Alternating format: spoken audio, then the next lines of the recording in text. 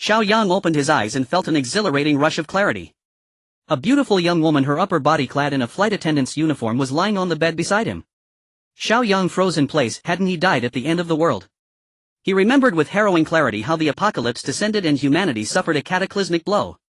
Natural disasters and hordes of zombies ravaged the world and human civilization teetered on the brink of annihilation. By a stroke of bizarre fortune he had awakened spatial powers which allowed him to cling to life for 3 years in that post-apocalyptic hellscape. Yet in the end he was still struck down by a mutated creature. In that final instant Xiao Yang had been enveloped by a blinding white radiance. When he opened his eyes again he was confronted with the breathtaking scene now before him. He carefully studied the young attendant beside him. She looked somewhat familiar, the uniform exuding a subtle allure. Was he dreaming? Xiao Yang could not help but let out a bitter self-mocking smile. Had his life in the apocalypse been so suffocating that at the moment of death his mind conjured up a flight attendant? "Young Master Xiao, what's wrong with you?" The young woman, seeing Xiao Yang suddenly fall silent, asked in a hazy, dazed tone. Before he could respond, the flight attendant shifted her body, rolling over on the bed. So proactive.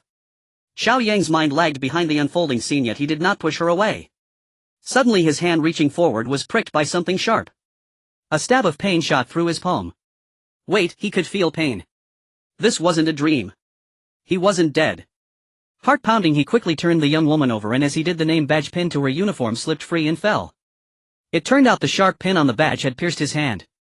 Under the young woman's bewildered gaze he picked up the badge and saw the name Su Xiao engraved on it along with her identification number. Su Xiao. No way. Xiao Yang suddenly remembered, wasn't this the flight attendant he had dated before the apocalypse? He hastily glanced toward the rear, and through the oval window pure moonlight bathed the thick layers of clouds outside. Oh my, wasn't this the first and also the last time he had ever rocked a plane before the world ended? He hurriedly grabbed for his trousers, fishing out his phone from within. "Oh, young Master Xiao, I knew you'd be recording again," the flight attendant named Su Xiao exclaimed, covering her face shyly. Xiao Yang ignored her, focusing entirely on unlocking and opening his phone. Staring at the date on the phone screen, Xiao Yang was utterly stunned. The display read June 21, 2032 0000. He had actually been reborn 10 days before the onset of the apocalypse. Did that not mean he now had ample time to prepare for the impending end of the world? A sudden thought struck him, and he quickly raised his left arm to inspect it closely. There was nothing there. But Xiao Yang knew that at the precise moment the apocalypse arrived, a sharp pain would lance through the center of his brow and a row of numbers would appear on his left arm. Those numbers represented the remaining energy within a human body, displayed in the form of a countdown: years, days, hours, minutes, seconds, all ticking away. In the apocalypse every human would be granted enough energy to survive for 1 year. However, that did not mean one was limited to living only a single year. This energy could be traded. As long as two people clasped their left hands together, they could through sheer will transfer whatever amount they wished to trade to the other party.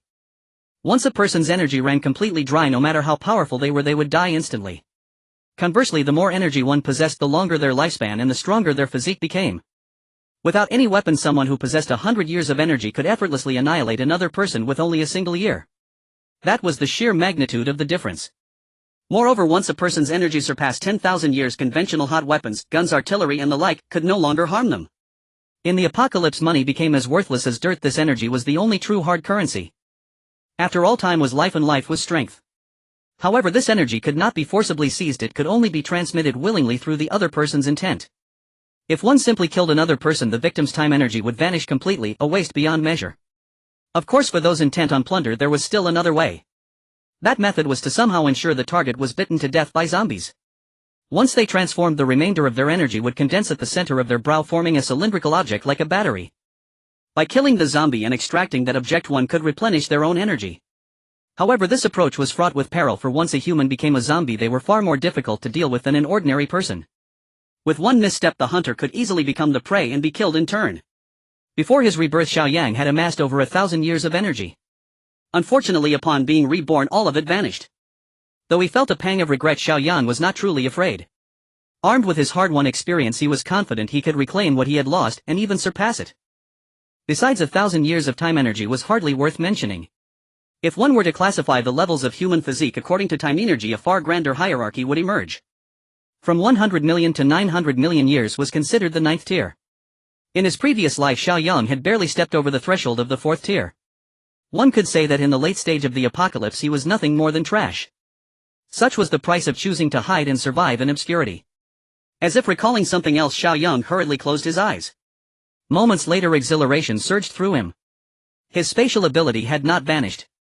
When the apocalypse descended, every human would awaken a single ability, though some sooner and others later. These abilities came in countless dazzling varieties, yet they could roughly be divided into combat type, spell type, and various special abilities.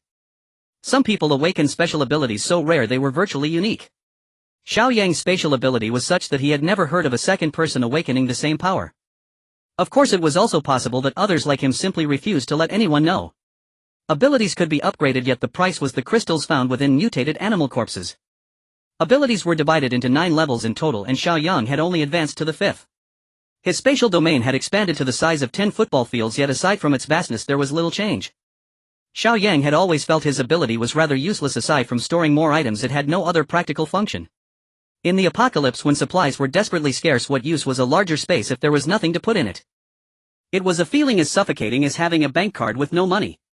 Now, however, before the end arrived, he already possessed his spatial ability. It was nothing short of heaven-defying.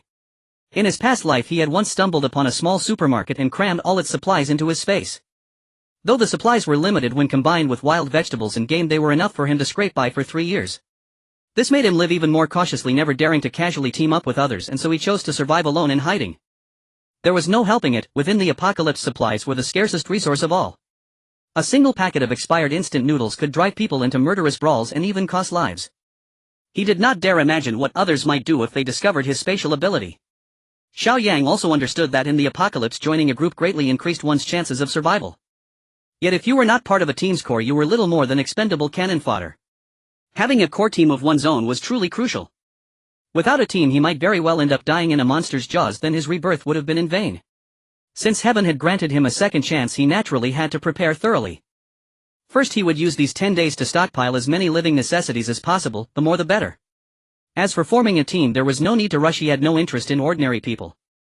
He intended to rely on his memories to recruit some of the formidable figures he had encountered in his previous life. Only then would his rebirth not be squandered. Everything was ready, only money was lacking. Xiao Yang's lips curled as he let out a cold snort. This trip back to Haichang was for one purpose alone: money. In his past life, he had been thoroughly played by his stepmother and half-brother, receiving not a single cent even up to the day the apocalypse arrived. This time, how could he possibly allow them to succeed again? 6 hours later, the aircraft touched down.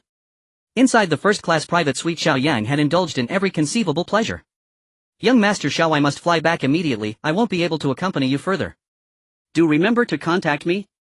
From now on, I belong to you alone." Su Xiao helped Xiao Yang dress neatly, then flashed him a beguiling smile and whispered softly into his ear. Xiao Yang glanced at Su Xiao's name badge and at her unbuttoned collar, then smiled faintly. "All right, my dear. I just returned to handle some urgent matters. I'll reach out once I'm free." Xiao Yang did not tell Su Xiao about the impending apocalypse. She was merely one fleeting blossom among his countless romantic entanglements. Yet having been reborn, he resolved to warn Su Xiao one day before the cataclysm, a final gesture of shared intimacy. "Good luck, girl." Inside a villa in Haicheng City, when Xiao Yang arrived, 6 or 7 people were already seated in the living room. His stepmother Zhang Li and his half-brother Xiao Ren cast him cold, indifferent glances, no greeting, no acknowledgement, as if harboring deep-seated enmity. "Xiao Yang, you're back. Please take a seat. Lawyer Chen has been waiting for quite some time." A middle-aged man rose to greet him. Without even looking, Xiao Yang knew it was Wang Jian, his father's swan brother. When Xiao Yang ignored him, Wang Jian continued unperturbed. "Ordinarily I wouldn't attend such proceedings, but as your late father's closest confidant I felt compelled to bear witness." Xiao Yang dismissed him again and turned directly to the lawyer across the room. "Lawyer Chen, please read aloud my father's will." It was the same Lawyer Chen who had summoned him and with whom he'd already conferred via video call. Lawyer Chen rose and glanced briefly at Zhang Li and Xiao Ren. "Madam Zhang, Mr. Xiao Ren and Mr. Xiao Yang, I am Chen Gang, the attorney entrusted by Chairman Xiao Feng prior to his disappearance. The 2 individuals beside me are notaries from the public notary office. Per Chairman Xiao Feng's last will and testament, should he meet with misfortune, his entire estate shall be distributed as follows: all shares in the conglomerate shall pass to Mr. Xiao Yang, Madam Zhang and Mr. Xiao Ren shall jointly inherit 2 villas and a bank deposit of 2 billion yuan. Xiao Yang heard this without surprise. He had known it all along from his past life. Yet Zhang Li and Xiao Ren paled in shock. Even Wang Jian's brow furrowed deeply. "Impossible. Lawyer Chen, surely there's been a mistake." Zhang Li was the first to protest. Lawyer Chen remained impassive while the 2 notaries placed both the written will and a smartphone displaying its video recording onto the table. "Here are the documentary and video attestations of the will, Madam Zhang. You may examine them at your discretion." Zhongli snatched up the document, scrutinized it repeatedly, then played the video, before slumping silently onto the sofa. Has there been an error? My father left me not a single share of the conglomerate worth 20 billion yuan. Xiao Ren too could no longer sit still.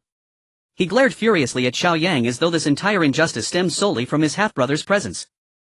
Granted, 2 billion yuan was no trivial sum, but measured against 20 billion in corporate equity it tasted distinctly hollow. Xiao Yang watched their reactions with icy detachment and said nothing. The will has now been formally declared. Moving forward, I and the notarial officers will oversee its execution. Your full cooperation is requested.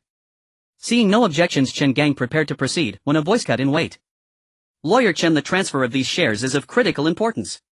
With Chairman Xiao deceased, I, as the conglomerate's second largest shareholder, believe it imperative to first consult the other board members lest internal discord erupt. Wang Jian rose swiftly to address Chen Gang, then turned toward Xiao Yang. Moreover, Xiao Yang has long studied abroad and remains unfamiliar with our internal operations, while daily management has rested entirely with his stepmother Zhangli and his younger brother Xiaoran. Thus we respectfully request additional time to prepare. What do you say, Xiao Yang?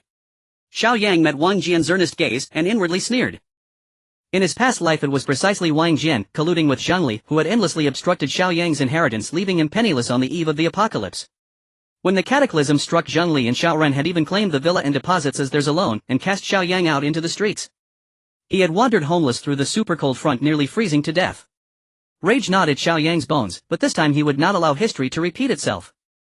At Wang Jian's words, Zhangli suddenly shed her sorrowful mask and smiled brightly. Indeed, Xiao Yang, you're unprepared to assume control so abruptly. Let me pave the way for you first. After all, you wouldn't wish to see your father's life's work destabilized, would you?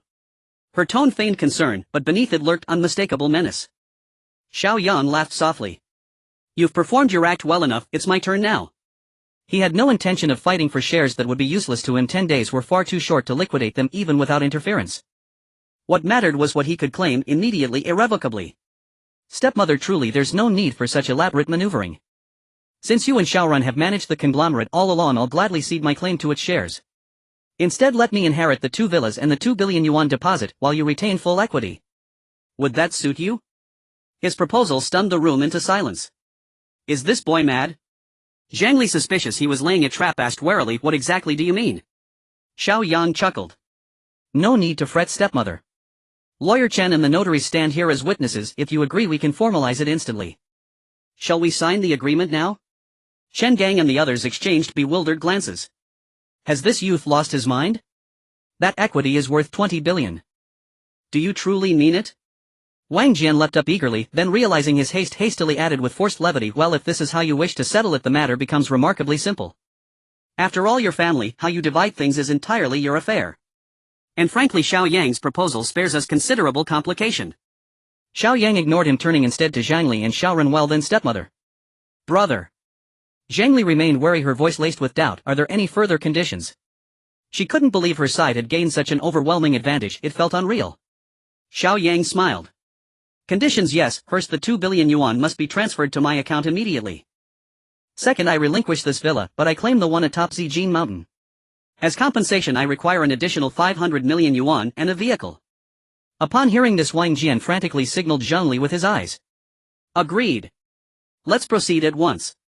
Zhangli exclaimed, striving to contain her elation. Ah, mother, the Zijin Mountain villa was purchased for me. It's freshly renovated, I haven't even moved in yet. I've already promised friends a house party there this weekend. Xiao Ren sprang up indignant. Silence. Zhangli shot her son a sharp, admonishing glare.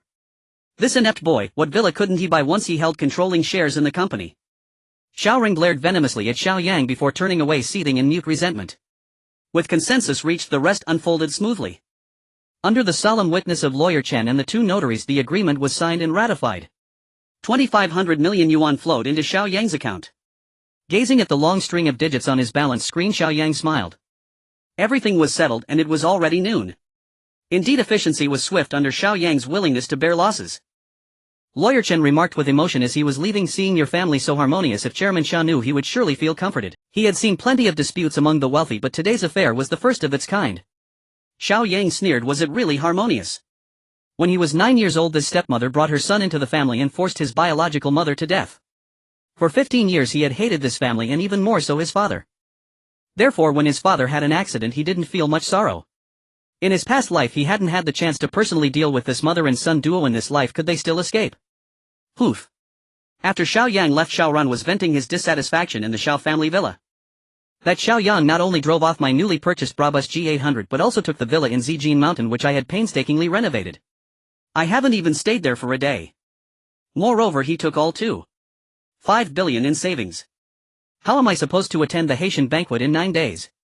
I've boasted in front of my friends that I would acquire this year's flagship luxury yacht and off-road RV. I can't lose face. Zhang Li frowned and scolded loudly, "You lazy boy, all you know is to indulge in pleasures. I do all this for you." However, I did not expect that deadbeat of a father to leave behind such a hand. Fortunately, Xiao Yang is aimless, a useless person, so he didn't disrupt my plans. Otherwise things would be a bit tricky. Yes, Xiaoring, your mother is doing this all for your benefit. Once we stabilize the group we can slowly deal with that little brat Xiao Yang. Sitting nearby, Wang Jian also assisted in advising Xiaorun. Poof. I don't care. No one can take away what belongs to me, Xiaorun. Xiao Yang, you have never been able to outdo me since childhood, and this time will be no different. What I let you have, you will have to spit it back out. Xiaorun left angrily and Zhang Li sighed helplessly as she watched her son's back. Turning to Wang Jian, she whispered, "How is it going over there?" Wang Jian glanced at the stairs where Xiaorun had left, confirming he was upstairs before getting up and standing behind Zhang Li. His hands naturally rested on Zhang Li's fair shoulders, gently rubbing them. "Sister-in-law, don't worry. There is news from that side. As soon as we secure the shares we can make the full acquisition. Once the money arrives we will immigrate." Zhang Li looked around and said sternly, "Remove your hands, be careful not to let Xiaorun see." Wang Jian leered and thrust his hand into Zhang Li's collar. "What are you afraid of? He will know sooner or later he is my son." Xiao Yang sped towards the Zijin Mountain Villa in the black Brabus G800. This car looked similar to the Mercedes G63, but its interior and power were several grades higher. With a stomp on the accelerator, the raging roar from the exhaust and the engine's immense power could instantly restore a man's confidence. This car was the ultimate dream for many men. However, in Xiao Yang's eyes it was still insufficient. It was merely a means of transportation. In the end times it would serve little purpose. In the Zijin Mountain Villa area, he arrived at a villa at the highest point. When Xiao Yang got there it was already 2 p.m. The villa had 3 floors above ground and 2 floors underground, fully furnished. There was also an enormous swimming pool in the garden. Especially the spacious floor-to-ceiling windows in the master bedroom on the 3rd floor offered a broad view, allowing one to see the entire villa area and even the university town at the foot of the mountain. The basement was thoughtfully designed with a private cinema boasting superb visual and auditory effects. Xiao Yan was quite satisfied, but there were still many areas that needed renovation. First, a separate heating system needed to be installed. Although it was summer and everyone was still wearing short sleeves, Xiao Yang knew that in 10 days a super cold wave would hit, dropping temperatures to -50 degrees overnight. Due to the sudden onset, most of those who couldn't make it home at night would be frozen to death outside. Those hiding at home would find it hard to survive without thick blankets or warm clothes. The super cold wave would last for 10 days, during which it would be impossible to go out. Even if one didn't freeze to death, one might starve to death. In his past life, on the night the cold wave arrived, he was driven out of this villa by that mother and son. He would never forget the bone-chilling cold. If he hadn't accidentally discovered a small tree hole that could fit one person, he would have frozen to death in the wilderness. Therefore the heating system had to be prioritized. The most practical solution was a charcoal boiler for heating, stable and reliable. The wall insulation also needed to be rethickened, and all the glass must be replaced with multi-layer insulated ones. Secondly, an independent power supply system needed to be installed. In the end times, once the power went out it would never be restored. At night the entire world would fall into darkness. Only a few lucky people managed to get generators to use electricity. But generators need fuel. Without oil they are just a heap of scrap metal. Thus a standalone power generation system was crucial. The swimming pool in the yard could also be utilized as a water storage reservoir, but it needed some modifications or else it would freeze and not provide water. Additionally, the walls needed to be raised and reinforced with barbed wire. The gate also needed to be replaced with a thicker, impact-resistant one. It seemed the workload was considerable and time was pressing. He needed to quickly find a construction and renovation company to handle this. Seeing that it was still early, Xiao Yang hurriedly searched online for a fairly large renovation company. When he called, they said they would arrange for someone to come over immediately. It would probably take a while for the other party to arrive, so in the meantime Xiao Yang thought to check out the tree hole that had saved his life.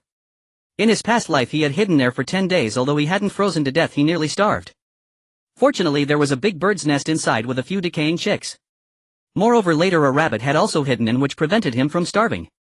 Thinking of those dead little birds, they could be considered as saving his life in his past life. Since he had been reborn, why not take a look? Perhaps those chicks were still alive. If they were alive as a form of gratitude, Xiao Yang wouldn't mind raising a few birds for fun. It was about a 2-kilometer journey. From a distance he saw the big tree. This tree had to be several hundred years old, and it took 7 or 8 adults to barely wrap around it. There were also several large red cloths tied around the trunk. Xiao Yang remembered that in his past life he had torn off those red cloths and wrapped himself with them.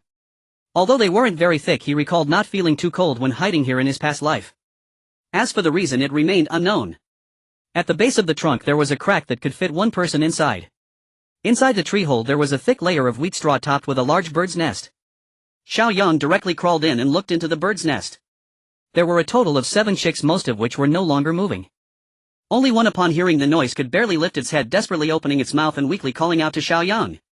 Xiao Yang carefully examined the others and confirmed that all 6 had already perished. The parent bird must have met with an accident, otherwise it would never have abandoned its brood. Fortunately, one chick remained alive. His trip had not been in vain. He buried the 6 lifeless chicks on site, then carried the entire nest back to his villa and placed it inside his spare room. He gathered several insects from the lawn to feed the ravenous hatchling. Sated in content, the little bird drifted peacefully into sleep. Xiao Yang fervently hoped it would survive. He felt profoundly alone, and raising a bird seemed a welcome companionship. While others braved the apocalypse with dogs at their side, why not forge ahead with a bird instead? 2 hours later, the construction team from the architectural renovation company arrived. A man stepped out of a Land Rover, tall, broad-shouldered, imposing. Even at 180 centimeters, Xiao Yang stood noticeably shorter beside him. "Good morning, Mr. Xiao. I'm Mu Guang, General Manager of Guan Yuan Company." Xiao Yang accepted the business card. Mu Guang, General Manager. Impressed that the CEO himself had come, Xiao Yang wasted no time. He led Mu Guang straight into the villa and laid out his vision in full detail. Mu Guang listened, utterly dumbfounded. For a fleeting moment he wondered whether the villa even belonged to Xiao Yang. Or perhaps Xiao Yang was simply unhinged. Ahem. Mr. Xiao, are you absolutely certain you wish to proceed with this renovation plan? Please don't jest with me. Mu Guang sought confirmation once more. Xiao Yang shot him a dismissive glance, as if he'd waste his time playing games. Seeing Xiao Yang's silence, Mu Guang chuckled awkwardly. "Honestly, it feels as though you're transforming this villa into an apocalyptic survival shelter." Xiao Yang nodded firmly. Exactly, an apocalyptic survival shelter. Convinced by his unwavering resolve, Mu Guang believed him. "Mr. Xiao, please wait a moment. I believe my younger sister may be able to assist you." Saying this, Mu Guang hurried back to his vehicle, opened the rear door and exchanged a few words. From the back seat emerged a young woman in an elegant long dress.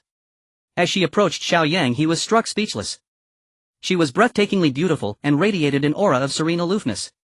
He struggled for words. Her poise and grace rivaled those of top-tier film stars, her figure and features flawless. Perfect. Xiao Yang wondered, why had Mu Guang brought his sister here? Was this some calculated charm offensive to secure the contract? Frankly, it was hard to refuse. Just as Xiao Yang's thoughts began to wander, Mu Guang introduced her. "Mr. Xiao, this is my sister Mu Wanqing, a top design student at Haicheng Academy of Arts. You may share your ideas with her." Mu Wanqing offered a gentle smile. "Hello, Mr. Xiao. My brother mentioned you intend to convert this villa into an apocalyptic survival shelter." Her icy reserve melted into a warmly radiant, youthful smile. Xiao Yang felt an uncanny sense of familiarity, as though he had glimpsed her somewhere before, yet the memory eluded him. Enough daydreaming. Priorities first. Xiao Yang gathered himself and greeted her warmly. "Miss Mu, please call me Xiao Yang. Yes, I aim to build a true apocalyptic survival shelter. Might you elaborate further on your vision, Mr. Xiao?" Mu Wanqing, ever tactful, refrained from addressing him by name. "Excellent. Follow me." After a thorough discussion, Xiao Yang was overjoyed. He sensed he had found a rare talent.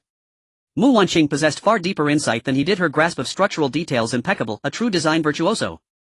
"Miss Mu, you seem remarkably well-versed in survival shelter design. Have you worked on similar projects before?" Xiao Yang asked curiously. Mu Wanqing smiled shyly. "Not professionally, I'm simply an ardent enthusiast of apocalyptic fiction. In my free time I indulge in imaginative world-building, designing everything from fortified citadels to post-cataclysm sanctuaries." Xiao Yang nodded thoughtfully, fully understanding. "Brother Mu, Miss Mu's concepts align perfectly with my vision. Could you expedite a comprehensive construction blueprint and quotation?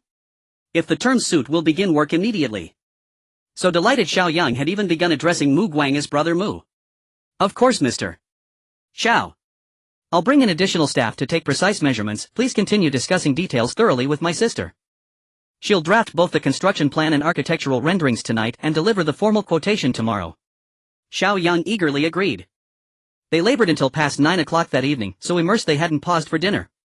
Xiao Yang graciously ordered an abundant feast delivered for everyone. Throughout, Xiao Yang emphasized to Mu Wanqing, treat this villa as your own home, spare no expense on materials. Budget is no constraint. On the drive home, Mu Guang asked his sister Wanqing, what do you make of Mr. Xiao? Could he merely be toying with us? Mu Wanqing pondered, then shook her head. My intuition tells me he's sincere. Yet anyone determined to manifest an apocalyptic shelter in reality is either extravagantly wealthy or lost deep within fantasy. Which category do you think he falls into? Mu Guang pressed. Mu Wanqing laughed softly. I suspect he's extravagantly wealthy. Xiao Yang entrusted the entire renovation to her sole authority, encouraging her to voice every idea freely as if designing her own sanctuary. In truth, this was less about Xiao Yang building a survival shelter and more about him funding Mu Wanqing's lifelong dream of constructing. At that moment, Mu Wanqing found Xiao Yang unexpectedly admirable. Meanwhile, Xiao Yang reclined comfortably upon the vast master bed on the 3rd floor. In the corner rested the nest, cradling the tiny hatchling, fed drowsy and deeply asleep. Thus the first day slipped quietly away.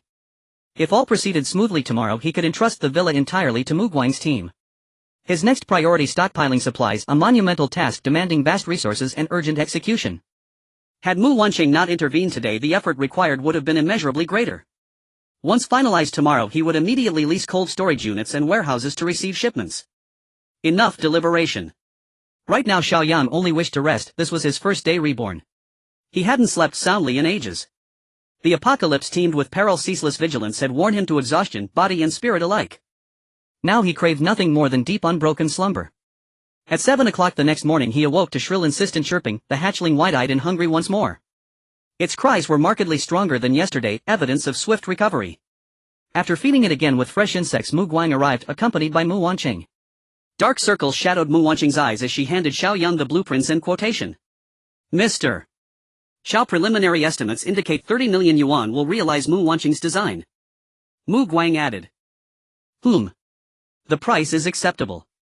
Xiao Yang glanced over the blueprints, visibly satisfied. Apparently Mu Wanqing had truly devoted herself to this task. How soon can the renovation be completed? At the earliest, 15 days. Some materials and equipment must be custom fabricated, Mu Guang replied. What? 15 days? No, that's far too long. Xiao Yang froze, stunned. Less than 9 days remained before the apocalypse, and at this pace they'd be doomed. You have 8 days, maximum. Can you deliver? Sir Xiao, that's simply impossible. Mu Guang stammered, flustered. I'll increase the payment, 40 million. Sir Xiao, it isn't about money, it's about 50 million. Very well, I'll do my utmost. I require certainty, not effort. Alright Sir Xiao, it's a deal. I guarantee on-time delivery. Mu Guang was utterly overwhelmed. Never before had he encountered such an unflinching, money-indifferent tycoon. Xiao Yang immediately transferred the funds to Mu Guang, who, now even more anxious, rushed to assemble his crew and commence construction. Beside him Mu Wanqing stood speechless, eyes wide with astonishment. This man spent money as if it were picked up from the street. Wanqing, you haven't slept all night, shall I drive you home to rest first? Mu Guang asked gently, concern etched across his face as he watched his exhausted sister. Xiao Yang observed Mu Wanqing closely. Indeed, she looked haggard. Though her motives were financial, her dedication was unmistakable. That alone merited sincere gratitude. Miss Mu, may I drive you home to rest? Brother Mu Guang can oversee operations here, and I also have several questions I'd like to consult you on. Mu Wanqing hesitated, yet suspecting Xiao Yang genuinely needed her expertise, she agreed. Wait just a moment, I'll fetch a few things and be right down. Moments later, to the siblings' utter disbelief, Xiao Yang descended the stairs cradling a bird's nest. You're still climbing trees to steal nests at your age? Mu Wanqing stared incredulous. Oh no, it wasn't theft. I passed by and found a nest of fledglings, all but one had starved to death. I rescued this last survivor. Look how endearing it is. As he explained, he held the nest out for her to see. Mu Wanqing gazed upon the tiny creature and instantly softened, her fingers tenderly stroking its downy feathers. Truly pitiful. What kind of bird is it? A young crow, commonly seen around construction sites. Sir Xiao, keeping crows brings ill omen. Just discarded, Mu Guang interjected, glancing briefly before advising. Hearing her brother's words, Mu Wanqing bristled with indignation. How heartless you are. It's barely a hatchling, abandon it and it will surely perish. Xiao Yang smiled faintly. No worries, I'll release it back into the wild once it's grown. He cared little for superstition. Did omitting this small creature truly delay the apocalypse? Sir Xiao truly possesses compassion. Mu Wanqing praised warmly. Let's place it in the car, I'll drive you home to rest first. Agreed. Mu Wanqing directed Xiao Yang to High City Academy of Arts nestled within the university district at the foot of Zijin Mountain. Only then did Xiao Yang learn she hadn't yet graduated, nearly interning at her brother's firm. The imposing Brabus G800 halted boldly before the campus gate, instantly drawing stares from students. Sir Xiao, I'll carefully compile the apocalyptic supply list and send it to you tonight. Mu Wanqing said. Understood, thank you. The moment she stepped out of the vehicle, another wave of excitement rippled through the crowd. Isn't that our campus beauty, Mu Wanqing? Why is she being dropped off so early by a man? Hey, what brand is that? Did BYD just launch a new model? Ignoramus, it's a Brabus emblem. One of these costs as much as 100 BYDs. Really? So indeed, the campus beauty remains forever out of reach for us academically challenged mortals. Back in her dormitory, Mu Wanqing lay awake restless. This Sir Xiao, entrusting her with devising a survival inventory for the apocalypse. He was utterly immersed, treated the coming cataclysm as chillingly real. Yet somehow it struck her as oddly thrilling. Very well, she'd indulge him fully. Her fatigue vanished. She seized pen and paper and began writing with meticulous care. Xiao Yang drove straight to High City's largest warehousing complex. It housed over 100 warehouses and cold storage units. He leased 5 of each, designating them respectively for daily essentials and fresh produce meat and frozen goods. In truth, renting these facilities wasn't about storage, it was mere misdirection. He couldn't possibly absorb such vast quantities into his spatial realm under the public gaze. That would terrify everyone within sight. Next, he headed to the city's largest wholesale vegetable market. First, he ordered every vegetable imaginable.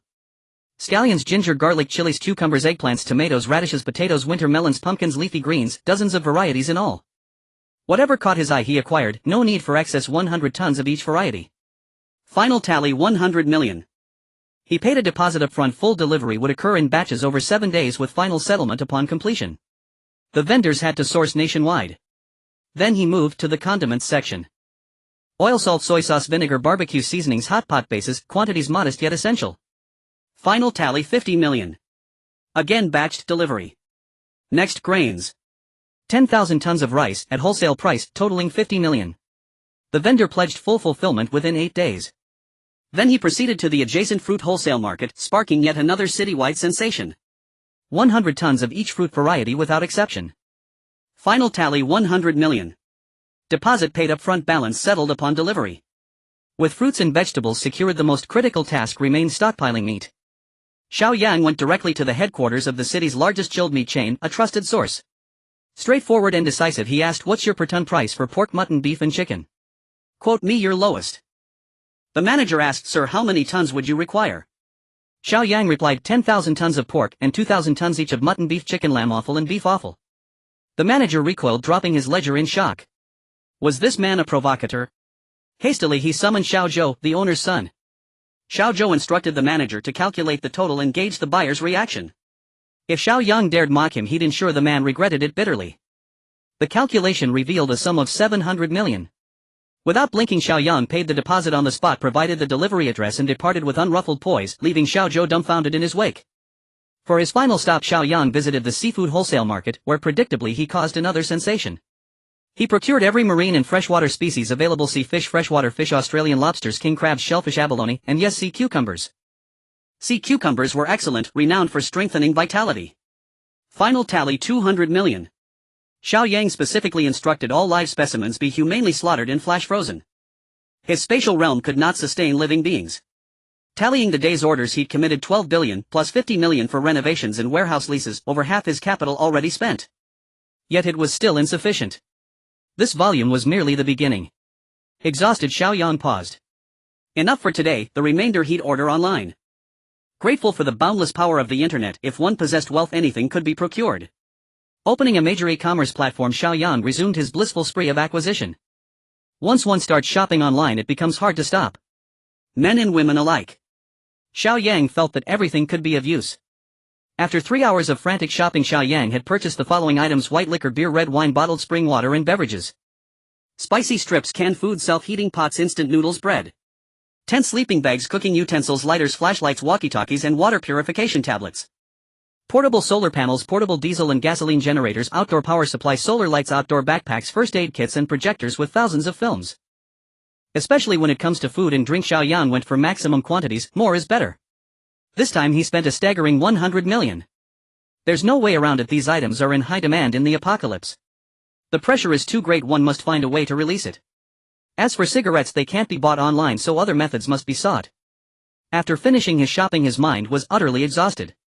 For the first time Xiao Yang felt that spending money could be so tiring. At this moment Mu Wanqing also sent a message with her prepared list of supplies. Xiao Yang was too tired to look at it, and noticing the time, it was already mealtime. Upon finding out that Mu Wanqing hadn't eaten either, he decided to express his gratitude by driving to pick her up for dinner. "Miss Mu, feel free to say what you want to eat, don't be polite with me." Xiao Yang smiled at Mu Wanqing in the passenger seat. "Anything is fine." Mu Wanqing felt a bit embarrassed since he was treating she should leave the initiative to him. Xiao Yang pretended to be serious. "Hey, women shouldn't say anything and men shouldn't say no, don't you know that?" "Well then, how about we go to the seaside restaurant? The food is superb and affordable." "Is that alright, President Xiao?" The last sentence clearly carried another meaning. "Sure. Lead the way. Can we even say no?" The seaside restaurant isn't by the sea. It's located near the university town in a not very bustling area. However, it was crowded and the business was incredibly booming. When Xiao Yang and the others arrived, it was mealtime and they had to queue for a table. So popular. It must be good. Xiao Yang thought that if so many people were willing to spend time queuing, this meal was definitely worth the wait. Of course. This is the university town's recognized food hotspot. Mu Wanqing said proudly. After waiting for nearly an hour, Xiao Yang was almost starving before they finally got a table. "Come on, Miss Mu, you order, you're more familiar with this than I am." Since it was his first time here, Xiao Yang didn't know what was good, so he simply left it to Mu Wanqing, focusing on eating. Mu Wanqing also thought that letting Xiao Yang order was a waste of time, so she didn't hesitate and directly told the waiter the names of the dishes. 1 serving of oil-braised prawns, 1 serving of mapo tofu, 1 serving of spicy pig trotters, and one of the restaurant's specialties, crab meat pot. "Alright, 4 dishes is just right, we can't eat more than that." After quickly listing the 4 dishes, the waiter took the order and smiled. "Lucky you, beautiful. Today's last serving of crab meat pot was just ordered by you. Enjoy your meal." After the waiter left, Xiao Yang asked in surprise, "Is there a limit on the dishes here?" "Of course. This crab meat pot is one of the few specialties made by the owner himself, with only 100 servings available each day. Sometimes if you don't reserve in advance, you might not even get to eat it. Today you're lucky, consider it a treat." Xiao Yang responded with an "oh," chuckling at the hunger marketing. Soon the other 3 dishes were served and the crab meat pot was about to arrive. Just as the waiter was bringing the crab meat pot to their table, a heavily made-up girl in a short black skirt stopped her. "Which table is this crab meat pot for?" the girl in black coldly asked. The waiter replied, "Table 69. "Can you give this serving to us?" the girl in black asked. The waiter said, "We can't make that decision, you'll need to ask the customers at table 69. The girl in black then followed the waiter to Xiao Yang's table. Upon seeing Mu Wanqing, she said in surprise, "Oh, Mu Wanqing, what a coincidence." "What a coincidence. Wang Min, are you here for dinner too?" "Yes." Wang Min casually replied, then fixed her gaze on Xiao Yang. Seeing him, she thought he looked quite good, which made her a bit jealous of Mu Wanqing. However, upon noticing Xiao Yang's ordinary clothing, she immediately looked down on him and said sarcastically, "How rare. Our school's flower is actually having dinner alone with a man. Is he your boyfriend?" Mu Wanqing glanced at Xiao Yang and quickly waved her hand, saying, "Oh no, he's just a friend. You see, Mu Wanqing, I wanted to invite my boyfriend to try the crab meat pot, but I ordered too late and the last serving has been taken by you. You know, my boyfriend is the son of the owner of a cold fresh meat chain in Haicheng. He's tired of eating 5-star hotel food every day, so I brought him here for a change of taste. Could you do me a favor and let it go? Today consider it a favor owed to you. In the future, if there are renovation jobs with my boyfriend, I'll be sure to introduce them to your brother." When this girl in black mentioned her boyfriend, she cast a meaningful glance at Xiao Yang, clearly indicating that he was someone she couldn't reach and that he should know his place. Xiao Yang remained silent, waiting for Mu Wanqing to respond. After a moment of thought, Mu Wanqing chose to refuse, saying, "Sorry, Wang Min. My friend is here for the first time today and I also want him to try this dish. You can ask for my friend's opinion." Mu Wanqing wasn't foolish after all. Xiao Yang was a major client of her brother's and she couldn't make him feel uncomfortable. Wang Min, upon hearing this, looked at Xiao Yang with disdain in her eyes.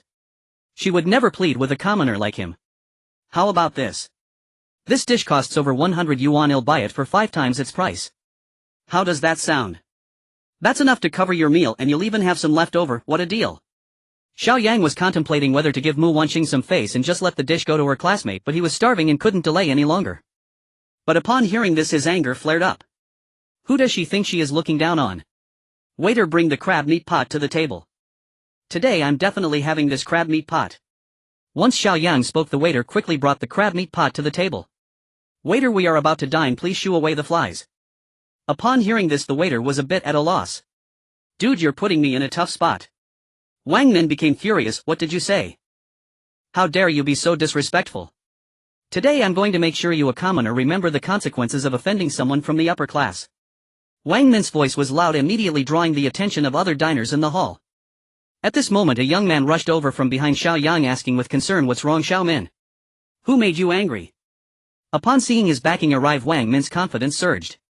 He pointed at Xiao Yang, cursing, this miserly fool dares to call me a fly. I don't care. If I don't smash his mouth today, I won't let this go. You are too much, Wang Min.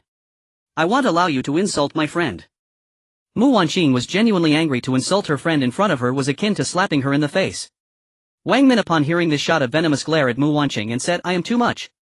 You filthy bitch, do you really think of yourself as the school flower? What does being pretty matter when you have a poor boyfriend? Pathetic. You.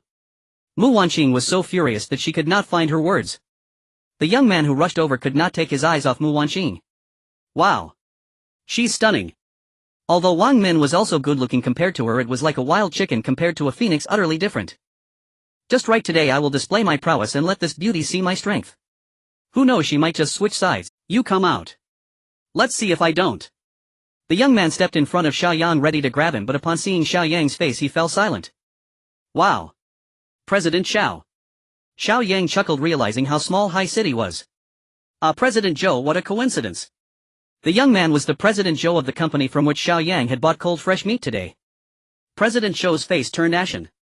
President Xiao, what brings you to such a place to eat? Oh.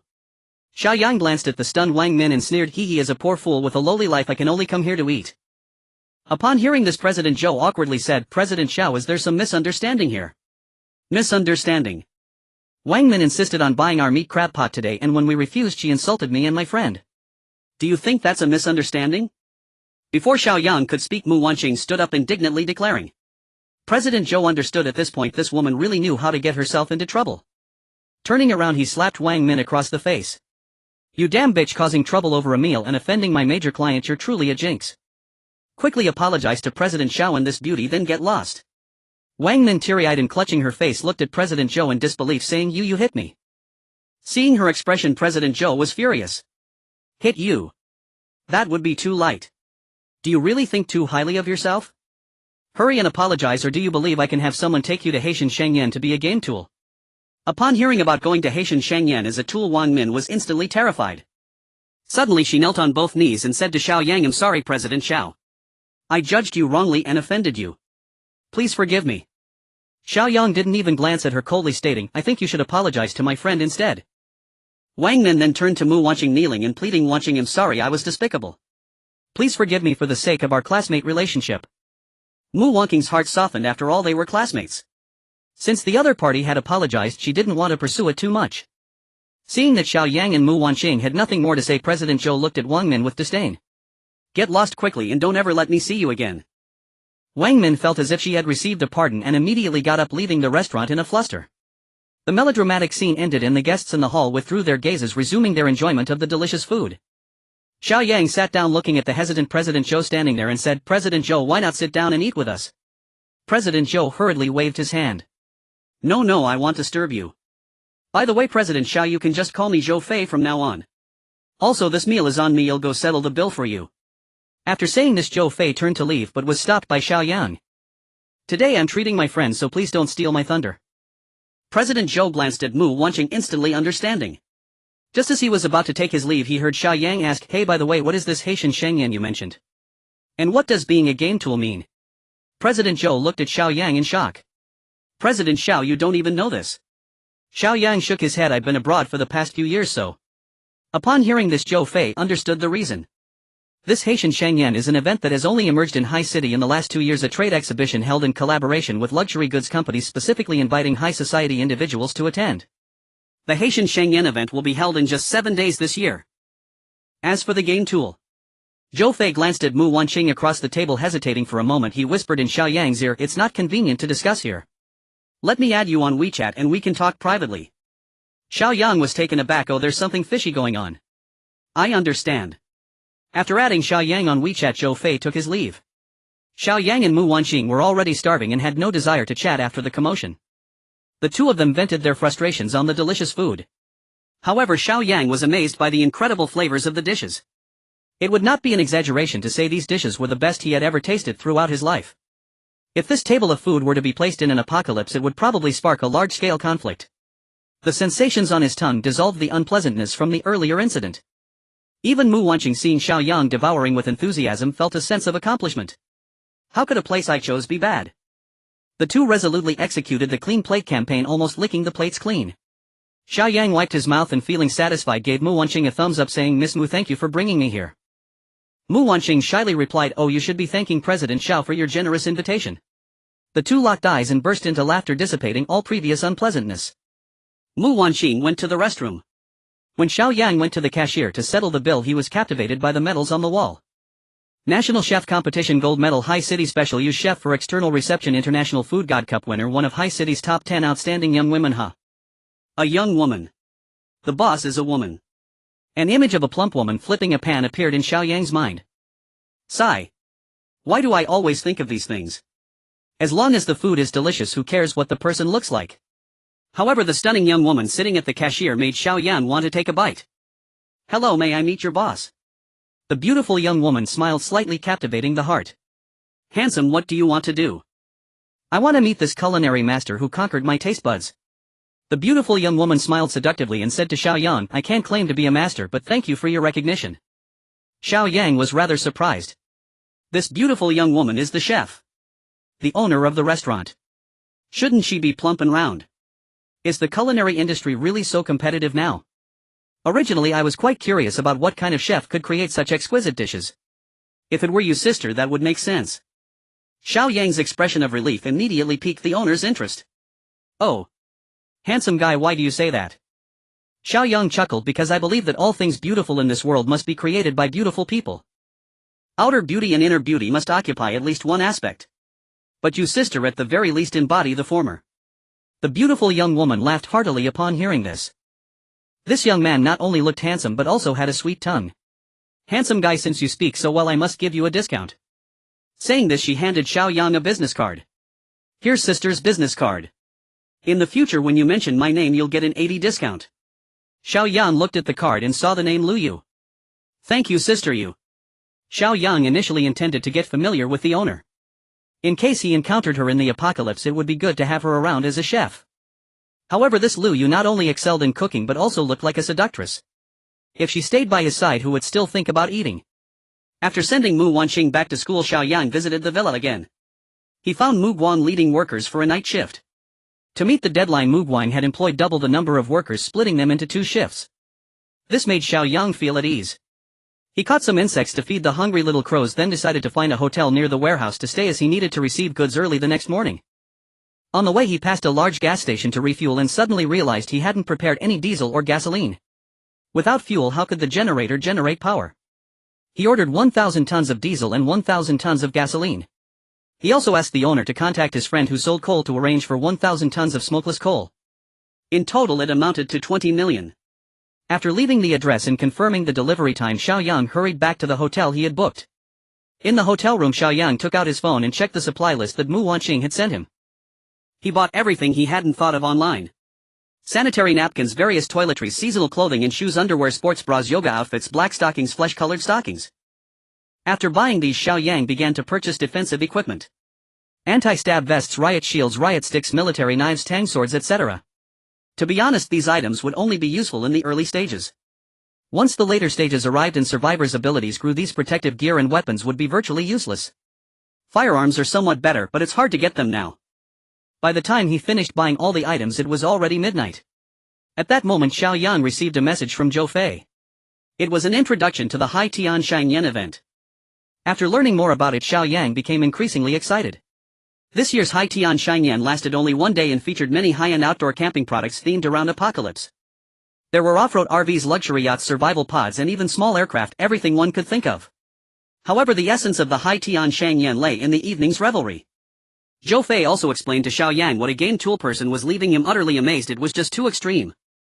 Zhou Fei happened to have an extra electronic ticket which he sent to Xiao Yang agreeing to meet up during the event. Xiao Yang happily agreed. He had been thinking about getting himself a suitable vehicle for the apocalypse, and an off-road RV was undoubtedly the best choice. He also wanted to get a yacht if possible. The massive floods in the mid-apocalypse had nearly submerged all land. Survivors relied on makeshift rafts to build floating platforms, living in extremely poor conditions. If he could get a luxury yacht, wouldn't that mean living like an emperor? Just thinking about it excited him, so he absolutely had to attend the High Tian Shangyan. As for that extreme gain, he had no interest. A bunch of people taking turns scrubbing pots was just disgusting. With that, he had almost procured all the necessary supplies. In the following days he would be busy receiving goods. Moreover, Xiao Yang had ordered a large quantity of delicious snacks through a delivery app. Fried chicken, roasted duck, cold noodles, cold jelly meat sandwiches, rice noodles, stinky tofu, snail rice noodles, etc. He also ordered several trucks of ice cream. As long as it could be delivered, Xiao Yang almost ordered everything every day. This also cost him a pretty penny. Time flew by, and in the following days Xiao Yang worked from dawn till dusk, finally finishing receiving all goods by the early morning of the 9th day. After another night of busy work, he stored all the supplies in his space. Since the space had no time flow, all items stored inside would not spoil, expire, or rot. A cup of water placed inside would still be hot no matter when you took it out. This was Xiao Yang's favorite aspect. With all supplies sorted out, he finally felt a sense of relief.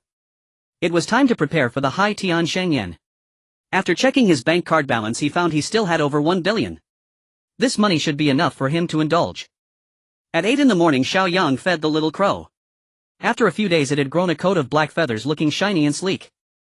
Since it looked like a lump of coal, Xiao Yang decided to name it Coalball. He even bought it a large wooden cage, creating a cozy little nest. Worried that the High Tian Shangyan would take up the entire day, Xiao Yang entrusted Coalball to Mu Wanqing for care and planned to come back for it once he was done. After settling Coalball, Xiao Yang went directly to meet Zhou Fei and headed to the High Tian Shangyan event venue. The venue for the High Tian Shangyan was at a yacht harbor by the sea. The event hall was lavishly decorated, and the scene was filled with beautiful women. Due to the scorching weather, these beauties adhered to the principle of wearing less rather than more and showing more rather than less, creating a beautiful flowing landscape in the venue. Black stockings and bikinis competed for attention, with backs and thighs vying for prominence, while chests and rears each had their own merits. The exhibition area was filled with small aircraft, sports cars, RVs, and various outdoor products. The harbor was lined with rows of brand new yachts of various sizes. Apart from some outdoor and luxury items, every aircraft, yacht, and RV was unique. It could be said that they were all one-of-a-kind custom models. To showcase their exclusivity and power, these special models were not priced openly but operated on a bidding system, allowing those with the means to take them home. It was akin to an auction house. This tactic was very effective. Some wealthy individuals would not hesitate to spend several times the actual value to buy their favorite products. Thus the organizers always ended up with a windfall. At 10 in the morning, the High Tian Shangyan officially commenced. All the special products were auctioned off in order, with the highest bidder winning. By noon, a post-apocalyptic version heavy-duty off-road vehicle caught Xiao Yang's immense interest. This off-road RV is built by Mercedes-Benz heavy trucks, featuring 8 wheels and 8-wheel drive. Each of the 8 tires is specially made explosion-proof and wear-resistant. The vehicle is 12 meters long, 2.6 meters wide, and 3.8 meters high, making it an absolute giant. The entire body is made from special steel, ensuring excellent insulation and bulletproof capabilities. Even the windows are bulletproof. The roof of the vehicle can be raised, forming a sunroom when elevated. There are expansion mechanisms on both sides and the back of the vehicle which, when deployed, expand the internal space. The roof is equipped with a 5000 W solar panel and an 8000 W silent diesel generator, along with a lithium iron phosphate battery equivalent to 100 kilowatt-hours. The vehicle is fitted with a 1000 L insulated clean water tank, sufficient for several days of use. The 500 L gray water tank and 200 L black water tank are also adequate for several days before needing to be emptied. Inside the RV, the expanded rear area features a super double bed, while the 2 sides expand to create an ultra-large living room, complete with a deployable hammock on the ceiling. There is a complete bathroom, shower room, and kitchen equipped with a refrigerator, washing machine, air purifier, water heater, microwave grill combo, and a television and audio system. For winter heating, there is a diesel warm air hot water unit, and in summer the vehicle can use a household air conditioner. Seeing this configuration, Xiao Yang was thoroughly satisfied. Especially with its 8-wheel drive capability and 7 differential locks, this is incredibly important in a post-apocalyptic environment. This vehicle is truly perfect, but it weighs 25 tons and consumes a lot of fuel. However, for Xiao Yang this is not a concern. This Doomsday Edition heavy-duty off-road RV, codenamed Conqueror, has a starting bid of 30 million. Xiao Yang decided that he must acquire this vehicle. I bid 30 million. Friends, please do not compete with me, Xiaorun. Before Xiao Yang could finish his sentence, a familiar voice echoed from a distance. It was his half-brother Xiao Run. Xiao Run was surrounded by a crowd of men and women quite eye-catching. Upon hearing that it was the second young master of the Xiao family, everyone discreetly refrained from competing with him. Besides, the configuration of this off-road RV was somewhat excessive. Who would really take it out for a drive every day? Seeing that no one was competing with him, Xiao Run nodded in satisfaction and clasped his fists, saying thank you all for your support. Just as he was about to pay, Xiao Yang spoke up. I bid 40 million. The entire venue fell silent. Some people looked around trying to find the source of the voice, wondering who was so bold as to challenge the second young master of the Xiao family. When they saw Xiao Yang step forward, some recognized him. Isn't that the eldest son of the Xiao family? Why are these two brothers clashing? Indeed, it's said that these two don't get along. It seems to be true. Haha, it looks like there will be a good show to watch. Who do you think will win this RV?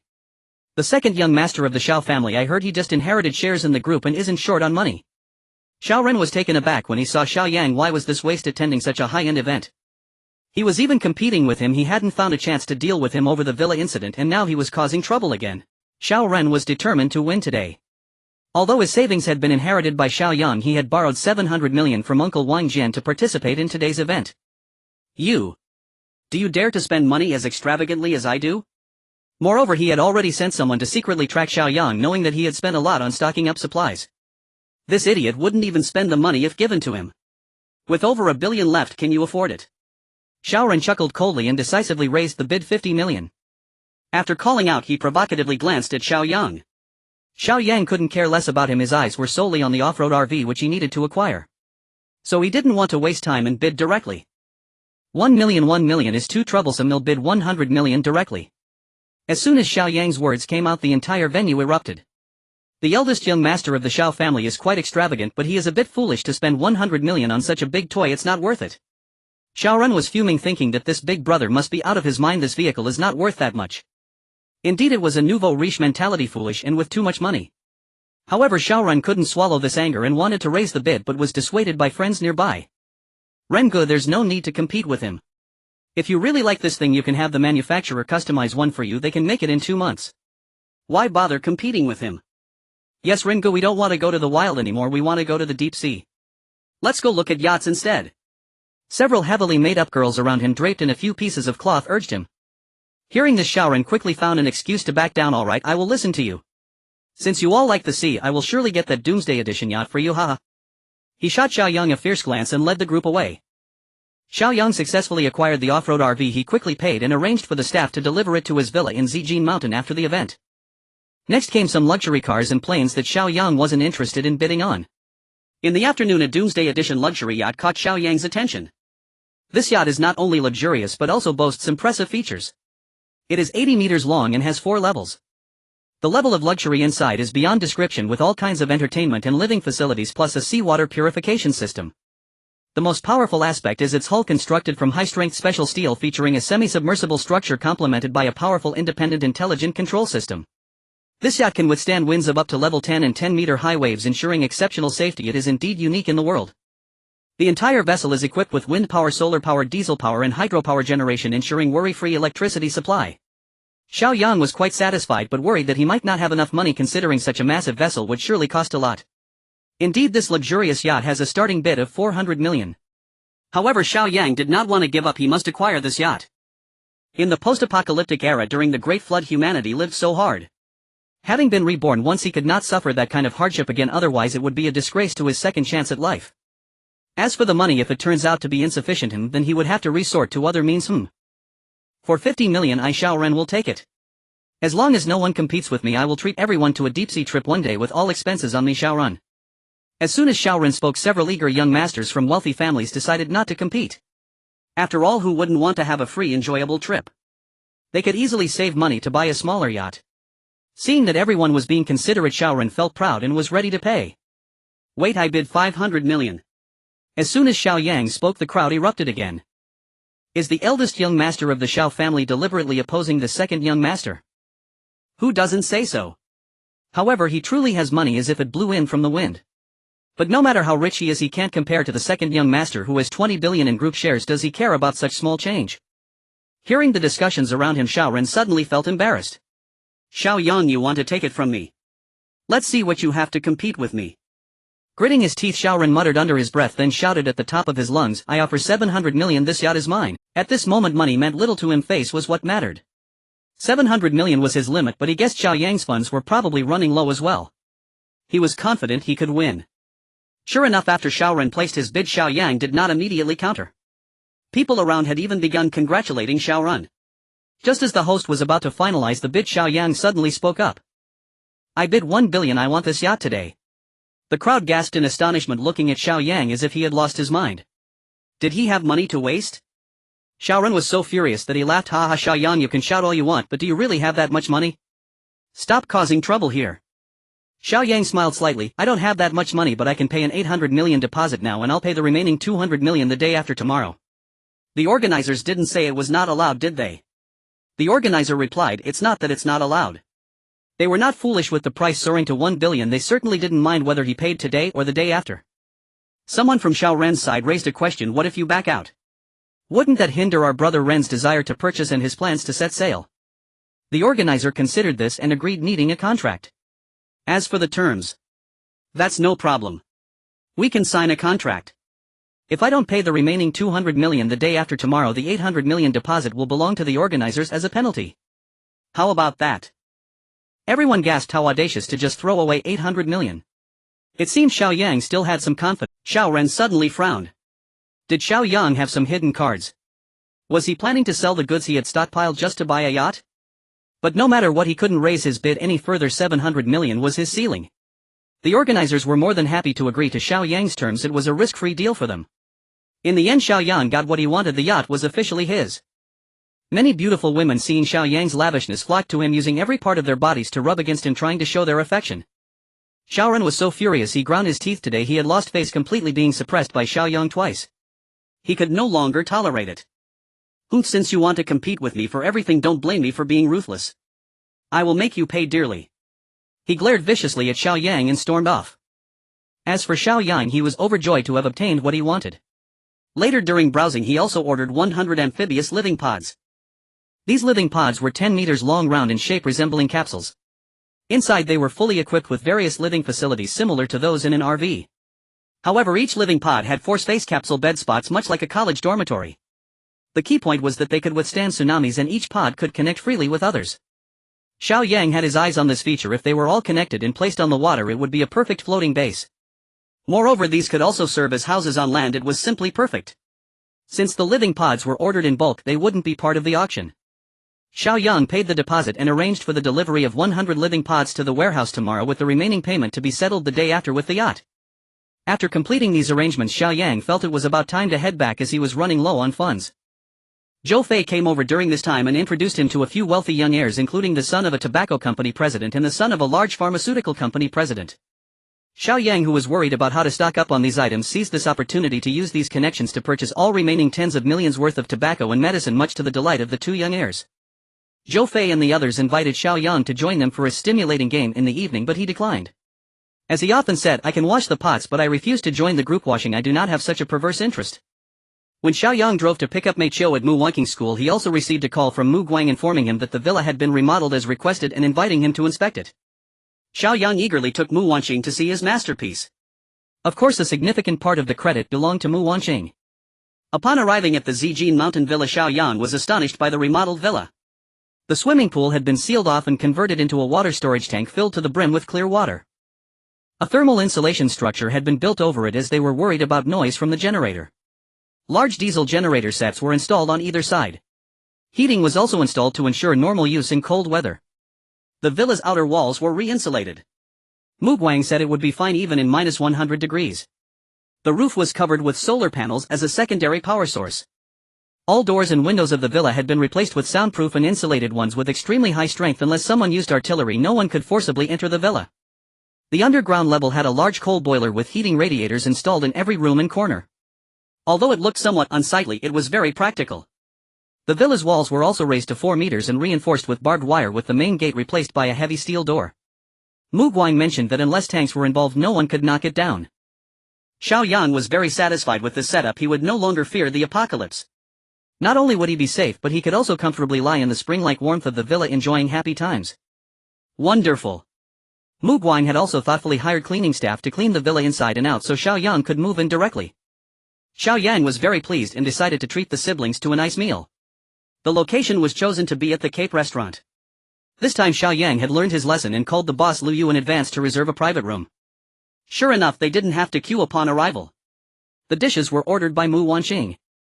Halfway through the meal, Mu Guang suddenly returned 10 million to Xiao Yang saying, "President Xiao, the additional 20 million you provided only required 10 million which was spent on additional workers' wages and expedited materials. The remaining 10 million is returned to you. I Mu Guang have a principle in business, I only take what I should take. I won't take a single extra cent." Xiao Yang was genuinely surprised forgetting to swallow the food in his mouth. Mu Guang was too honest, but no matter how much Xiao Yang persuaded, he remained resolute in refusing. Xiao Yang side such people are rare these days. After the meal, Xiao Yang felt a pang of compassion and secretly took out 2 sets of down jackets, sleeping bags, stab-proof vests, military knives and flashlights from his storage, placing them in 2 bags, giving one to Mu Guang and one to Mu Wanqing. The siblings were puzzled. In the middle of summer, why was he giving them down jackets? Did he think they weren't hot enough? Mu Wanqing and her brother both felt that Xiao Yang had gone a bit overboard, but they could not say it outright. They could only force a smile and accept it. Xiao Yang knew they must think he had lost his mind, but he still advised these items must be kept close after midnight tomorrow. You can deal with them however you wish.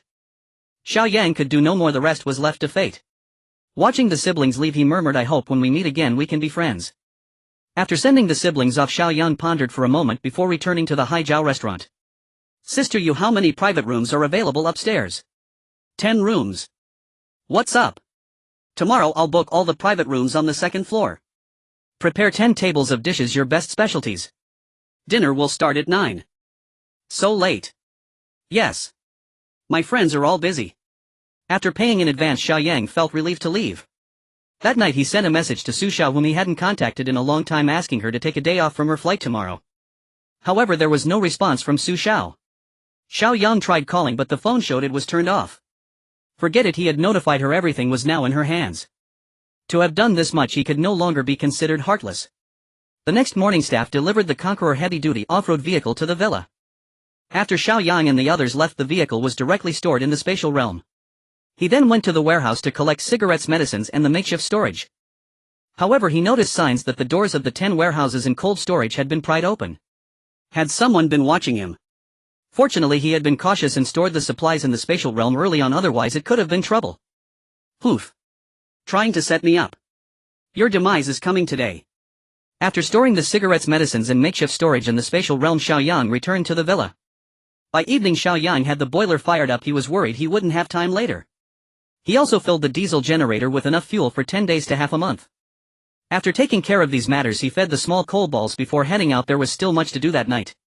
The city was ablaze with lights and bustling excitement. The elderly women in the square danced enthusiastically. If everything went as usual, they would compete with the young people for the bus to the distant supermarket early the next morning to buy discounted eggs. In the Parks Grove, college couples were whispering sweet nothings to each other, perhaps discussing their future and how to create their own little home. However, after tonight, many lives would be lost and all that had been would cease to exist. In Xiao Ren's villa. "Young master, we sent someone to the warehouse last night and found it empty. Xiao Yang has likely disposed of all the goods." Xiao Ren felt a surge of frustration. "However, we found out he has been getting close to a female college student named Mu Wanqing from the High City Art Academy. They might be in a relationship." Xiao Ren's eyes lit up upon hearing this. "Can we lure this female college student here? Coincidentally, I used to know a student from her school who said she could help set up a meeting." Xiao Ren's face twisted, his eyes filled with malice. "Xiao Yang, wait for it tonight. I'll let you taste the bitterness of having something dear taken from you." At 9 o'clock in the evening, Xiao Yang arrived at the Haijiao restaurant on time. Lu Yu was surprised to see only him and asked, "Is it just you? Where are your friends?" Xiao Yang touched his nose, feeling guilty, and said, "Don't worry about that, just serve the food." Once all the dishes were served in the 10 private rooms, Xiao Yang said to Lu Yu, "Sister, you let everyone leave without my invitation. No one is allowed to come in." Lu Yu looked at Xiao Yang with pity. Yes, she understood. All the invited friends had stood him up, which was embarrassing for anyone. But still his character was lacking. After everyone left, Xiao Yang stealthily approached each room, preparing to store all the dishes in the spatial realm. Finding it too troublesome to collect each dish one by one, he simply stored the entire tables along with the dishes. However, he only took 9 tables, leaving one behind. After doing this, Xiao Yang went downstairs and handed Lu Yu 100,000 yuan. "Sister, you don't clear the tables and don't let anyone go upstairs. My friends will come a bit later. Consider this your overtime pay." Without waiting for Lu Yu's response, Xiao Yang walked away. Liu thought, why must you put on such a brave face? He hurried to the port where the yacht was docked. The staff on duty recognized him. Young Master Xiao, what brings you here at this hour? Xiao Yang replied, I need to pay the remaining balance tomorrow, so I came to check it out tonight. The staff had no doubts and quickly took Xiao Yang inside. The yacht had been clean spotless, which pleased Xiao Yang. I want to stay here alone for a while, you all can go about your business. I'll leave on my own later. The staff left without worry, such a big yacht couldn't possibly be stolen. Once the staff walked far away, Xiao Yang extended his hand and stored the yacht in the spatial realm. The yacht was quite large, consuming a lot of spiritual energy, leaving Xiao Yang feeling a bit drained. As Xiao Yang left, the staff called out to him, Young Master, shall see you tomorrow. Xiao Yang replied, goodbye. Never to meet again. Now that everything was taken care of, only the final grievances remained to be settled. It was now 11 o'clock, an hour was enough. Just as Xiao Yang was about to drive to Xiao Ren's villa, his phone rang. Looking at the screen, he saw it was a call from Xiao Ren. Upon answering, he heard Xiao Ren's sinister laughter. Xiao Yang, if you don't want your girlfriend Mu Wanqing to be violated, come to the Zijin Mountain Villa quickly. Xiao Yang was taken aback. How was Mu Wanqing involved in this? However, since you brought it to my doorstep, it saves me the trouble of searching for you.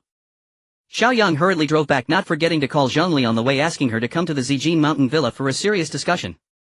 He couldn't leave either of them behind. Arriving at the villa entrance, he saw a business van and a Lamborghini parked out front. Upon seeing Xiao Yang return, Xiao Ren got out of the Lamborghini and 8 or 9 people spilled out of the van. Mu Wanqing was bound with tape across her mouth and her hands tied, pulled out of the vehicle, followed by Wang Min, a classmate he had encountered at the Haijiao restaurant. Upon seeing Wang Min, Xiao Yang immediately guessed what was happening. Talk inside. He gestured toward the villa. Damn it, of course we talk inside. Look at how you've turned this place into a prison. I need to see how you've made it unrecognizable. Xiao Ren said angrily. As soon as they entered the villa, Xiao Yang was seized from behind. He was searched all over to confirm he was not hiding any weapons before being released. Xiao Yang, look at what you've done. You've turned my villa into a disaster, making it look like a survival shelter. Are you trying to play the apocalypse? Xiao Ren was furious to see the villa transformed into such a state. Xiao Yang ignored him and pointed at Mu Wanqing, saying blandly, let her go, I have nothing to do with her. Threatening me with her is useless. What do you mean, nothing to do with her? You two look like a couple to me. Whether you're picking her up or dropping her off, you eat together. The speaker was Wang Min, seizing the opportunity to take revenge for the previous insult. Shut up. When a man speaks, a woman should not interrupt. Go aside. Xiao Yang, since you have nothing to do with her, that's even better. A girl as pure and beautiful as this has caught my eye. I think you'll enjoy her tonight. You want mine, right? Ha ha. As Xiao Ren spoke, he loosened the buttons of his collar. Why is it so hot in here? Shouldn't we take off our clothes now? How about I give you a live performance, Xiao Yang? Hearing Xiao Ren's words, Mu Wanqing let out a couple of protests but remained relatively calm, glaring at Xiao Ren with a fierce look, wishing she could devour him. Xiao Yang couldn't help but sigh. This girl usually seemed quiet and gentle, but when faced with danger she could be quite fierce, even daring to confront him with her eyes. Xiao Yang, however, did not appear overly anxious, simply stating, Xiao Ren, let her go. Why not bind me instead? Let's settle our grievances between us. Xiao Ren laughed heartily, then kneel down and beg me. Xiao Yang replied helplessly, are you really going to bully a woman? Are you even a man? Xiao Ren immediately looked at Mu Wanqing with a lecherous gaze. Am I not a man? Just watch my performance. As he spoke, he reached out to tear at Mu Wanqing's clothes. You dare? I'm really giving you face. As Xiao Yang's words came out, he suddenly struck, aiming directly for the throats of the two behind him. The two instinctively protected their throats, and Xiao Yang seized the opportunity to strike one of them in the solar plexus. The two immediately curled up on the ground like shrimp, losing their ability to resist. Xiao Yang sneered. Did they really think he had wasted 10 years in the apocalypse? Though he had been hiding, when faced with someone who posed a lethal threat to him, he was undeniably ruthless. With everyone in the room combined, they might not be his match. He was confident he could rescue Mu Wanqing from Xiao Ren's clutches. Taking advantage of their momentary distraction, Xiao Yang charged towards Xiao Ren, planning to take him down first. But before Xiao Yang could get close, Xiao Ren had already reacted. He suddenly pulled out a black revolver from his waist, aiming it at Mu Wanqing. Don't move. If you do, I'll kill her. Xiao Ren shouted angrily at Xiao Yang. Xiao Yang froze. This kid actually had a gun, which was a bit beyond his expectations. Though he didn't know whether it was real or not, Xiao Yang didn't want to gamble with Mu Wanqing's life. Since someone had brought her here, he might as well rescue her and add some excitement to his apocalypse life. Alright, I won't move, don't get worked up. As Xiao Yang spoke, he took a step back. Just then 2 people entered the villa, Zhongli and Wang Jian. Seeing the scene in the room, the two were momentarily stunned. Weren't they supposed to be here to talk? Why was it all escalating? And her son was holding a gun, not realizing the severity of the situation. Holding a gun was illegal. Xiao Ren put down the gun quickly. Do you really need to take such a big risk to deal with a useless person like Xiao Yang? Zhang Li advised her son. To be honest, Zhang Li only cared about money. She didn't want her son's impulsiveness to ruin her plans. Xiao Ren glanced at his mother. Mom, don't interfere with this. Then looking at Xiao Yang, he said, Xiao Yang, if you want to settle this today, it's simple. Just return everything you have, including the villa, and bow to me in apology. As for this woman, I'll play with her for a night and then return her to you. I want you to experience the pain of having someone take away your love. Zhang Li saw that her son was not joking and didn't know how to persuade him. At this moment, Wang Jian spoke up. Xiao Yang, why don't you hurry up and agree? Do you want to cause a death before you're happy? Hurry up and agree to Xiao Ren. If he goes crazy and gives you a couple of hits, you'll be crawling for the rest of your life. Yes, and you Mu Wanqing, if young Master Xiao Ren can sleep with you once, I advise you to agree obediently so you don't lose your life. Wang Min also seized the opportunity, flattering them. Xiao Yan looked at their back and forth, angered to the point of laughter. A small mistake of his had allowed them to take so much of the spotlight. He glanced at the time. It was 11:59 p.m. Haha, the opportunity had come. Everything was about to buzz as the clock struck midnight. Everyone in the room felt a sudden sharp pain in their heads, accompanied by a ringing in their ears, and Xiao Yan was no exception. However, Xiao Yang had been prepared for this while the others were not. The sudden pain caused everyone to instinctively cover their heads and crouch down in discomfort. This was the opportunity Xiao Yang had been waiting for. In his hand, a riot stick suddenly appeared, and taking advantage of everyone's distraction, he struck Xiao Ren's gun out of his hand. He immediately took the gun for himself to test its authenticity. He shot directly at Xiao Ren's leg. Bang! With the sound of the gun accompanied by Xiao Ren's scream, it startled everyone in the room. On my leg! Ah! Xiao Ren covered his leg, continuously howling in pain. Xiao Yan, you dare! You actually shot! You're dead! Zhang Li screamed, enduring the headache. This was a real gun. Xiao Yan was very satisfied. Now the subsequent matters would be easier. He glanced at his left arm, where it showed 0 years 364 days 23 hours 59 minutes and 50 seconds. He had completed that series of actions in just 10 seconds. Xiao Yang pulled Mu Wanqing behind him, untied her ropes, and then aimed the gun at Xiao Ren's head, saying to the others in the room, have you all seen the time on your left arms? Everyone instinctively looked at their left arms, all stunned. If you don't want me to shoot, do as I say. Xiao Ren, having been shot in the leg, was already scared. Although he felt this wouldn't benefit him, he was genuinely afraid for his life. He hurriedly complied, and Xiao Ren's time displayed only 10 minutes left. Xiao Yan looked at the increased time, very satisfied. He pressed the gun hard against Xiao Ren's head and said to the others, and you all, if you don't want Xiao Ren to die, do as I said just now, quickly. Okay. Don't be impulsive, Xiao Yang, don't hurt Xiao Ren. Well, do as you say. Wang Jian hurriedly stepped forward to reassure him. Seeing Wang Jian's nervous state, even more concerned for Xiao Ren than Zhang Li, Xiao Yang suspiciously asked, why are you always here? I find it strange. Is Xiao Ren your son? Wang Jian and Zhang Li's faces turned somewhat unnatural as Xiao Yang hit the nail on the head. Seeing the expressions of the two, Xiao Yang suddenly realized. Oh my. Xiao Feng, you've been cuckolded, haha. No wonder I see Wang Jian everywhere. It's really that neighbor Wang. How unexpected. Alright, today I, Xiao Yang, will clear the way for you and repay your debt of gratitude for giving birth. You really are a couple of shameless dogs. I always wondered why Xiao Ren had a pig-like face. Turns out he takes after you, Wang Jian. Oh wait, I meant Wang Ren. Xiao Yang mocked. Upon hearing this, Wang Jian could only suppress his anger and remain silent. Come on, stop dawdling, hurry up and pass the time to me. You all know I really could kill him right now. Xiao Yang pressed the gun against Xiao Ren's head. Wang Jian hurriedly urged, quick. Do as he says. Tomorrow I'll reward each of you 1 million. Everyone understood that Xiao Yang was not joking. Although they worried that passing the time would affect them, they saw that Xiao Ren had just complied without any apparent changes, and besides there was money on the line, 1 million after all, so they all complied one by one. Xiao Yang looked at the time energy he had just gained from the 11 people's transfer, beaming with joy. You can all scram. He kicked Xiao Ren to the other side. I truly dislike the blood of this wild seed dirtying my villa. Actually, Xiao Yang could have killed them directly, but giving them hope only to let them despair is far more satisfying, isn't it? Plus it saves him the trouble of cleaning up their bodies. Zhang Li and Wang Jian quickly helped the seriously injured Xiao Ren, and Wang Jian glared at Xiao Yang fiercely, saying, Xiao Yang, I don't care what kind of confidence you have, just based on that shot you fired, you'd better get ready to rot in prison. After saying this, he hurriedly signaled for someone to lift Xiao Ren into the car and rush to the hospital. Seizing the opportunity while Xiao Yang was distracted, Wang Min tried to sneak away but was intercepted by Mu Wanqing, who swiftly stepped in front of her. Stop. Slap. Slap. Slap. 3 slaps landed on Wang Min's face, causing her mouth to bleed. My brother has always told me that whoever treats us well we will treat them twice as well. Whoever wants to harm us we will return the favor double. I never start trouble but that doesn't mean I'm easy to bully. From today on every time I see you I will hit you once and I mean it. Wang Min looked at Mu Wangqing's cold gaze and suddenly felt as if she had become a different person. Was this still the pure and sweet school beauty from their academy? She felt a wave of fear wash over her. Wang Min was scared and dared not utter a word, fleeing in embarrassment.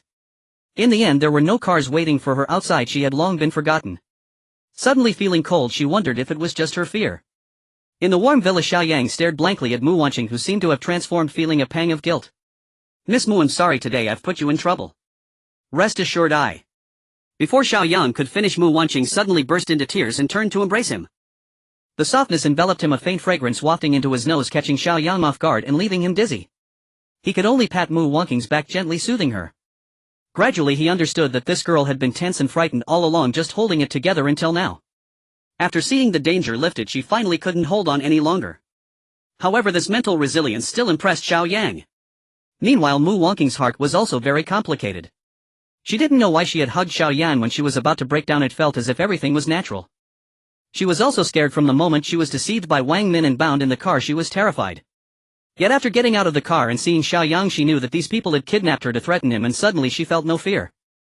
There was no particular reason, it was just a feeling, or perhaps a woman's intuition. She believed that as long as Xiao Yang was there nothing would go wrong. After hugging for a while, once Mu Wangqing's emotions gradually calmed down, she reluctantly released her tight grip on Xiao Yang. Suddenly noticing the time displayed on her left arm she curiously asked, Mr. Xiao, what is this? Feeling a void as the beauty left his embrace, Xiao Yang thought, wouldn't it be better to hold on a little longer?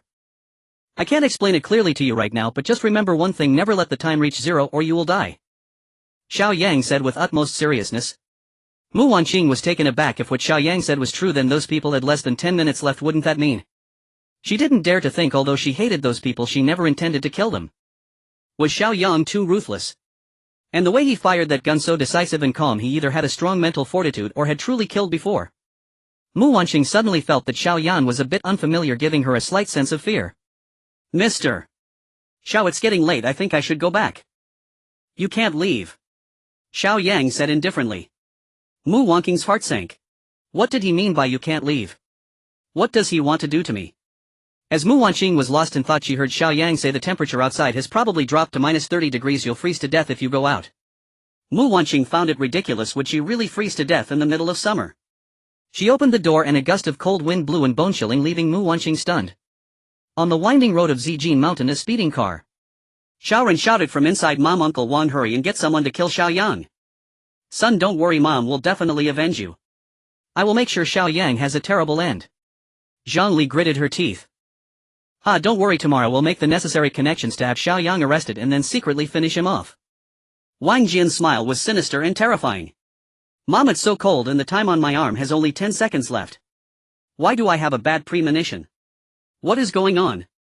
Xiaoran looked at the time on his arm, a hint of panic in his voice. Suddenly the time hit zero and Xiaoran froze in place, his eyes wide open in death. Son, what's wrong, son? Zhongli and Wang Jian shouted simultaneously. Hurry, drive faster. Wang Jian yelled at the driver. Both Wang Jian and Zhang Li felt their hearts shatter. Their son had just been fine, how could he suddenly be like this? Their hearts felt as if they had plunged into an icy abyss. Xiao Yang. If anything happens to Xiaoran, it'll make you wish you were never born. Zhang Li's eyes turned red, gritting her teeth. But then all sound abruptly ceased and the car careened out of control, crashing down the mountain. Wang Min, who had just left the villa area not far behind, was now trembling from the cold. She simply couldn't understand how such a hot day could suddenly turn bone-chilling. Mu Wangqing, how dare you threaten me? You won't be arrogant for long. As soon as I find the opportunity I will make you kneel before me like a dog. Ha ha ha. Wang Min's voice trembled and the blood at the corner of her mouth had frozen into a bloody scab, making her smile eerie. But the next moment she collapsed stiffly to the ground, still wearing a smile. Mu Wangqing had already retreated inside the house, feeling as if everything was a dream, particularly unreal. What has happened to this world? Why has it suddenly become so cold? Why does my arm display the time? How can I explain all these anomalies? However, there is someone who can provide her with an explanation. Mu Wangqing looked at Xiao Yang, who was feeding a little cold ball, and recalled various past events from the days before. She increasingly felt that there was something off about Xiao Yang. How does it seem like he knew everything in advance? At first she thought he might be possessed or mentally disturbed. Now it appeared he was a prophet. Who exactly is he? She approached Xiao Yang seeking an answer. Mr. Xiao, it seems you knew everything was going to happen. Why? Why? How could Xiao Yang possibly tell her that he had been reborn?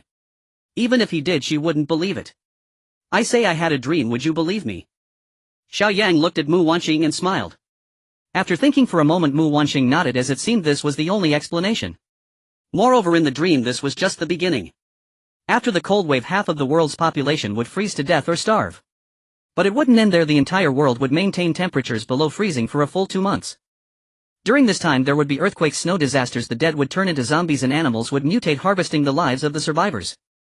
Later the weather would warm, with torrential rains, typhoons, tsunamis and floods coming one after another, submerging the entire land. Xiao Yang recounted calmly, leaving Mu Wanqing in disbelief with her mouth agape. This is too ridiculous. Looking at Mu Wanqing's disbelieving expression, Xiao Yang smiled faintly and continued, but do you think this is the end? Later the weather will get hotter, the water will slowly evaporate, volcanoes will erupt, and people will gradually be baked to death or die of thirst. Ultimately extinction. Mu Wanqing gasped in horror. This was too tragic. If this is true, what's the point of living? She stared intently into Xiao Yang's eyes, trying to see if he was joking. However, his eyes were calm, as if stating a fact. Moreover, the cold wave had indeed occurred, serving as proof. So many people will really die. She suddenly thought of her brother Mu Guang and couldn't help but worry about him. She wanted to call Mu Guang, but her phone had already been taken away by that group. Can I call my brother? I'm worried about him. Mu Wanqing pleaded. Of course. Xiao Yang took out his phone, checked, and saw there was still a signal.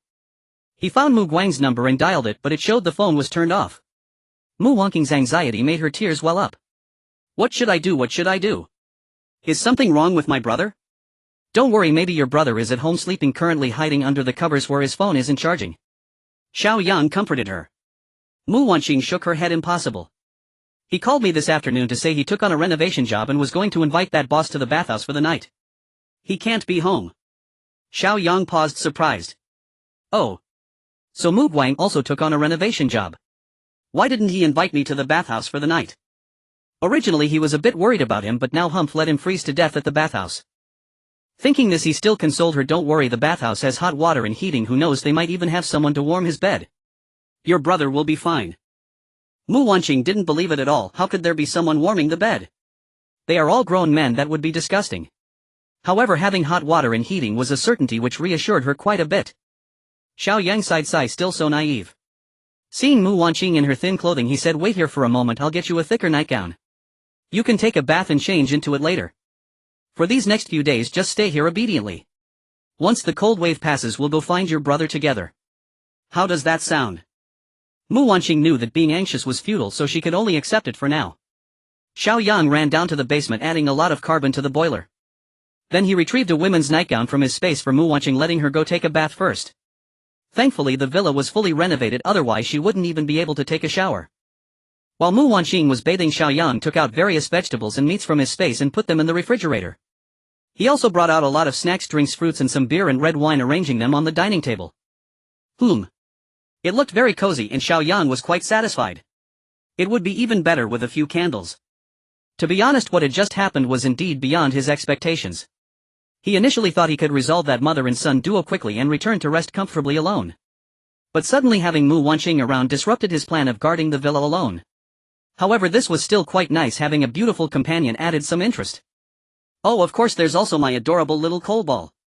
Xiao Yang looked at the little crow coal ball in its cage full and curiously observing him, instantly melting his heart. This little coal ball had long regarded him as a mother and was very clingy. Sometimes during the day, if it couldn't see Xiao Yang for a while, it would cry wah wah until it saw him, only then would it stop. Sigh, this little clingy one. While Xiao Yang was busy playing with the little coal ball, Mu Wanqing, having bathed, came out in her nightgown. Xiao Yang turned around and saw, my heavens. This woman just finished bathing looked beautiful. What was it called again? A lotus that has just emerged from the water, yes, that's it.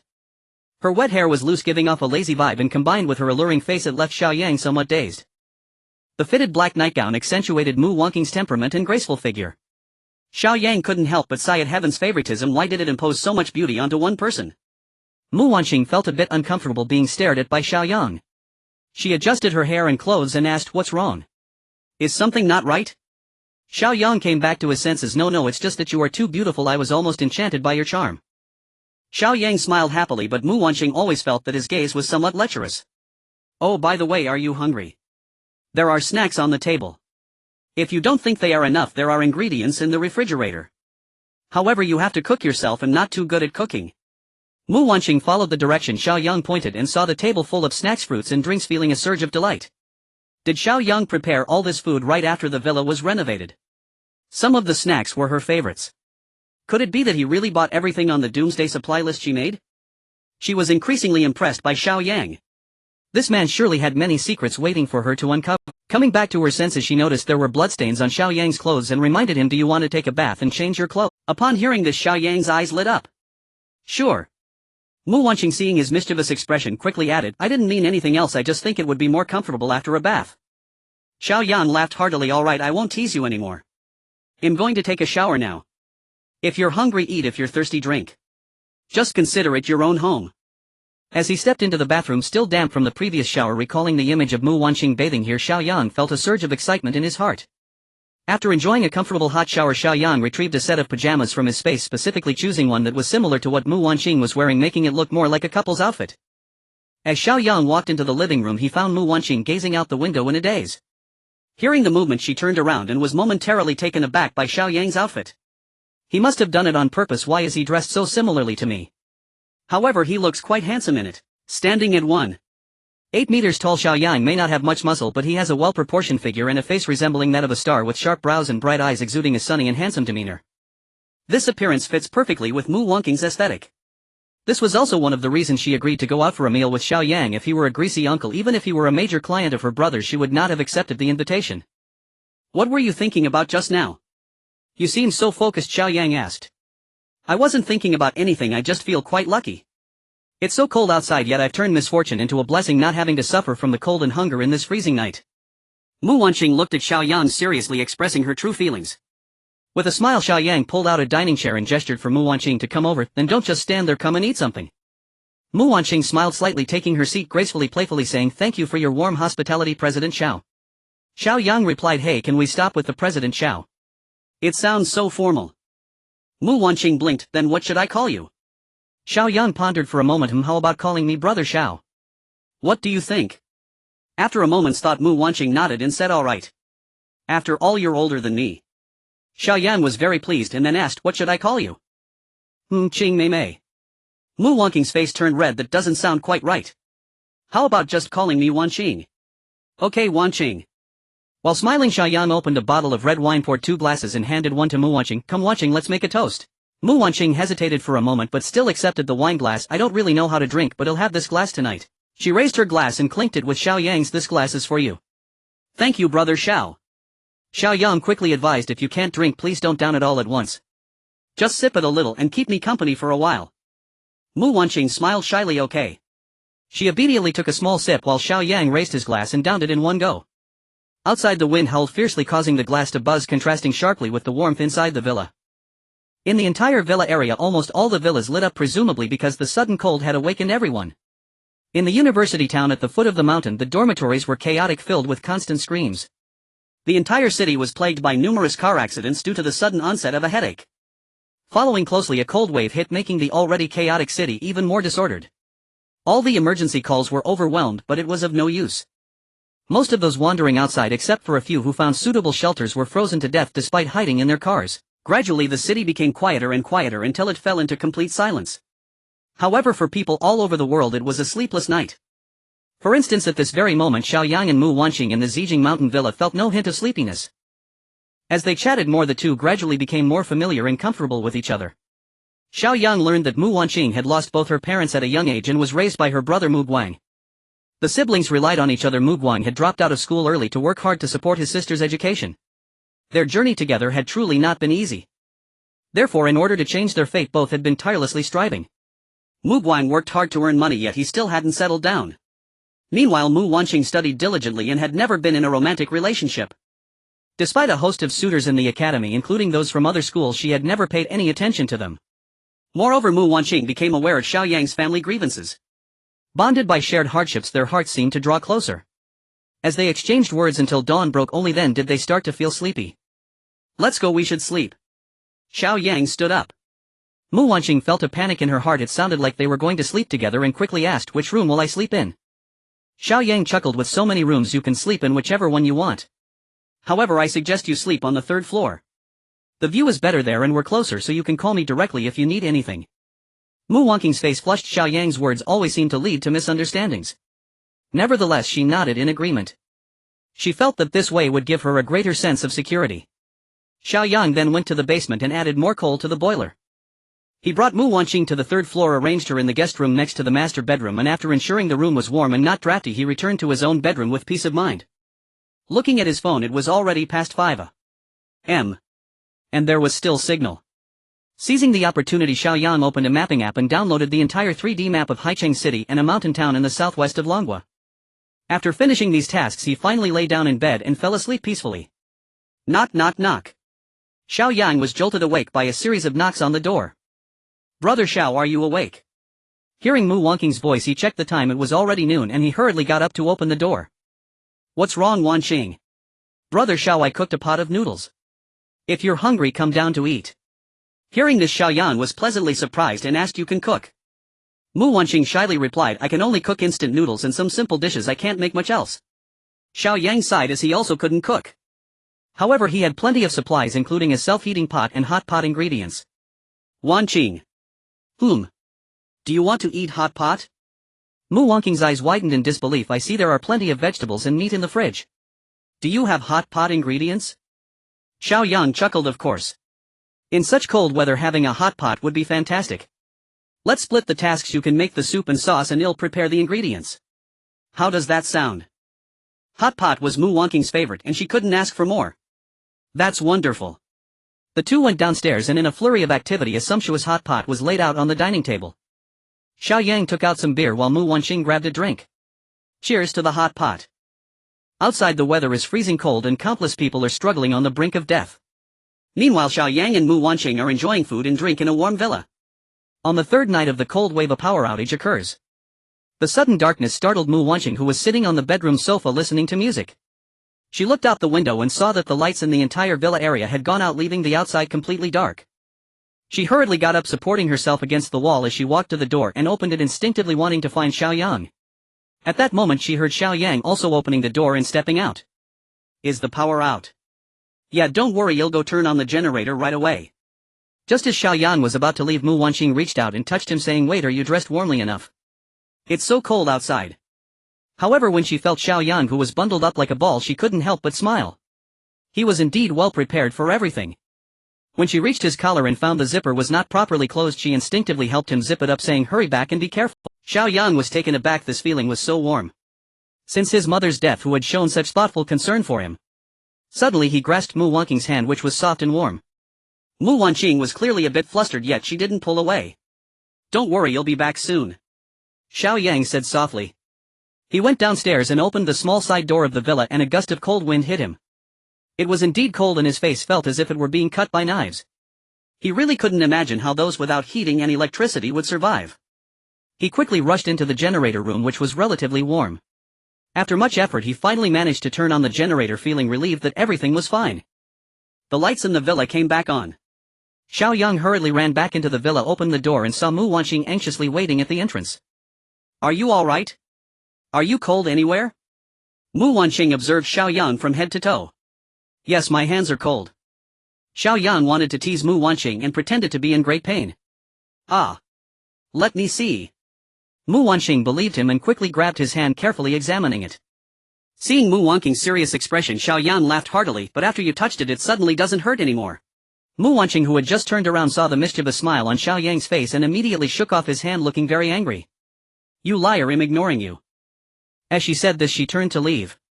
Xiao Yang pulled her back with a grin, saying, hey, don't be mad. I was just playing around, otherwise it would be so boring every day. Mu Wanqing continued to ignore him. Are you tired?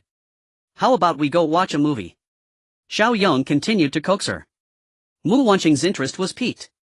A movie? But there's no internet now, how can we watch? What can I handle? Xiao Yang waved his hand, suddenly revealing a USB drive.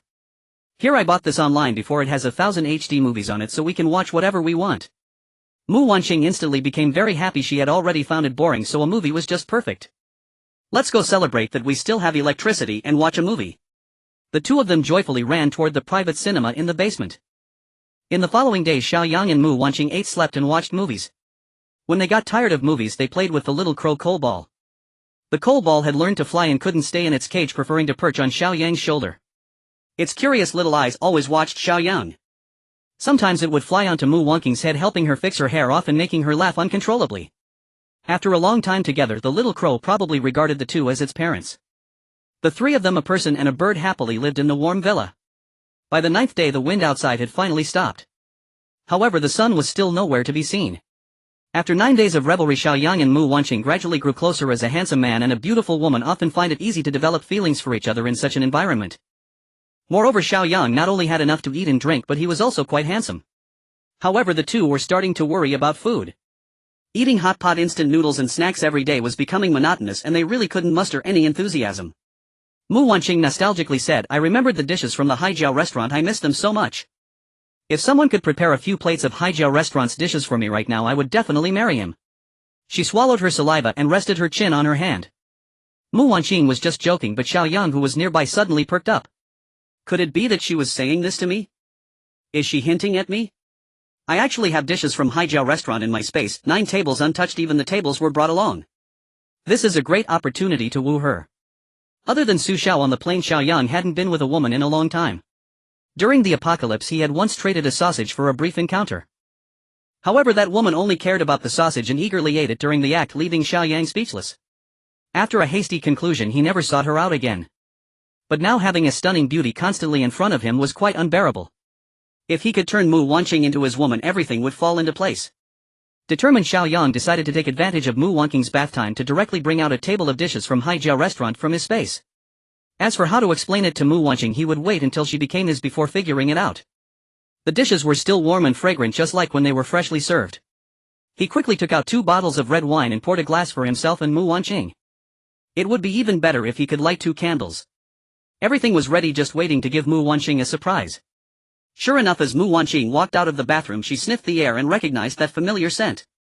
She hurriedly ran into the living room and saw a table full of food, all from Haijiao restaurant, expertly cooked by Boss Lu himself. She was still a bit incredulous, rubbing her eyes and getting closer to inspect, and once she confirmed everything was real, she looked at Xiao Yang in disbelief. "Oh my god. Where did you get this from? It's still warm. Wow, even the plates are the restaurant's exclusive ones. Xiao Ge, how did you do this? Where were you hiding it? I never noticed." Xiao Yang smiled at the excited Mu Wanqing and coughed lightly, saying, "Wanqing, this doesn't seem to be the main point you should be focusing on." Mu Wanqing suddenly froze, looking at Xiao Yang in disbelief, her voice a bit nervous as she said, "You. Do you mean?" "Yes, that's exactly what I mean." Xiao Yang didn't spell it out, just waiting to see how Mu Wanqing would react. Mu Wanqing was clearly a bit dazed. She was quite excited, as she had liked Xiao Yang for a long time. However, she feared that she wasn't good enough for Xiao Yang. He was handsome, a wealthy man, and took such good care of her, while she felt she couldn't do anything to help him.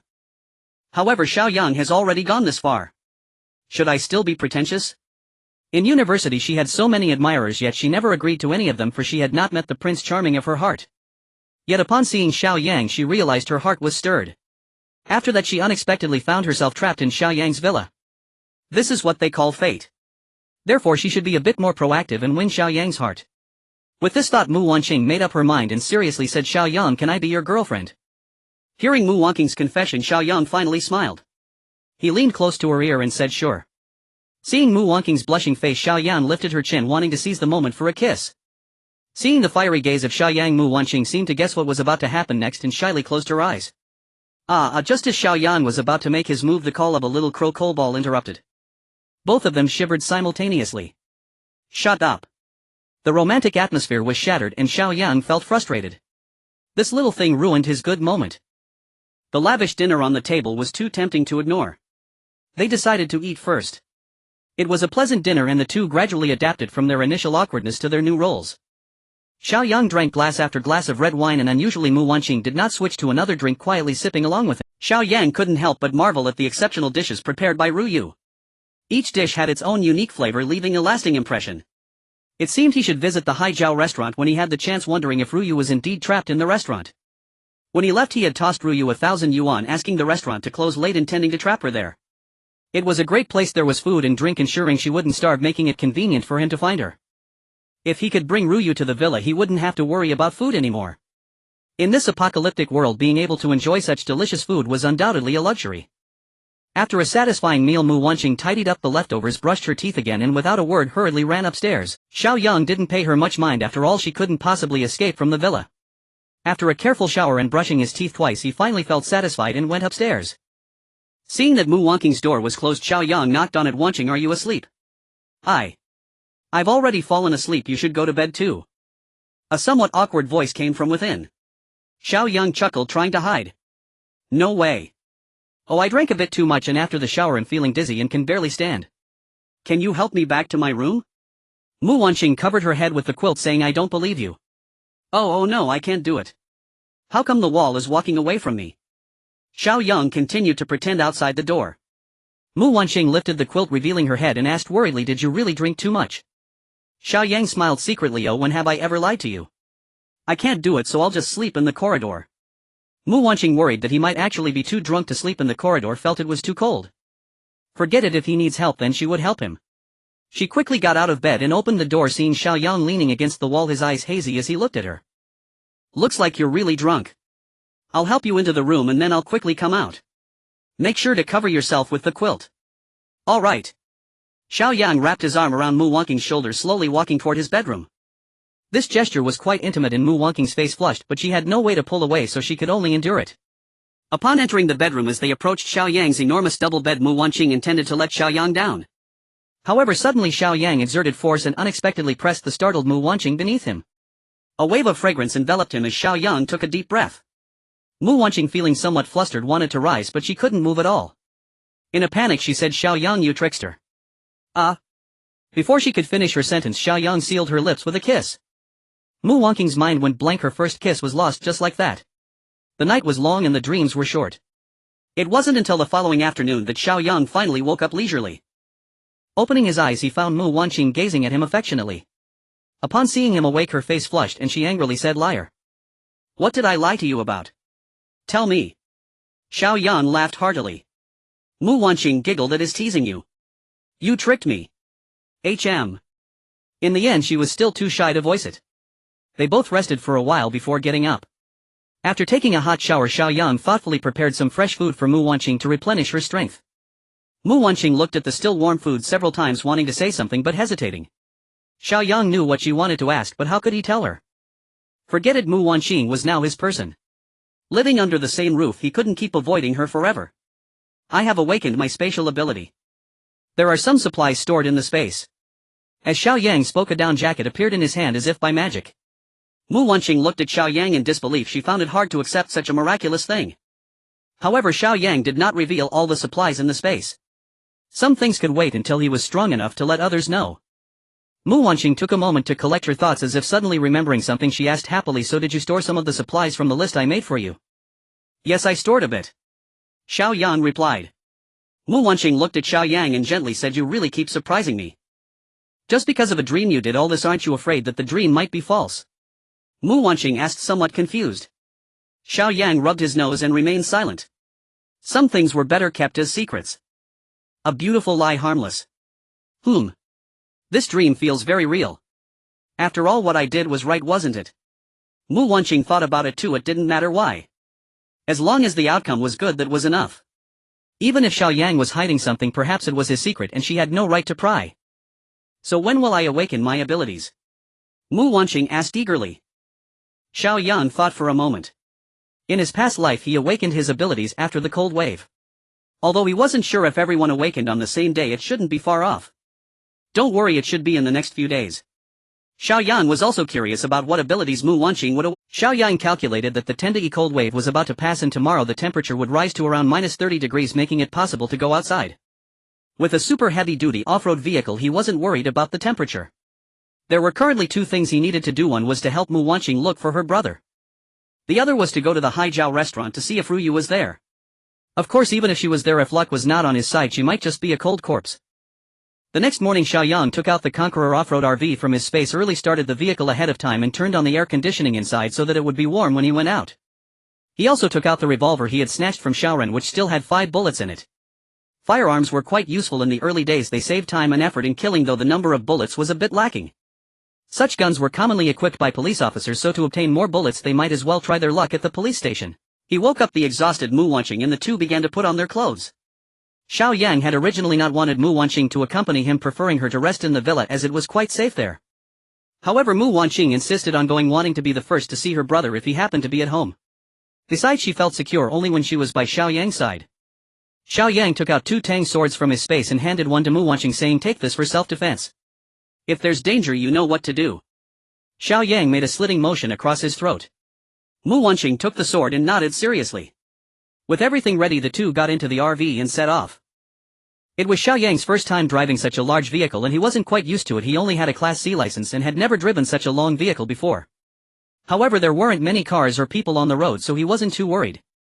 He slowly drove the vehicle out of the villa without seeing a single person along the way. At this temperature, without strong warming measures, it was impossible for anyone to go outside. But he knew that with such a loud vehicle, many survivors in the surrounding villas must have noticed him. Driving along the winding mountain road downwards, a frozen corpse in the middle of the road caught Mu Wanqing's attention. That looks like Wang Min," she exclaimed. The scene from 10 days ago was still vivid in her mind, but in the blink of an eye Wang Min had already turned into a corpse. Mu Wanqing sighed. This is fate. She looked gratefully at Xiao Yang, who was focused on driving. If he hadn't taken her in, perhaps she would have met the same fate. Sensing Mu Wanqing's gaze, Xiao Yang smiled but said nothing, directly pressing the accelerator and driving over the corpse. The RV sped past, leaving behind a pile of flesh. In the university district below Zijin Mountain, many cars were parked haphazardly on the streets. Scattered along the roadside there were quite a few corpses visible. Of course, there were many inside the cars as well. Hiding in a car during the cold wave was futile. Xiao Yang did not stop and drove directly to the community where Mu Guan lived, guided by Mu Wanqing. The community was not far from the university town, and Xiao Yang broke through the gate and drove in. Arriving at the building where Mu Guang resided, he climbed up to his floor and Mu Wanqing eagerly knocked on the door. As expected, there was no response. It seemed Mu Guan was indeed not at home. To confirm that Mu Guan hadn't frozen to death at home, Xiao Yang took a pry bar from his space and forced the door open. The room was empty with no one inside. Mu Wanqing was both happy and worried. She was happy that her brother hadn't frozen to death at home, but worried that he might freeze to death at the bathhouse. There were many bathhouses in the entire Haicheng. Xiao Yang couldn't afford the time to search each one individually, not to mention the high risk involved. Mu Wanqing understood this and did not insist any longer. Just as they were about to leave, suddenly a resident from the opposite unit opened the door. A disheveled woman wrapped in a quilt stood at the door. "You. Hello, you. Are you here to save? Rescue us?" the woman asked, shivering from the cold. Mu Wanqing recognized her as the neighbor who lived across from her brother. She had encountered her occasionally when she returned home but had never spoken to her. "No," Xiao Yang replied. The woman looked disappointed upon hearing this but continued to ask, Do you have any water? If you have, can you give me some? My child is extremely thirsty." Mu Wanqing remembered that there was still half a barrel of pure water left in her brother's room. Although it was frozen, it could thaw if kept warm in the bed. "Yes, just a moment." Mu Wanqing turned and went back to fetch the half barrel of water, but as she was about to hand it to the woman, she was stopped by Xiao Yang. Xiao Yang looked at the woman and said flatly, "We have water, but it's not free. You'll have to trade something for it."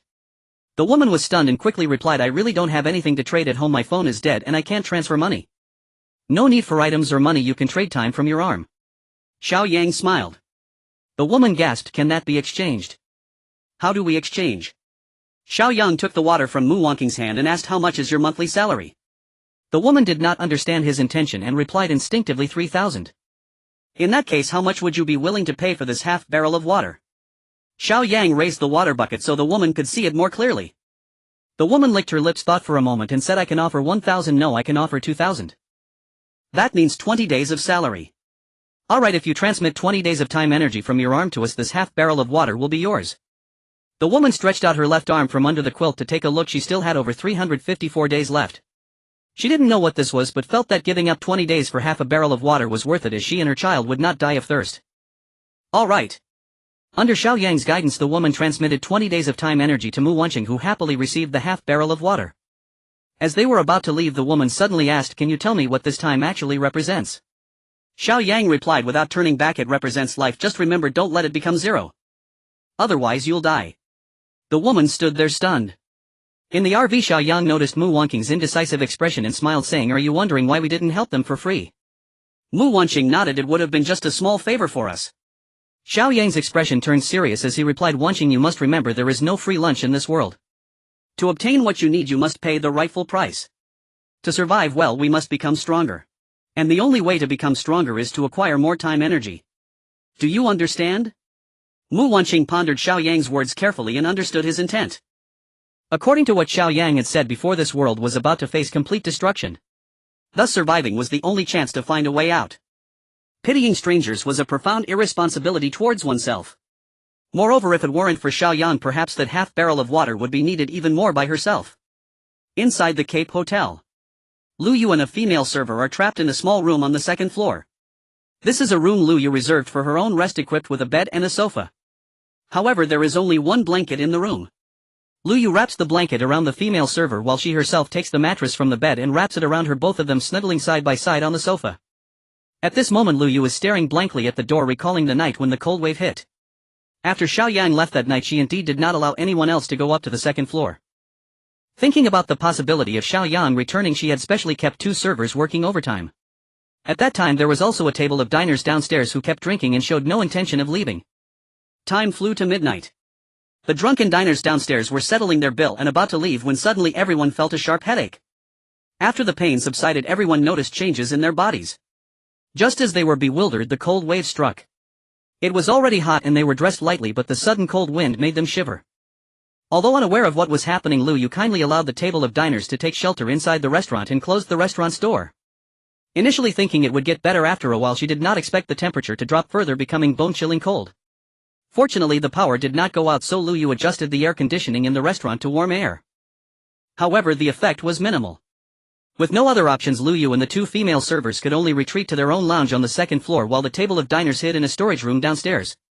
Although it was colder, the restaurant was not lacking in food. They could still drink some white liquor to warm themselves. Lu Yu checked the private rooms on the second floor and found them all empty, with not even a table left, leaving her stunned.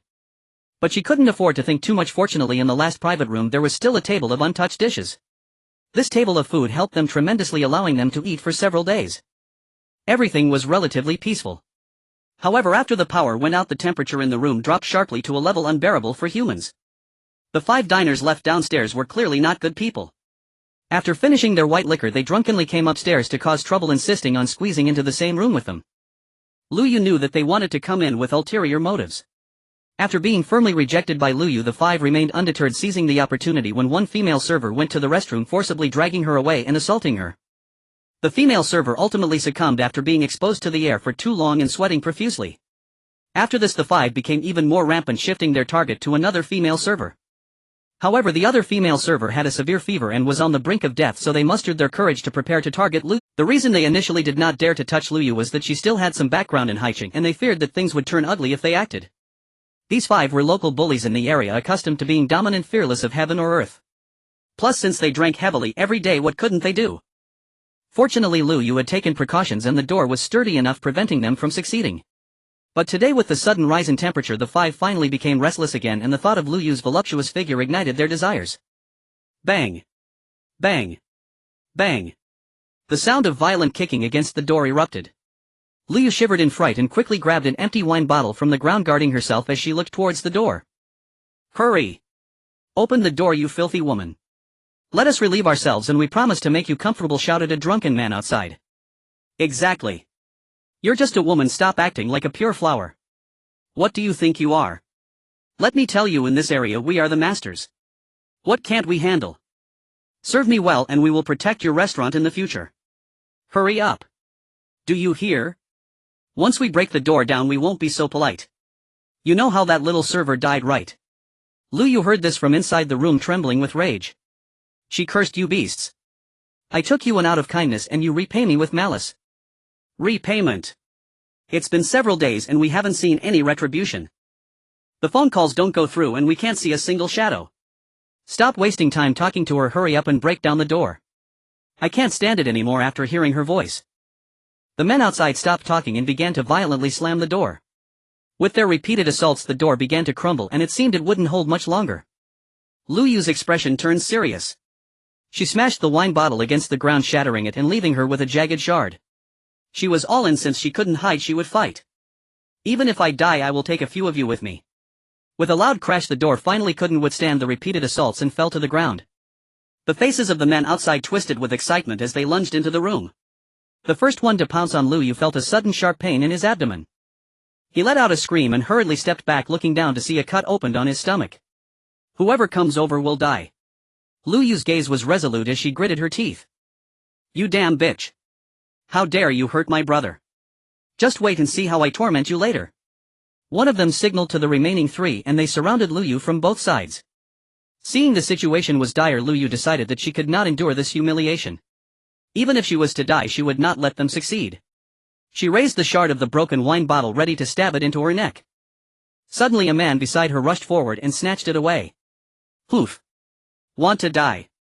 It's not that easy. We can let you die after we've had our fun. After saying that, the two held Lu Yu down on the sofa tightly. Big brother, you go first. The one called Big Brother showed a lecherous grin, saying, alright then, I won't be polite. The one standing by, who was idle, lifted the blanket off the female server and felt her, saying, this one isn't dead yet, she's still warm. I'll use her to relieve myself first. Hey you guys, can you bandage my wound first? The injured man sat on the ground wailing. Wait, your wound isn't life-threatening, we can't wait any longer. Bang. Bang. Just as they were tearing Lu Yu's clothes and beginning to assault her, two horn sounds suddenly echoed outside the restaurant. These two sounds startled the men, making them jump. They looked at each other, puzzled. Is the rescue team coming?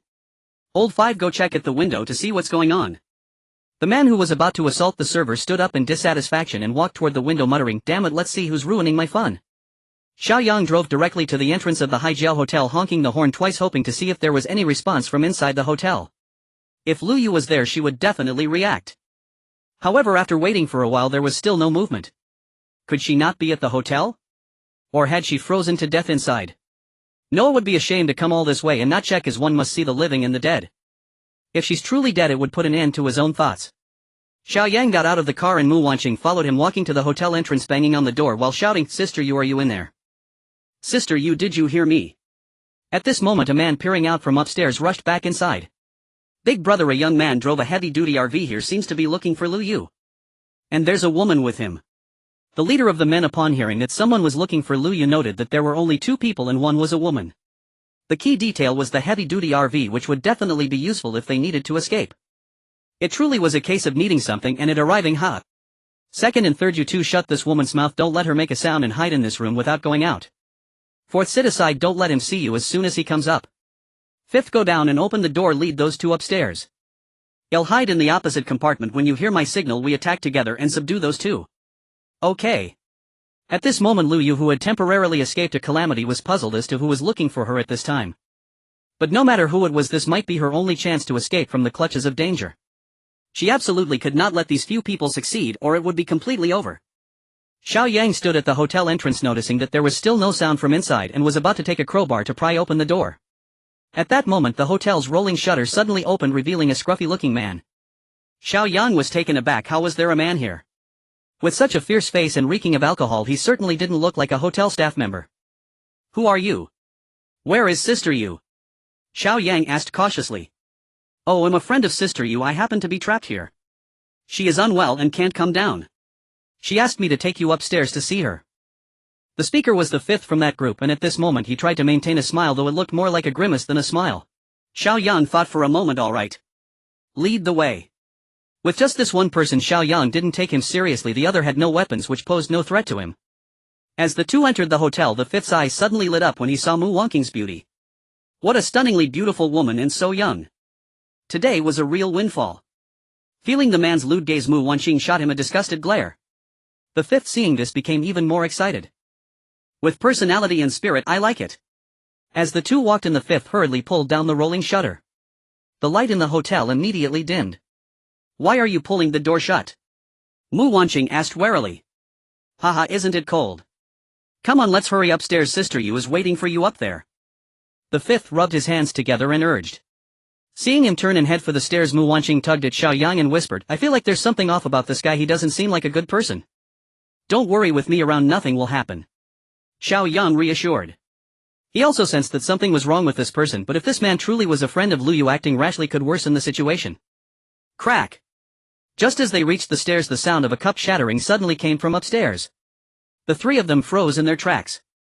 The fifth was taken aback and turned to the suspicious pair, smiling. Sister, you might have accidentally knocked over a cup, let's hurry up and... Though he said this, he thought to himself, what is Big Brother and the others doing? They can't even keep an eye on a woman. Mu Wanqing stared intensely at the fifth. She had just felt a wave of dizziness and a voice echoed in her mind, what is Big Brother and the others doing? They can't even keep an eye on a woman. Mu Wanqing was stunned. What was happening? Could it be that she was too nervous and imagined it? After the fifth said that, he didn't speak again, so where did that voice come from? She couldn't afford to be careless and leaned close to Xiao Yang's ear, whispering, be careful, there might be others upstairs. He's not a friend of Boss Lu. Xiao Yang looked at her in confusion and whispered, how do you know? Mu Wanqing frowned, unsure how to explain, only saying softly, I'm not quite sure either, but it's better to be cautious. Xiao Yang glanced at the fifth and huffed. If he was truly a friend of Lu Yu, that would be one thing, but if he dared to make a move against him, he wouldn't hold back. Wanqing, wait for me downstairs, I'll go check on Sister Yu. Since there might be danger, it was best not to let Mu Wanqing go up. If something unexpected happened, her presence would be a hindrance. Mu Wanqing understood his intention and took a few steps back, saying all right.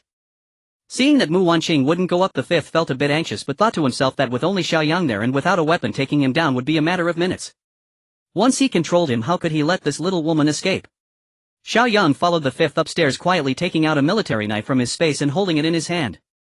When Xiao Yang was brought to the door of Lu Yu's room, a person suddenly burst out from behind him. Make your move. The fifth also suddenly turned around and lunged at Xiao Yang. Xiao Yang had been prepared, pulling out the military knife and stabbing behind him. The leader of the group, not expecting Xiao Yang to have a weapon, was caught off guard, getting stabbed in the thigh, and let out a cry of pain as he retreated. The fifth, seeing this, was scared and wanted to retreat, but before he could react, Xiao Yang kicked him, sending him flying to the ground, unable to get back up. Be careful, he has a knife. The stabbed leader shouted loudly to the room. Without a word, Xiao Yang stepped forward and stabbed the other leg of the leader. Ah! The leader screamed in agony. Everyone come out!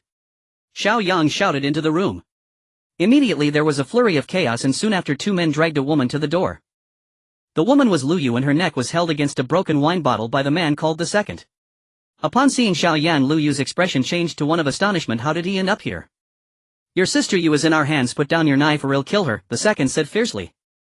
Xiao Yang could never be threatened by them. He sneered, it seems you've got it wrong, you should let Sister Yu go or I'll kill him. Xiao Yang pressed the knife against the leader's neck. The second and third were taken aback. How were they being threatened in return? Don't think we won't make a move. The injured leader winced in pain, gritting his teeth as he said to the second and third brothers, are you trying to kill me? Let that woman go. The second brother, feeling helpless, replied, we can let her go, but first release my elder brother. Xiao Yang shook his head, remaining silent as he raised the military knife to stab the leader's leg again. All right, let her go. The second and third brothers were anxious, realizing that this kid was ruthless, ready to strike at any moment. Sister Yu, hurry downstairs. Leave this to me. Xiao Yang shouted to Lu Yu. Lu Yu gave Xiao Yang a deep look, confused as to why he would come to rescue her, considering they had only met twice. However, this did not lessen her heartfelt gratitude towards Xiao Yang. If it weren't for him, she would. She dared not think further. Shivering in her tattered clothes, she could only walk towards Xiao Yang. At that moment, Mu Wanqing hurried up the stairs holding a tang knife. She had heard the commotion downstairs and quickly grabbed the knife from her vehicle before rushing back. Wanqing, keep an eye on Boss Lu and give her something to wear, Xiao Yang said, glancing at the large expanse of snow-white skin exposed on Lu Yu. Mu Wanqing hurriedly took off her outer jacket to cover Lu Yu, thankful that she was wearing something thick. Missing one jacket wasn't a big deal. All right, we've released her, so you can let my elder brother go now. The second brother said. Xiao Yang smiled, don't rush, I still need to take something from you. With that, he grabbed the leader's left hand with his left. Do you see the time on your arm?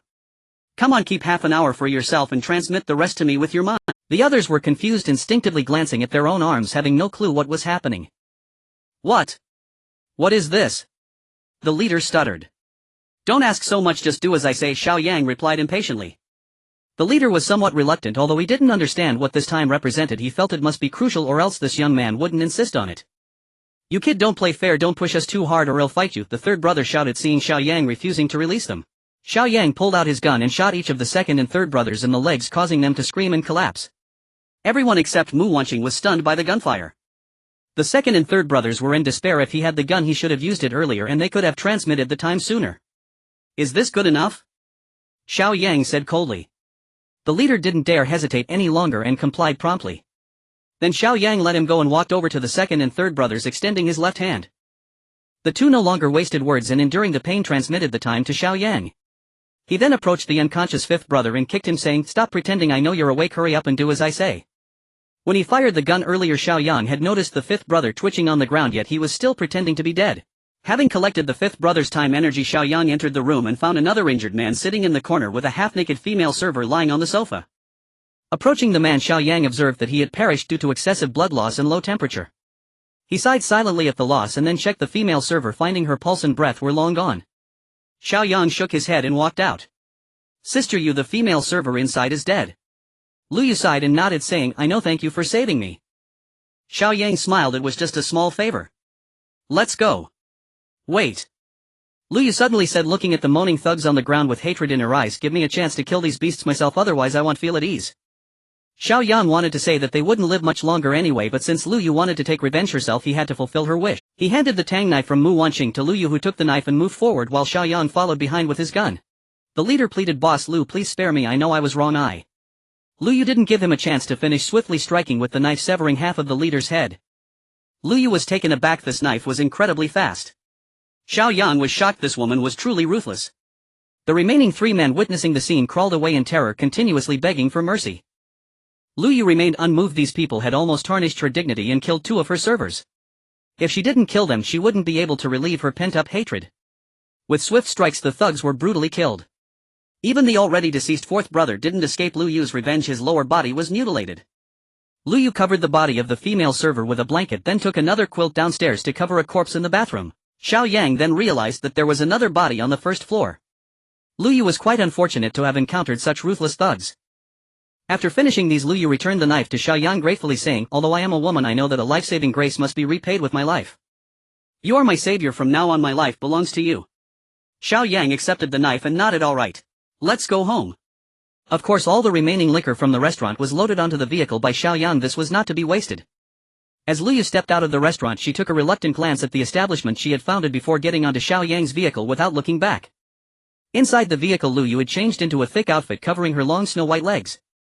She gazed out the window at the chaotic street where crashed cars remained unattended and frozen corpses were visible along the roadside. It was far worse than she had imagined. Xiao Yang felt a pang of regret, realizing he shouldn't have let her wear clothes this vehicle had heating so she wouldn't have been cold. Lu Yu seemed to remember something, retracting her gaze to look at Xiao Yang in the driver's seat, saying, "By the way, I still don't know how to address." She only knew him but hadn't asked for his name. "Just call me Xiao Yang." Lu Yu replied with an "O," but felt it was a bit disrespectful to address her benefactor directly. Xiao Yang seemed to sense Lu Yu's dilemma and smiled, saying, "Sister, you should be older than me, just call me little brother from now on. It will feel less formal." Upon hearing this, Lu Yu felt it was acceptable. "I am 35 years old, so I should be quite a bit older than you. Then I will call you Xiao, little brother from now on." Xiao Yang was pleased. "That's perfect."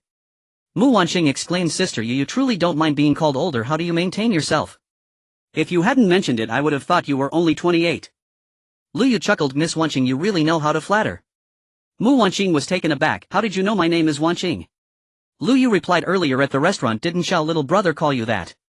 "I heard it." Xiao Yang did not stop on the road and drove straight back to the villa. The entire villa area was still lifeless, with no signs of activity. Snowflakes had begun to fall from the sky, and Xiao Yang knew that after this snowfall another disaster would befall them.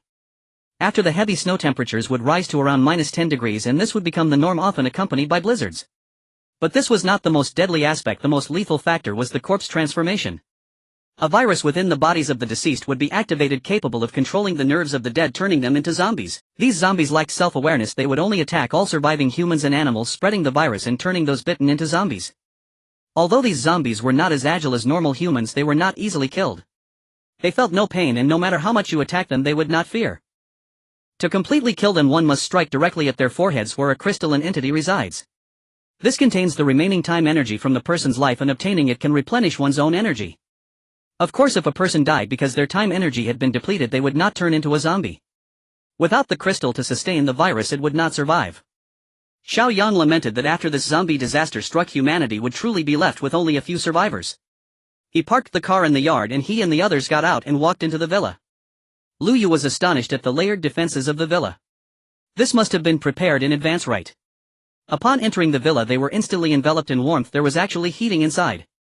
Mu Wanqing turned on the lights in the living room, and Lu Yu was taken aback again. The power hadn't been cut off. The little crocole saw Xiao Yang return and flew onto his shoulder, incessantly pecking at his hair to express its dissatisfaction. "Where have you been all this time without coming home, and you didn't take me alone? Oh, this stinky bird." Xiao Yang dodged with a smile and said, I went to add some coal to the boiler wanting take Yojie to have a hot bath. Luyu was already feeling numb. This villa was simply paradise compared to her own restaurant. Not only was there electricity and heating but there was also hot water, which was the happiest thing for Luyu, who hadn't bathed in 10 days.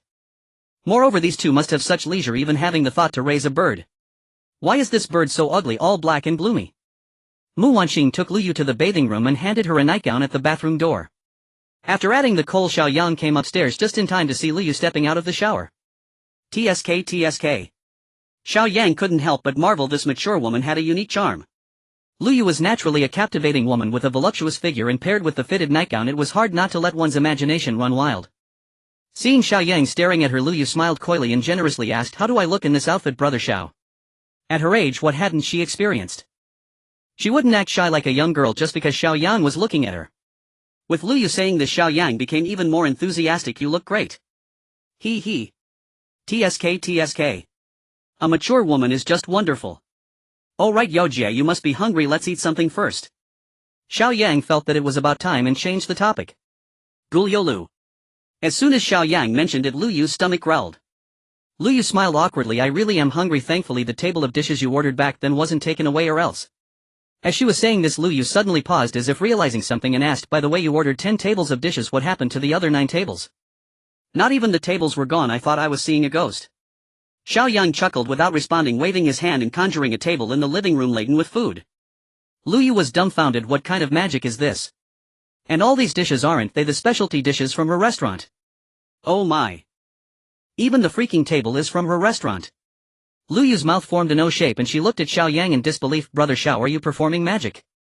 Xiao Yang replied with a smile, yes. You could say that. Luyu took a deep breath, sniffed the aroma of the dishes, touched the plates with her hand and exclaimed in surprise, My goodness, the food is still warm. She simply couldn't understand how Xiao Yang managed to do all this. Come on Yujie, welcome to our family, let this meal be a welcoming feast for you. Xiao Yang invited Luyu to take a seat, took out a few bottles of wine and called Mu Wanqing down from upstairs ready to start the meal. Xiao Yang poured wine for everyone and raised his glass, saying, Let's toast to Yojie, from now on we are family. Luyu quickly raised her glass and said, No, this toast should be from me to you, thank you for saving me. Otherwise how would I be sitting here enjoying such a wonderful time? After saying this, Luyu downed the red wine in one go to show her respect. Seeing Luyu so bold, Xiao Yang also finished his drink in one gulp. Mu Wanqing couldn't handle her liquor well, but she also took a big sip. After putting down her glass, she appeared deep in thought. Xiao Yang asked with concern, Wanqing, what's wrong? You seem distracted. I was thinking about what happened today at the Hai Jiao restaurant. I remember hearing that person's voice. It turns out there really were others upstairs. Mu Wanqing frowned. As soon as this matter was mentioned, Xiao Yang slapped his leg and said, I almost forgot about it until you mentioned it. Luyu curiously asked, Wanqing, what's going on? Let me explain. At that time we were brought by that man and were about to go upstairs to find you. Upon hearing the sound of a cup breaking, we became very cautious. At that moment Wanqing seemed to have heard that person's voice, realizing there were others upstairs even controlling you. But I know that person didn't say anything. Xiao Yang hurriedly explained. I thought it was just an auditory hallucination, but the situation upstairs indeed matched what I heard. It's really puzzling. Mu Wanqing shook her head. Luyu was also very curious, could it be that you have special powers? Hearing this, Xiao Yang's eyes lit up. This must be Mu Wanqing awakening her abilities. However, he had never heard of such abilities, so he was hesitant to confirm. He needed to verify it first. Wanqing, if I'm not mistaken, you must have awakened your abilities. Why don't we test it out? Upon hearing this, Mu Wanqing's eyes lit up with joy. Really? I have abilities now, how do we verify it? Xiao Yang thought for a moment. I guess you might have heard that person's thoughts. Concentrate on me, I'll think of something and let's see if you can hear it. Alright. Mu Wanqing said eagerly. Xiao Yang looked at the table full of dishes, thinking in his mind, the dishes made by Yojie are really delicious. Mu Wanqing focused on Xiao Yang and suddenly she heard his voice in her mind. The dishes made by Yojie are really delicious. Mu Wanqing was once again shocked by the sudden voice that appeared in her mind. The voice was genuine and she knew that Xiao Yang had not spoken. What you just thought in your heart was Sister Yu's cooking is really delicious, right? Mu Wanqing confirmed. Wow. Amazing. Xiao Yang gave Mu Wanqing a thumbs up. Absolutely correct. Congratulations Wanqing, you've awakened a special ability. Xiao Yang had heard of and seen many abilities, but most were focused on combat or magic. For instance, towards the end of the apocalypse, many strength-type survivors would master swordsmanship and blade techniques, which all belonged to the combat category. These awakened individuals rely heavily on weapons. Although their combat power is formidable, the weapon factor plays a significant role. Meanwhile, those who can unleash lightning and fireballs belong to the magic category. Then there are abilities like Xiao Yang's spatial ability, which falls under a special category that is extremely rare. Mu Wanqing's ability should also belong to a special category, as its power lies in being able to hear others' thoughts, leaving no privacy for them in her presence. Xiao Yang felt a surge of excitement. He never expected to stumble upon a person like Mu Wanqing. It was truly a windfall. With her help, he would be able to read people's hearts when forming his own team in the future. Awesome. Wait, are you two in cahoots to mess with me? There really is an ability. Lu Yu expressed her disbelief, as she had no idea that such abilities existed. Sister Yu, if you don't believe it, you can try and let Wanqing listen to your thoughts, Xiao Yang said with a smile. All right. Lu Yu could no longer contain her curiosity and was eager to try. Mu Wanqing concentrated her energy on Lu Yu again, and after a moment Lu Yu's voice echoed in her mind. However, Mu Wanqing's face turned red. Xiao Yang was curious about what Mu Wanqing had heard that made her shy. What was Sister Yu thinking? Seeing that Mu Wanqing was silent, Lu Yu became anxious. So Wanqing, did you hear my thoughts? Come on, say it out loud to verify. Mu Wanqing, feeling a bit embarrassed, said, Sister Yu. You were thinking Xiao Yang is really lucky to have won over such a beautiful girl like Wanqing, right? Lu Yu exclaimed excitedly, slamming the table. That's incredible. Not a single word was wrong. She then looked at Xiao Yang and asked, little brother, was that magic trick you did also an ability? Xiao Yang felt there was no need to hide anything from Lu Yu, so he explained everything to her in detail. However, he didn't disclose how many resources were actually in the space. Xiao Yang fabricated the experiences from his previous life as a dream and narrated it to Lu Yu, who gasped in astonishment, covering her mouth. Little brother Xiao, if what you say is true, I somewhat regret being saved by you. Living in the future will surely be a lot of suffering. Lu Yu couldn't help but worry about what lay ahead. Xiao Yang smiled and reassured her, don't worry sister Yu, with me around you will definitely live comfortably. Please trust me. Looking into Xiao Yang's steady and confident eyes, Lu Yu felt an inexplicable trust, as if his presence gave her a sense of security. Just this warm villa and this table full of delicious food are things that ordinary people cannot provide. Lu Yu raised her glass and said to Xiao Yang, come, I toast to you, little brother. From now on I'm counting on you. Xiao Yang was momentarily stunned, feeling as if she meant sister will be yours from now on, and wondered if Lu Yu was doing it on purpose. Count on me, don't worry. Xiao Yang also raised his glass and said with a deeper meaning. Oh, by the way, sister Yu, I need to trouble you with one more thing. Xiao Yang downed his drink and placed the glass down. Speak. Lu Yu responded straightforwardly. Well, neither Wanqing nor I can cook, so we'll leave the cooking to you. Would that be alright? When Lu Yu heard this, she thought, what's the big deal? She patted her chest and declared, little brother Xiao, I can't speak for anything else, but cooking is my specialty. You saved my life, so this is what I should do. I promise to make sure you both are well fed and chubby.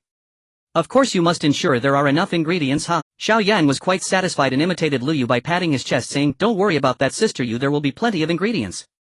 The snow continued to fall heavily, turning into large flakes. The meal in the villa had already concluded. Mu Wanqing had used her abilities several times and felt a bit fatigued, so she went upstairs to rest early. There was no other way, her energy was too low and her physical condition was still poor, unable to withstand the mental toll of using her powers. Once she had more energy, things would improve. This energy was akin to a game level. Could a level 1 character compete with a level 100 character? Of course not. Therefore Xiao Yang needed to prepare to acquire more energy. With the zombie virus about to erupt, wasn't this an opportunity? Lu Yu chose to sleep in a bedroom on the first floor, while Xiao Yang initially planned for her to sleep in Mu Wanqing's previous room on the third floor. However, Lu Yu rejected that idea, claiming it would be easier to cook in the morning. Xiao Yang did not insist further and prepared a completely new set of bedding for her, filling the fridge with various ingredients before heading upstairs.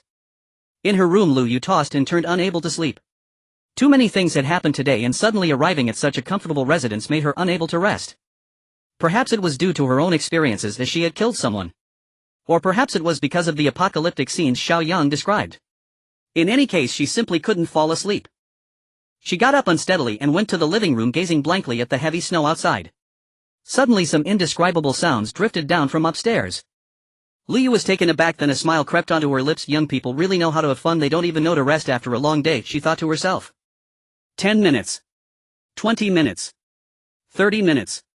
50 minutes. Lu Yu was stunned. Could this little brother Xiao be that impressive? Her throat felt a bit dry, but she couldn't help but want to listen. An hour and a half later, the sounds from upstairs finally began to quiet down. Meanwhile, Lu Yu downstairs had already turned a bit red. Lu Yu had dated several times and had one failed marriage, so she had seen quite a few men. But she had never encountered anything like this for such a long time. After the divorce she had devoted her energy to her career and had not tried anything romantic since. Upon hearing the sounds from above, it seemed to awaken a sliver of desire deep within her, causing her to have some physiological reactions. The handsome face of Xiao Yang unconsciously flashed in her mind and she found herself yearning. Pooh pooh pooh. What am I thinking? How can I do this to the young lady Wanqing? Lu Yu hurriedly suppressed that expanding desire, calming her rapid breathing as she hurried back to her bedroom. Coincidentally, as she passed the staircase she bumped into Xiao Yang, who was bare-chested and heading downstairs to add coal to the boiler. Xiao Yang was taken aback upon seeing Lu Yu, wondering why she was standing there in the dark. Sister Yu, why aren't you sleeping? Lu Yu panicked slightly and quickly covered eye. I'm just going to the bathroom. The next morning Xiao Yang felt incredibly refreshed. He looked at the time energy on his arm, which had already accumulated for over 15 years. Xiao Yang could sense significant changes in his body. Before his rebirth he had over 1,000 years of time energy, rendering ordinary knives and tools no longer a threat to him. He had seen those who possessed 10,000 years of time energy, ordinary firearms felt like mere tickles against them. Therefore, to enhance his strength he must acquire time energy, which would be his next focus. It wasn't just for himself, he also needed to strengthen Mu Wanqing and Lu Yu. However, he had to make himself stronger first. He glanced at Mu Wanqing, who was still asleep beside him. Outside the window snow continued to fall, covering the earth in a silver cloak. Xiao Yang kissed Mu Wanqing on the cheek, tucked her in and went downstairs first. As he reached the first floor he caught a whiff of the aroma of dishes. In the living room 2 dishes were already set on the dining table. One was stir-fried kidney and the other was okra drizzled with oil. The person preparing these dishes was still busy in the kitchen. Sister Yu, is it really necessary to make such a lavish meal so early in the morning? Xiao Yang asked, puzzled. Lu Yu poked her head out from the kitchen and smiled. Just 2 dishes, it's not that extravagant. Young people need to replenish their energy. I also have a health porridge that will be ready soon. What did Sister Yu mean by this? Did she really need to supplement with both kidney and okra? Forget it, having delicious food was enough. After washing up in the bathroom, Xiao Yang came out just in time to see Lu Yu bringing the porridge to the table. Where's Wanqing? Call her down for breakfast. Xiao Yang touched his nose and said, a bit embarrassed, she's a bit tired, let her sleep a little longer. Lu Yu shot a reproachful glance at Xiao Yang. Sigh, young people are so reckless and lack appreciation for delicate beauty.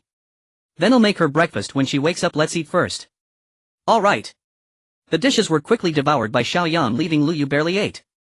He patted his full belly and praised, Sister Yu, with you around life feels complete. Lu Yu smiled but remained silent as she hurriedly cleaned up the dishes. Xiao Yang quickly got up and said, let me handle this, Sister Yu. Lu Yu pushed him away, saying, what's a big man doing with these chores? Just leave it to me. You do what you need to do. By the way, go feed your bird, it's been squawking all morning. Xiao Yang couldn't help but marvel at how nice it was to have a woman who could cook and willingly manage household chores. For the rest of the time Xiao Yang idly played with the little crow Machio. The little crow was becoming increasingly clever. It could understand many of Xiao Yang's words and had become much more obedient. Crows are known for their high intelligence. After all, they are capable of using tools, and the story of a crow drinks water is a typical example. Xiao Yang decided to raise Machio until it grew up and kept it by his side. If trained well, having it as a pet would not be bad. The morning passed in a blur and by noon Mu Wanqing finally came downstairs. Oh. Wanqing is awake, hurry and wash up, I'll make you lunch. Lu Yu said with a smile. Thank you, Sister Yu. Mu Wanqing went to the washroom while Lu Yu began bustling about in the kitchen again. Xiao Yang sat on the sofa directly opposite the kitchen watching Lu Yu busying herself. He had to admit that Lu Yu maintained a great figure, curvaceous and appealing. It's often said that chefs are stout and round, but Lu Yu only fit the stout part. However, her waist was scientifically much slimmer. From this angle she truly resembled a ripe peach, making one salivate. Suddenly Lu Yu let out a loud cry. Xiao Yang's thoughts were interrupted and he hurried into the kitchen to check. Mu Wanqing also rushed out from the washroom asking, what's wrong, Sister Yu? Lu Yu appeared a bit flustered and the spoon in her hand had already been tossed aside. She looked at the discarded spoon in shock and said, just now, while I was holding the spoon, an intense electric current suddenly surged out. Mu Wanqing quickly grabbed Lu Yu's hand to check, looking concerned. Did you get electrocuted? Are you alright, Sister Yu? I didn't feel anything, it's just that the electric current was so strong it really startled me. Lu Yu replied, still shaken. Xiao Yang, standing nearby, seemed to ponder something as he walked over to the stove and noticed the frying pan was already burnt. Xiao Yang unplugged the induction cooker and touched the edge of the pan with his hand. The sound of small electric currents crackling filled the air and his hand felt a bit numb. He picked up the spoon again and it also emitted an electric current. Xiao Yang gestured with the spoon and said, Sister, you mean that just now while you were cooking an electric current generated from the spoon and hit the pan causing it to burn? Yes, that's exactly it. Lu Yu nodded her head vigorously. Xiao Yang smiled, he understood now. Sister Yu, congratulations, you have awakened a special ability. Ha! Lu Yu looked incredulous. I have a special ability now. Yes, if I'm not mistaken, you've awakened electrical powers. That electric current just now was released unintentionally by you. In his past life, Xiao Yang had encountered those with electrical abilities. Those at lower levels produced currents just like this, while those at higher levels could unleash electric orbs with explosive power rivaling that of firearms. He never expected that Lu Yu, a beautiful chef, would awaken a spell-type electrical ability. This truly surprised Xiao Yang. The electric current comes from your hand, not from the spoon. You can try to release the current again. Xiao Yang guided Lu Yu on how to unleash the electricity. Lu Yu focused her mind and lightly slapped the air towards the frying pan. Zing bang. A visible current as thick as chopsticks shot from Lu Yu's palm and struck the frying pan a meter away. The frying pan was flipped over and fell to the ground. Everyone stood there dumbfounded. This electrical ability was indeed powerful. This was only at level 1, it could probably stun an adult instantly. If it were to reach level 9, what kind of power would that be? Lu Yu trembled in fear. Was this ability too dangerous? She looked at her palm repeatedly, utterly bewildered as to how the electricity was released. It was simply magical. Sister Yu, with this special ability awakened, no one will dare bully you anymore.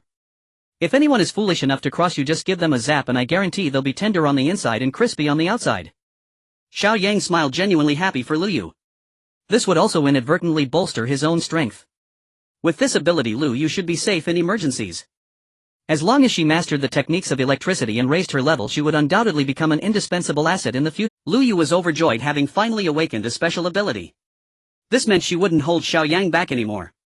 Not only can I manage the kitchen, but I can also stand on the battlefield. Lu Yu remained in a state of excitement, attempting to unleash lightning twice more, but each attempt grew weaker until she felt as if her body had been hollowed out, prompting her to stop. The original frying pan was undoubtedly unusable, so Xiao Yang prepared a new set for her. Lunch consisted of the leftover dishes from last night, and Lu Yu specially made a bowl of chicken soup for Mu Wanqing. As soon as the food entered his mouth, Xiao Yang was stunned. He couldn't tell if it was just his imagination, but it felt like he had eaten popping candy bursting with crackles. Xiao Yang looked at Lu Yu, who was staring blankly at the top of his head. What's wrong? He asked in confusion. Your hair is all standing up. Lu Yu pointed at his head, asking in astonishment. Xiao Yang quickly touched his hair, and with a pop, static electricity crackled at the moment of contact. Wow, it's true. Mu Wanqing giggled, lifted her bowl, took a sip of chicken soup, and then her expression suddenly froze. Lu Yu cautiously asked, What's wrong, Wanqing? Is it not good? Mu Wanqing hurriedly placed the bowl back on the table, exclaiming in surprise, Sister Yu, this chicken soup has static electricity. Really? I didn't feel anything just now.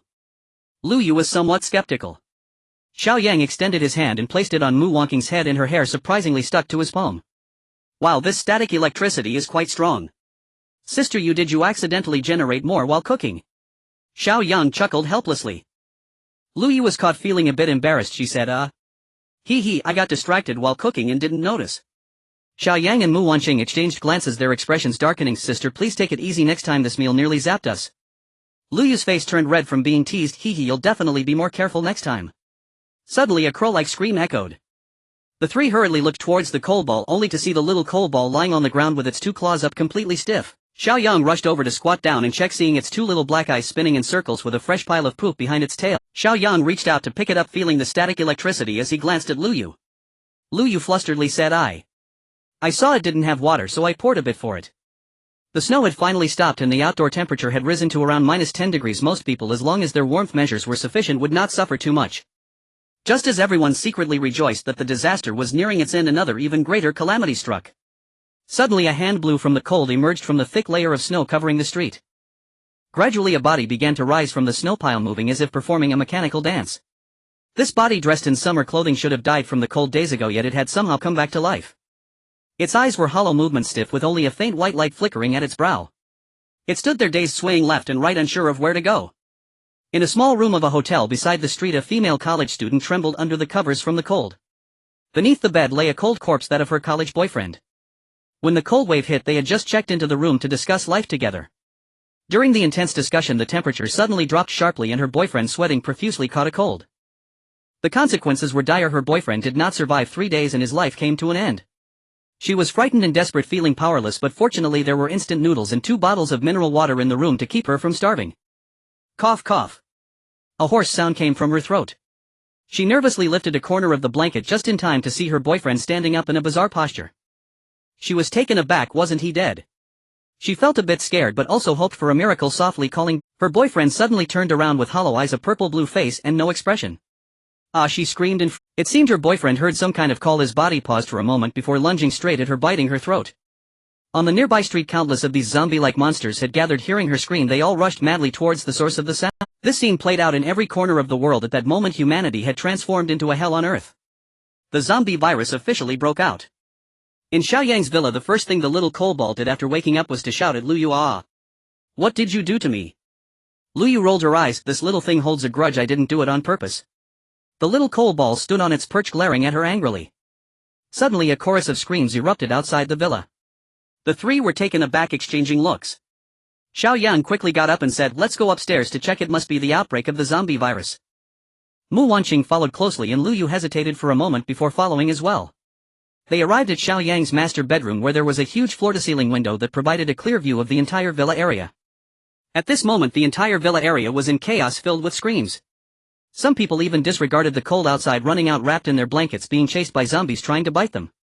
Those who were slow to run or accidentally fell would be pounced on by the zombies, who would bite at their bodies, leaving large stains of blood on the snow. Xiao Yang coldly observed the scene as if he were a bystander watching a good show. Mu Wanqing and Lu Yu, witnessing these horrific scenes, turned pale and trembled uncontrollably. Although they had heard Xiao Yang describe the scenes of the zombie outbreak, witnessing such horror with their own eyes was a visual shock they could not bear. Xiao Yang turned around and patted Mu Wanqing and Lu Yu on the shoulder, saying, "These were bound to happen, just adapt slowly. We should prepare. Tomorrow we begin harvesting energy." After saying that, he went downstairs without looking back to prepare some combat supplies. Heaven, Xiao Yang was right, this is what zombies are, Lu Yu remarked with a trembling voice. Mu Wanqing stared blankly at everything before her and said sadly, "They are in despair, but we are powerless." Lu Yu sighed, "I am growing more curious about Xiao Yang. Without him I might have ended up as someone being chased and bitten, ultimately becoming a piece of meat in a zombie's mouth. I might not escape becoming one of those chasing others to bite." Mu Wanqing said with a bittersweet smile. The two quietly watched, grateful that they weren't among those people. In their hearts they thanked Xiao Yang for providing them with a warm and safe harbor. Xiao Yang took out several sets of winter training suits, military boots and gloves from the space.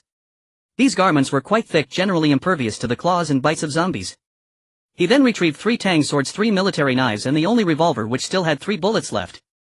The tang sword is the best weapon for slaying zombies, with its long blade and exceptional sharpness. If one masters the strength properly, a single strike can sever a zombie's head. After completing these preparations, he called down Mu Wanqing and Lu Yu, who were still on the 3rd floor, and said seriously, "You both need to try on the gear. Tomorrow we'll go out together to kill zombies." "Ha!" The two were taken aback and became anxious. "Do we really have to go?" Xiao Yang replied sternly, "Of course you have to go. We will face it sooner or later. In doing this for your own good.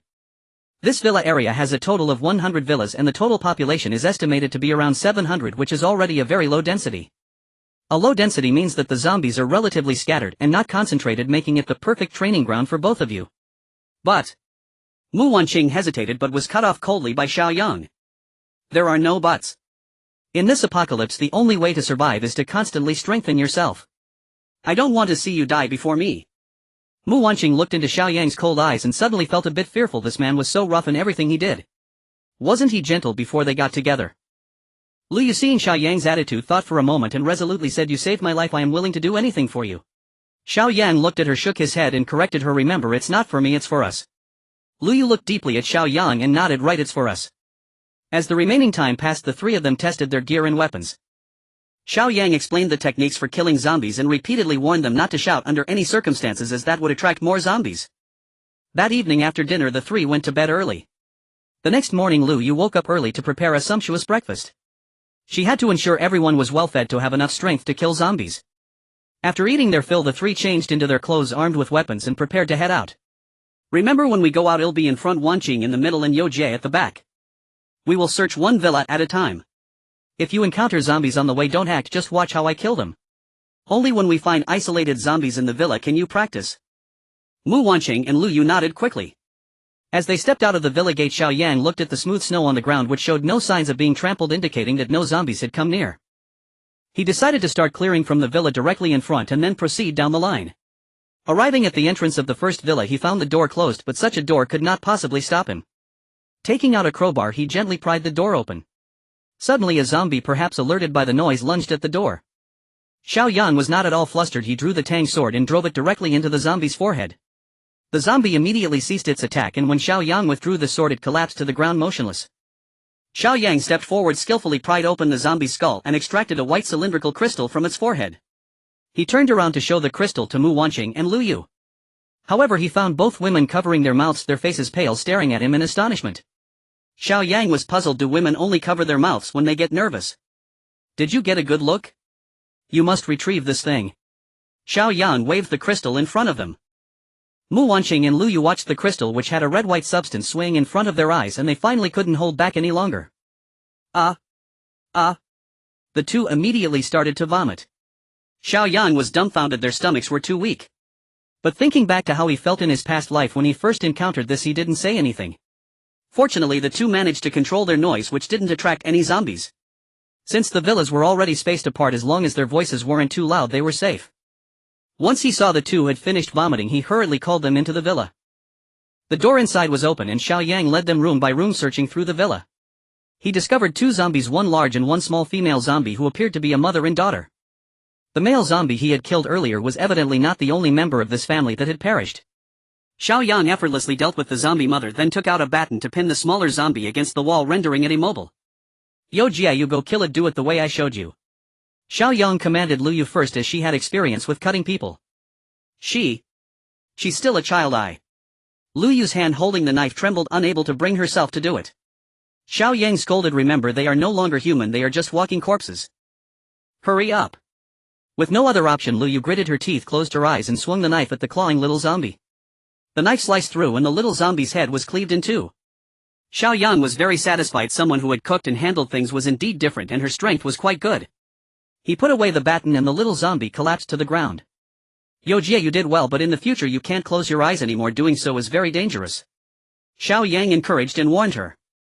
Lu Yu appeared somewhat dazed, absent-mindedly saying okay. Wanqing, go retrieve the crystals from the foreheads of the two zombies.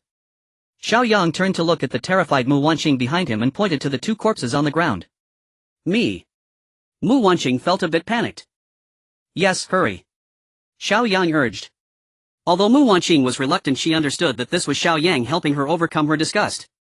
She had no choice but to slowly approach the zombie, took out the military knife, hesitated for a long time before finally gathering the courage to plunge the knife into the zombie's head, stirring it around until she extracted a piece of white crystal. Then she approached the other zombie, tilted her head, and awkwardly extracted a crystal. After completing this, Mu Wanqing felt as if she was about to faint. It was simply too disgusting. Xiao Yang watched quietly, feeling somewhat satisfied with Mu Wanqing's performance. Not bad. But next time make sure to do it cleanly and quickly. Also, this crystal is very important. Once you extract it, you must store it quickly. It is our lifeline. Mu Wanqing nodded, not rebutting, and quickly held the two crystals in her hands. Seeing that the two hadn't yet adjusted, Xiao Yang allowed them to rest for a while. After all, women are different from men, they need some time. After resting for half an hour, Xiao Yang felt that it was about time and began to lead Mu Wanqing and Lu Yu to continue clearing the next. The front door of this villa was still closed, but Xiao Yang swiftly pried it open and entered. Inside they discovered a total of 5 zombies, 2 elderly and 3 young. The zombies had no visible wounds, indicating that they had died before the virus outbreak. It should have been a happy family, but alas, they had all succumbed. Xiao Yang eliminated 4 of them, leaving 1 young zombie for Mu Wanqing to practice on. Gathering her courage, Mu Wanqing mimicked Xiao Yang and thrust at the zombie's head. However, she ended up stabbing the zombie in the neck, spraying blood across her face. Startled, Mu Wanqing dropped the tang knife and quickly retreated. Pick it up. You must remain calm at all times. If your first strike misses, you can try again, but you must never drop your weapon. If you were alone facing a zombie, you would have been bitten to a pulp by now. Xiao Yang admonished sternly. With tears in her eyes, Mu Wanqing reluctantly picked up the knife from the ground. She raised it again, aiming for the zombie's forehead, and with determination she stabbed it in. The sound of shattering bone echoed as the zombie collapsed motionless. Mu Wanqing stared at her handiwork in a daze. This was truly a significant breakthrough for her. Yu Jia retrieved the crystal from its forehead this time. Lu Yu did not hesitate and stepped forward to extract all the crystals. Despite feeling nauseated, she performed admirably. Let's go. To the next villa. Without pausing, Xiao Yang led them to the next villa. Following this pattern, the 3 of them cleared 10 villas by noon. Within the villa, Xiao Yang collected all usable supplies into his space. During this time he deliberately left two young zombies for Mu Wanqing and Lu Yu to kill on their own while he stood by and watched. This posed a significant challenge for them. In a moment of panic Lu Yu missed her strike, nearly chopping off one of the zombie's arms. But this did not prevent the zombie from continuing to lunge at her. Fortunately the young zombie was not particularly strong and Lu Yu swiftly severed its head with her second strike. Mu Wanqing's performance surprised Xiao Yang. When a zombie lunged at her she struck directly at its forehead, cleanly dispatching it. A total of 50 zombies were slain across the 10 villas. Xiao Yang felt that they had achieved their goal for the day, and fearing that Mu Wanqing and Lu Yu could not handle more he decided to head back. Back at the villa Mu Wanqing and Lu Yu eagerly removed their outer garments and headed to the washroom to clean up. Xiao Yang rinsed all the crystals and once the two finished bathing began to distribute them. Last time Mu Wanqing had gained 20 days of energy, now she had just over a year left. In contrast Lu Yu had been using hers and had only about 350 days, not even a full year. Xiao Yang himself had over 15 years, nearly 16 years of energy, the most among the three. Wanqing gets 10, Yu Jia gets 10 and I take 30. Seeing the number allocated to her, Lu Yu hurriedly refused, saying, I can't take this, it's all thanks to you Xiao Laudi. I've only been slowing you down. Exactly, you should keep it for yourself, killing zombies depends on you. Mu Wanqing also pushed the crystals back. Xiao Yang shook his head and pressed the crystals into their hands, saying, remember, we are all in this together. If you can raise your energy to over 10 years it will be much easier for you to kill zombies and you won't slow me down anymore. Seeing that both of you are about to refuse again, Xiao Yang quickly waved his hand, saying, all right, no more discussion. Just do as I say. Now let me teach you how to absorb these crystals. Xiao Yang picked up a crystal and pointed to the numbers on it, saying, do you see this? It shows the remaining time energy. The only difference between this and the time on our arms is that the time on this crystal is static. He extended his left arm for comparison. If you want to convert all the time energy in the crystal into your own, you first need to remember the time displayed on this crystal. For example, this one shows 0 years 364 days 19 hours 30 minutes and 20 seconds. Memorize this time in your heart, grip the crystal tightly with your left hand and then use your mind to absorb the time energy from it. Xiao Yan demonstrated opening his hand as the time on the crystal changed to 0 and all the energy entered his body. But remember one thing, you must remember the time accurately. If you remember too much the transfer will fail due to insufficient energy. If you remember too little you will have to transfer the remaining amount again. Do you understand? Mu Wanqing and Lu Yu watched in amazement, nodding in unison. Alright, now try to absorb the crystals. After saying this, Xiao Yang finished absorbing his remaining 30 crystals one by one. His time energy now showed over 45 years. Stretching his limbs he felt that his physical condition had noticeably improved. This enhancement in physical condition was all-encompassing, strengthening his power, agility, physique and mental state among other attributes. Naturally his intelligence would not increase, he remained as foolish as ever.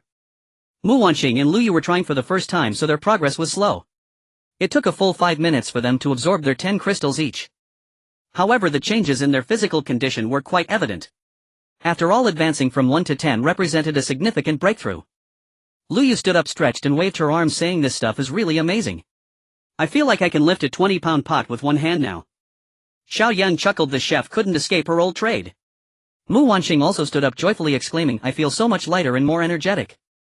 I can cook 3 bowls of rice now. Yu Jia, make a bit more today. Sure, no problem. Lu Yu replied with a smile.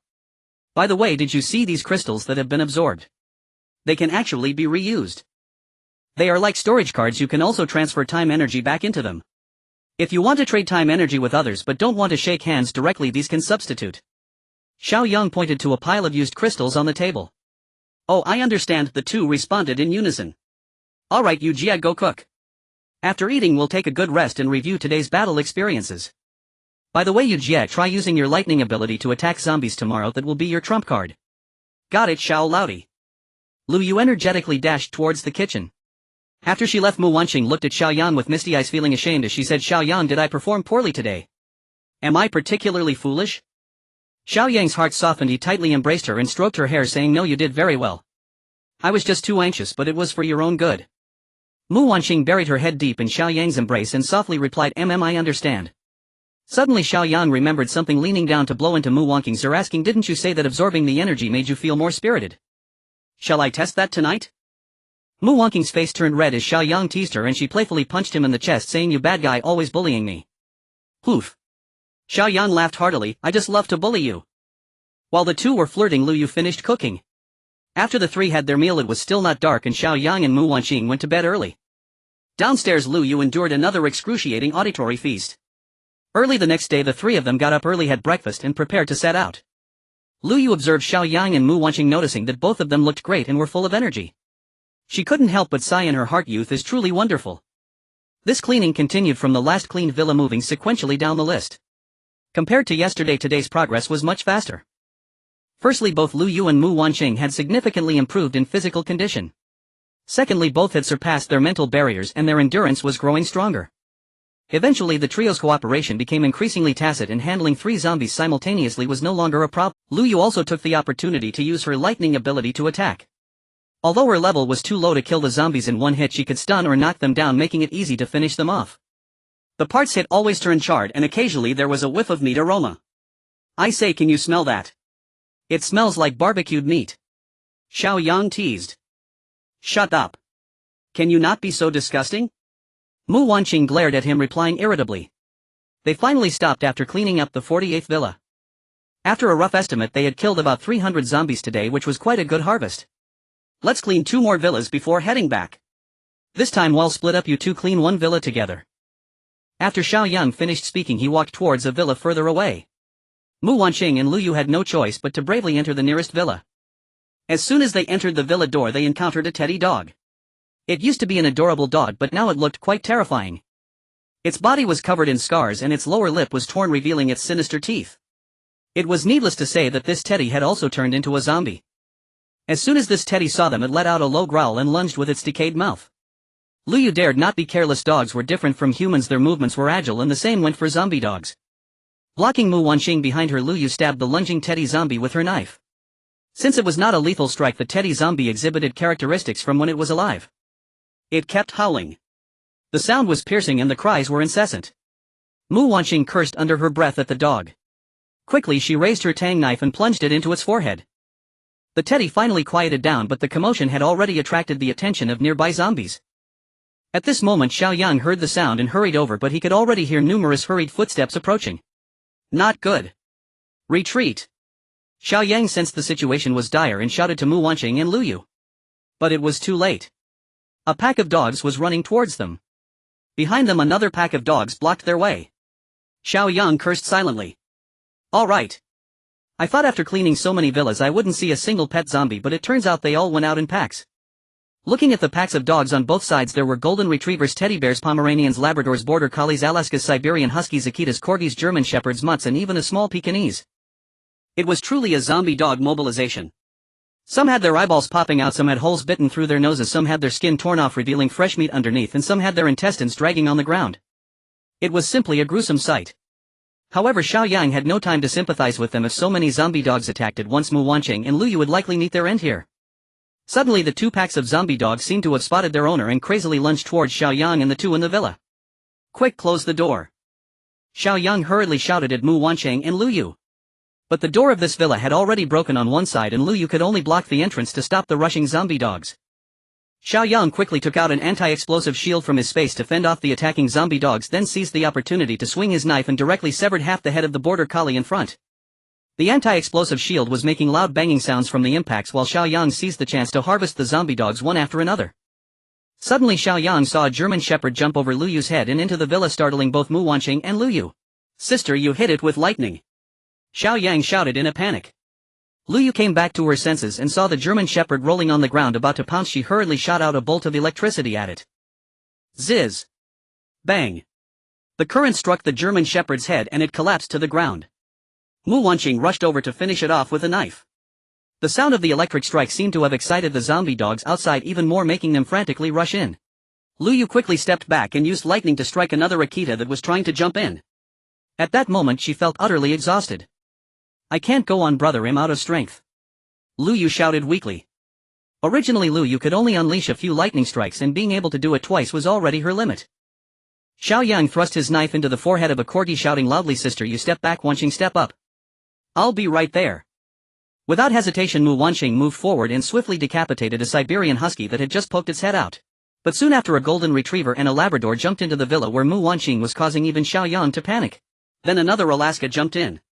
Xiao Yang realized that Lu Yu was already out of strength and Mu Wanqing was struggling to hold on. He himself was surrounded by zombie dogs and couldn't free himself for the moment. With a swing of his large knife he killed 2 zombie dogs ahead and dashed towards the villa without hesitation. At this critical moment a melodious sound of instruments suddenly rang out. The previously snarling and agitated pack of dogs which was about to attack suddenly seemed enchanted, turning their heads and running towards the source of the music. Xiao Yang was taken aback and looked up, realizing the sound was coming from a window on the second floor of a neighboring villa. At that moment a woman was standing there playing the flute. Xiao Yang's first reaction was that she was a survivor. As for why these zombie dogs ran towards her upon hearing her flute, Xiao Yang could not fathom. The woman pulled the flute from her mouth and said to Lu Yu and Mu Wanqing, "Run. I can only distract them for a little while." Upon hearing this, Xiao Yang realized that this woman had come to their aid in a critical moment. Xiao Yang clasped his fists in gratitude to the woman, hurried over to grab Mu Wanqing and Lu Yu and ran towards his villa. After they safely escaped, the flute-playing woman patted her chest and breathed a sigh of relief. Then she immediately closed the window and returned to her bed. Xiao Yang and the others retreated back to their villa. Today had been exceedingly perilous and his personal chef Lu Yu nearly lost her life. If it weren't for the flute-playing woman who came to their aid, the consequences would have been unimaginable. It seems they can't afford to be careless in the future. They must enhance their defenses and swiftly elevate their strength. Thinking of the flute-playing woman's figure, Xiao Yang couldn't help but feel puzzled. What kind of magic does she possess that can draw the zombies away? She must have awakened some special ability. Tomorrow he must visit that woman's villa to learn more. If possible, Xiao Yang wanted to recruit her. After all, her ability is of great importance to him. After the three took their showers, Lu Yu, feeling a bit weak, was not allowed by Xiao Yang to cook. He took out a number of instant foods from his space, including self-eating pot sausages, spicy strips, and laid them all out on the table. He poured drinks for everyone to calm their nerves. While sipping on the drinks, he took out the crystals obtained today and counted them, exactly 300. Here 10 for each person. Make sure to absorb them after dinner. After distributing the crystals to the two, Xiao Yang said. This time Mu Wanqing and Lu Yu did not refuse. They knew Xiao Yang was decisive, so they followed his arrangements. With this, the time energy of all three would break through the 20-year mark and their strength would rise even further. When they encountered those zombie dogs again, it would be much easier to deal with them. Of course, they still needed to avoid being surrounded and beaten. Xiao Yang felt a bit regretful. Had he known they could absorb as they went, they wouldn't have been so embarrassed.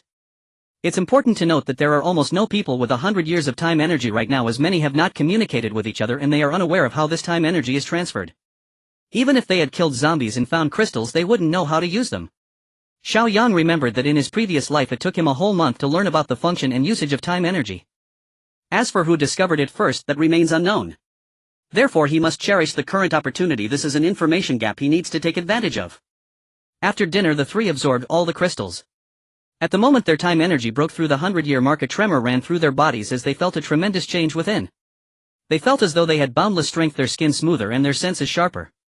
In the end, Xiao Yang's time energy was locked at over 325 years, while Mu Wanqing and Lu Yu both had 20 years. Alright. Let's rest early tonight. Tomorrow we will head to the flute-playing woman's villa first thing in the morning. She helped us today and we should express our gratitude. If she is willing, having her join us wouldn't be a bad idea. Xiao Yang shared his thoughts with the two. Mu Wanqing and Lu Yu both nodded in agreement. That night was very quiet. The next morning the three were invigorated. Lu Yu fried 3 chicken legs and cooked a pot of sea cucumber soup. After enjoying a hearty breakfast, they equipped themselves and headed to the flute-playing woman's villa. Passing by the villa where they had fought yesterday, Xiao Yang retrieved the crystals from the foreheads of the zombie dogs that had been killed. The crystals from animals are different from those of humans. They are spherical and black, which Xiao Yang referred to as crystal cores. These crystal cores cannot be converted into time energy, but they do enhance human abilities.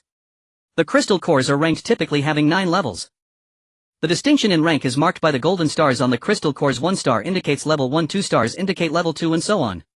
However, ordinary animal zombies usually have no stars unless they are some kind of mutated beings. For instance, in his previous life, Xiao Yang accidentally acquired a 6-star crystal core which elevated his spatial abilities to level 5 perfection, just a hair's breadth away from reaching level 6. As for why he didn't achieve level 6, it's because that crystal core was slightly flawed. The crystal cores within animals can be consumed directly, unlike human crystals, which are more complicated.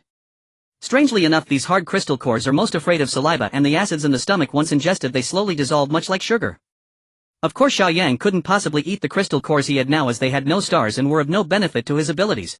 10 1-star crystal cores can elevate one's ability from level 1 to level 2, while 10 2-star crystal cores can elevate it from level 2 to level 3. Naturally, 100 1-star crystal cores can also elevate an ability from level 2 to level 3. Thus Xiao Yang's spatial ability is already at 99. 9 of level 5, just a step away. He estimates that possessing one 4-star crystal core would allow him to break through to level 6. However, 4-star crystal cores are bound to be found on 4-star mutated beings, and with Xiao Yang's current strength he definitely wouldn't be able to defeat them. At the very least he needs his time energy to reach over 1,000 years to have a fighting chance against a 4-star mutated being. Xiao Yang looked at the crystal cores in his hand. He could save these for the little coal ball to consume. For animals these are excellent food for enhancing their physique and abilities. Putting away the crystal cores, Xiao Yang took Mu Wanqing and Lu Yu to the villa where the flute-playing woman was located. The villa's main gate was wide open and the snow-covered ground was a mess marked by many paw prints evidently caused by the group of zombie dogs from yesterday. The three of them quietly walked into the yard and spotted 2 zombie dogs, a small mutt and a Pekingese. Xiao Yang looked at the little Pekingese, which was no larger than his military boots, and thought, "You little thing, you're bullying me." Seeing them made Xiao Yang angry. He drew his tang knife and swiftly dispatched them with 2 cuts. After checking the yard and confirming no other dogs were around, the 3 entered the villa. There were no zombies on the first floor or the 2 underground levels, so Xiao Yang headed directly to the second floor. He remembered that the flute-playing woman had been on the second floor yesterday. On the second floor only one room was closed, and by the door a zombie golden retriever and a middle-aged zombie were lingering. Without hesitation Xiao Yang went up to eliminate them while Lu Yu skillfully retrieved the crystals and crystal cores. After confirming there were no zombies left, Xiao Yang knocked on the door. "Hello. Is anyone there?" he asked tentatively. Who came a cautious voice from inside, unmistakably the same woman from yesterday. "Hello, we are the ones who were surrounded by the zombie dogs yesterday and we've come to thank you today," Xiao Yang said sincerely. Before long the door opened a crack and a woman with messy hair peeked out. Upon seeing that there were 2 women behind Xiao Yang, she opened the door fully. Xiao Yang studied the woman in front of him closely. She was wrapped in a quilt holding a flute in her left hand. Although her complexion was haggard, it was still evident at first glance that she was a very graceful beauty. The flute-playing woman's eyes lit up when she saw Mu Wanqing and she excitedly exclaimed, "Wanqing." Mu Wanqing was taken aback at being called, looked closely at her and exclaimed in surprise, "Shusher." Xiao Yang and Lu Yu were also taken aback. What a coincidence to run into someone they knew. Lin Shusher cheerfully said, "I'm so happy to see you, Mu Wanqing." Mu Wanqing hurriedly stepped forward and embraced Lin Shusher. "Lin Shusher, you're alive. That's wonderful." Though Mu Wanqing wore thick clothes and Lin Shusher was wrapped in a blanket, they were hugging each other but their heads couldn't touch. Xiao Yang found it quite amusing. "Wanqing, who is she?" Xiao Yang asked curiously.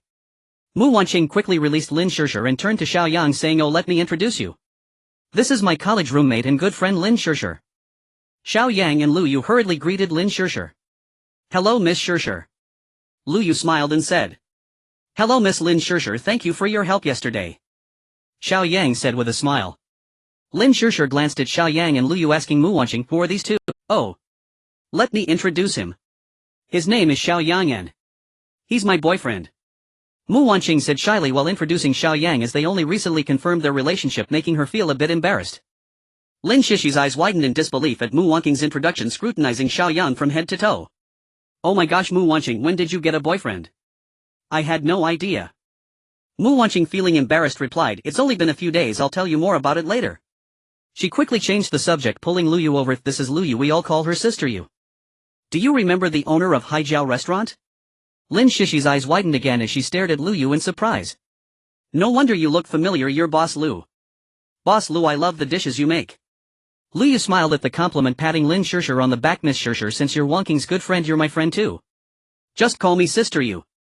Miss Shusher, feel free to ask for anything you need, we will definitely meet your needs," Xiao Yang interjected. Upon hearing this, Lin Shusher hesitated for a moment and finally said a bit shyly, "I shouldn't ask for anything in return for helping you, but I'm really hungry.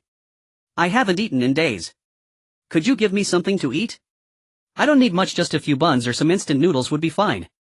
I'm just so hungry." She was nearly in tears by the end. Xiao Yang and the others exchanged glances, astonished at how low her demands were.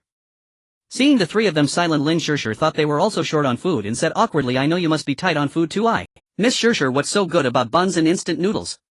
Come on, I'll take you home to eat something better." Xiao Yang, feeling heartbroken at Lin Shishi's troubled expression, quickly interrupted her. "Ha!" Lin Shusher looked surprised at Xiao Yang and Mu Wanqing. "Do you have a lot of food?" "Yes, there's definitely enough for you. Come on," Mu Wanqing said as she pulled her out. As they passed by the middle-aged zombie that Xiao Yang had killed, Lin Shusher glanced down, feeling deeply saddened. However, she didn't stop, directly following Mu Wanqing outside. "Do you live in this villa area too?" Lin Shusher asked. "Yes, in that house up there." Xiao Yang replied. Upon hearing this, Lin Shishir couldn't help but take a deep look at Xiao Yang. Xiao Yang was not only handsome but also quite wealthy. At such a young age he already owned a villa. Moreover, yesterday she had seen Xiao Yang bravely killing zombies like a warrior, demonstrating considerable fighting ability. Wan Cheng is truly lucky to have found a boyfriend who was good-looking, wealthy and capable. She felt happy for Mu Wanqing for finding such a perfect partner. As they walked back to Xiao Yang's villa, Lin Shishir was astonished by the villa's security measures. With such high walls and a heavy iron gate, it seemed unlikely that anyone or any zombies could invade from the outside. Upon entering the villa, Lin Shishir was even more shocked, staring in disbelief. There's heating, electricity and water. Everything is just like before the disaster. For her, this place was simply heaven on earth.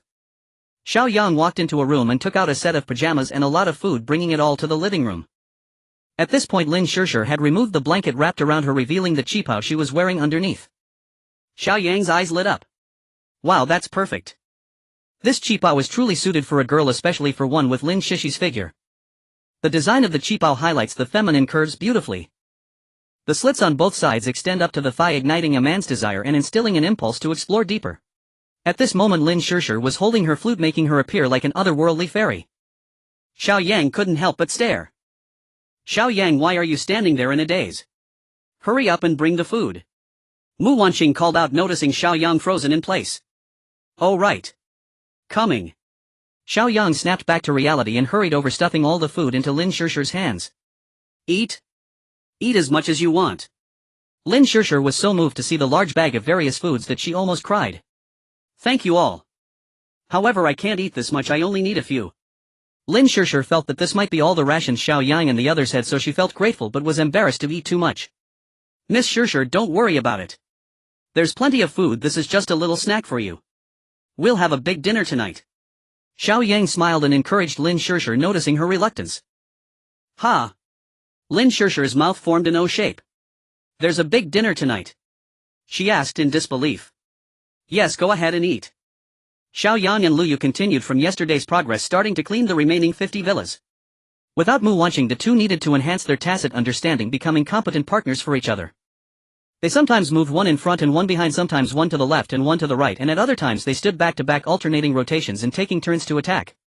By the time they reached the 90th villa, Lu Yu had already started to sweat profusely. Both she and Xiao Yang were so hot that they had to take off their jackets. In this villa there were unexpectedly 5 zombies gathered along with a zombie cat.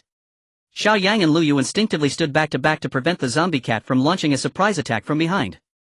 With their backs pressed tightly together, Xiao Yang could feel the softness and elasticity of Lu Yu's curves. Every time this happened he felt an overwhelming thrill. The two worked together to kill 4 zombies, and after Lu Yu took down the last one with a lightning strike, suddenly the zombie cat attacked Lu Yu from the side. The cat was naturally more agile than a dog and quick. Lu Yu had just unleashed her special ability, so she didn't have time to react and defend.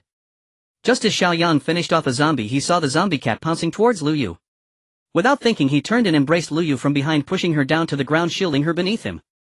Then with his knife hand he swiped sideways, precisely striking the cat's head. The zombie cat let out a wail, fell to the ground and became silent. That was a close call. The cat's attack was too cunning. Xiao Yang said, lying on Lu Yu's back. Lu Yu, pinned beneath him, felt that this position was a bit too ambiguous. Hearing Xiao Yang's breathy voice so close to her ear made her face flush. Brother, could you get off me first? I'm struggling to breathe. Lu Yu was a bit breathless from being pinned down. Oh, okay. Xiao Yang also felt that this position was not very proper, so he quickly got up and helped Lu Yu up from the ground. Seeing Lu Yu's face actually flushed, Xiao Yang was momentarily taken aback. This married woman was indeed charming when she blushed. Especially after that contact, even though it was through clothing, Xiao Yang could still distinctly sense her curves. Lu Yu was already in her 30s, she lacked the bony frame of youth and instead had a more voluptuous figure. It was the kind of fullness that was just right. A little more flesh would be too much, a little less would be too little, she was just right. Lu Yu didn't dare look at Xiao Yang. She was unexpectedly a bit flustered for the first time in many years. She instinctively took out the crystals and cores from the zombies and turned to leave the villa. Let's call it a day, it's getting dark and I'm really tired. Lu Yu said without looking back. Xiao Yang thought for a moment. There were only 10 villas left and it wouldn't hurt to continue tomorrow since there were 2 beauties waiting for him at home. Thinking of Lin Shishir and her qipao, Xiao Yang felt an irresistible urge to return. Ahem. Mainly he was very interested in her special ability. Thus Xiao Yang followed closely behind Lu Yu, heading towards his villa. In the Zijin Mountain Villa area, the last 10 uncleaned villas were located right at the entrance of the entire area. The property management office was also built here. One storage room was filled with at least 20 people, both men and women, sitting along the walls. This room had only a small window, so it became particularly dark inside when night fell, but it was relatively warm. "Don't push in any further, do you hear me?" a man shouted in exasperation. "Don't push, don't push. Can't you hear our captain speaking?" another person echoed. "Right, it's really annoying. If I had known I wouldn't have taken you in," someone else remarked. "I'm sorry, it's just too cold by the door. I wanted to move in a bit," a woman explained weakly. "Cold? Who isn't cold? You keep pushing in like this, disrupting our captain's rest. Who's going to find food for you tomorrow?" One person was not having it and reprimanded loudly. "Finding food? We participated too, it's not just your security team's credit," someone retorted. Hearing this, the previous speaker became furious. "You think you participated? Who was it that wet themselves when those monsters came? If it weren't for our captain, you would have been devoured by them long ago." "I know, and we are very grateful to you," the woman at the door cautiously said. "Rescue? What rescue can you talk about? The phone doesn't even have a signal and the outside is filled with those walking monsters. Besides us, have you seen any living people in the entire villa area?" the security captain sneered. Swish! A strong light illuminated the woman at the door and she instinctively raised her hand to shield her eyes. Her hair was messy, but she still looked relatively young, wrapped in a banner. The security captain leered at her and said, "Hey, aren't you cold? Then come over here." Upon hearing this, the woman turned pale with fright and hurriedly waved her hand, saying, "No, we'll be fine. Just a little longer." The security captain didn't care, telling the two people beside him, "Go pull her over to me." Two burly men in security uniforms got up, approached the woman and directly dragged her over to the security captain. The security captain tore off the banner from the woman's body, examined her closely and lifted her chin with his hand, saying, "Aren't you going to thank me? I see there's no need to wait for the rescue to thank me, let's do it now." Suddenly the flashlight turned off and the woman's terrified voice was heard. "Ah! What are you doing? Ah! Your hands are so cold, let go of me." The sound of fabric tearing was heard. "Ah! No! I'm begging you." But the security captain did not stop, and soon indescribable sounds came from the room. The other people in the room only dared to feel anger without the courage to voice it. They knew that to survive they had to rely on the security team. They had witnessed the security team kill a monster that was about to attack them. Most of these people were owners from the previous 10 villas. Originally they would nod and bow to them. But now the tables had turned and it was their turn to appease the security team. Night had completely fallen and the sounds of moaning continued to echo through the room. Everyone chose to remain silent as they still hoped the security team would go out to search for food tomorrow. Alternatively, they could kill the dozen zombies lingering at the entrance of the villa area, allowing them to descend the mountain in search of rescue. In Xiao Yang's villa, he and Lu Yu had finished washing up, cleaning all the crystals and cores they obtained, which were now piled on the coffee table. Lu Yu was very tired and Xiao Yang felt sorry for her, so he didn't let her cook. Instead, while Lin Shishir was not in the living room, he took out a complete spread of dishes. Wine and drinks were all prepared. When Lin Shishir arrived in the living room and saw a table full of sumptuous dishes, her eyes sparkled with excitement and she almost drooled. "My goodness, being able to eat these dishes, even if I die I have no regrets. Come on, Miss Lin Shishir. This banquet is prepared just for you. Please feel free." Xiao Yang smiled as he pulled out a chair for Lin Shishir, gesturing for her to sit down. Lin Shishir was a bit flattered as she sat down, saying, "This, I don't deserve such extravagance from you. You must be giving me the best of everything." Xiao Yang chuckled and glanced at Mu Wanqing, realizing she hadn't shared her spatial ability with Lin Shishir. Xiao Yang poured a glass of wine for himself and raised his cup, addressing Lin Shishir, "Thank you for your help yesterday. Let's drink to that." Xiao Yang downed his drink in one go and Mu Wanqing and Lu Yu raised their cups in agreement, drinking it all at once. Lin Shishir, who could also drink, lifted her cup and downed her wine, feeling honored by their respect. "You really don't need to do this, I'll feel embarrassed," Lin Shishir shyly said as she put down her cup. "All right. Let's eat," Xiao Yang said. Throughout the meal, most of the time was spent with the three of them watching Lin Shishir eat alone. During this time, through conversation, Xiao Yang learned that Lin Shishir was a student in the music department of Haichang Art Academy, specializing in playing the xiao.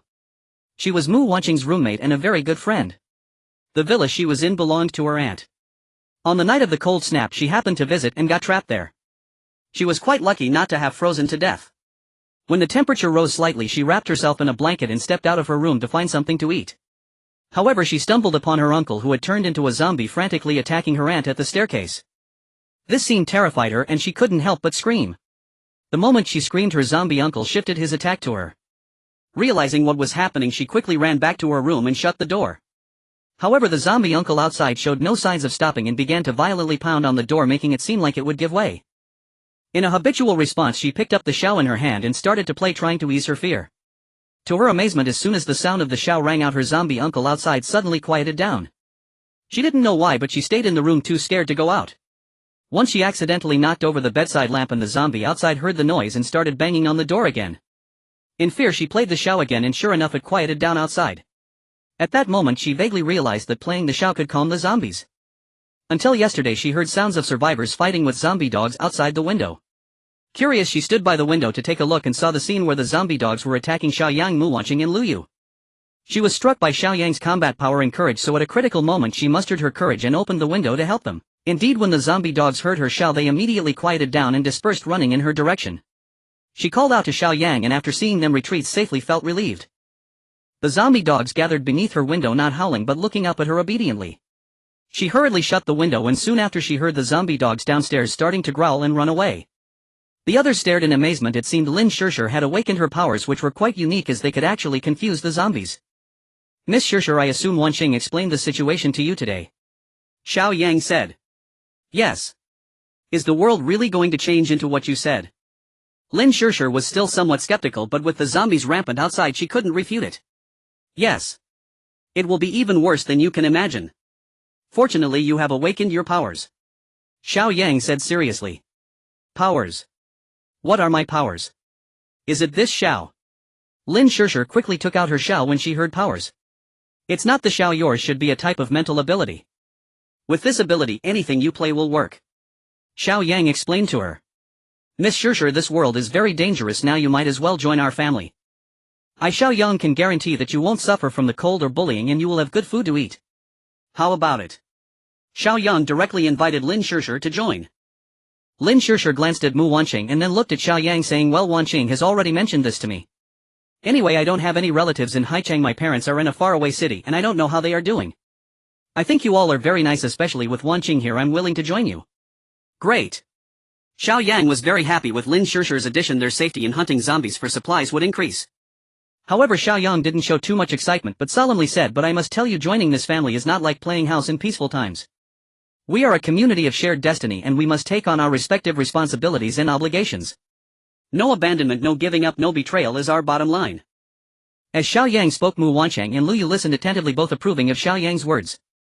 Luyu suddenly raised her right hand and said, Xiao Yang, I, Luyu, will always follow your command. My life belongs to you. I will never betray you.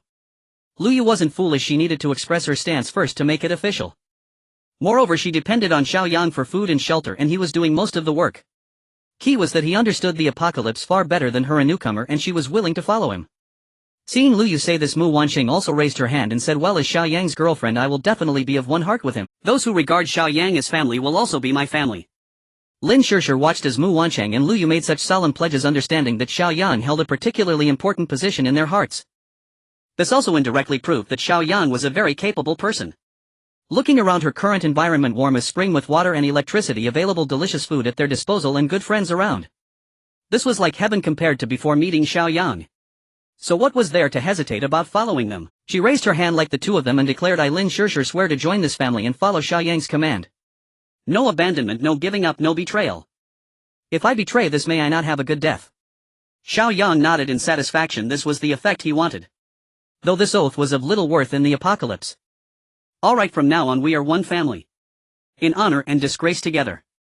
Come, let's drink to welcome Miss Lin Shirshir. Xiao Yang proposed, and the four of them raised their cups and drank them all at once. After a satisfying meal, Xiao Yang gathered a few people around the coffee table in the living room and pointed at a large pile of crystals on it. Come today, sister, you and I have obtained a total of 320 crystals, let's divide them. Lin Shirshir gazed at the multitude of crystals laid out together, still very shocked. During the day, Mu Wanqing had already informed her of the functions of these crystals as well as their time energy properties. So she understood what this pile of crystals signified. Little brother, I have a suggestion, Luyu suddenly said. Xiao Yang looked at Luyu with confusion and asked, oh. What do you mean, sister, you? I think you should absorb these crystals yourself. You can't keep dividing them among us every time. I feel that with this, over 20 years worth of time energy dealing with those zombies will be more than sufficient. However, as our backbone, you should enhance your own strength quickly. Didn't you say that when the time energy reaches over 1,000 years your physique will undergo a qualitative leap? I suggest that after your time energy reaches over 1,000 years you can then distribute the excess crystals to us. What do you think? After hearing Lu Yu's words, Xiao Yang pondered for a moment. Indeed, if the time energy surpassed 1,000 years the physique would have a significant leap and ordinary cold weapons would no longer harm his body. At that point, unless he encountered high-level mutated beings or individuals with even greater time energy or faced off against people with machine guns and powerful abilities, everything else would pose no threat to him. While it is certainly correct to enhance the physique of team members, the core of it all still lies with oneself. With him around they would be safer. Moreover, now that Mu Wancheng and Lu Yu both have over 20 years of time energy just in terms of physique, they are already unmatched. Alright. You two have no objections, right? Xiao Yang looked at Mu Wancheng and Lin Shishir. Mu Wanqing shook her head indicating she had none. Lin Shishir also followed up saying, I didn't contribute a single bit so I certainly won't take any. Xiao Yang smiled and pulled Lin Shishi's left arm, noticing that her time energy was still less than 350 days. He stuffed 20 crystals into Lin Shishi's hands and said, you really need to take this. Take these 20 and absorb them, then you'll have over 20 years of time energy and your physique will greatly improve. When we go out you won't be a burden. This? How can this be? Lin Shishir hesitated to accept, feeling guilty for receiving something without giving. Just take it, Xiao Yang is right. Yes, Shishir, enhancing your physique is essential so that you can join us in tackling zombies. Otherwise with your slight frame you won't be able to keep up. Lu Yu said, laughing as she patted Lin Shishir on the shoulder. Well. Fine. If there are more crystals in the future you all can share more. Seeing that everyone was saying this, Lin Shishir no longer declined. Mu Wancheng and Lu Yu took Lin Shishir to teach her how to absorb the crystals. Xiao Yang glanced at the little crow Meiqiu hiding in its cage and pulled out more than 30 non-starred crystal cores. This little crow was afraid of Lu Yu. As long as she was around it would never come to Xiao Yang. Come Meiqiu, look at what delicious food I brought for you. Xiao Yang opened his palm, placing the crystal cores in front of Meiqiu. The little crow, which had been listless, suddenly brightened up and became spirited upon seeing the crystal cores. Perhaps it was an animal instinct, it seemed to know that these crystal cores were good items, directly swallowing one whole. After swallowing the crystal core, Meiqiu stretched its shiny black feathers, clearly enjoying it. Then it tried to eat another one but could not manage to swallow more. It should be noted that the sizes of these animal crystal cores varied. The two it just ate were the smallest among them. They were probably about the size of peanuts, while the others were as large as marble balls. Even if it wanted to eat it couldn't swallow them. After putting away the remaining crystal cores and playing with Meiqiu for a while, Lin Shishir had finished absorbing her crystals under the guidance of Lu Yu and Mu Wancheng. Xiao Yang looked at Lin Shishir, and indeed she was different now. Her complexion was rosy, her skin smooth, and it was getting whiter. It was as if her skin could squeeze out water. Standing next to Mu Wancheng they were of similar height, looking like a pair of sisters. Only now she was wearing pajamas. If she donned a cheongsam it would be even more stunning. Xiao Yang never expected that after his rebirth he would have such good fortune, actually being able to share a room with such beautiful women. It was truly a feast for the eyes. Indeed, strength is vital. If he didn't have this villa and resources, would he still have this chance with them? The answer is obviously no. He never encountered such a situation in his past life. This perfectly exemplified that saying. What was it again? If a man has money he has connections with anyone. In the apocalypse, resources are equivalent to money. No matter how impressive someone is, they still need to eat and drink. And he had all of this. After absorbing all the crystals his time energy had already reached over 620 years. His physique had improved nearly double compared to before. Now he was invigorated, radiant, full of vigor, and his figure was more proportionate. Combined with his handsome features, the three women across from him stared in a daze. There's still time, let's go watch a movie together. Xiao Yang enjoyed their starry-eyed expressions and in a moment of inspiration made the suggestion. Lin Shishir knew that movies could still be watched in this villa and immediately exclaimed, great. I haven't used my phone to scroll through videos for over 10 days. Being able to watch a movie is just wonderful. Lu Yu didn't decline either. Having worked all day, watching a movie to relax was also nice. The four of them arrived at the private cinema on the basement floor. Xiao Yang thoughtfully prepared fruit snacks and drinks while he himself prepared a bottle of red wine and took out a box of cigarettes. When it came to choosing a movie, they all opted for an apocalypse-themed film. They felt that watching an apocalypse movie in the current world context would be more relatable. Xiao Yang directly played I Am Legend for them. Amid the occasional screams of the three women, he leisurely sipped his red wine, puffed on a cigarette, and savored the beautiful time. After one movie ended, everyone was left wanting more and looked at Xiao Yang in unison. Xiao Yang thought since there were only 10 villas left in the villa area, tomorrow's workload was light and he didn't need to wake up too early, so he played another movie, Waterworld. It also helped them understand the more brutal disasters they would face in the future. The three women watched the film filled with various concerns about the future. But seeing Xiao Yang's nonchalant and enjoyable demeanor, they thought to themselves, this man will definitely find a way. At the very least, on this cold night filled with rampant zombies, they were enjoying a movie in this warm private cinema, all thanks to Xiao Yang. Ah! Brother Xiao, come down quickly. Early in the morning, Xiao Yang was roused by Lu Yu calling from downstairs. Xiao Yang opened his eyes and surveyed the vast double bed, empty except for himself. Mu Wanqing had spent the night upstairs with Lin Shishir chatting in the adjacent room on the third floor. She clearly hadn't returned. He rose and dashed downstairs, asking Lu Yu, "What's wrong, sister Yu?" Upon seeing Xiao Yang descend, Lu Yu panicked and pointed frantically toward a birdcage tucked in the corner of the living room. "Brother, look, your crow has grown." Xiao Yang followed her finger and gasped, swearing aloud, "Damn it." There, perched where yesterday's palm-sized black crow, Coalball, had been, now stood a bird more than twice its former size, nearly matching an adult crow in stature. "Coalball." Xiao Yang murmured, incredulous, tentatively calling the crow by name. "Caw! Caw!" At the sound of his voice, Coalball instantly flapped over in excitement and landed squarely upon Xiao Yang's shoulder. Xiao Yang exhaled in relief. It was unmistakably Coalball. For a moment he'd feared the windows or doors had been left ajar, allowing another crow to usurp Coalball's nest. Yet even so, how astonishingly fast Coalball had grown. Could it be the crystal cores he'd fed it last night? Yes, that must be it. Otherwise no explanation would suffice. When Coalball noticed Xiao Yang fall silent, it tilted its head, gazing intently at his face, then spotting his star-like eyes, suddenly surged forward, beak poised to peck out his eyeball. Xiao Yang, quick-eyed and quicker-handed, slapped it aside just in time. "Get lost. Those are my eyeballs, not crystal cores. Where do you think you're pecking?" Xiao Yang scolded, voice sharp with indignation.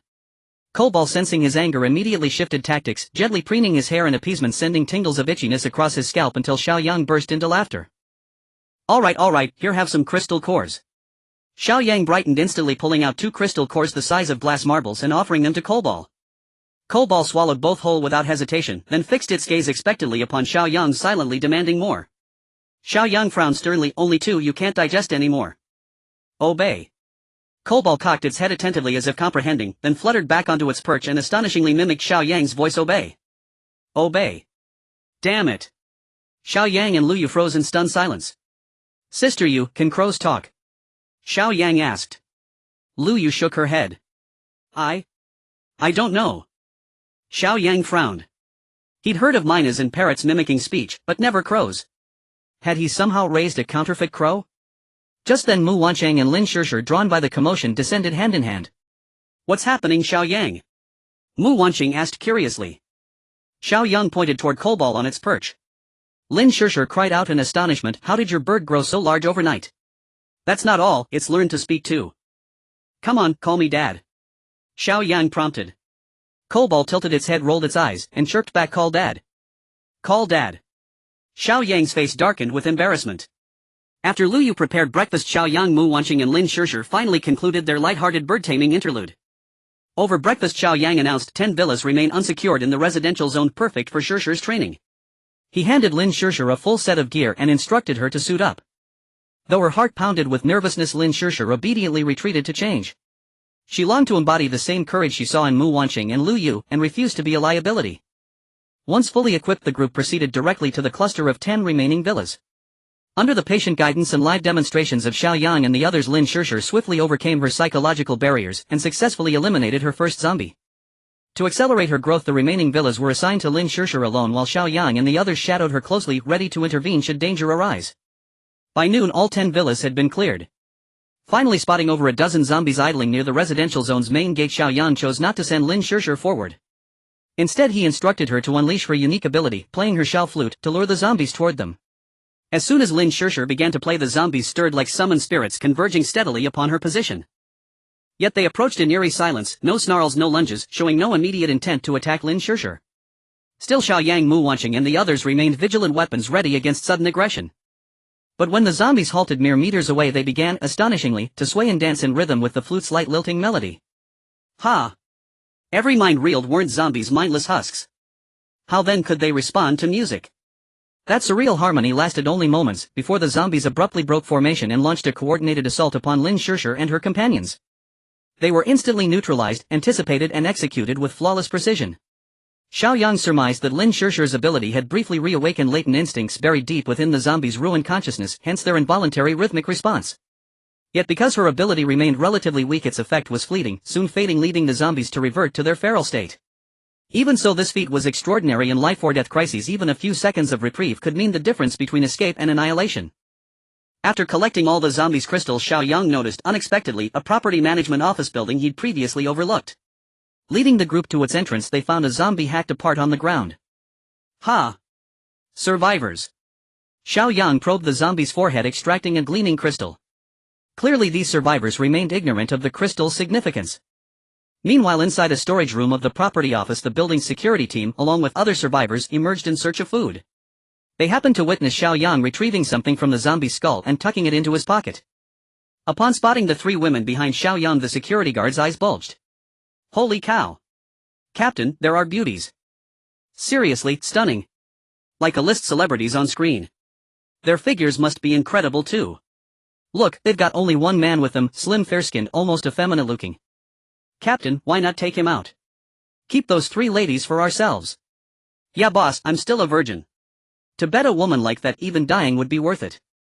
Four guards chattered excitedly beside their captain, whose own eyes gleamed with raw avarice. How could he possibly resist such breathtaking beauty? This was infinitely superior to the woman he'd taken yesterday. Let's go, he barked, and led his four guards along with a crowd of men and women bursting out of the property office. You, what did you just take from this creature? Hand it over. We killed it, 5 of us. The security captain loomed over Xiao Yang, clearly unaware the creature was called a zombie. Mu Wansheng and her 2 companions grew vigilant upon seeing so many people rushing out, and they all brandished the tang knives in their hands. The security team, upon noticing that the opposing side had knives, quickly raised their steel pipes, kitchen knives, mops and benches as weapons. The 5 leading security guards wielded more formidable weapons, including machetes, riot forks, rubber rollers, and the team leader surprisingly held an electric baton. Captain, they have knives in their hands, one security guard whispered. What's there to fear? Just decorations, they probably haven't even sharpened them. Look at you all acting so cowardly, the security team leader scolded in a low voice. Meanwhile, Xiao Yang observed the tense atmosphere of the group with a relaxed and disdainful expression, smiling as he took a crystal out of his pocket and said, Is this what you're talking about? The security team leader glanced at it, confused, thinking it was something useless. He immediately pretended to be angry, saying, I clearly saw you pick up a pack of sausages and you're trying to fool me with this. Go search them, he signaled to several of his subordinates. See if they have anything hidden in their clothes. Xiao Yang was taken aback, thinking, wow. There are really people willing to risk their lives to extort me. As he watched 3 security guards leeringly approach Mu Wansheng and her companions, they hesitated about whether to act. After all, killing zombies and killing real people are not the same concept. Lu Yu had killed before, but that was only her enemies, and these people held no deep grudges against her. She was waiting for Xiao Yang's command. Xiao Yang swiftly executed a strike, his blade slicing through the security guard's neck, causing his head to roll to the ground while his body stood still, blood gushing from his neck like a fountain. This scene instantly stunned everyone. Lin Shishir gasped and covered her mouth in shock. Even Mu Wansheng and Lu Yu, who had witnessed Xiao Yang's prowess before, were momentarily dazed. They hadn't expected Xiao Yang to strike so cleanly and decisively without uttering a single word. The decapitated body of the security guard crashed to the ground, the sound startling everyone awake. On the security team side, all but the remaining guards screamed and retreated back to the property building. The security team leader turned around, cursing, a bunch of useless fools, not one of you is capable. See, Captain, his knife. It sharpened, a trembling security guard stammered. I'm not blind. I don't need you to tell me. The security team leader pushed the guard aside in disgust, narrowing his eyes at Xiao Yang and the others. You all. Very well. How about joining me? I won't mistreat you. As for the matter of killing my subordinates, we can let it go. The reason the security team leader was so bold was that after venting on that woman last night, he found his agility and speed had inexplicably increased. Although he didn't understand why he could feel that he could now kill a zombie all by himself. However, he told no one, wanting to showcase his abilities while gathering supplies today to shock everyone and instill more fear among his subordinates, thereby solidifying his leadership. Little did he know, before he even exited the property building, he encountered a naive youth like Xiao Yang. Nevertheless, he was confident that he could deliver a fatal blow when Xiao Yang let down his guard. As for the remaining 3 women, he chuckled, with just a poke from the electric baton they would likely collapse into his arms. Xiao Yang found it amusing. It took 5 people teaming up to kill a zombie, and he wanted him to join them. Mu Wansheng secretly used her mind-reading ability on the security team leader. These 3 women are exquisite, I want to enjoy them thoroughly. As for this pretty boy I will never let a man who is more handsome than me live. Hearing the security team leader's thoughts, Mu Wansheng felt utterly disgusted and said to Xiao Yang, he has ill intentions. Be careful. Upon hearing Mu Wansheng's warning, the security team leader sneered, suddenly lifting his electric baton and lunging at Xiao Yang with blinding speed. That speed was indeed much faster than average, but in front of Xiao Yang it was nothing to be concerned about. He had initially thought the opponent might have awakened some special ability, but now it seemed it was just an ordinary speed-type ability. This type of ability belonged to the martial power category, emphasizing victory through speed. If developed further, especially with a divine weapon, its combat power would be absolutely formidable. However, in the early stages one must develop cautiously, otherwise it is easy to be killed. Just as the electric baton was mere centimeters away from Xiao Yang, he executed another swift strike. Ah! The security team leader's hand holding the electric baton was severed and a scream emerged. He looked at Xiao Yang in horror, having not expected the opponent to be faster than himself. Xiao Yang coldly gazed at the retreating security team leader and said, "I really don't know where your confidence comes from." Then with another strike he directly severed the security team leader's head. Afterward he turned to glance at Mu Wanqing, Lu Yu and Lin Shishir, saying, "You must remember, if someone harbors any hostility towards you, the only thing you can do is kill them before they make a move. Never show mercy, or it's likely that you'll be the one who dies." Xiao Yang was quite dissatisfied after killing a security guard Mu Wanqing and the others hadn't acted. If the opponent had been a strong person, they would have definitely suffered. Now there are still 3 security guards left, you handle them. Xiao Yang pointed at the 3 security guards who were frightened and paralyzed on the ground. Lu Yu did not hesitate any longer. She drew her tang knife and swiftly knocked one security guard to the ground, not giving him a chance to retaliate. For her, now killing a person was no different from chopping a chicken. Mu Wanqing and Lin Shishir were still a bit hesitant when Xiao Yang suddenly said coldly, "Have you forgotten that they were about to attack you just now? Spare us. We were wrong, it was all the security team leader's orders." The remaining 2 security guards were terrified, pleading for mercy. "Hurry up," Xiao Yang urged. Mu Wanqing understood Xiao Yang's good intentions and finally steeled herself, ignoring the guards' pleas, and with one strike one of the security guards fell silent. Seeing this, the last security guard felt hopeless and suddenly lost his mind, lunging at Lin Shishir, who was still grappling with her thought. As he closed in, Lin Shishir instinctively raised her knife and pierced through the security guard's chest. Having been imbued with energy for over 20 years, such a minor character could not harm her. She was merely struggling with her own mental barriers. With all the security guards dealt with, Xiao Yang addressed the 3 of them, saying, "Remember, once someone harbors the intent to kill or any malicious thought towards you, don't expect them to change. If they get a chance, they will never let you off.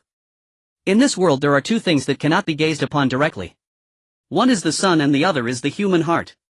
Being soft-hearted towards enemies is tantamount to suicide."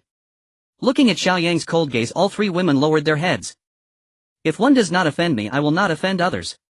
But if one offends me, I will certainly retaliate." This has always been Xiao Yang's principle of dealing with matters. Who enjoys killing without reason? However, now that it is the apocalypse, if someone competes with him for resources, then killing is still necessary. Xiao Yang observed that Mu Wanqing and the others were quite receptive, so he said nothing more. Upon entering the property management office building, the group of survivors inside instantly became flustered, raising the items in their hands for defense. Xiao Yang smiled. Killing this ragtag group would be as easy as chopping vegetables. However, he was not a murderer. These people clearly looked like they were coerced by the security team and had not helped the team against him earlier. Therefore he did not intend to take action against them. "You don't need to panic, put down what you have in your hands and I won't kill you." Xiao Yang sheathed his knife to avoid making them overly tense. The crowd had long witnessed Xiao Yang's prowess and ruthlessness. If he wanted to kill them, it would be a piece of cake. They were already terrified, and upon hearing Xiao Yang's words they immediately threw all the items in their hands to the ground, allowing him to dispose of them as he wished. "I have already cleared all the zombies in this villa area. From now on this entire area will be my territory.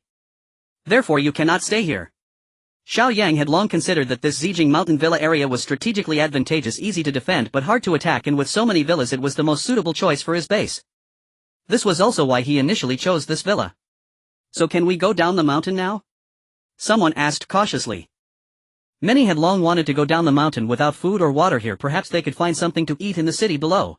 However, the entrance was filled with monsters, zombies as Xiao Yang had described, and they did not dare to act recklessly, which forced them to hide in the property management office. Now that the zombies had been cleared, they naturally could not wait to go down the mountain. "Of course. But there's a condition. When you leave you must clean up all the zombie remains in the villa area." Xiao Yang thought about it. Those zombie remains were indeed quite disgusting. How long would it take to clean them up himself? With these people available, it would be foolish not to exploit some free labor first.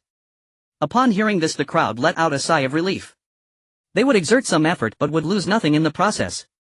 Moreover, since he had cleaned the zombies, it would have been hard for them to leave otherwise. Sure.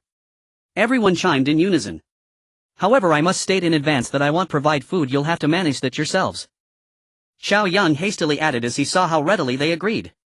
He did not want to waste his food on these people. There were remnants of meals in those villas that would be enough to fill their stomachs.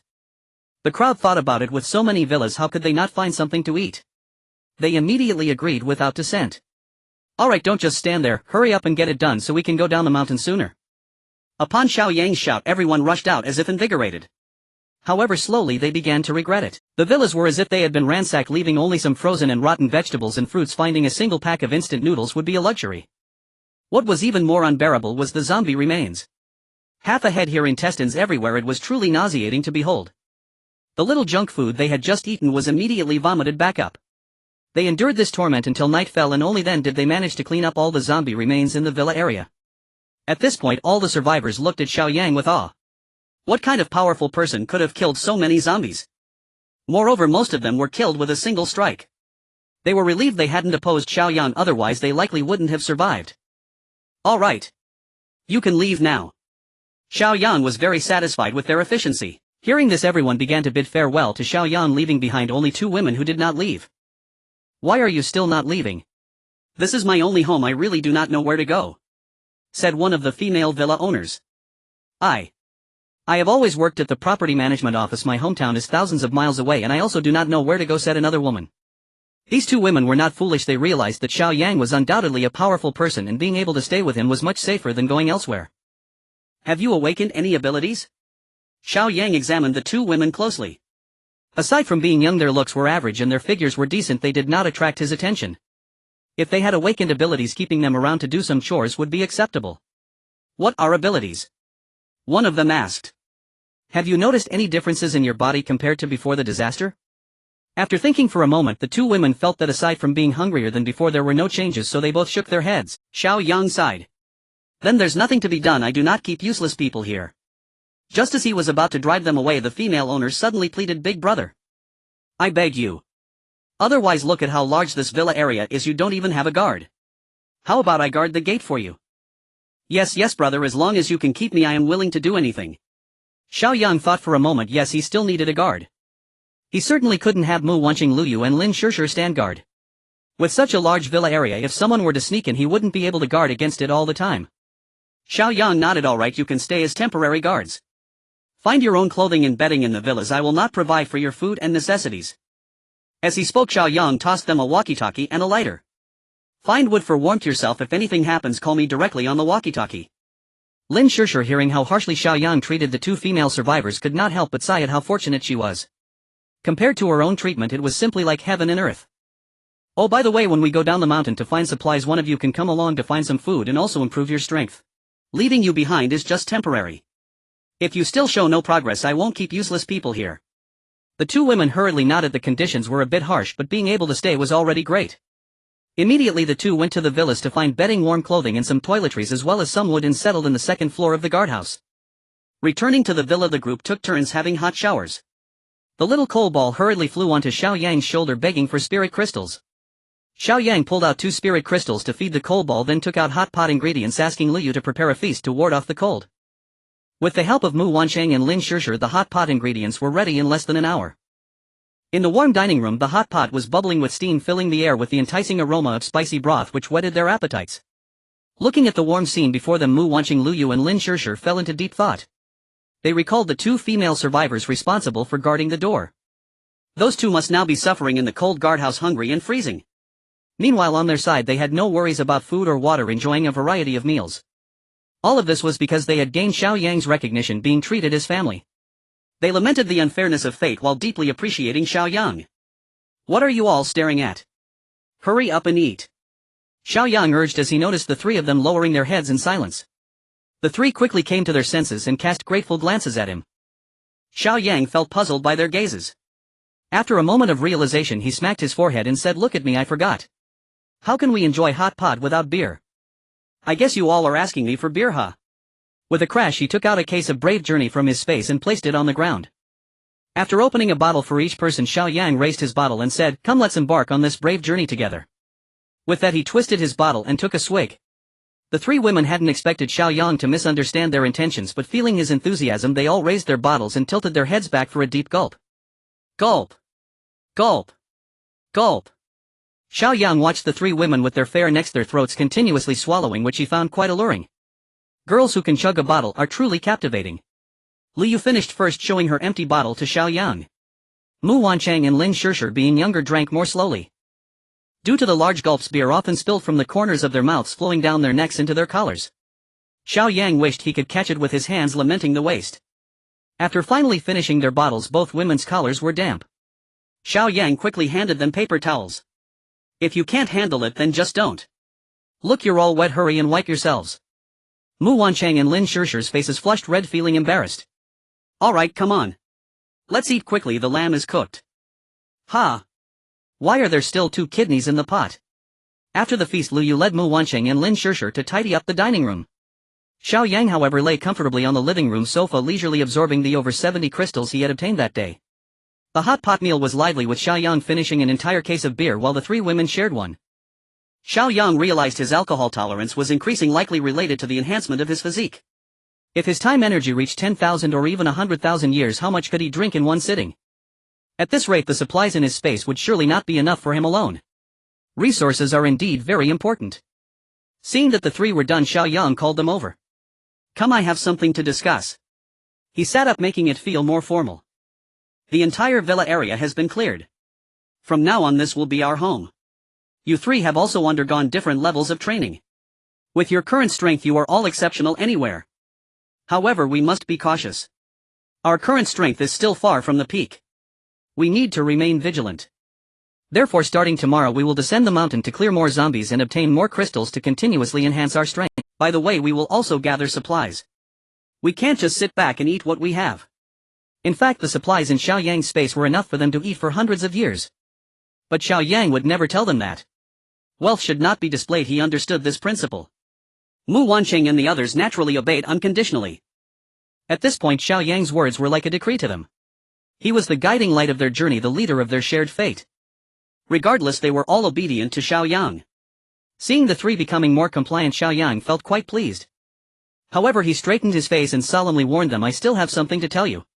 Outside the mountains there are always greater mountains, and beyond people there are always more capable individuals. The world outside is vast, and there are all sorts of dangers. While we may not act like ruthless killers, we must strike cleanly when the situation calls for it. Better to mistakenly kill 1,000 than to leave behind a single hidden danger. Xiao Yang's eyes were sharp as he scanned Mu Wancheng and the other 2, sternly saying, do you understand? Upon hearing his tone, the 3 women immediately straightened their bodies, puffed out their chests, and replied in unison, understood. Good. He said, all right, go get some rest. We set off early tomorrow. Xiao Yang, Mu Wancheng and Lin Shishir went upstairs together, with Lin Shishir wanting to pull Mu Wancheng to sleep with her. Xiao Yang immediately got angry. If you try to pull my girlfriend to sleep with you again, I'll sleep with both of you, believe it or not. Lin Shishi's face turned red. How could he be so shameless? Wasn't she just a little scared of sleeping alone? Shishir, we're just next door. If you need anything, just call. Mu Wancheng also felt that now that she had a boyfriend, she couldn't keep leaving him hanging.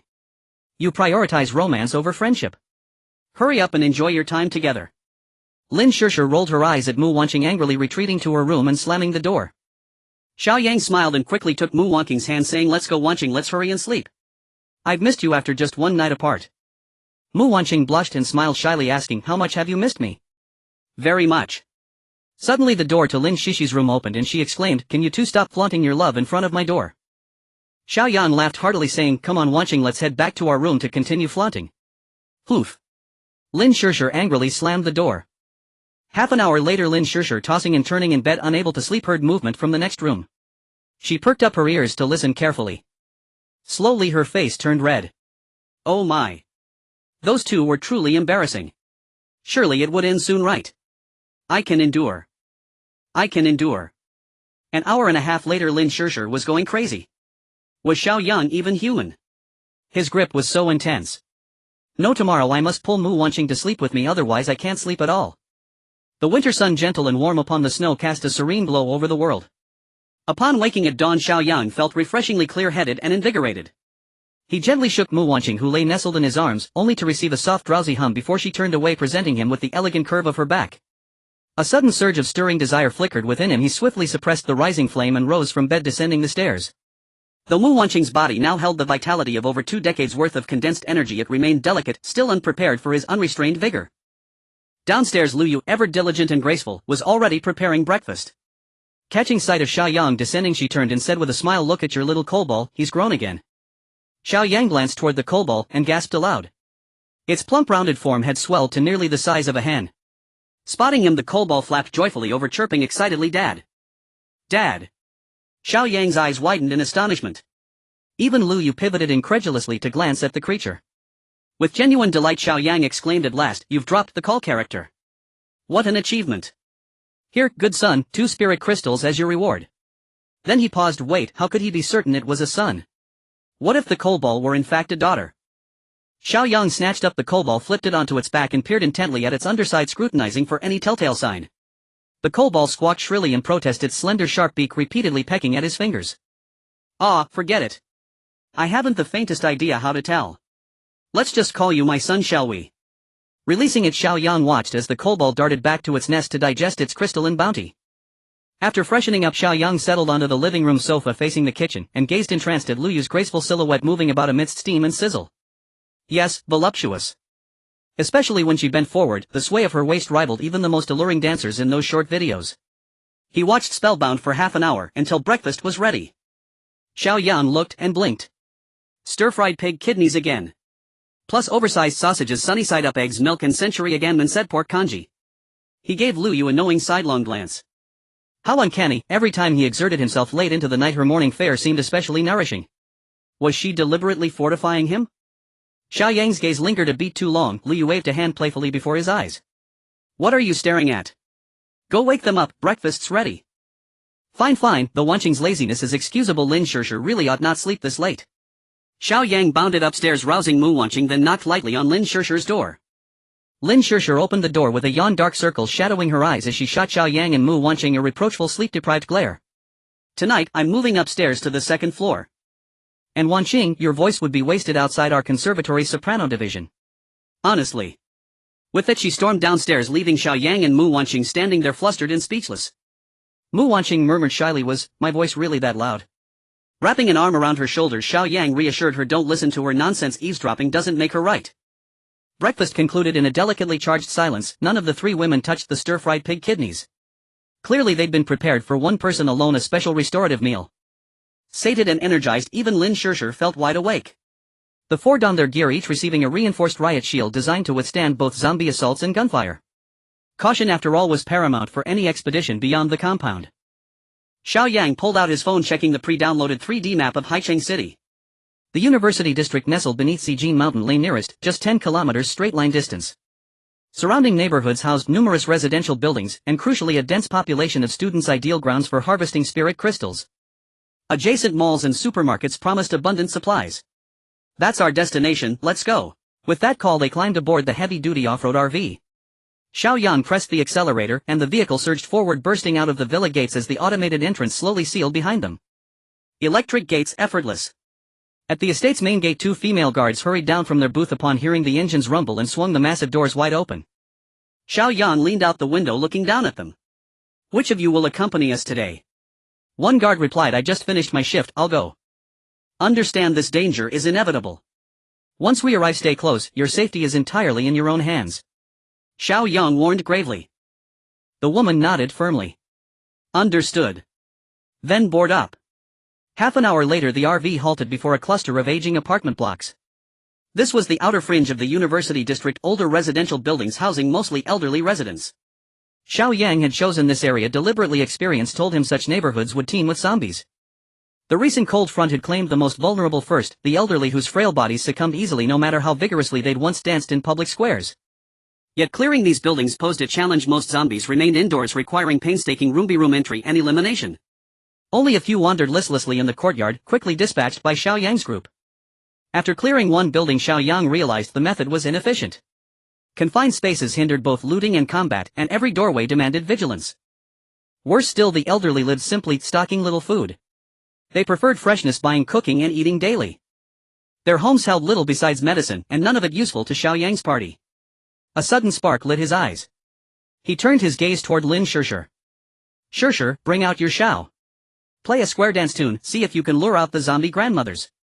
All 3 stared at him, stunned. "Which one?" "Ah, the most brilliant ethnic wind. Yes, that's the one they love. Go on, play." Lin Shirshir burst into laughter. That tune's ancient history. Today's grandmothers prefer old dreams. Xiao Yang chuckled awkwardly. Is that so? Ha, then let's have old dreams. Blow with all your might, make sure every grandmother in the neighborhood hears it. Alright, I'll give it a try. Lin Shirshir drew forth her long shell, placed it gently against her lips, and the haunting lyrical melody of old dreams began to flow. True to expectation, the music stirred the entire neighborhood. From nearby buildings, Xiao Yang already heard the frenzied splintering thuds of zombie fists hammering against doors. Within minutes, over 200 zombie grandmothers had gathered in the garden plaza, shuffling, swaying, drawn irresistibly by the familiar rhythm. Some clutched shattered wooden doorframes, flimsy relics of outdated construction, no match for the brute strength of their undead form. They encircled Lin Shirshir, moving in eerie unison, graceful, synchronized, utterly possessed by the dance. Indeed, square dancing had long since seeped into their very marrow. Xiao Yang observed that the timing was right, found a suitable position, and prepared to start harvesting. He pushed an elderly zombie standing too close to the front back a bit and took that position. The elderly zombie, momentarily delayed by Xiao Yang, suddenly fell out of sync. Enraged, she exclaimed, "Young man, dare to compete with me for a spot." The elderly zombie regained her ferocity first and lunged forward. Xiao Yang struck with his sword, instantly slaying her. Sigh. Even as a zombie she still fights for a place, how amusing. In less than half an hour the group of zombies was swiftly dispatched by Xiao Yang and his companions as if slicing through fruit. Xiao Yang nodded in satisfaction, impressed by their efficiency. The female security guard who had been following them was truly shocked by the scene. The strength of Xiao Yang and his companions exceeded her imagination. She became increasingly convinced that her choice to stay in the villa area as a guard was the right one. Being around such powerful individuals was far better than being alone. Though they viewed themselves as weak and useless, she was determined to work hard to become stronger and join their ranks. With that, she mustered her courage and approached Xiao Yang, nervously asking, "Could you lend me a knife?" I want to." "Are you looking to search for supplies?" "Yes." Xiao Yang handed her the tang knife, saying, "Make sure to come back before we finish collecting the crystals." The female security guard accepted the knife, bowed to Xiao Yang, and hurriedly ran into the nearest building. Xiao Yang and the others certainly wouldn't waste time searching each house for supplies. It was much more efficient to go directly to a supermarket or shopping mall. About half an hour later the female security guard returned with half a bag of rice and half a bag of flour. Just as Xiao Yang and his group finished collecting all the crystals, the female guard approached, pulling out a crystal from her pocket and saying, "Here, is this useful to you? I saw you all collecting, so I took it out." Xiao Yang looked at the crystal in her hand, genuinely surprised. "Did you kill a zombie in the building that slipped through?" The female guard nodded yes. "I happened to encounter one and I learned from you all how to kill it." Xiao Yang looked at her with newfound respect. She was not entirely useless after all. She was willing to learn and showed some courage. "What's your name?" Xiao Yang realized he didn't know her name as she hadn't previously caught his attention. "Su Tong." "Su Tong. Good. You can keep this crystal for yourself. I'll have them teach you how to use it later." "Oh, okay. This knife is yours." Su Tong sensed that Xiao Yang didn't care much for the crystal, so she obediently tucked it away and prepared to return the knife to him. "Since you have the guts to kill zombies, you can keep it for now. If you get the chance, kill a few more zombies to practice." Xiao Yang didn't take the knife back. He felt that since she was so eager to learn, he should give her a chance to train herself. Su Tong looked at Xiao Yang gratefully and said thank you. The group returned to their off-road vehicle and headed to the next community. On the way, Su Tong learned how to absorb crystals. Seeing the time on her arm double, she felt her vitality improve slightly. "What is the effect of this time?" "I'll explain it to you slowly later, just remember not to let the time hit zero." Xiao Yang didn't give her much of an explanation at this point. She could hardly be considered a member of their team, at most just a hired help. After a whole morning, Xiao Yang and his group diligently cleared out 3 old neighborhoods, collecting a total of over 600 crystals. Su Tong also followed behind and killed 3 zombies, obtaining 3 crystals. Lin Shirshir was experiencing significant mental fatigue and her effectiveness was declining. Xiao Yang decided to continue the cleanup the next day. In the afternoon they planned to visit a large shopping mall to gather supplies. At noon they rested in the RV for a while and had a simple meal. Xiao Yang unceremoniously absorbed all the crystals they had acquired. When there were 300 crystals left, his time energy had already surpassed the 1,000-year mark. His physique underwent a significant transformation. Now he no longer feared attacks from ordinary knives, guns or sticks. In his past life he had struggled for 10 years to accumulate over 1,000 years of time energy. Now reborn, he was about to reach that power level in just over half a month, unbelievably fast. At this rate it wouldn't be long before Xiao Yang would swiftly break through the 1,000-year mark and reach an even higher level of strength. By then he could walk confidently in Haicheng. Thinking about this, Xiao Yang couldn't help but laugh. He then distributed the remaining 300 crystals to Mu Wanqing, Luyu and Lin Shishir. After absorbing the crystals, the three women also surpassed the 100-year mark in time energy, experiencing a qualitative leap in strength. They were immensely happy. After resting, Xiao Yang drove the off-road vehicle directly to a large shopping mall. This mall was the largest in the university town. Due to the high chassis of the heavy off-road vehicle, they couldn't enter the underground parking lot, so Xiao Yang parked right in front of the mall. Su Tong, stay here and watch the car. If anything happens, use the walkie-talkie to call. Xiao Yang handed Su Tong a walkie-talkie, took the keys and walked towards the mall with Mu Wanqing and the others. The mall's entrance was open, but all areas inside had fallen iron gates. The iron gates didn't show any signs of being tampered with, suggesting that no one had come here, or perhaps they had come but found themselves unable to enter. This was good news, at least it indicated that the supplies inside hadn't been disturbed. The iron gates were sturdy, but they couldn't stop Xiao Yang. Xiao Yang took out a crowbar and, using his physique, easily pried one of the iron gates open. Once inside, he headed straight for the supermarket on the first floor. The supermarket was spacious and well-stocked. Xiao Yang didn't hold back and directly collected all the items, including the shelves, into his space. The sight left the three women behind him astonished. They had seen Xiao Yang take supplies out of his space, but they had never witnessed him putting supplies into it. In less than 2 hours, the entire supermarket was emptied by Xiao Yang. The three women couldn't help but marvel at how large Xiao Yang's space was able to hold so much.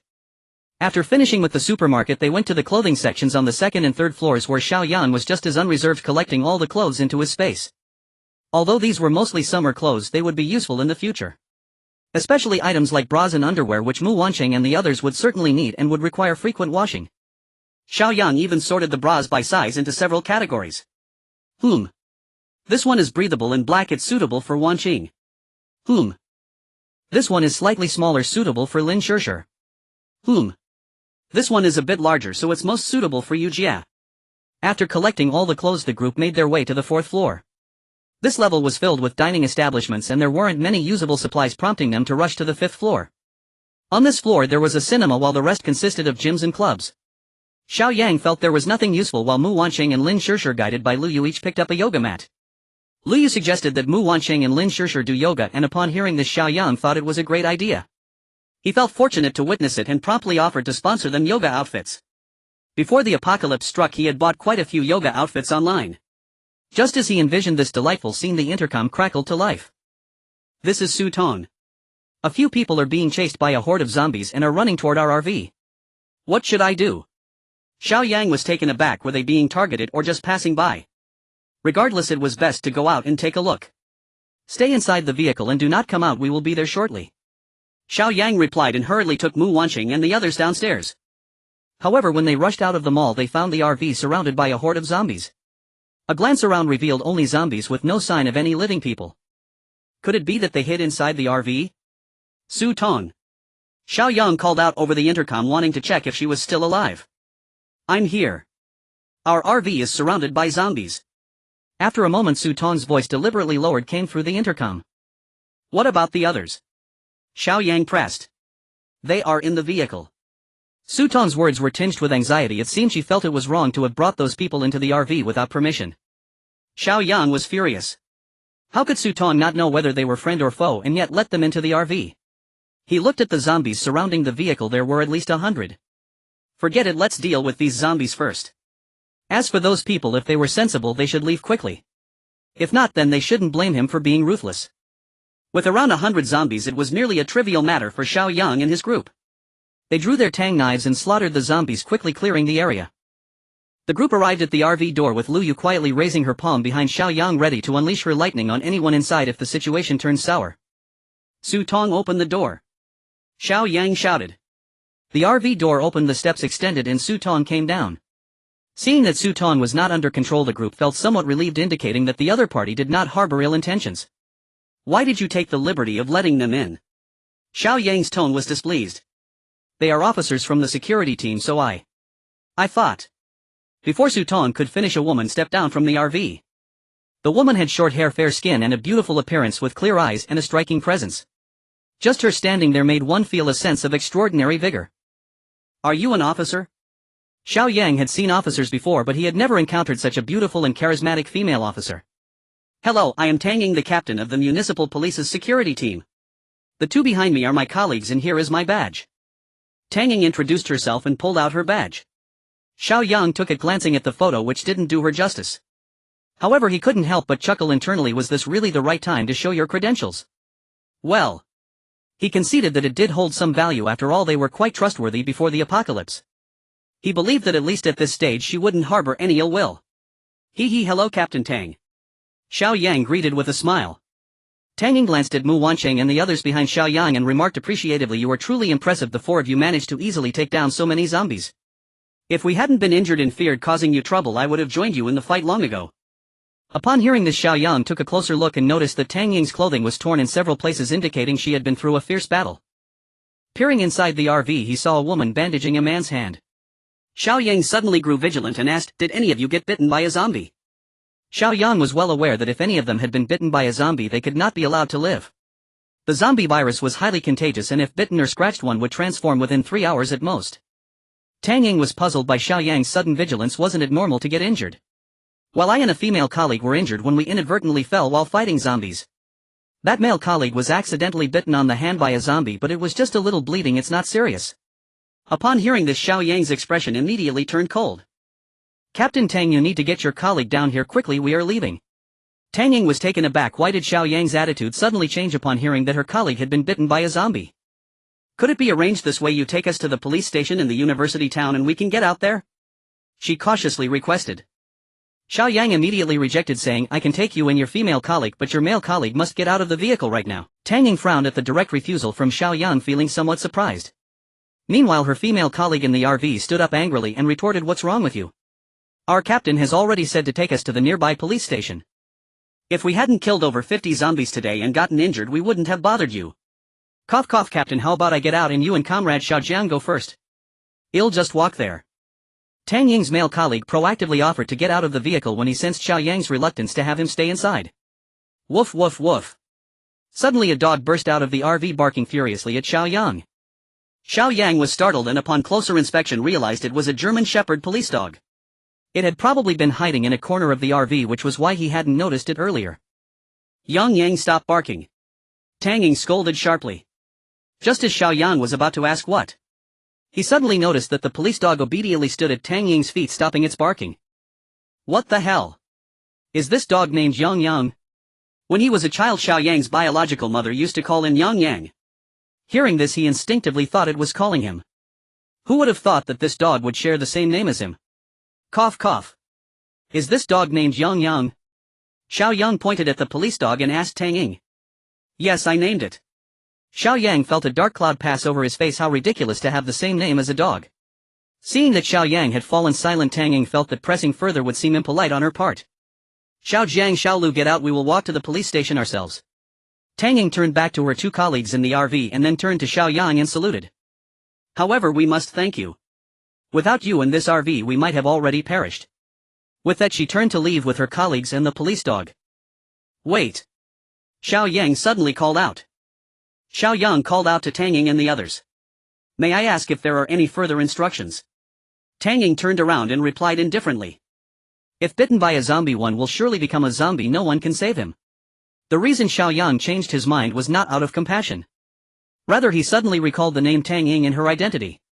In his past life memories, this Tang Ying seemed to be the renowned goddess of archery. What is the goddess of archery?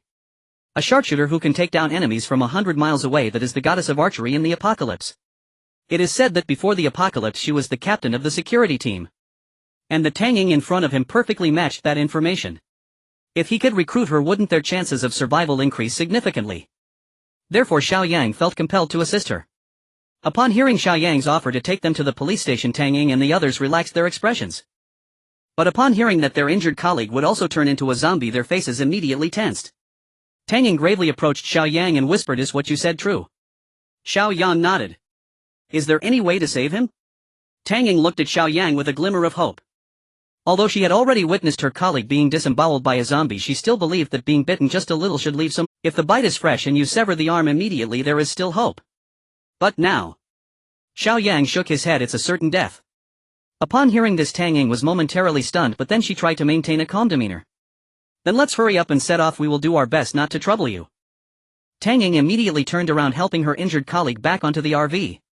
Xiao Yang also hurriedly called everyone to get in, flooring the accelerator straight to the police substation in the university town. In less than 20 minutes the off-road RV drove directly into the police station compound. It was evident that this place had also suffered a zombie attack, with numerous headless corpses lying scattered in the yard. The glass doors of the police building were shattered, indicating that the situation inside was likely not optimistic. Everyone got out of the car and Tang Ying and her female colleague Xiao Jiang each drew a dagger for protection. "Thank you for bringing us here. You can go now." Tang Ying saluted Xiao Yang and then turned to her colleague, instructing Xiao Jiang, "You take Xiao Lu to find a room to stay while I check the armory for any ammunition." Suddenly remembering something, she walked over to Xiao Jiang and whispered a few words in her ear. Xiao Jiang listened carefully, glanced at Xiao Yang, then at her colleague Xiao Lu, and nodded solemnly. Xiao Jiang supported Xiao Lu to find the nearest office and walked in. Tang Ying continued further into the police building with the police dog searching for supplies. Xiao Yang had no intention of leaving. His goal had not yet been achieved, and he was also looking for some ammunition. This was a great opportunity that he couldn't miss. Xiao Yang said to Mu Wanqing and the others, "You stay here, I will go take a look." He then drew his Tang Dao and followed after them. Seeing Xiao Yang follow him with a knife, Tang Ying was quite surprised. "Weren't you told to leave? Why are you following me?"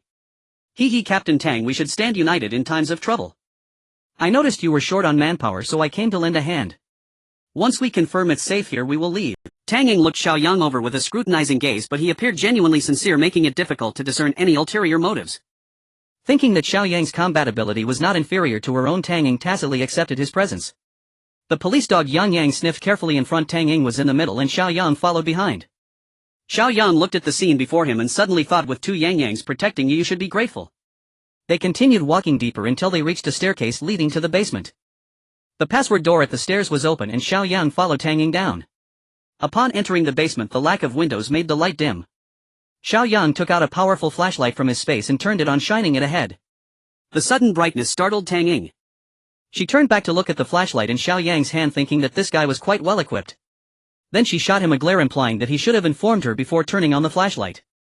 Xiao Yang smiled helplessly, feeling that his good intentions had backfired. Seeing Tang Ying's cautious demeanor, he thought the pace was too slow. He directly patted her shoulder, signaling her to step back.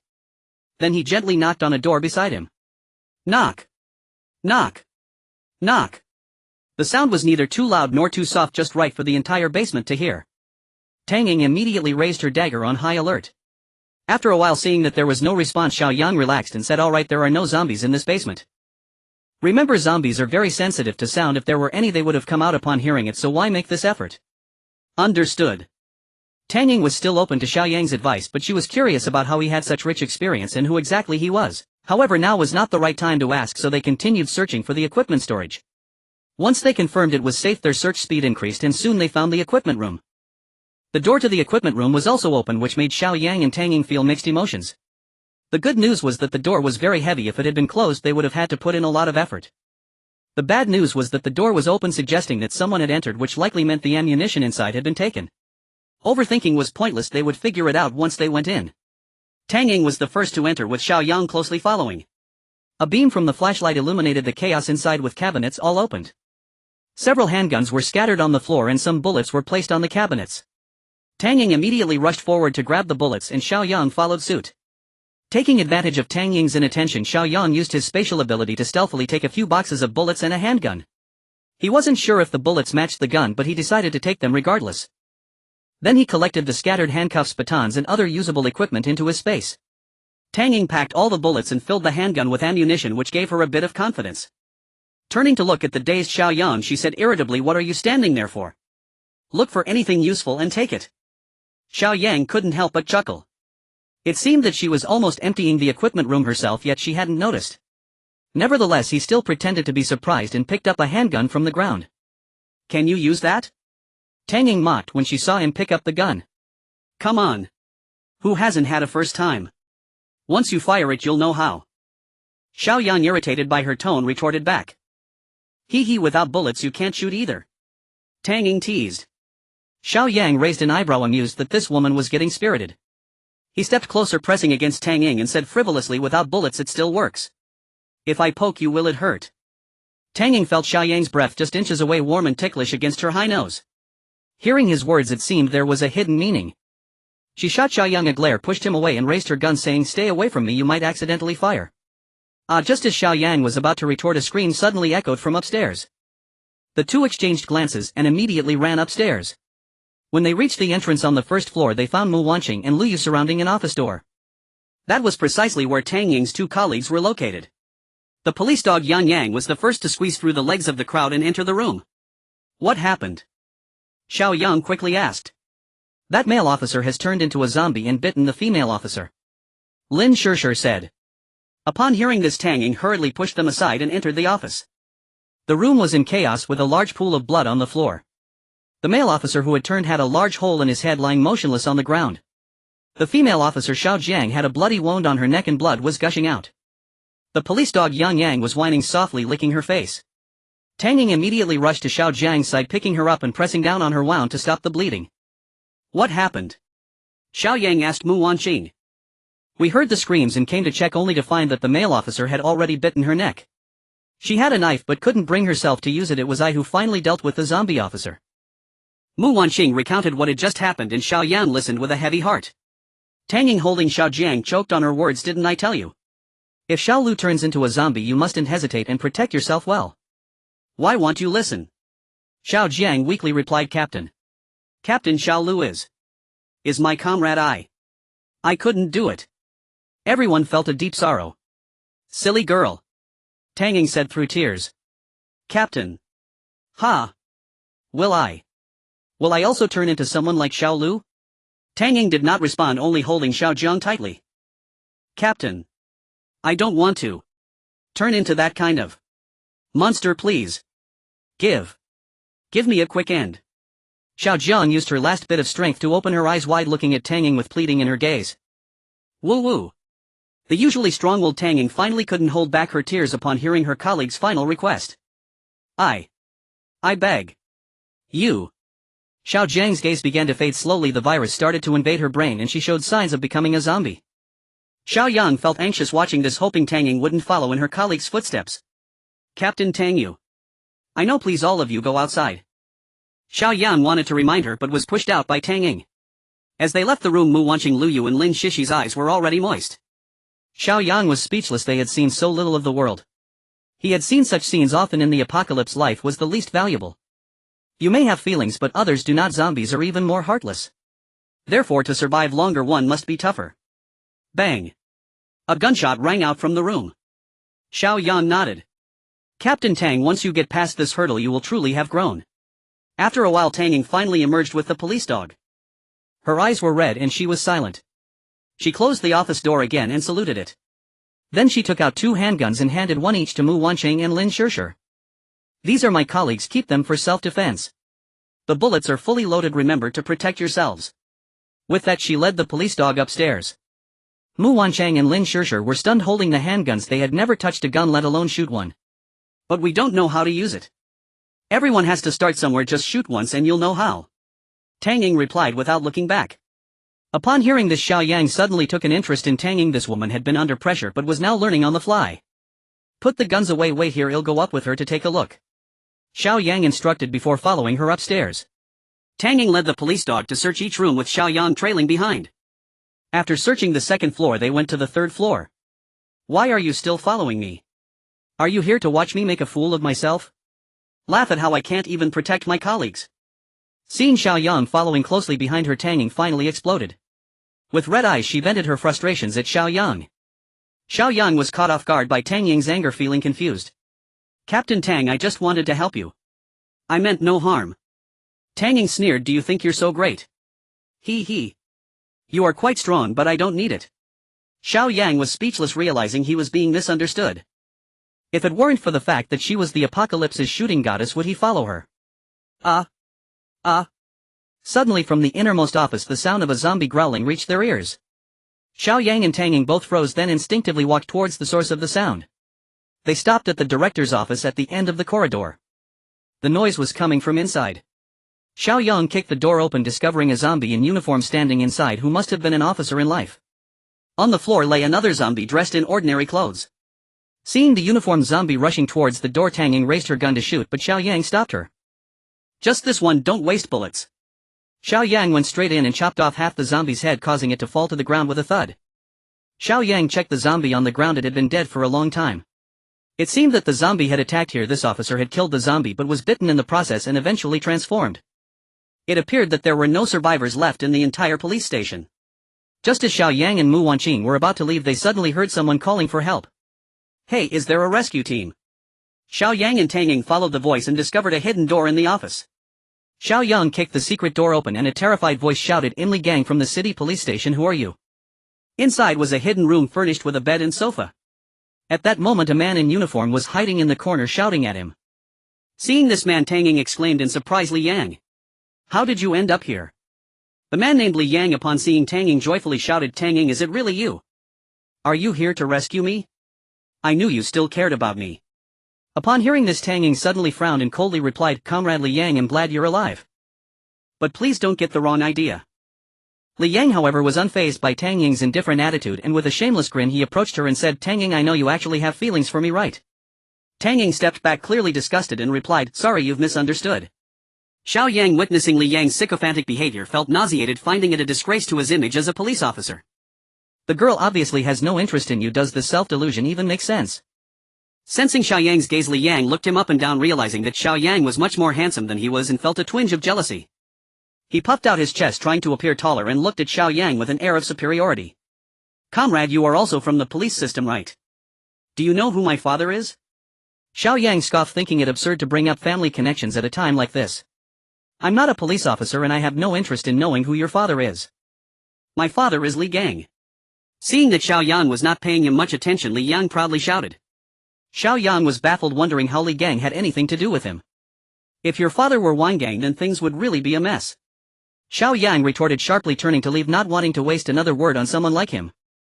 Tang Ying, standing nearby, suddenly found it funny, but she held back her laughter because of Li Yang's presence. Seeing Xiao Yang dismiss him in front of his goddess, Li Yang felt a pang of anger. Suddenly he noticed the Tang Dao in Xiao Yang's hand and his expression darkened. "Wait. You said you're not a police officer, yet you're holding a controlled weapon. Do you realize that's illegal?" As Xiao Yang was about to leave, he was so amused he couldn't help but laugh. Even Tang Ying looked at Li Yang like he was an idiot. Idiot. Xiao Yang didn't want to waste any more time on someone like him, throwing out those two words before turning to walk away. Li Yang, hearing this, was enraged and chased after him, shouting, "Who are you calling an idiot? I'll report you for insulting a police officer." Suddenly Li Yang's voice cut off. Xiao Yang turned around to see that Li Yang was speechless, stunned by the two zombies lying on the ground. Seeing his reaction, Xiao Yang knew he was a coward. Looking at the two zombies on the ground, Xiao Yang seemed to have guessed something. "What's scared now? If you hadn't been hiding in the shadows and had helped your colleague, they wouldn't have perished, right?" Xiao Yang bluntly voiced his suspicion, causing Li Yang to crumble at once, repeatedly saying, I'm sorry." Seeing Li Yang's reaction, Xiao Yang knew his guess was spot on. He glanced at him with disdain and turned to Li. Tang Ying, observing Li Yang's demeanor, also understood what was happening. This Li Yang was simply a disgrace to the police department. The more she looked, the more irritated she felt, so she decided to follow Xiao Yang outside. Hey, Tang Ying, where are you going? Wait for me." Realizing what was happening, Li Yang hurriedly followed after her, but no one paid him any mind all the way to the entrance on the first floor. When Li Yang saw the off-road vehicle parked at the entrance and Mu Wanqing beside it, he suddenly froze. There were actually three beauties inside, rivaling Tang Ying in looks. What the heck? When did the police department get new recruits? How come I had no idea? Could they be from Tang Ying's security team? Seeing so many beauties, Li Yang immediately perked up. He straightened his posture, trying to appear more charming. Clearing his throat, he pretended to be serious and asked, "Ahem, Captain Tang, are those women from your security team?" "No." Tang Ying replied briskly, clearly not wanting to say more to him. "Then who are they?" "They are mine, what of it?" Xiao Yang said coldly. Li Yang squinted his eyes, sizing up Xiao Yang. He discovered that not only was Xiao Yang handsome, but he also had so many beauties around him. He truly felt a mix of envy and jealousy. Looking at the women wielding knives, Li Yang threatened, "Your people are all carrying controlled weapons. Are you a gang?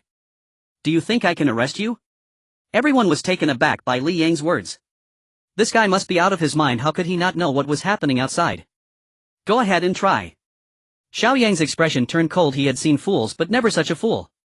Li Yang took a step back, frightened by Xiao Yang's gaze. He could sense that Xiao Yang had definitely killed before. Otherwise he wouldn't instill such a sense of intimidation in him. "All right. Now that there are so many of you, I won't argue with you. Once society returns to order, I will definitely take you down and seize the opportunity to make a name for myself." As for those beauties, they must have been intimidated by him. In the end he would help them escape their plight. Then with a few tricks they would surely be grateful and obedient. Thinking this he smirked coldly. Just you wait. He didn't dare look at Xiao Yang's face again and walked around him, heading toward the off-road vehicle. Whose car is this? Mine too. Xiao Yang turned to look at him expressionless. Li Yang was furious. How could this guy have everything? No wonder he had so many beauties around him. Just this vehicle could attract quite a few people. In the current chaotic city, having such a vehicle was like having a mobile fortress. If I had such a vehicle I could return home safely. As a police officer I inform you that your vehicle has been requisitioned. Tang Yang, get in the car, I'll take you home. Li Yang declared seriously, as if his mere word could make the vehicle his. Seeing that no one spoke he smugly addressed Mu Wanqing and the others. And these beauties, my father is the chief of the Haicheng Police Department. If you're willing to follow me I will ensure my father protects you well. Looking at Xiao Yang, Li Yang felt quite pleased with himself, thinking, haha, you want to compete with me? I can instantly make you lose everything. He turned and opened the vehicle's door, preparing to get in. Suddenly he realized that a knife had been placed around his neck without him noticing. Do you dare to try? The voice was cold yet melodious. Li Yang couldn't believe it and slowly turned his head, seeing Mu Wanqing's frosty expression. Xiao Yang's eyes revealed admiration. Yes. As expected of my woman, she's making progress. Stealing a glance at Tang Yang, he found she was simply watching everything coldly, not intervening. It seemed Tang Yang also disapproved of Li Yang's actions. Miss, don't be impulsive. You need to understand that this behavior is assaulting a police officer and you could end up in jail. Li Yang stood there not daring to move, attempting to verbally warn Mu Wanqing. If it weren't for that police uniform I would have cut you down long ago. Get away from our vehicle. Mu Wanqing shouted in disgust. Okay, I won't be impulsive, I'm leaving. Li Yang slowly retreated to Tang Yang's side, instantly feeling safer, and pointed emphatically toward Xiao Yang and the others, shouting, Captain Tang, did you see that? These unruly civilians are staging a rebellion. And you're the chief of the municipal public security squad, will you just stand by and watch them run amok? And Tang Yang shifted her stance slightly, putting a discreet distance between herself and Li Yang. Li Yang, you've truly disgraced our police station. And Xiao Yang watched Li Yang's theatrical performance from behind with the detached amusement of someone observing a monkey. Such a contemptible wretch, had Tang Yang not been present Xiao Yang would have severed him with a single stroke. Yet since Li Yang had dared to provoke them, Xiao Yang had already sentenced him to death in his heart. He would ensure Li Yang never left alive. With his father's influence and open hostility toward their group, keeping him alive would be planting a catastrophic time bomb beneath their own feet. Captain Tang, what are your plans now? And ignoring Li Yang entirely, Xiao Yang stepped forward beside Tang Yang and asked. I'm still uncertain. My colleagues have either fallen in battle or been scattered. I haven't decided on our next move yet. And Tang Yang spoke with deep sorrow. Upon hearing this, Xiao Yang sensed his opportunity. And Captain Tang, since you've yet to decide, why not return with us? Nur base is spacious, all zombies there have been eradicated, and it's perfectly secure. We'll settle in first, then deliberate our long-term strategy at leisure. And Xiao Yang desperately wanted Tang Yang to join their team, but he knew someone like her would never submit easily to another's command. Still, if he could keep Tang Yang close for now, an opening would emerge, and Xiao Yang refused to believe he couldn't win her over. And hearing Xiao Yang's invitation, Tang Yang was indeed tempted. She had witnessed firsthand the formidable strength of Xiao Yang and his companions. And staying with them meant no burdensome liabilities, no more exhausting struggle on her own. Moreover, the fact that so many young women willingly followed Xiao Yang spoke volumes about his integrity. Most crucially, she felt no aversion toward him. Her earlier outburst had merely stemmed from wounded pride, a momentary sting to her dignity. She realized if given the choice of allies she would choose Xiao Yang without hesitation. And no reason, just a woman's instinct whispering that Xiao Yang was profoundly reliable. Certainly far more dependable than Li Yang.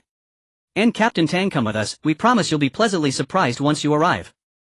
Mu Wanqing also stepped forward to extend the invitation, deeply impressed by Tang Yang, not only because she was captain of the public security squad but also because Tang Ying's gift of a pistol earlier had moved her profoundly.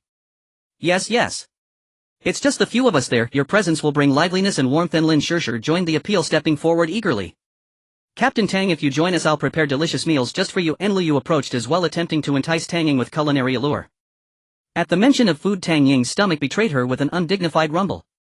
And for days she'd subsisted on 2 packets of instant noodles, a few mouthfuls of snow, and one grueling battle against zombies. Her hunger had long since become unbearable.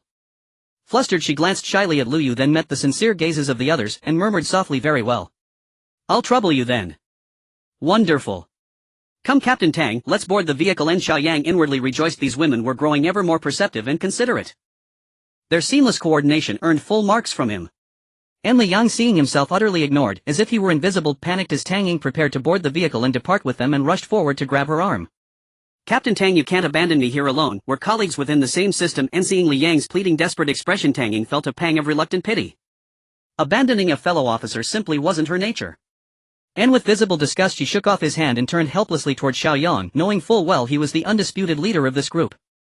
Xiao Yang smiled faintly, he understood her unspoken plea perfectly. They'd already been contemplating how best to deal with Li Yang, now granting Tang Ying this small favor would serve his purpose admirably. Once Li Yang entered the villa district, Xiao Yang bowed silently, he would not survive the night. And since he's Captain Tang's colleague, let him join us. We certainly have enough rooms. Xiao Yang's warm affable smile struck Tang Ying as the mark of a magnanimous man, unbitter despite Li Yang's earlier insults, willing to accommodate her discomfort by extending mercy to him. In that moment Xiao Yang, standing in her eyes, rose significantly. And relieved that Xiao Yang had agreed, Li Yang scrambled into the motorhome first, fearful that Xiao Yang might renege and leave him behind. Witnessing his craven behavior, everyone felt a wave of revulsion. And they'd never seen such despicable filth. And again along the journey the women chatted idly, gradually deepening their mutual understanding. Noticing Xiao Yang focus solely on driving and ignoring him, Li Yang seized upon a topic. This vehicle requires an A-class driver's license. Do you hold one? Let me inform you, operating it without proper certification is illegal. Get out. And Xiao Yang considered every additional word wasted on him. And having hit a dead end, Li Yang grew bored and turned instead to tease Tang Ying's police dog Yang Yang. But Yang Yang refused to acknowledge him, sometimes even baring its teeth in warning. And Xiao Yang could barely suppress a chuckle. A failure so complete even a dog refuses his company. The heavy-duty off-road motorhome rolled smoothly to a halt before the main gate of the Zijin Mountain Villa district. And the female security guard on duty had already opened the gate and stood waiting. Su Tong disembarked carrying half a sack of rice and flour. And Xiao Yang instructed her to exchange operational insights with the other gatekeeper. Next time they ventured out she would accompany them. Su Tong nodded solemnly. Satisfied, Xiao Yang guided the vehicle onward toward his private villa.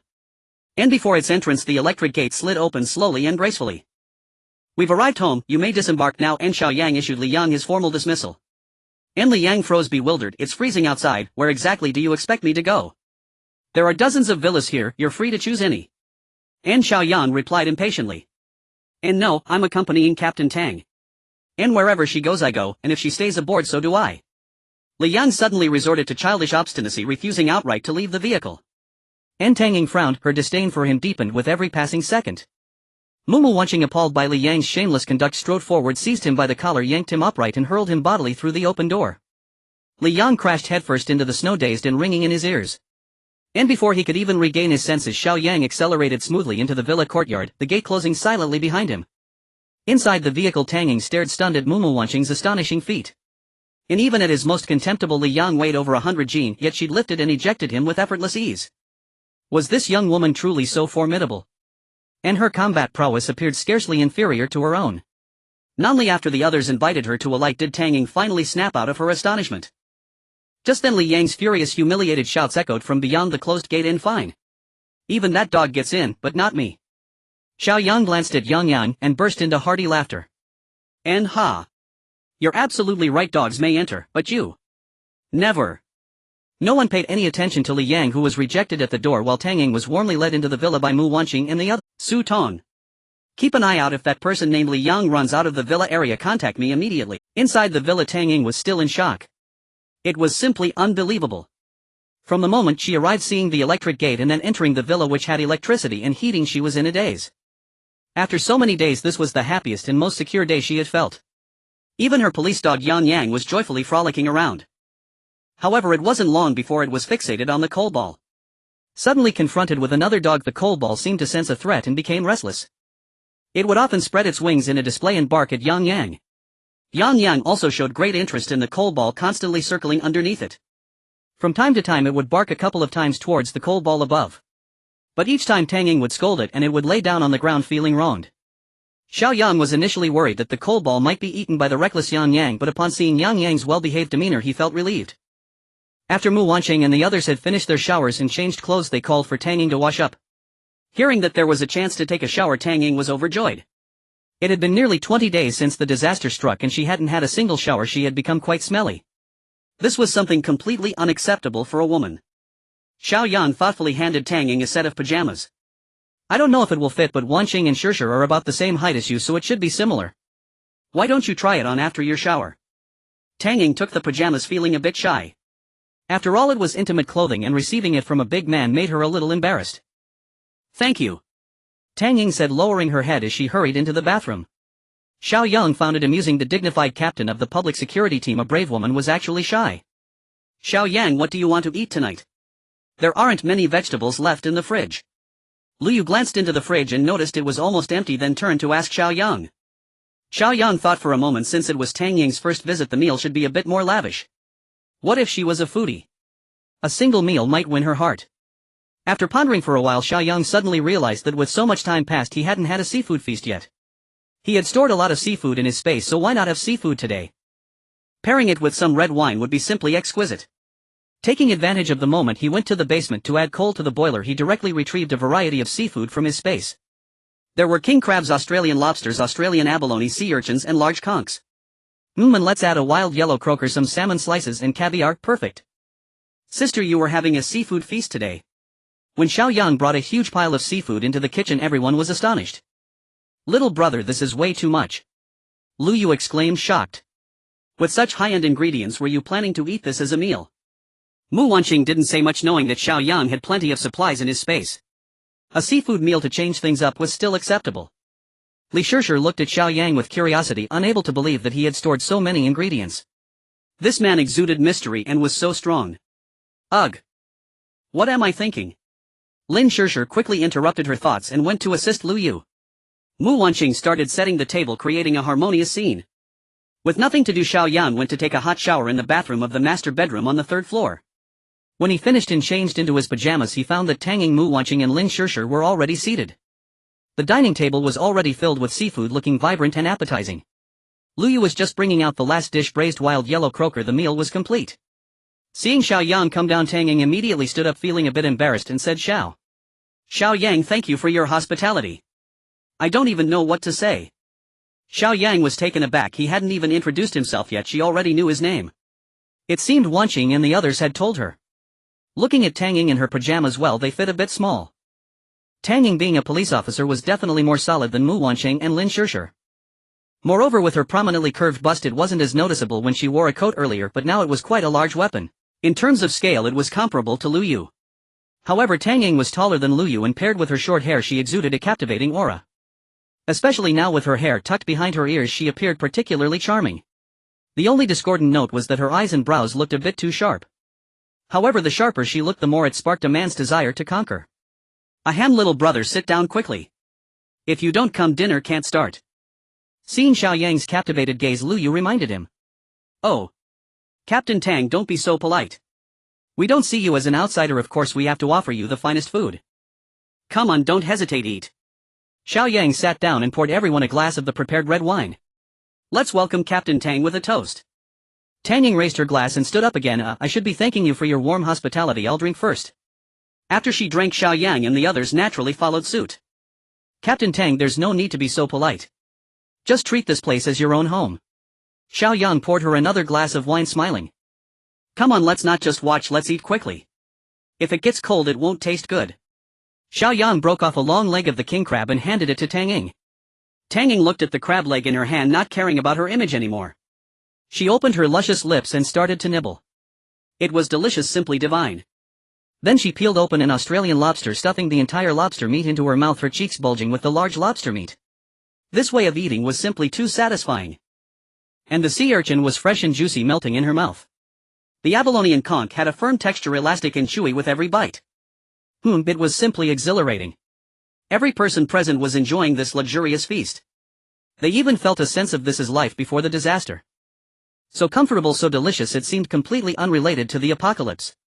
Soon the seafood on the dining table was wiped clean and everyone wore satisfied expressions. Even the police dog Yang under the table was basking in the afterglow. The shrimp shells and crab shells were simply too delicious. The villa was filled with joy, while outside Li Yang found himself in a pitiable situation. Seeing no hope in entering Xiao Yang's villa, he could only find a nearby villa to stay in. There were no lights here, it was pitch black, contrasting sharply with the brightly lit villa of Xiao Yang. By the moonlight he rummaged through everything but found no food. Desperate with thirst, he had no choice but to scoop up some snow from the ground and shove it into his mouth. He glared at Xiao Yang's villa filled with resentment. You little brat, just wait. When I meet my dad, I will definitely have him arrest you first. And you, Tang Ying, you filthy wretch, actually siding with other men. Don't blame me for being ruthless when the time comes. If you don't take off your clothes and come to me willingly, I will never forgive you. And those little ladies, hey, get ready to endure my fierce assault. As he envisioned these scenarios, Li Yang felt a sense of comfort in his heart, a lewd smile appearing on his face as if everything he imagined was about to come true. Xiao Yang absorbed all the crystals he hadn't had the time to absorb today, and his time energy directly broke through to 1,100 years. He stretched his muscles and his whole body made cracking sounds. His skin was now tighter and firmer than before. Although there was not much visible change, he knew that even a knife would struggle to cut through his skin now. For him, ordinary cold weapons were as trivial as a drizzle. At this level, he no longer feared the attacks of ordinary zombies. If a zombie bit him, it would probably shatter its teeth. It is no exaggeration to say that as long as he did not encounter hot weapons, Xiao Yang was almost invincible. At this moment, he radiated an aura of dominance, exuding charisma. Tang Ying sensed Xiao Yang's transformation, revealing a look of astonishment. Although she had already learned about the effects of the crystals from Xiao Yang, she did not expect the time energy to bring about such a drastic change. Mu Wanqing and the others had long understood the reason and were no longer surprised. However, they were still captivated by the masculine charm emanating from Xiao Yang. Mu Wanqing felt a sweetness in her heart. My boyfriend is such a perfect man. Lu Yu also felt proud, thinking, yes, that's my brother. Lin Shishir felt quite pleased as well. Well, my best friend's boyfriend can also be considered my half-boyfriend, right? By the way, Captain Tang, have you awakened your abilities yet? Xiao Yang asked Tang Ying, who was staring blankly at him. Ha! What are abilities? Tang Ying suddenly came to her senses, a bit confused. I mean, have you felt that you suddenly gained a special ability or that certain functions have changed? Upon hearing this, Tang Ying's eyes lit up. Now that you mention it, I do feel a bit different from before. What's different? Mu Wanqing and the others were very curious, while Xiao Yang already understood in his heart. However, he still wanted to confirm. Well, how should I put it? I've noticed that my shooting accuracy has improved significantly, suddenly several levels higher than before. Moreover, I've also found that I can throw things with remarkable precision. Look!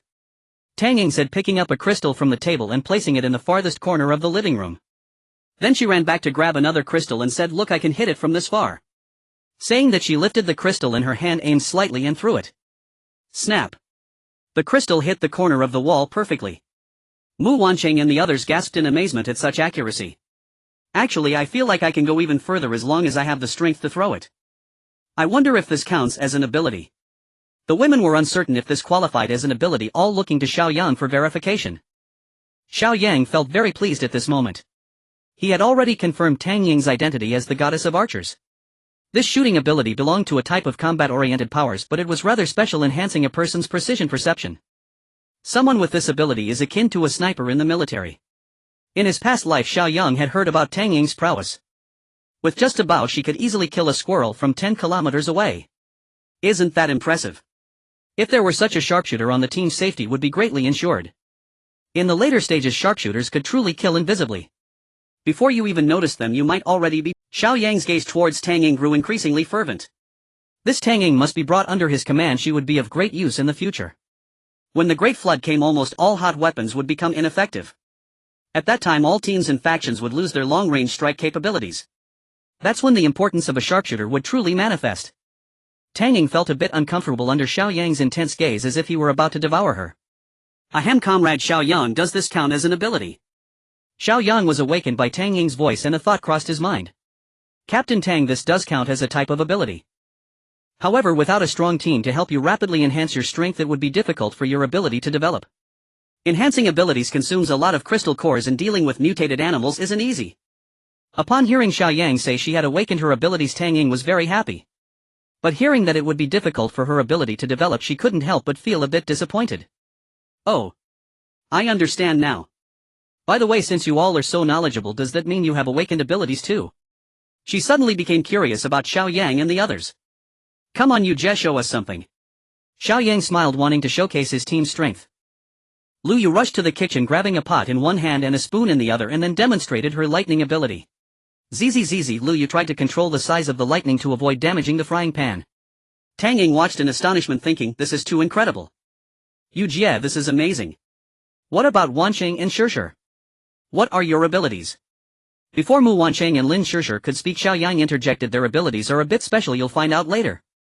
Tang Ying noticed Xiao Yang's mysterious demeanor and figured it might not be convenient to discuss, so she didn't press further. What about you? What abilities do you have? Me. Ha ha. My ability is to keep all of you well fed and happy. So you won't have to worry about food and clothing in this apocalypse. How about that impressive right? Xiao Yang subtly revealed to Tang Ying but received only an eye roll in return. If you don't want to say then forget it. Xiao Yang thought it was better not to reveal everything for now, especially since Tang Ying had not truly chosen to join him. Alright, it's getting late, let's all get some rest. Xiao Yang stood up first and took out 2 crystal cores to feed the coal ball. The police dog Yang Yang sniffed the air, seemingly sensing something unusual about the crystal cores, wagging its tail and looking up at Xiao Yang eagerly. It wanted some too. Do you want it? Xiao Yang teased the police dog Yang Yang, dangling a spirit core before its nose. The dog stared, drooling uncontrollably. Hat, no. You'll get it only after you change your name. Xiao Yang suddenly snatched the spirit core away, leaving the dog utterly bewildered. Dejected, the dog trotted to Tang Ying and nuzzled her leg for comfort. Tang Ying stroked its head while glancing at Xiao Yang. You, a grown man, bullying a dog. Captain Tang, please rename this dog. Yang Yang doesn't suit it. Xiao Yang offered sincerely. Why change it? I spent ages choosing that name. Yang Yang is perfect, it stands for. Tang Ying frowned, baffled.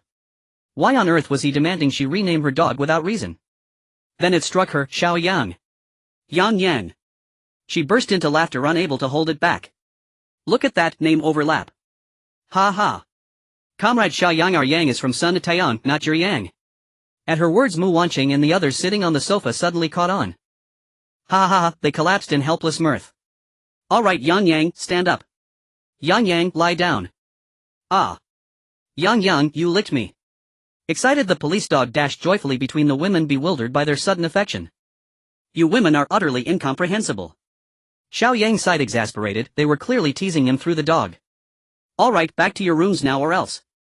Xiao Yang grinned mischievously and raised his right hand, gesturing playful. Or else I'll make your pajamas vanish on the spot. Believe me. At this, Mu Wanqing, Lin Shishir and Lu Yu instantly stifled their laughter. Whoa. Xiao Yang truly was ruthless, and yes, he could instantly store their clothes in his spatial realm. He took one step forward, sending all 3 fleeing in panicked disarray. Only Tang Ying remained still, chuckling. Xiao Yang glanced at her snug pajama top, taut over her curves, and an impish thought flashed: if I removed her top would she hit me? Ha! Scared already? Tang Ying hadn't expected them to bolt so fast. Was Xiao Yang's mere word really that intimidating? Truly fearless in ignorance, Xiao Yang murmured, then headed upstairs. That night Lin Shishir, true to form, did not return to the 3rd floor. Instead she stayed with Tang Ying on the 2nd. The 2nd floor had 3 bedrooms, 1 for each. Lin Shishir sighed with relief, finally a peaceful night's sleep. Tang Ying, however, lay awake, staring blankly at the ceiling. Her mind reeled, memory after memory of the catastrophe unfolded the night the polar cold front struck, when she'd led a dozen officers on patrol and become trapped inside a garment factory. Fortunately, clothing was plentiful and their physical resilience kept them from freezing. As for food, one officer braved the frozen cafeteria and returned with a sack of potatoes. That single sack sustained the dozen of them through the worst of the freeze. But then, the zombie outbreak. Nearly every worker in the factory turned. In the brutal battles that followed, half her team fell. The survivors barely made it back to municipal police headquarters. There they found only ruin. Watching former colleagues twist into ravenous monsters, lunging, biting, devouring her own officers, shattered her heart. They fled only to be hunted relentlessly by roaming zombies along the way, until at last they encountered Xiao Yang's group and narrowly escaped death. She simply couldn't fathom what had happened to this world, how such an unimaginable calamity could unfold. For the first time in days she lay quietly, free to ponder these questions. She was captain of the city security force, but also undeniably a woman. This cataclysm had shattered every boundary of her capability. Every officer under her command had perished. A crushing sense of helplessness settled upon her. Today, witnessing the warmth and unity of Xiao Yang's team, and how the women instinctively looked to him as their anchor, she felt a quiet, aching envy. If her partner possessed such strength, would she still have forged herself into this unyielding, iron-willed woman? The sorrow deepened, so she stopped thinking. All she wanted now was sleep. To hell with duty, for tonight she simply wished to be herself again, a woman who loved good food and lazy mornings. Meanwhile, in the master bedroom on the 3rd floor. Wanqing, did you use your mind-listening ability on Captain Tang today? Yes. Xiao Yang smiled. Wanqing was indeed sharp. What did you hear? Twice. First, at the mall entrance, she thought their team is incredibly strong. I deeply admire them. Second, just now during dinner, she thought if only every day could be like this. Mu Wanqing rested her head on Xiao Yang's shoulder, blinking up at him. Her fingers traced slow teasing circles across his chest. The motion stirred something restless within him. You want Captain Tang to stay, don't you? At her question, Tang Ying's image rose vividly in his mind, her commanding presence, striking beauty, formidable physique, and the unshakable righteousness radiating from her very bones. Together they formed an irresistible allure, a magnetism that stirred fierce primal desire. What if I claimed her? Ah! A sharp pinch jolted him, pain flared across his chest. How dare you think of another woman while I'm right here? Men are all rotten. Mu Wanqing glared, fingers tightening with righteous fury. Xiao Yang groaned inwardly, careless. She'd caught him. No privacy left, truly unjust. She'd even dared to pinch him. He gently but firmly pulled her hand away. After all, even a man's chest was a vulnerable spot. Don't think I haven't noticed your thoughts about Shirshir and Lu Yu. I've just chosen not to expose you yet. Her teeth ground together, eyes blazing. Appreciating beauty is human nature, I'm a perfectly normal man. Xiao Yang declared with solemn sincerity. Seems your energy is too abundant, I'll need to find a solution. Bring it on, Brother Yang. Hey, that person just tried to enter our security building but I didn't allow it. Now he has gone into the property management office. In the night, Xiao Yang, who had just finished his work for a short while, heard Su Tong's voice from the intercom. Alright, I got it. After replying, a smirk appeared at the corner of Xiao Yang's mouth. Just as he was thinking about finding Li Yang, the latter showed up. This actually saved him a lot of trouble. Looking at Mu Wanqing, who had slumped into a heap and fallen asleep, Xiao Yang chuckled. He put on his clothes and quietly walked out of the bedroom. Li Yang woke up hungry in the night. Not daring to go to Xiao Yang's villa, he could only stumble his way to the security building where Su Tong was. He knew there were guards here, so he hoped to scrounge some food. Unfortunately, Su Tong completely ignored him. He wanted to knock on the door, but it was too thick for him to break.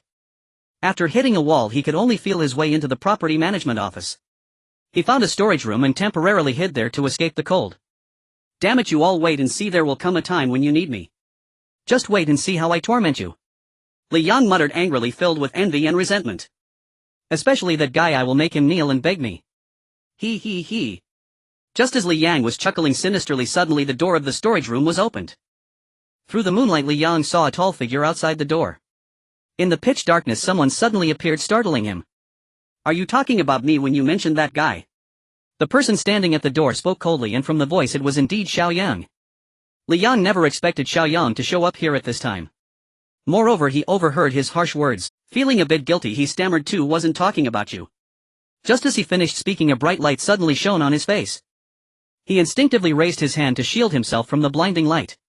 Xiao Yang approached Li Yang with a flashlight, expressionless as he said, "Give me the time on your arm."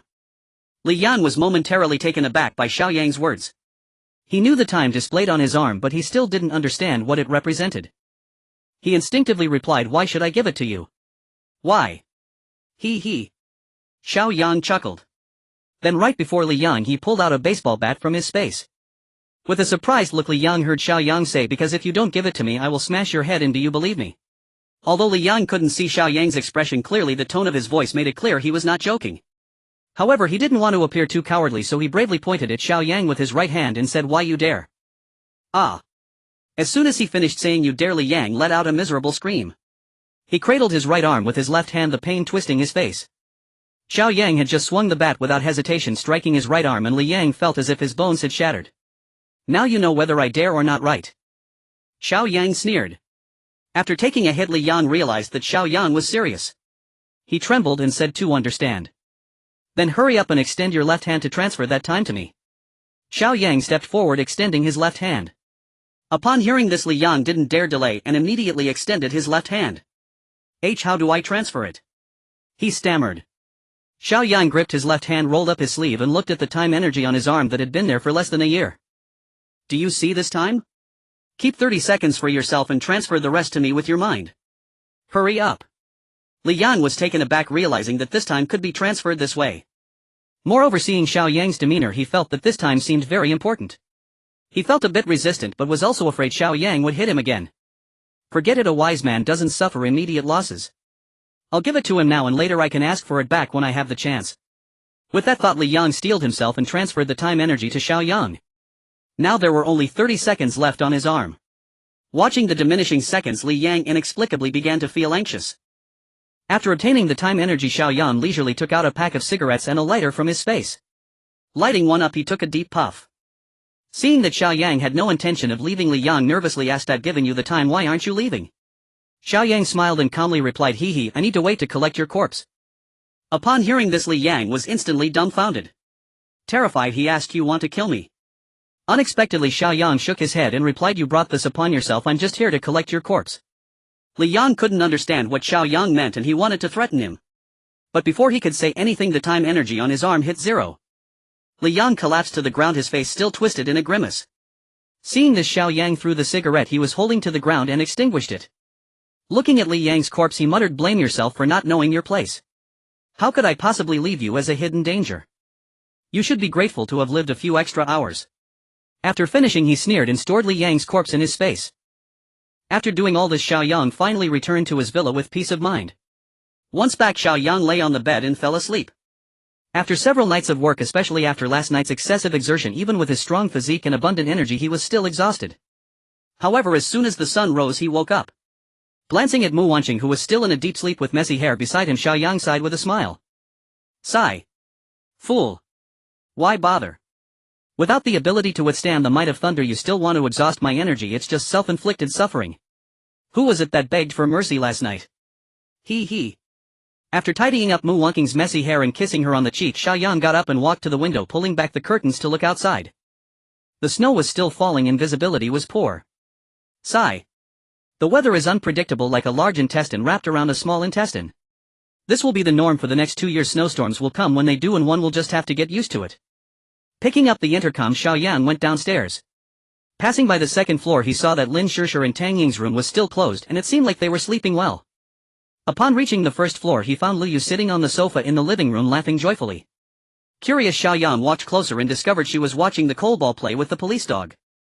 Xiao Yang smiled at the sight. Rather than playing, it was more like the kobolд was bullying the police dog. The kobolд took advantage of the dog's inattention, flying behind it and biting its tail. Whenever the police dog turned its head, the kobolд would fly back to its perch. No matter how well trained the police dog was, it couldn't do anything about it. Enraged, the police dog howled at it on the ground. The fun continued in this manner. "Sister, you woke up so early."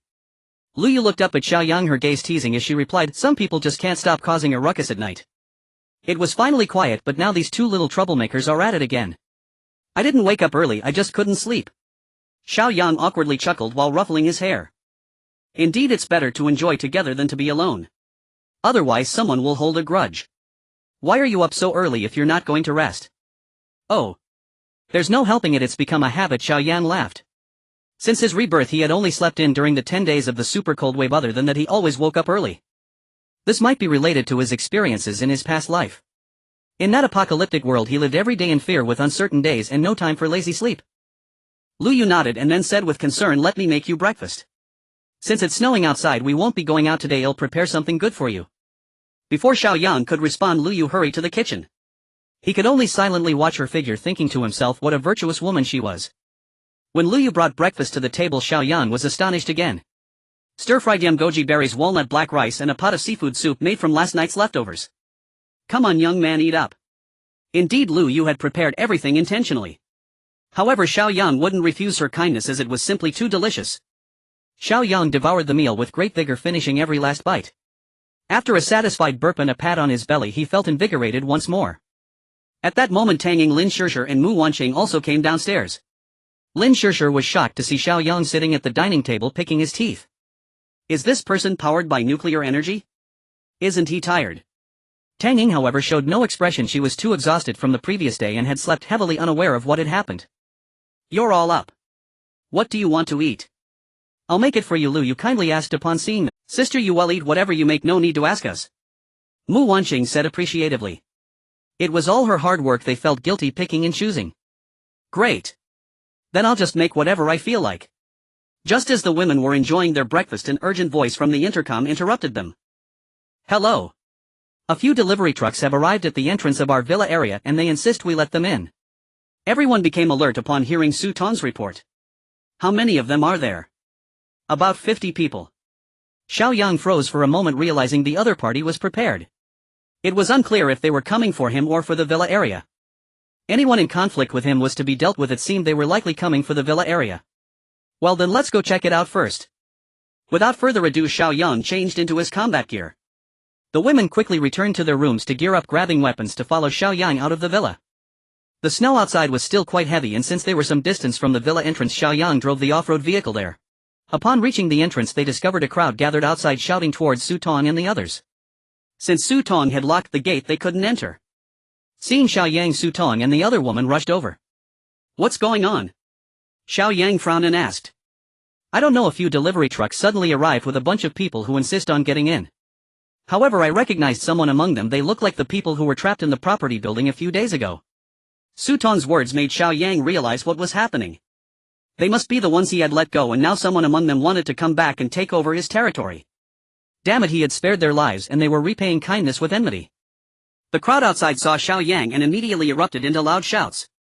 "Wow! There are quite a few women here, and these girls are way stronger than those two. Hey ladies, are you hungry? We have delicious food here. If you let us in, we'll make sure to feed you well." "Ha ha. Exactly. On such a cold day, do you want us to warm your beds? I can tell you're quite hot from where I'm standing." The group outside kept bantering, some even whistling, provoking irritation among the women inside. Xiao Yang, however, remained unfazed. Anyone daring to come to his territory was merely a group of dead men in his eyes. He was simply observing the strength of these people. Most of them were in their 30s, holding weapons. Things like steel pipes, machetes and axes, just ordinary weapons. Xiao Yang wasn't concerned. After all, these weapons couldn't hurt him. He was merely thinking that since they had come to his door, he shouldn't waste the time energy they brought with them. 50 people meant at least 50 years of time energy. As Xiao Yang observed the people outside, one of them held up a large bag and said, "Hey, inside. Do you know what's in?" Seeing no one respond, the person placed the bag on the ground and opened it, saying to himself, "See this? It's all good food inside. You must have not seen these good things in a long time. Our boss Qian said that as long as you open the door, this is just a gift for meeting you. If you're willing to join us, we can give you even more food." After he finished, another man added, "Did you hear? Look how enthusiastic my cousin is. Hurry up and open the door, let us in so we can find a few villas to stay in. It's snowing heavily and we're not afraid of freezing." Xiao Yang took a closer look at the speaking man. He did seem somewhat familiar. He seemed to be one of the survivors he had let go that day. At that moment, Tang Ying behind Xiao Yang suddenly shouted, "Qian Yuquan. So it's you bunch of scoundrels." Upon hearing Tang Ying, the leading robust man looked over at her, scrutinizing her before suddenly showing a look of surprise and saying, "Captain Tang." Seeing that he recognized her, Tang Ying sneered, "That's right, it's me. What a small world." Xiao Yang noticed that Tang Ying seemed to have a history with the group outside. He turned to Tang Ying and asked, "Do you know them?" Tang Ying gritted her teeth as she looked at the people outside, saying, "Of course I know them. They are employees of Tianqian Financial Company. The leading man is called Qian Youchuan, the boss of that company. They specialize in predatory loans to college students, pressuring female students to take nude photos and using violent debt collection. They even forced female students who couldn't repay their loans to sell their bodies to pay off debts. This company is notorious. Many victimized students have reported them to the police, but I just can't do anything about it. I wonder who their backer is." After hearing Tang Ying finish speaking, Xiao Yang responded with an "Oh." It seemed that this group of people was not good news from the start. At that moment, the burly man named Qian Yuquan smiled at Tang Ying and said, "Captain Tang, we truly are fated. However, I must advise you, in times like these, why are you still fixated on those past grievances? In my opinion, you might as well open the door and join us. Let's put aside the unpleasantness of the past. I promise to ensure you enjoy a life of luxury in the future. What do you say?" "Pa." Upon hearing this, Tang Ying immediately spat in disdain. "With you bunch of losers, do you think you are worthy?" Shen Youchuan, seeing Tang Ying's reaction, was not angered. Instead, he chuckled and said, "Captain Tang, to be honest with you, do you see the 5 cargo vans behind me? They are filled with various food and supplies. We've essentially moved a small supermarket, enough to sustain us for quite some time. As long as you let us in, I can take care of you. Get lost." Tang Ying couldn't help but curse. Upon hearing this, Qian Yuquan immediately lost his smile and his expression turned grim. All right. Captain Tang, just don't regret it later." After finishing, Qian Yuquan turned his gaze back to Xiao Yang and said, "Young man, I hear from my brother that you are quite impressive. So today I give you a chance. Open the door yourself and I'll make you my second in command. What do you think?" "Not interested," Xiao Yang replied coldly. Ha, good, you have guts. Then don't blame me for being rude." The burly man suddenly raised his right hand and made a slicing gesture towards the big door. Crash! The door swung open. The women inside were stunned. The lock had been severed by the man's bare hands. Xiao Yang was also taken aback. This man had awakened a rare metal ability.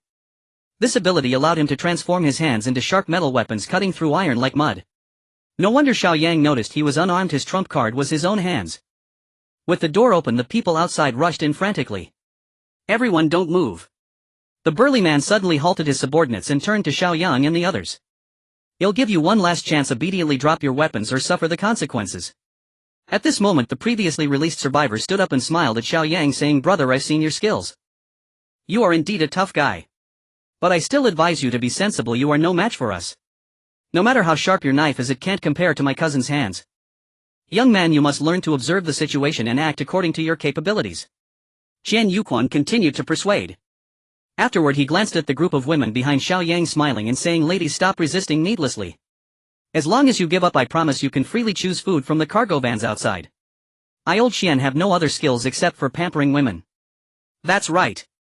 Our boss just loves pampering women. Hurry up and submit, haha." The group of younger brothers behind Qian Yuquan cheered.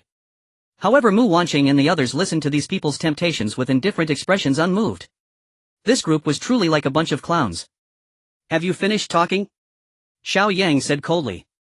"We're done. What's wrong? Are you eager to surrender?" "Indeed," said the previous survivor with a smirk. "I, Xiao Yang, despise one type of person the most: those who repay kindness with enmity." Swish. Before anyone could react, Xiao Yang stepped forward and slashed at the man with a knife. With a swift motion, the man's leg was severed. By the time Chen Yuquan and his group reacted, the man was already lying on the ground wailing. "Damn it! How dare you cut my cousin! Everyone attack! Kill him! Leave the women alive, I want to vent my fury on them." Upon hearing Qian Yuquan's orders, the group immediately charged towards Xiao Yang. As for Chen Youchuan, he was the first to charge, aiming directly at Xiao Yang. Without hesitation, Xiao Yang swiftly approached, decisively severing Qian Yuquan's right hand. Then he placed the knife at Qian Yuquan's throat. This scene unfolded in an instant, leaving Qian Yuquan's subordinates stunned. "Tell your men to stop and hand over all their weapons." Xiao Yang blared coldly at Qian Yuquan. At this moment, Qian Yuquan felt the pain of losing his arm, his whole body trembling in agony. His mind was muddled. He hadn't even seen how his arm was severed. He had thought he was quite formidable, yet he never expected to be so helpless in front of this young man. Looking at the knife at his neck, he didn't dare to be vague. Despite the pain, he forced himself to say to his subordinates, "Hand over your weapons quickly." Upon hearing this, Qian Yuquan's subordinates were shocked. However, no one was willing to surrender their weapon. Meanwhile, 5 people at the back, sensing that the situation was not favorable, turned and ran towards the vehicle. It seemed they had no intention of caring about their leader's life, wanting to escape in the car. Bang! Bang! Bang! Bang! Bang! 5 gunshots rang out. The 5 who had just run a short distance fell to the ground, clutching their thighs and screaming in agony. Xiao Yang didn't need to look back to know it was Tang Ying who had fired the shots. "It seems your men don't quite listen to you," Xiao Yang remarked, pressing the knife firmly against Qian Yuquan's neck, creating a gash from which blood flowed. Hey, great hero, spare my life." Qian Yuquan hurriedly pleaded with Xiao Yang and then shouted at his subordinates, "You bunch of brats, are you hoping for my death? I treated you all well, didn't I? Hurry up and hand over your weapons." Upon hearing this, the subordinates finally complied with their leader's orders. After all, Qian Yuquan still held influence. Mu Wanqing and the others stepped forward to collect the weapons, then retreated to their original positions, waiting for Xiao Yang's instructions. "Now have your subordinates transmit the time from their arms into this crystal. You can keep 3 minutes for yourselves. However, you'd better not try anything clever or your leader's life is forfeit." As Xiao Yang spoke, a handful of crystals suddenly appeared in his left hand, which he then tossed to the ground. These were the empty crystals he had left behind earlier, now coming in handy. Qian Yuquan and his subordinates instinctively glanced at their arms. They knew how to extract time from their arms, but they were unaware that the crystals could also transmit it. However, with their leader in their hands, they had no choice but to comply. Moreover, with a female officer holding a gun pointed at them, they dared not refuse. Each of them took a crystal and placed it in their left hands, following Xiao Yang's instructions to transmit their time energy into the crystals. Then they handed the crystals over to Mu Wanqing and the others. Chen Yuquan also transmitted his time energy to Xiao Yang through a handshake. Having completed this, Xiao Yang finally smiled in satisfaction. Indeed, these people's time energy had not been wasted. Seeing that these people were about to die, Xiao Yang said to Tang Ying, "Captain Tang, do you have any more questions for him?" Upon hearing this, Chen Yuquan thought Xiao Yang was about to let him go, and he excitedly replied, Yes, Captain Tang, do you have any questions for me?" "I will definitely speak without reservation." Tang Ying pondered for a moment, walked in front of Qian Youchuan and coldly asked, "I do have a question. I want to ask who exactly is the protector behind your company. Although it was already the end of the world, Tang Ying still felt troubled by this matter. Zhen Yuquan knew that Tang Ying would ask this, so he hurriedly replied, Captain Tang, the protector behind us is actually the director of your general police department, Li Gang. His son Li Yang is my sworn brother. Now you understand, right? Tang Ying immediately understood upon hearing this. No wonder she could never take down Tianqian Financial Company. It turned out their protector was her direct superior. Thinking about how hard she had worked, it was truly ridiculous. She had been thinking about eliminating harm for the people, yet the greatest poison was actually within the police department. While Tang Ying was lost in thought, Zhen Yuquan looked eagerly at Xiao Yang and said, Big brother, I've done everything I needed to do, can you let me go now? Xiao Yang put down the knife and smiled, sure. Let's go. Just as Tang Ying reacted and was about to stop Xiao Yang from letting the tiger return to the mountain, she saw Zhen Yuquan and his subordinates suddenly collapse to the ground. Tang Ying was puzzled and hurriedly went to check each one, discovering that they were all dead. She looked at Xiao Yang suspiciously, not understanding what method he had used to cause this group of people to drop dead in an instant. Could it be related to the time on his arm? However, despite her doubt, she did not ask Xiao Yang, as he was now more concerned with another issue. Have you seen Li Yang? I want to personally take down this scum. Tang Ying asked as she walked up to Xiao Yang. Xiao Yang shrugged with a smile and said, I don't know. This guy might have run away when he sensed danger. Tang Ying replied angrily, no matter where he goes, as long as I encounter him I will personally take him down. Xiao Yang chuckled and ignored Tang Ying. He put away the crystal and ordered the bodies to be cleared outside. Looking at the 5 vans parked outside, Xiao Yang opened the doors. Well, they were all filled with supplies. Xiao Yang smiled happily. This really was a case of sitting at home while supplies came to the door. Who among you can drive? With so many vehicles, Xiao Yang would have to run back and forth several times himself. Me. I can too. Lu Yu, Tang Ying and Su Tong raised their hands. Only these 3 could drive, plus Xiao Yang, making a total of 4 people. Xiao Yang sighed, realizing he would have to make another trip. It seemed he would need to teach Mu Wanqing and Lin Shishir how to drive when he had time. In this apocalyptic world, it should be time for female drivers to showcase their driving skills. Alright, come on, help me drive these vehicles into my villa yard. Okay. Leaving Mu Wanqing and the others to watch, Xiao Yang and the others first drove 4 vehicles back to the villa. Then they returned to take the last vehicle. Leaving Xiao Lu to guard alone, Xiao Yang took Su Tong to help unload the goods. When Su Tong carried the supplies into Xiao Yang's villa, she was shocked. She did not expect Xiao Yang's villa to be so warm, with the lights on, everything looking no different from before the disaster. Especially after unloading the goods, Xiao Yang even called her to wash her hands. Even the water was warm. Su Tong immediately thought that since there was hot water, she could definitely take a shower. Since the disaster began, she had not taken a single shower. There was no choice, it was just too cold. If she got sick and had no medicine, she might easily die. However, in this villa there was no need to worry about any of that. Su Tong felt envious. She really wanted to take a nice hot shower. But she knew that she, with her qualifications, did not deserve such treatment. What's wrong, Su Tong? Why are you in a daze? Mu Wanqing saw Su Tong standing in front of the sink, lost in thought, and approached to ask. Oh, it's nothing. Su Tong regained her senses. Seeing her with a heavy heart, Mu Wanqing's curiosity piqued and she used her ability to read minds on her. I really want to take a shower, but unfortunately I'm not qualified. Mu Wanqing was taken aback after hearing Su Tong's thoughts. She could take a hot shower every day, yet such an easily achievable thing was a luxury in Su Tong's eyes. Mu Wanqing felt sympathy and pretended to sniff Su Tong. Oh dear, Su Tong, you're sweating a lot, you're starting to smell. Why don't you take a shower here? Su Tong was stunned and filled with joy. Really? She glanced at Xiao Yang in the living room, knowing that he was the one in charge here. Mu Wanqing smiled, understanding her concerns. Xiao Yang, Su Tong has sweated a lot, can she take a shower here? Xiao Yang turned to look when he heard seeing Su Tong gazing at him with anticipation. Considering her good performance these past 2 days and how much effort she had put in, it was not too much to let her take a shower here. Sure, I'll get her a new set of clothes later. Hearing Xiao Yang's permission, Su Tong was almost jumping for joy. Great! Finally she could take a shower. Oh right, his name was Xiao Yang, she hadn't even known his name before. Xiao Yang took advantage of Su Tong's shower time to get her a set of thick training clothes and prepared a box of food for her. When Su Tong finished her shower and changed into new clothes, preparing to return to the guardhouse, Xiao Yang handed her the food. Here, take this and eat with Xiao Lu. Su Tong took the box, feeling it was quite heavy, indicating there were plenty of items inside. She stared blankly at Xiao Yang, her eyes slightly moist. She was so excited that she didn't know what to say, only deeply bowing to Xiao Yang before walking out of the villa. When she had walked a little further from the villa, Su Tong cried. She knew that although she was not qualified to live in Xiao Yang's villa, he and the others were quite good to her. Previously she thought Xiao Yang was aloof and somewhat cold. But now it seemed he wasn't so heartless after all. These people were all quite nice. Su Tong silently vowed to herself that she would become stronger and earn her place among them. At this moment she found new motivation for the future. Outside the wind howled and the snow turned into a blizzard. Although it was still noon, it was impossible to go outside again. Anyway, today's harvest was substantial, so Xiao Yang decided not to go down the mountain and rest at home for the day. Lu Yu cooked a pot of braised pork and steamed a pot of rice for lunch.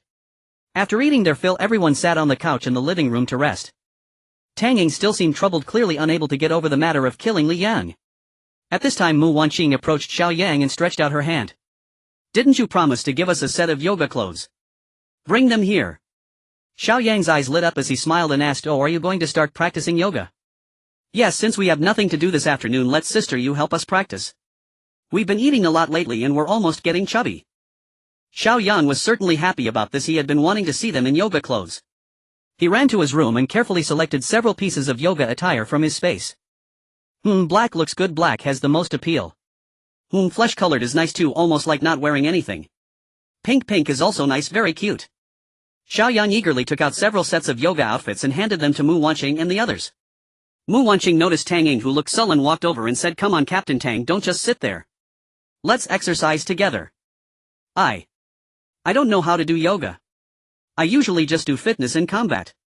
Sister you knows how, let her teach us. By the way, you know combat, so teach us. Right now, aside from having strong physiques, we have nothing else. When Tang Ying heard this, she quickly waved her hands and said, "How could I dare teach you? You all are much better than me." "Oh, come on. That's just brute strength. If you had as much time and energy, you could do it too. What we lack now is technique. Let's go, let's go." Tang Ying was forcibly pulled upstairs by Mu Wanqing and Lin Shishir to change into yoga outfits. Lu Yu also took her yoga outfit back to her room. Xiao Yang waited in the living room with great anticipation, feeling extremely excited. Wearing yoga outfits is great, it can visually showcase a woman's figure, and this time he would have a feast for his eyes. In anxious waiting, Lu Yu was the first to come out. Wow! Xiao Yang was stunned. Lu Yu wore a green yoga outfit which added a youthful vibe to her otherwise mature appearance. Her voluptuous figure filled the tight yoga outfit, resembling a ripe peach ready to burst, looking incredibly tempting. Seeing Xiao Yang's infatuated expression, Lu Yu couldn't help but blush. She shyly tucked her hair behind her ears. Tilting her face slightly, she shot a glare at Xiao Yang and said, "Hey little brother, don't stare at me like that, it's making me feel shy." Upon seeing Lu Yu's expression, Xiao Yang became even more excited. That gaze seemed to captivate one's soul, exuding a charm that radiated from deep within. This might just be the allure of a mature woman, and an extraordinary one at that. Before Xiao Yang could admire her enough, Mu Wanqing and Lin Shishir pulled Tang Ying down the stairs. Oh my! Xiao Yang almost dropped his eyeballs. He saw that Mu Wanqing wore black yoga pants and a flesh-colored yoga tank top. In contrast, Tang Ying wore flesh-colored yoga pants and a black yoga tank top. Incredible! They actually understood how to mix and match. Lin Shishir, on the other hand, chose a pink yoga outfit which made her look even younger. The three women were of similar height, around 170 centimeters. However, it was obvious that Tang Ying had a fuller physique. Especially her top, which was almost bursting at the seams. It seemed this was related to her regular workouts. Mu Wanqing and Lin Shishir appeared a bit slimmer. After all, they were still students, which might be related to their lack of regular exercise. However, upon closer inspection, it was noticeable that Mu Wanqing's figure was slightly more prominent than Lin Shishi's. Perhaps this is the difference between having a boyfriend and not having one. Those who understand, understand. In terms of looks, they are all goddess level. Combined with such figures, they are simply perfect. Especially Tang Ying's medium-length hair, which added a wildness to her look, making men feel an overwhelming desire to conquer her. Xiao Yang was dazzled, his gaze shifting back and forth among the women. It was truly indescribable. Ahem. Mu Wanqing coughed towards Xiao Yang, waking him from his daze. She shot him a glare and said to Lu Yu, "Sister Yu, this green really suits you, it makes you look years younger." Lu Yu went over and felt everyone's waist, praising, "Oh, I'm getting old. It's good to be young like you all. Look at these slim waists, I can't help but want to hug them, haha." "Ha, Sister Yu, yours isn't bad either, it's all soft and comfortable." The few of them teased while feeling each other's waists. Not far away, Xiao Yang, watching this scene, couldn't help but swallow hard. "Let's go, Sister Yu, let's head to the gym on the B2 level." Mu Wanqing saw Xiao Yang's greedy look and quickly called everyone to head downstairs. Laughing, they went down to the B2 level, and the police dog Yan Yan, who had been playing with a coal ball, followed Tang Ying downstairs cheerfully. Xiao Yang thought for a moment, since even the dog went, how could he not? He quickly found a men's sports outfit from his space. Since no one was around, he directly changed on the spot. He then eagerly followed them down to the B2 level. Upon seeing Xiao Yang following down in sportswear, Mu Wanqing laughed and said, "We women are doing yoga, what business do you have coming alone?" Xiao Yang rolled his eyes. "Can't you see I'm wearing sportswear? I want to exercise too." "What exercise? Are you going to do yoga with us?" No, I'm not doing yoga. I do boxing." Saying that, Xiao Yang went to the punching bag and threw a series of punches. Mu Wanqing looked helpless. This man is incorrigible, a born lecher. She raised an eyebrow, glared at Xiao Yang and then pointed at her head, warning him. "Do not think reckless thoughts." Upon thinking of Mu Wanqing's ability to hear thoughts, Xiao Yang felt uneasy all over. "Damn. You can manage everything else, but you can't control my imagination." Lu Yu started teaching the others how to do yoga. Whether it was intentional or not, everyone had their backs to Xiao Yang. Xiao Yang secretly rejoiced. "Sister, you really understands me." Lu Yu demonstrated while teaching in front. Behind her, Mu Wanqing, Lin Shishir and Tang Ying followed along. From Xiao Yang's perspective, it was indescribably exciting, causing his blood to surge. "I can't take it anymore." I quickly averted my gaze and began throwing punches. 1 2 500 501 1000. Xiao Yang threw 1,000 punches in one breath, finally releasing his restless heart. It was too hot. The boiler was on this level and he was sweating profusely, so he directly took off his shirt. Looking at Lu Yu and the others, they had all stopped their yoga poses and were staring at him in disbelief. Xiao Yang felt somewhat confused. "What's wrong?" Lu Yu replied, "Little brother, I admire your physical fitness." Tang Ying added, "Impressive, impressive." Lin Shishir glanced at Xiao Yang, then looked at Mu Wanqing and said, No wonder. I finally know why Wanqing you called." Lin Shishir hadn't finished her sentence when Mu Wanqing quickly covered her mouth. What are you doing?" Lin Shishir struggled free, fuming, "You know too much. So I have to." "Ah, giggle." Mu Wanqing playfully pounced on Lin Shishir and the two began to laugh and playfully wrestle. At this moment, Lu Yu and Tang Ying were staring at Xiao Yang, somewhat dazed. Xiao Yang's muscular, well-proportioned upper body with his bronze skin exuded masculine charm. Plus that resolute and handsome face, which woman wouldn't take a second look. Tang Ying thought to herself, if I were to find a boyfriend, it would have to be someone like Xiao Yang. A few people practiced yoga for about an hour and then they had Tang Ying teach combat techniques. However, Xiao Yang felt that these fighting skills were quite useless. In the face of powerful supernatural abilities, no matter how impressive the combat skills are, they are rendered ineffective. Unless one possesses an exceptionally strong physique capable of withstanding the attacks of supernatural powers. However, having more skills is never a burden. It's just a way to exercise the body. Tang Ying's techniques were indeed quite impressive, at least they looked good. High whip kicks, downward strikes, grappling, choking holds, groin kicks. Xiao Yang watched, feeling a bit tense at the thought of the groin kicks being a bit too ruthless. Xiao Yang was thoroughly enjoying the sight of their graceful bodies. By the way, Xiao Yang, you are already a millennium energy being. Do you think we could team up and take you down? Suddenly Mu Wanqing had an idea. She wanted to see just how strong Xiao Yang's physique really was. Upon hearing this, Xiao Yang thought, come on, you all just learned how to kick groins. Let's not do that, your groin kicks are too harsh. If each of you gives me one, I might just be finished. The girls burst into laughter. Don't worry, we won't kick. But if we do, Wanqing will definitely get mad at us, haha. Lin Shishir looked at Xiao Yang's lower half, covering her mouth and teasing. Oh, you Lin Shishir, always so witty. Mu Wanqing playfully wrapped her arms around Lin Shishi's waist while scratching her armpit. I was wrong. He. Lin Shishir quickly bent over to plead for mercy.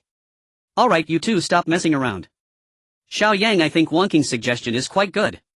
We can give it a try just for fun. Lu Yu stepped forward, raising her eyebrows and smiling at Xiao Yang, her demeanor very flirtatious. Only Tang Ying remained silent on the side, but her eyes revealed a look of anticipation. Seeing the eager expressions of the girls, Xiao Yang felt delighted. Ha. As long as they don't kick the groin, he would certainly be willing. Xiao Yang felt a bit excited. Happiness had come too suddenly and he had no idea what Mu Wanqing was really thinking. Alright, let's do it. But let me clarify first, no groin kicks. Sure. Then let's get started. If we can knock you down, you lose. Okay, if I fall it counts as my loss. But if you all fall, it counts as your loss. After saying this, Xiao Yang stood among them. Come on, let you all take the first shot. Whatever skills you have, feel free to use them. Xiao Yang was not afraid. Blades and weapons could not harm him, especially against their flashy techniques. Seeing Xiao Yang's confident demeanor, the girls immediately became motivated. They were determined to take him down today. They unleashed a flurry of punches and kicks at Xiao Yang. Tang Yang attempted to choke Xiao Yang but she simply couldn't manage it. With less than a year of energy training she was still too weak in front of Xiao Yang. On the other hand, Mu Wanqing and the others clearly had much greater strength. Although they couldn't harm Xiao Yang, their hits still made loud thuds against his body. Wanqing and Shishir go for his legs, Yu Jie grab his waist, he'll choke him. Together we exert force backward to take him down. Seeing that their punches and kicks couldn't shake Xiao Yang, Tang Yang began to direct the others to change their strategy. Alright. Following Tang Ying's instructions, the girls gritted their teeth and began to hug his legs while others hugged his waist, putting all their strength into it. Seeing that the girls could only manage this much, Xiao Yang laughed heartily. Is that all you've got? Pathetically weak. Now it's my turn to strike. With that he stretched his hands behind him, grabbing Tang Ying's arms. He then lifted her effortlessly over his head and gently tossed her to the ground. He then turned and reached back, grabbing Lu Yu's waist. With a slight effort he lifted her up. He quickly pulled one hand out and spun Lu Yu around his waist in one swift motion. Lu Yu screamed in fright. He lightly tossed Lu Yu to the side and immediately bent down, wrapping his arms around Mu Wanqing and Lin Shishi's waists. With a strong effort he lifted both of them up and hoisted them onto his shoulders. Mu Wanqing and Lin Shishi screamed in shock, but their slim waists were firmly gripped by Xiao Yang, making it impossible for them to escape. Carrying them, Xiao Yang spun in place 3 times, and in their screams he gently threw both of them to the ground. He smiled proudly. How could they compete with him? It seemed they truly did not understand the power of a millennium-old monster. The girls now looked at Xiao Yang with a mixture of fear and awe. He treated them like weights. Watching the smug Xiao Yang, Tang Yang felt quite indignant. Suddenly she jumped up, wrapping her arms around Xiao Yang's head and pressing it into her bosom while her long legs tightly locked around his waist. Xiao Yang's head was completely trapped in Tang Yang's embrace. The alluring scent of her body filled his nose, causing him to feel a bit dazed. Due to her softness he even struggled to breathe. Wanqing Shishir quickly grabbed his arms. Tang Yang took a deep breath and shouted. Upon hearing this, Mu Wanqing and Lin Shishi immediately got up, each taking one side and grabbing Xiao Yang's arms. With his line of sight obstructed, Xiao Yang could not dodge and could only exert force to lift the 2 women. But Mu Wanqing and Lin Shishi would not let go, clinging to him like 2 monkeys, wrapping their legs around Xiao Yang's legs and tightly gripping his arms. Xiao Yang was nearly suffocated trying to speak, but was too tightly constrained by Tang Yang to make any sound. Seeing this, Lu Yu squatted down behind Xiao Yang, grabbing his ankles and pulling with all her might. However, she could not move him. At this moment even the police dog Yan Yang, who was watching from the side, could not stand it anymore. It came forward and bit Xiao Yang's pant leg, pulling hard backward. Haha brother, even the dog can't stand you. If you resist again I might have to use my lightning powers. Lu Yu threatened playfully. Upon hearing this, Xiao Yang was startled and relaxed all over. Lu Yu seized the opportunity to pull his legs back. Xiao Yang lost his balance and fell forward. This fall caused the 3 women on him to hit the ground first. Yet because there were people cushioning him, Xiao Yang felt quite comfortable. At this moment Lu Yu executed a reversal hold and smiled. Brother, we took you down this time, you lost. Xiao Yang, feeling quite indignant, replied, I was just going easy on you, okay? If I really tried, could you still win against me? Lu Yu, hearing this, exerted more strength, saying, I don't care, you lost, no cheating. Monkey, I yield. Xiao Yang's head was tightly held by Tang Yang, making it hard for him to speak clearly. Upon hearing Xiao Yang admit defeat, they finally loosened their grip. However, they were indeed exhausted, lying on the ground panting. Alright, hurry up and get up, I can hardly catch my breath. Lin Shishi lifted Xiao Yang's arm, complaining, Xiao Yang, get off me, my back hurts from the fall. Mu Wanqing also lifted Xiao Yang's other arm. Xiao Yang initially wanted to enjoy this human cushion a bit longer, but under the strong insistence of the 2 women he had no choice but to get up. He stood up and stared at Tang Yang on the ground, saying, Captain Tang, you're too heavy, you almost suffocated me. Tang Ying's face turned red as she recalled her earlier actions, realizing they were indeed a bit inappropriate. However, she hadn't done it on purpose, she only wanted to knock Xiao Yang down without thinking much. She quickly covered her chest with one hand and supported herself to stand up. Sorry. Tang Yang said awkwardly to Xiao Yang. It's fine, you guys were just too serious. Xiao Yang waved his hand as if he had suffered a great loss. Alright, don't act innocent after taking advantage of me. So you lost, what's your punishment? Xiao Yang was taken aback. What punishment? You didn't say anything about that earlier. After throwing us around like this, it would be unfair not to punish you for the effort we put in. Lin Shishi insisted without relent. Xiao Yang thought for a moment, then suddenly smiled. How about I give you a massage as an apology? Is that good? Get lost, dream on. Lin Shishi rolled her eyes at Xiao Yang. Xiao Yang's cunning plan failed and he quickly laughed it off. I think this will work. Little brother, you're great at push-ups, right? How about we take turns standing on your back while you do 1,000 push-ups? As soon as Lu Yu spoke, the other three's eyes lit up. Sure, let's see how we can wear him out. Lin Shirshir raised both hands in agreement. I think this idea is also good. Let's see how long you can last. Mu Wanqing also agreed with both hands. I'll go along with the crowd. Tang Ying said with a smile. Xiao Yang looked at their gloating expressions and felt a bit uneasy. This was too harsh. However, a man's pride cannot be lost even if his head may roll and blood may flow. Come on, don't go one by one, all four of you get on at once. I'll do 4,000 push-ups directly. The four girls were stunned upon hearing this. Xiao Yang was really showing off. Alright, you said it, don't say we bullied you. Let's go, we'll get on. Mu Wanqing was the first to step up. Xiao Yang immediately felt a weight on his shoulders. Next, Lin Shirshir climbed onto his back.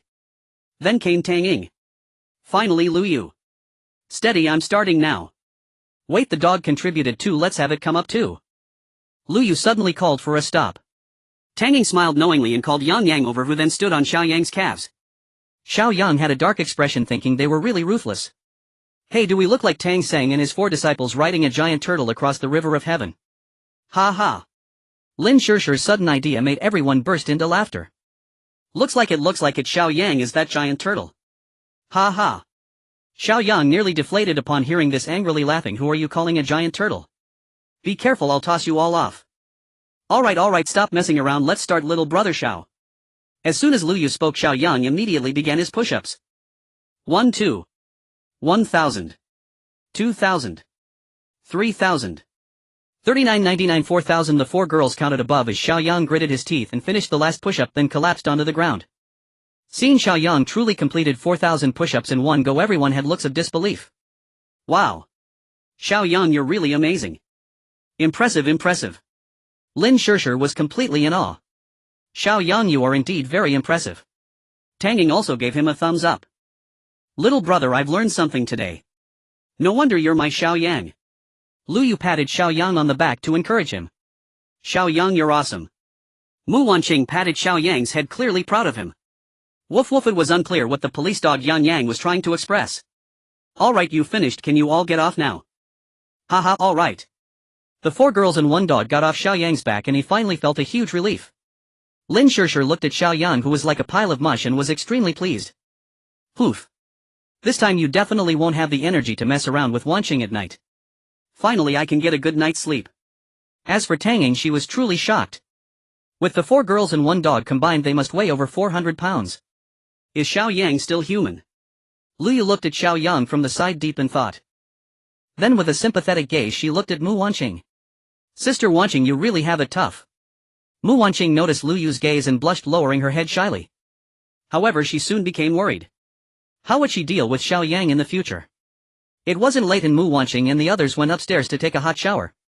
By the time Xiao Yang came up, the four girls were already sitting on the sofa in the living room chatting. Sister Yu, what are we having for dinner? Little brother, what do you want to eat? You're the most exhausted, we'll follow your lead, hee. Xiao Yang thought for a moment. How about we have barbecue today? I have plenty of ingredients here, I guarantee you'll like them. As soon as the four girls heard this, their faces lit up with surprise. Really? That's great. I haven't had skewers in ages. Lin Shirshir exclaimed excitedly. Tang Ying could hardly contain her excitement, as she also loved skewers. Agreed. Alright, I'll go get the ingredients and seasonings. Xiao Yang saw that they all wanted to eat, so he ran to the basement. He took out charcoal, a barbecue grill, and various barbecue seasonings from his space. Half a lamb meat, tendons, chicken wings, chives, a few large kidneys, as well as some shrimp, oysters, and vegetables. All set. Xiao Yang handed these over to Lu Yu. Sister Yu, you handle this, let them help you. I need to take a shower and rest. The girls were thrilled to see such a lavish spread. Alright, we'll call you when it's ready, just wait to eat. Xiao Yang watched them happily busy themselves while he showered, thinking about how the girls looked in their yoga outfits. It was wonderful. Xiao Yang really liked this feeling. However, thinking of Mu Wanqing, he quickly stopped his endless fantasies.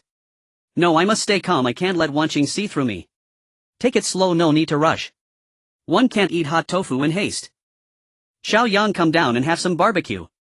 Mu Wanqing's call interrupted Xiao Yang's daydreaming. He got up and went downstairs, where the aroma of grilled skewers filled the entire living room.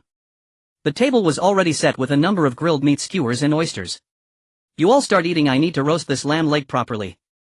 Luyu said, flipping the lamb leg on the barbecue grill in the kitchen. Xiao Yang ran downstairs and brought up 2 boxes of Qingdao Ao Gute beer. He opened a bottle and handed it to Luyu, saying, here you go sister, you thank you for your hard work. Drink while grilling. Seeing Xiao Yang's thoughtfulness, Luyu said to everyone, don't fight with my little brother for those kidneys and leeks, let him replenish himself. I wouldn't eat such disgusting things, I'm not competing for them. Lin Shishir pouted. Xiao Yang chuckled, thinking, you don't understand anything. Is there anything more delicious than kidneys? After opening a beer for everyone, Xiao Yang raised his bottle and said, come on, let's enjoy barbecue and beer, cheers. Xiao Yang opened another bottle and the women casually joined in. Then everyone started devouring the skewers with grease oozing from their mouths. Especially the girls, their lips glistening with oil, looking particularly enticing. When Luyu brought the roasted lamb leg to the table, the barbecue atmosphere reached its peak. Everyone raised their cups, indulging in food and laughter, enjoying themselves immensely. At this moment, Xiao Yang picked up a bottle of wine and walked over to Tang Ying, looking at her earnestly. Captain Tang, let's share a bottle. Tang Ying quickly picked up the wine bottle and stood up, saying, don't call me Captain Tang, with my current state I can hardly call myself a captain. Just call me Tang Ying. Xiao Yang clinked his bottle against Tang Ying's, then downed it in one go. Tang Ying followed suit, lifting her head and drinking it all. Good. Mu Wanqing and the others quickly applauded. Tang Ying, what do you think of us? Xiao Yang directly got to the point. Tang Ying thought for a moment and sincerely said, very good, very strong. Plus I feel a good rapport with these sisters. She smiled at Mu Wanqing and the others. Sister Tang Ying, we think you are quite likable too. Since Tang Ying was about the same age as Xiao Yang, Lin Shishir called her sister. Yeah. Sister Tang Ying, I liked you the first time I saw you. Luyu said with a smile. Sister Ying, I believe we can become sisters. Mu Wanqing stood up, took Tang Ying's hand and said, thank you all, you are all wonderful. Tang Ying felt a bit moved. She had lost so many colleagues and teammates, and if it weren't for these few people accompanying her, she would have been much more saddened. Tang Ying, stay and join our big family. As you can see, the world has become chaotic. Moreover, the future will be even worse. As for me, Xiao Yang, I can't promise much, but I can guarantee that I will take good care of each of you. I have the ability to shield you from the wind and rain, and you won't suffer from hunger or cold. I will also strive to make you stronger. Besides, we really need capable people like you to join us. Are you willing? Xiao Yang gazed intently into Tang Ying's eyes, sincerely inviting her. Tang Ying's eyes grew a little misty. She was genuinely happy that Xiao Yang and the others valued her so much. When she first met Xiao Yang and his group yesterday, witnessing their formidable combat strength, she had considered trying to recruit them to join her. However, after today's battle, Tang Ying realized that her combat level was simply too lacking. She was on a completely different level compared to Xiao Yang and the others. Especially Xiao Yang, the leader, whose combat power was off the charts. Perhaps 10 of her combined would not stand a chance against him. Women have always admired the strong. In Tang Ying's eyes, Xiao Yang was the strongest person she had ever seen. Not only was he formidable, but he also had a handsome face that she could never grow tired of looking at. Moreover, Xiao Yang's attitude towards outsiders was completely different from his attitude towards his own people. She could sense that Xiao Yang was someone who protected his own, a trustworthy person. Moreover, there were 3 beautiful women here, so staying wouldn't feel awkward at all. So she had long wanted to stay. Agree to him, agree to him. Lin Shishir couldn't help but clap her hands and shout. Mu Wanqing shot Lin Shishir a fierce glare, causing her to shrink her neck. I got it wrong, haha. Xiao Yang's face darkened with Lin Shishir causing such a ruckus it felt like he was proposing to Tang Ying. Tang Ying also felt a bit embarrassed, her face turning a bit red. However, she still took a deep breath and firmly told Xiao Yang, okay, I am willing. Yay. That's great. Sister Tang Ying, from now on we are family. Lin Shishir jumped up and said. Mu Wanqing happily hugged Tang Ying, saying, welcome to our family, Sister Ying. Luyu picked up a bottle of wine and stood up, raising her bottle, saying, this is wonderful, we should celebrate. Celebrate our new sister. Now no one was happier than Xiao Yang. Although he appeared calm on the surface, he was already trembling with excitement inside. He opened all the beers and placed them on the table, picking up a bottle for himself. Yes, we need to celebrate, I'll down 3 bottles in a row. Good, good, good. Xiao Yang kept his word, downing 3 bottles in a row amidst the cheers of the women still looking unfazed. Affected by Xiao Yang's emotions, Mu Wanqing and the others also downed a bottle each. It must be said that since joining Xiao Yang, their alcohol tolerance had significantly improved. By the way, there's still a process. Sister Tang Ying, please take an oath to Xiao Yang. Lin Shishir reminded. Tang Ying was taken aback. What? Why do we still need to take an oath? Especially to Xiao Yang. Are we really doing that here? She looked at Xiao Yang with some confusion while the latter chuckled, saying, no need, it's just a formality, it's fine not to do it. Upon hearing this, Lin Shishir became unhappy and pouted, saying, "What do you mean no need? You made us take an oath back then." Seeing Xiao Yang a bit awkward, Tang Ying seemed to understand his concerns. What is most important in a team? Of course it's loyalty and cohesion. This she understood. To avoid making Xiao Yang uncomfortable, Tang Ying faced him, stood up straight and sincerely said, "Xiao Yang, I don't believe in oaths. But I, Tang Ying, guarantee with my character that I will treat you all as my own family. I will never betray you." "Good. I believe you." Xiao Yang nodded seriously at Tang Ying. "And there's one more thing, you must absolutely obey Xiao Yang's command," Lin Shishir added. Before Tang Ying could respond, Xiao Yang quickly interjected, "How about this? Tang Ying has received professional training and has even been a captain. She is more experienced than us. In the future for combat operations, Tang Ying will lead in command. After all, this is Tang Ying's specialty." Xiao Yang paused, then glanced sharply at everyone, emphasizing, "But the overall strategy and deployment must be decided by me. This you must obey unconditionally. Because I know better than any of you how the future will change." Seeing Xiao Yang's confidence, Tang Ying didn't quite understand why. However, she realized that since Xiao Yang could empower the others so strongly, he surely possessed the capability. Moreover, Xiao Yang valued her highly, and she was not someone who failed to appreciate kindness. "All right. I obey." Upon hearing Tang Ying's declaration, Xiao Yang reverted to his harmless demeanor. He stole a glance at Mu Wanqing, who happened to be looking at him as well. Upon seeing the look in Xiao Yang's eyes, Mu Wanqing understood what he wanted to ask. Nodding slightly, Xiao Yang smiled knowingly. "Oh, pass. By the way, we now have 5 people, so we can form a small team. How about we give our small team a name?" Lin Shishir suddenly proposed. Xiao Yang noticed that Lin Shishir had a clever mind capable of coming up with various ideas. This completely did not fit her flute-playing temperament. However, Lin Shishir's suggestion was still quite good, and Xiao Yang thought it was time to establish a banner for themselves. Just as he was deep in thought, Lin Shishir suddenly clapped her hands and said, "Got it. I remember there was a mini-game that was very popular called Yang Lu Gu Yang. Many people played it, all vying to join the flock. Look, Xiao Yang's name has Yang in it, which sounds the same as sheep. How about we name our team Yang Lu Gu Yang? This also signifies that our team will grow stronger in the future. What do you think?" As soon as Lin Shishir finished speaking, everyone's eyes lit up. They truly admired Lin Shishir's creativity. Not bad at all. I agree. Me too. From now on, those who want to join our team will be called Join the Yang Group, huh? Xiao Yang was quite pleased. It was nice, he liked it. Just as he was feeling good, Lin Shishir suddenly turned to Tang Ying and said, "But sister Tang Ying, your police dog is also called Yang Yang, isn't that a bit conflicting?"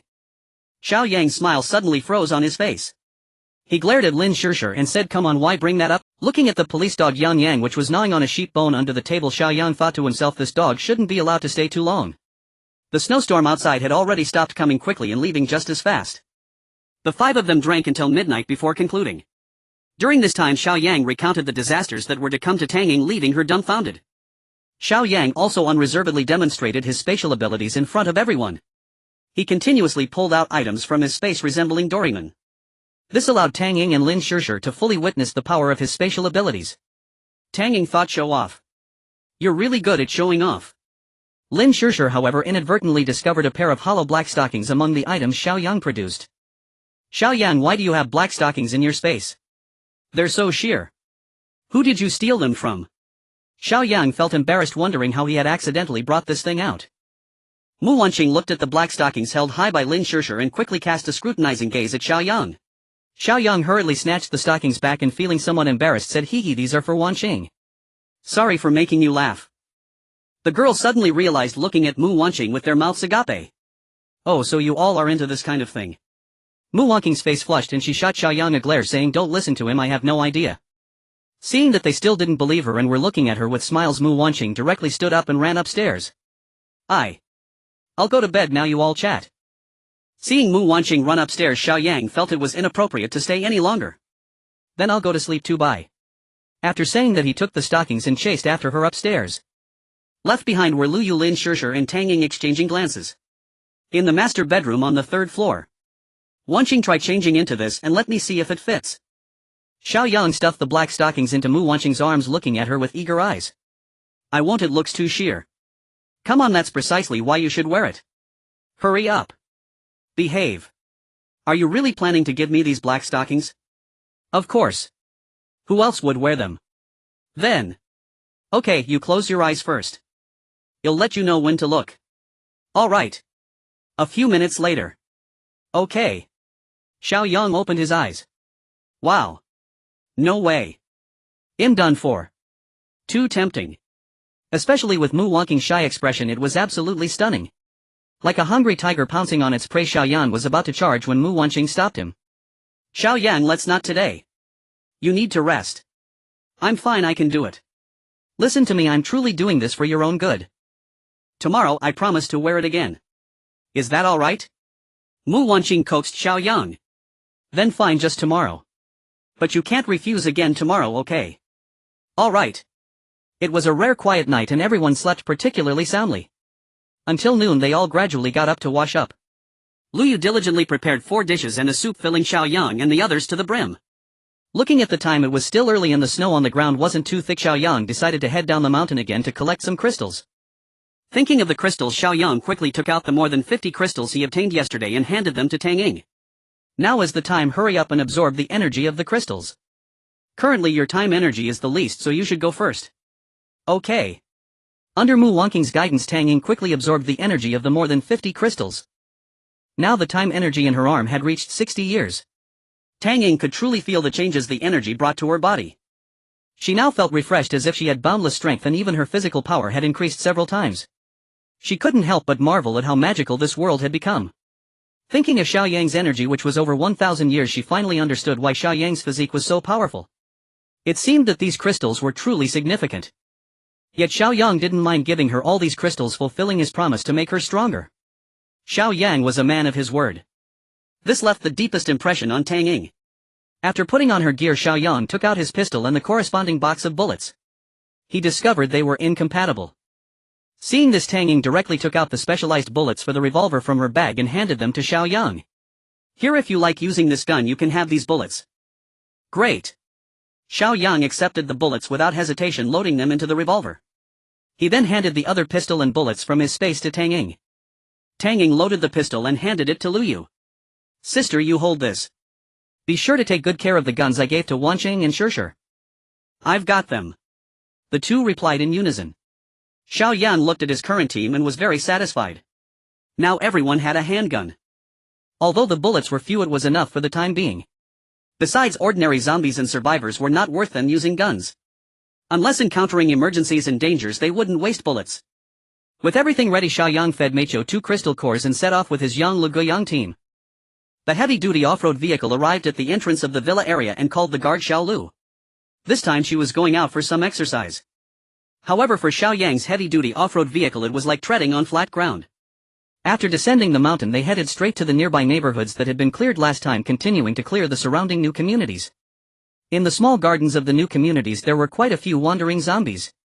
It was likely that they had chased after survivors and escaped from the houses. Lin Shishir played a tune on her flute to attract the outdoor zombies, allowing them to ambush them effortlessly. It was time-efficient and labor-saving. As for the zombies locked inside the houses, Xiao Yang and his team were short-handed and did not have the energy to search each room one by one.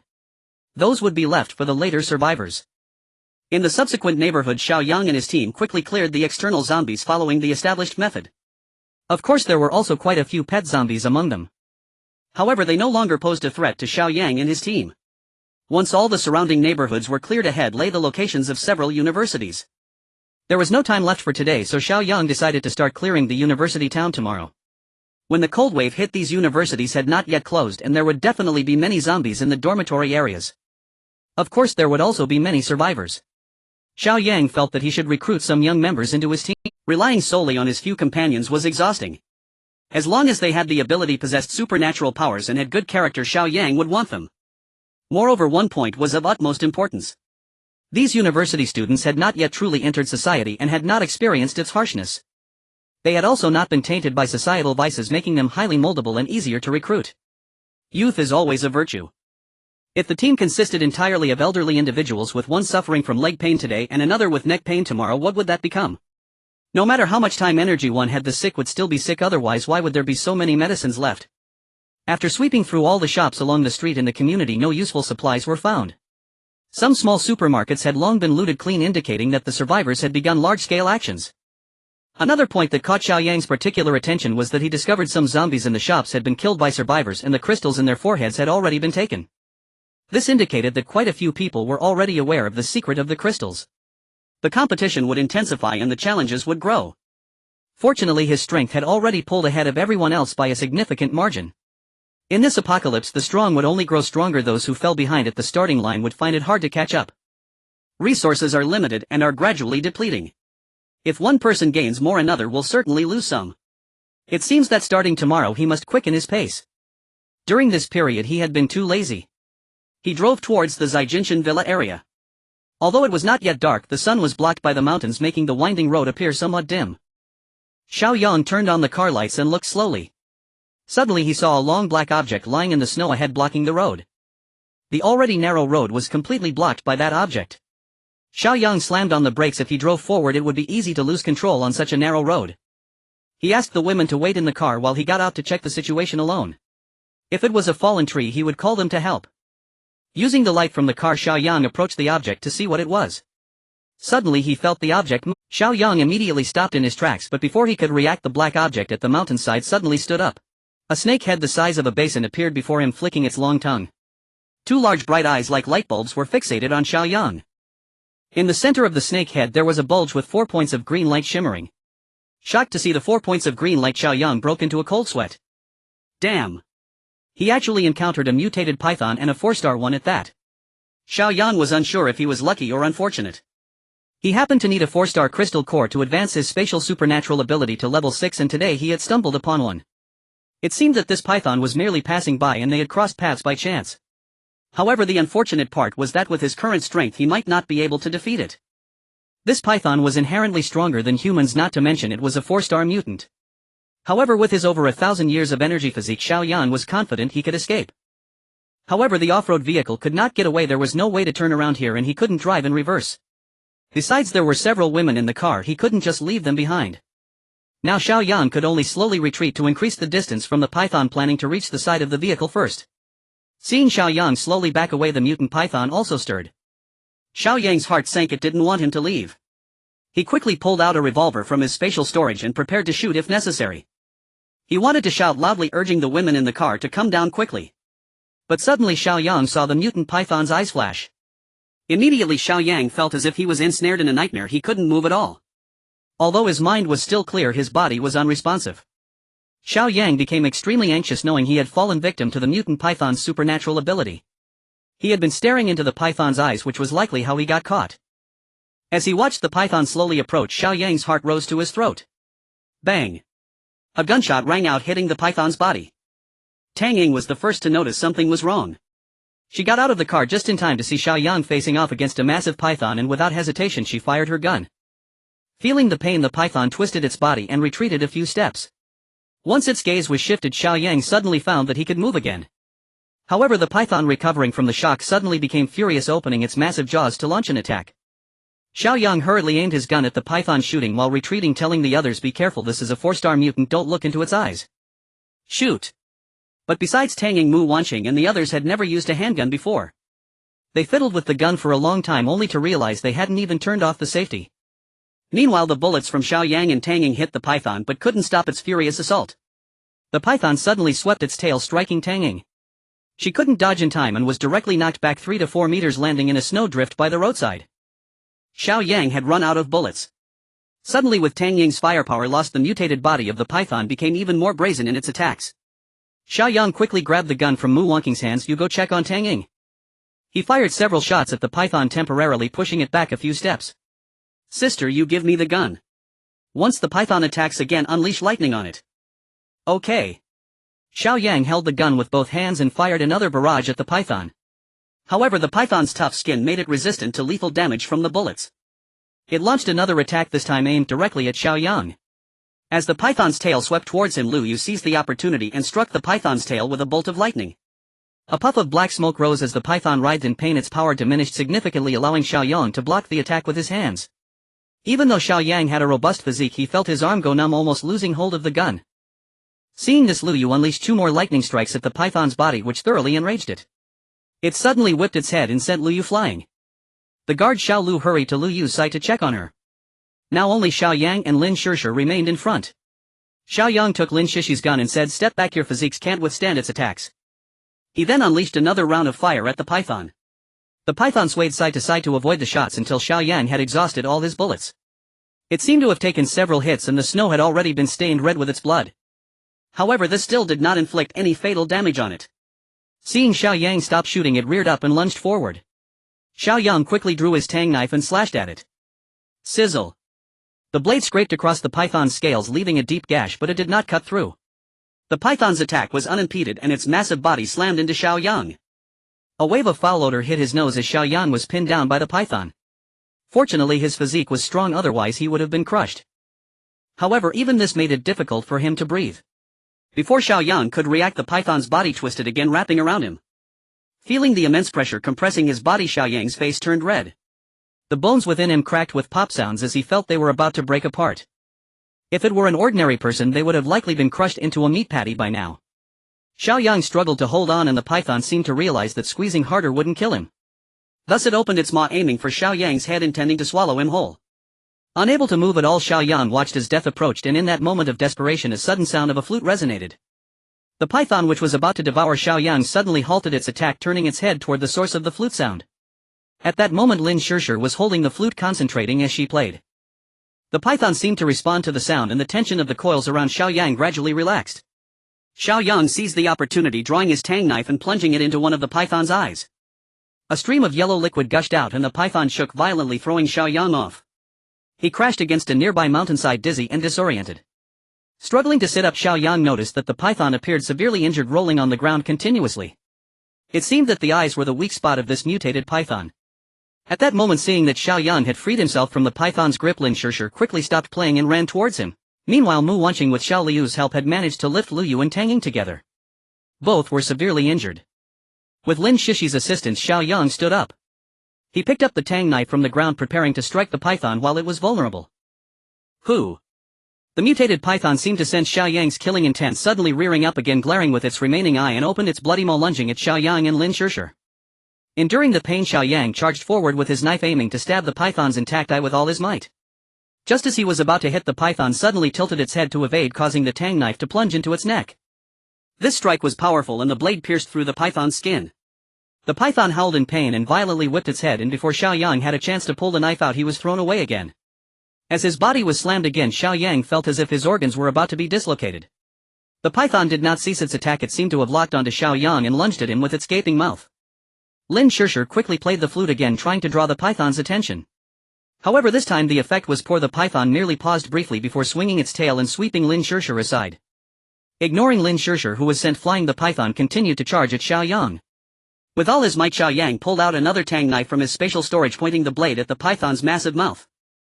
There was no escaping, he had to stab it even if it meant death. In that critical moment, Mu Wanqing suddenly rushed in with her knife, stabbing it into the python's intact eye. With this, both of the python's eyes were blinded. Ah! In pain, the python flung its head, knocking Mu Wanqing to the ground, causing her to cry out. Though the python had lost its sight, it heard Mu Wanqing's voice and immediately rushed forward, coiling her in its body. The snake's body, along with the trapped Mu Wanqing, rolled on the ground. Mu Wanqing occasionally let out muffled cries of pain. Xiao Yang felt anxious. If this continued, Mu Wanqing would surely be suffocated by the python. She did not have Xiao Yang's robust physique. Struggling to stand, Xiao Yang raised his knife and charged forward. He aimed for the python's head, wanting to stab the center of its brow where the mutated python's core was located. However, at that moment the python was rolling its body continuously, making it impossible for Xiao Yang to strike. Each time the 4 green lights on the python's brow flickered in and out of sight with its movements, leaving Xiao Yang without an opening. Meanwhile, Mu Wanqing's face had turned the color of liver and it seemed she was on the verge of losing consciousness. Xiao Yang felt urgency, cursing his own weakness for being unable to deliver a fatal blow to the python. It was all his fault. His spatial abilities were so useless, serving no purpose other than storage. If only he had combat abilities, they wouldn't have found themselves in such a dire situation. Filled with anger, a surge of blood rushed to Xiao Yang's head, turning his eyes blood red. No. Wanqing must not die. I will save her. I will save her. Suddenly a loud buzzing filled Xiao Yang's head. It felt as if his ears were ringing and he could no longer hear the sounds around him.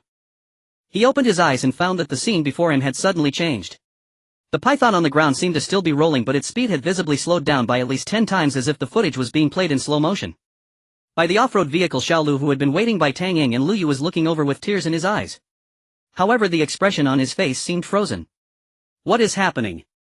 The surroundings seemed to be in slow motion while his own movements remained unaffected. Xiao Yang felt a bit confused. However, he knew this was the last chance to kill the mutated python. Xiao Yang hurriedly picked up the gun from the ground and retrieved bullets from his space. Then he aimed at the bulging spot on the giant python's forehead and fired fiercely. Puff puff puff puff puff.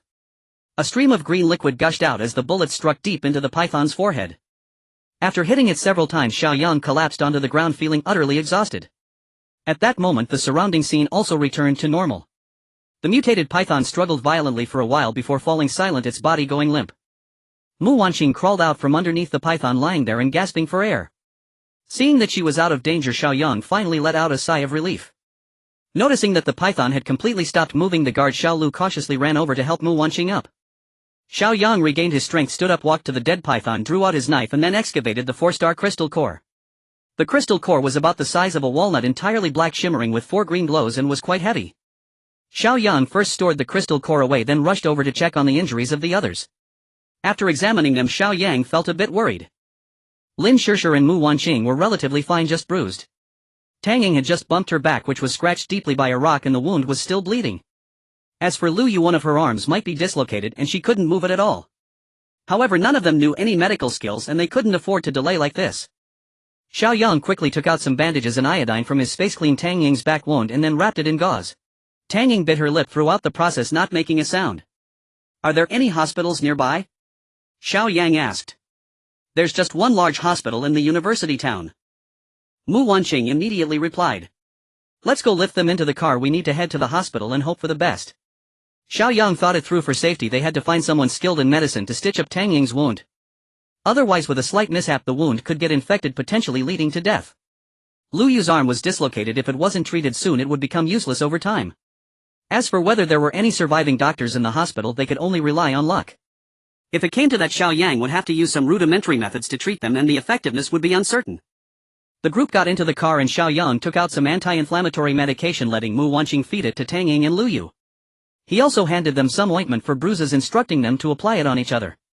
He ran back to the python's corpse and stored it in his space.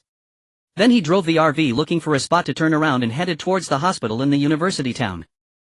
The hospital in the university town was located in the center of the entire campus, covering a large area. When Xiao Yang parked the car in front of the outpatient building, the engine's roar immediately attracted a horde of zombies from within the building. Xiao Yang had anticipated this. After all, what hospital would be without zombies? He turned on all the lights around the RV, illuminating the area, then picked up his tang knife and calmly got out of the car, beginning to slash at the zombies one by one.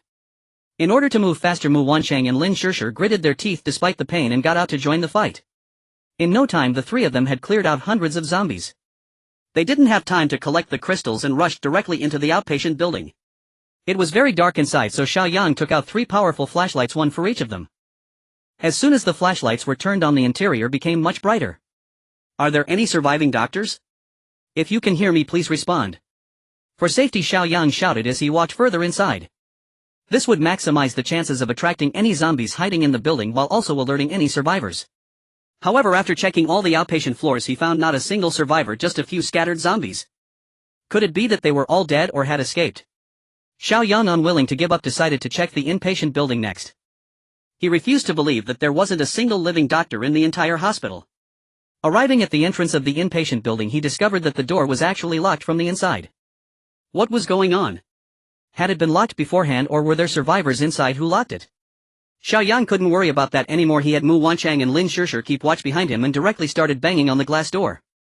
After banging for quite a while, aside from attracting a few zombies outside, there was no other response. Inside the inpatient building, not a single zombie appeared.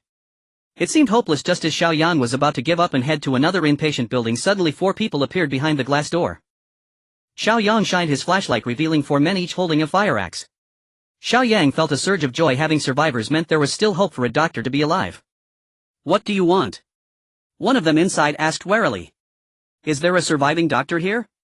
We have injured people who need treatment." "Have they been bitten by zombies?" Hearing this, the people inside suddenly tensed up with alarm. "No. Do you have a doctor or not?" Xiao Yang was starting to lose his patience. "We do, but not here." "Where? Can you tell us?" "I have a friend who needs immediate treatment." Xiao Yang asked, filled with anticipation. Hearing that there was a doctor, Xiao Yan was overjoyed. This meant that Tang Ying and Lu Yu would be safe. It seemed he had come to the right place. In the pharmacy on the basement level of the office building. But don't celebrate too early, they don't accept patients at night because there's no electricity. Seeing Xiao Yang's delighted expression, the leader suddenly reminded him. Xiao Yang smiled, thinking they might not have electricity, but I do. Thank you. After thanking them, Xiao Yang immediately took Mu Wancheng and Lin Shishir towards the hospital's office building. Upon entering, he found that the stairway leading to the basement was blocked by an iron railing and was locked from the inside. Without hesitation, Xiao Yang began banging on the door while shouting, "Doctor! Is there a doctor in there?" After numerous knocks, a voice finally came from below, sounding impatient. "Who is this foolish kid? Don't you know you're not allowed to disturb anyone at night? Get lost." They could only hear the voice but not see the person. It seemed they were too lazy to explain. "We have injured people who need treatment, could you let us in?" Xiao Yang tried to keep his tone polite as he was asking a favor. "Can't you understand what I'm saying? It's dark, how can we treat anyone? Come back tomorrow." The person inside replied angrily. "No. The situation was urgent, they needed treatment immediately. It was dark, but I have a flashlight." Xiao Yang pulled out the flashlight and waved it. The people downstairs saw the light from Xiao Yang's flashlight and suddenly fell silent. After a short while, 3 men walked up the stairs. The 3 men were dressed in military coats, holding axes in their hands. They approached the fence and scrutinized Xiao Yang and the others.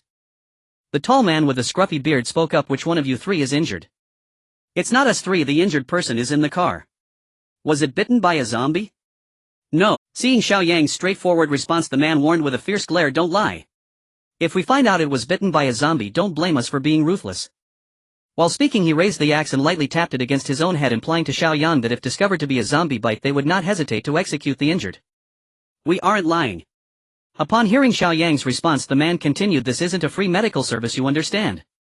Xiao Yang nodded. He understood and had not expected anyone to provide free medical care. "Understood. Just tell us what you need." The man, satisfied with Xiao Yang's agreeable demeanor, nodded. "What we need will depend on the condition of your injured. However, you must leave these 3 flashlights with us." "How about that?" Xiao Yang certainly didn't mind parting with the 3 flashlights, as he had plenty more in his space. "All right, no problem." Upon hearing Xiao Yang's quick agreement, the man was pleased. "Good, go bring your injured person." Without further ado, Xiao Yang led Mu Wancheng and Lin Shishir back to the RV and drove the vehicle directly to the office building's entrance.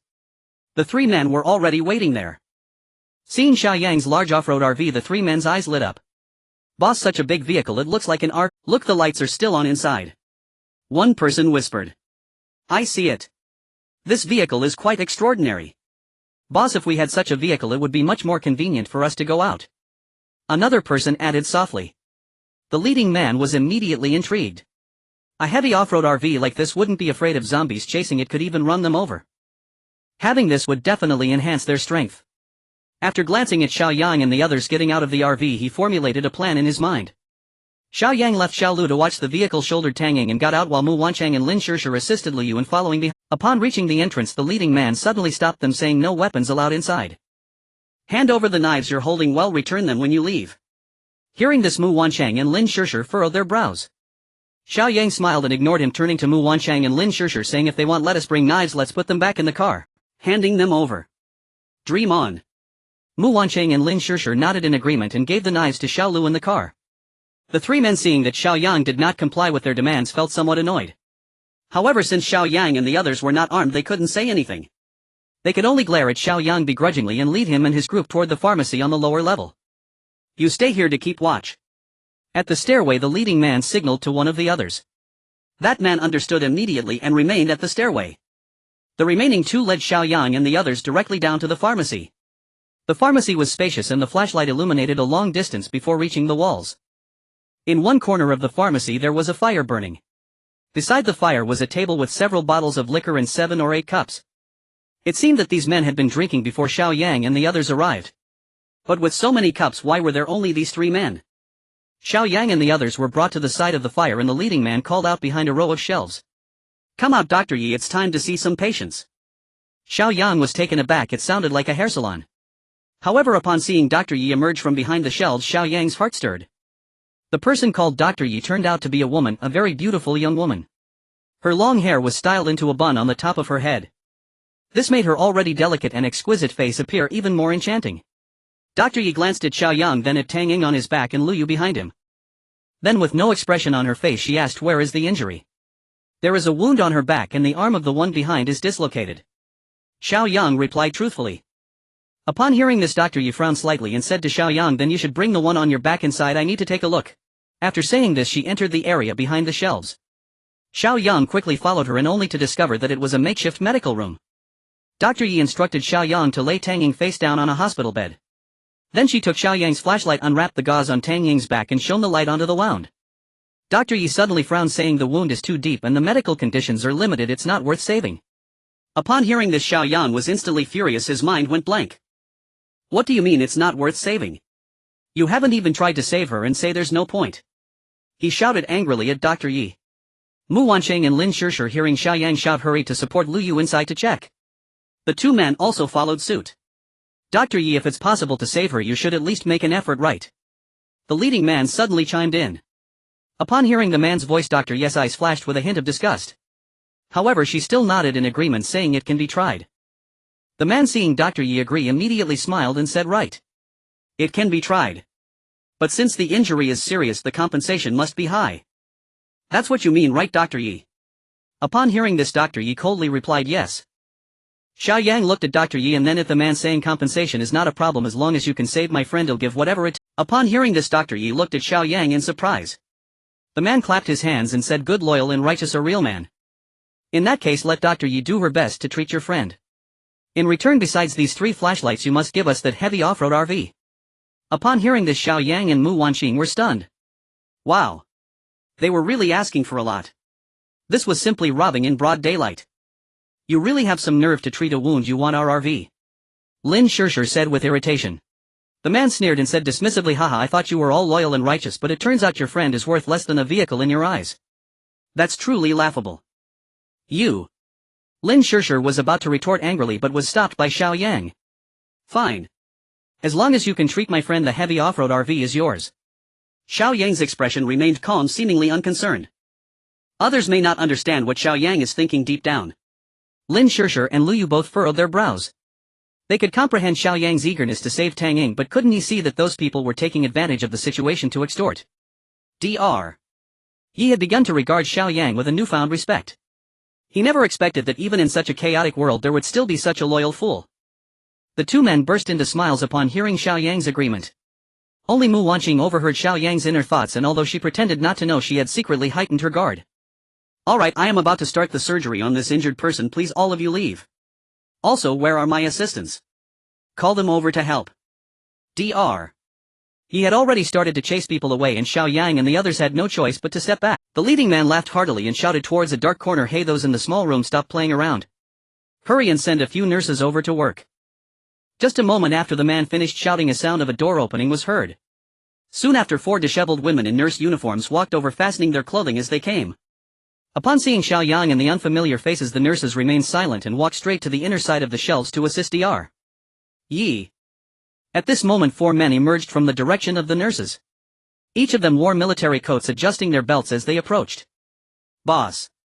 It's already night, why are we still taking on work? One of the men glanced at Xiao Yang and spoke. A friend is willing to offer a heavy-duty off-road RV as a reward to save his friend. I was also moved by his loyalty, which is why I made an exception to agree. The leading man, in a good mood, explained with a smile. The 4 men behind him glanced over at Xiao Yang and when their gazes fell upon Mu Wanqing and Lin Shishir, they were all stunned. They were simply too beautiful. Although Mu Wanqing and the others had just experienced a life-and-death struggle and looked somewhat disheveled. Wow, so many beauties have arrived. Hello, beautiful ladies. The man in front immediately lit up, hurriedly walked over and cheerfully greeted Mu Wanqing and the others, completely disregarding Xiao Yang. Seeing that no one paid him any attention, the man wasn't angry but turned to the 3 men behind him and said, you guys hurry and bring out our good food and drinks. Hurry up. The 3 men quickly scurried off.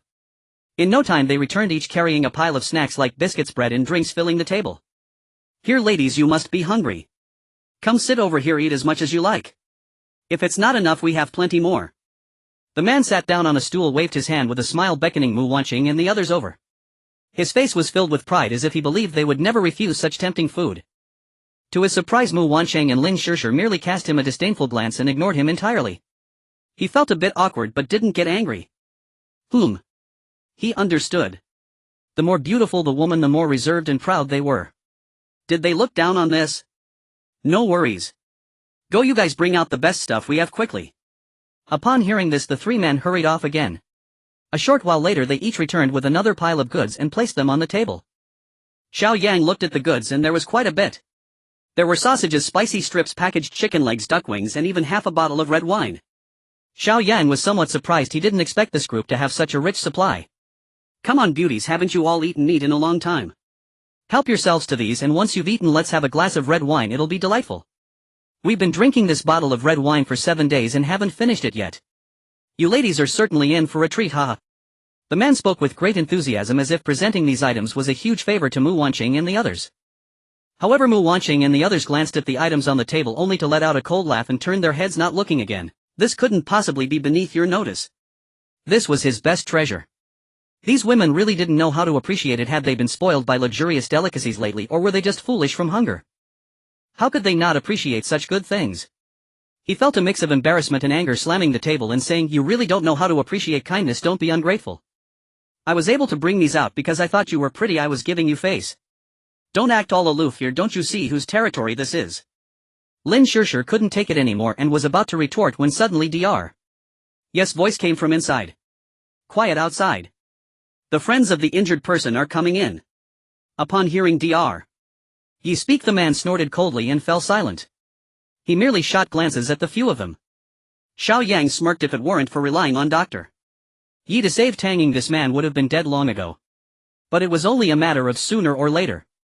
These few people must die today. Xiao Yang walked into the medical room behind the shelves and Mu Wanqing followed him in. The situation is limited. I can only disinfect and stitch up your friend's wounds for now. Whether she can hold on or not depends on her fortune. Dr. He pointed to Tang Ying, who was lying on the bed, her back already rewrapped. At this moment Tang Ying had already fallen into a state of unconsciousness, and Xiao Yang couldn't shake off his worries about her. According to Dr. Yi, whether Tang Ying could survive safely was still uncertain. At that moment Mu Wanqing suddenly leaned closer to Xiao Yang, whispering in his ear, "This Dr. Yi actually has a way to make Tang Ying recover, but she seems to have her own reasons for hiding it." I heard her inner thoughts. Xiao Yang was taken aback. What did Dr. Yi mean? If she could cure her, why keep it hidden? Who was she on guard against? Where is your other injured person? Let me take a look at her arm. Dr. Yes, words interrupted Xiao Yang's thoughts. He temporarily set aside his doubts and led Dr. Yi over to Lu Yu. Dr. Yi examined Lu Yu's arm from top to bottom, then grasped her shoulder with one hand and held her arm with the other. With a sudden yank, a crack was heard as Lu Yu's dislocated arm was set back in place. "All right, your friend's arm is fixed. Just let her rest for a few days and it will be fine." Dr. Yi casually remarked, as if in her eyes this was merely a trivial matter. However, upon seeing the time energy on Lu Yu's exposed arm, she suddenly froze. Over 119 years of time energy. How did these people achieve this? No wonder they valued this woman so much. It turned out she might be the strongest among them. But she was injured. Otherwise, with her strength, perhaps she could have saved me. Dr. Yi stared at Lu Yu's arm in a daze, while her inner thoughts had long been overheard by the keen Mu Wanqing. Mu Wanqing quietly leaned into Xiao Yang's ear and said, "This Dr. Yi is being coerced by this group. She wants to leave this place." Xiao Yang pondered carefully over the information that Mu Wanqing had shared with him. The Dr. Yi clearly had the means to heal Tang Ying's injuries, yet chose not to. Moreover, she wanted to escape from here. If they are not in cahoots, then that makes things easier. At this moment several other men also noticed the time energy on Lu Yu's arm and gathered around. "You actually have so much time energy. I truly underestimated you." The leading man had to take Xiao Yang and his group seriously. The man who had just slammed the table also stepped forward and said, "Indeed, over 100 years this woman is quite impressive. You are all with her, right?" After saying this, the man smiled mockingly at Xiao Yang, believing that with Lu Yu's substantial energy she must be the leader. As for Xiao Yang and his friends, they did not appear to be particularly formidable. Besides, someone with over 100 years of energy was already rare. It was impossible for an entire group to all possess over 100 years. Where could such a powerful team be found? Among them, apart from the leader with over 90 years of energy, the others were around 50. However, that was already quite formidable. In this area of the hospital no one could defeat them. Yet their energy was not acquired by killing zombies. Instead, it was extorted from those they treated. For a box of medicine or a dose of treatment they would demand exorbitant prices. Either they received sufficient supplies or they exchanged their own time energy. As for those near death, they would deceive them into transferring their time energy while they were unconscious. It was through such means that they accumulated so much energy. Now seeing that Lu Yu had so much, their crooked thoughts emerged again. By the way, since our Dr. Yi has treated you all, you should pay the fees, said the leading man. Right, the one inside used a mobile home as payment, so let's use her time energy as payment. 119 years, keep 1 year for yourself and transfer the rest to us. The man who had previously slammed the table said arrogantly. Hee, are you trying to extort us? Xiao Yang finally laughed in anger. He had seen greed, but never such insatiable greed. Cat extortion. You are correct. It is extortion. What can you do about it? Let me be frank, we all have over 50 years of time energy. My big brother even exceeds 90 years, not much weaker than your big sister.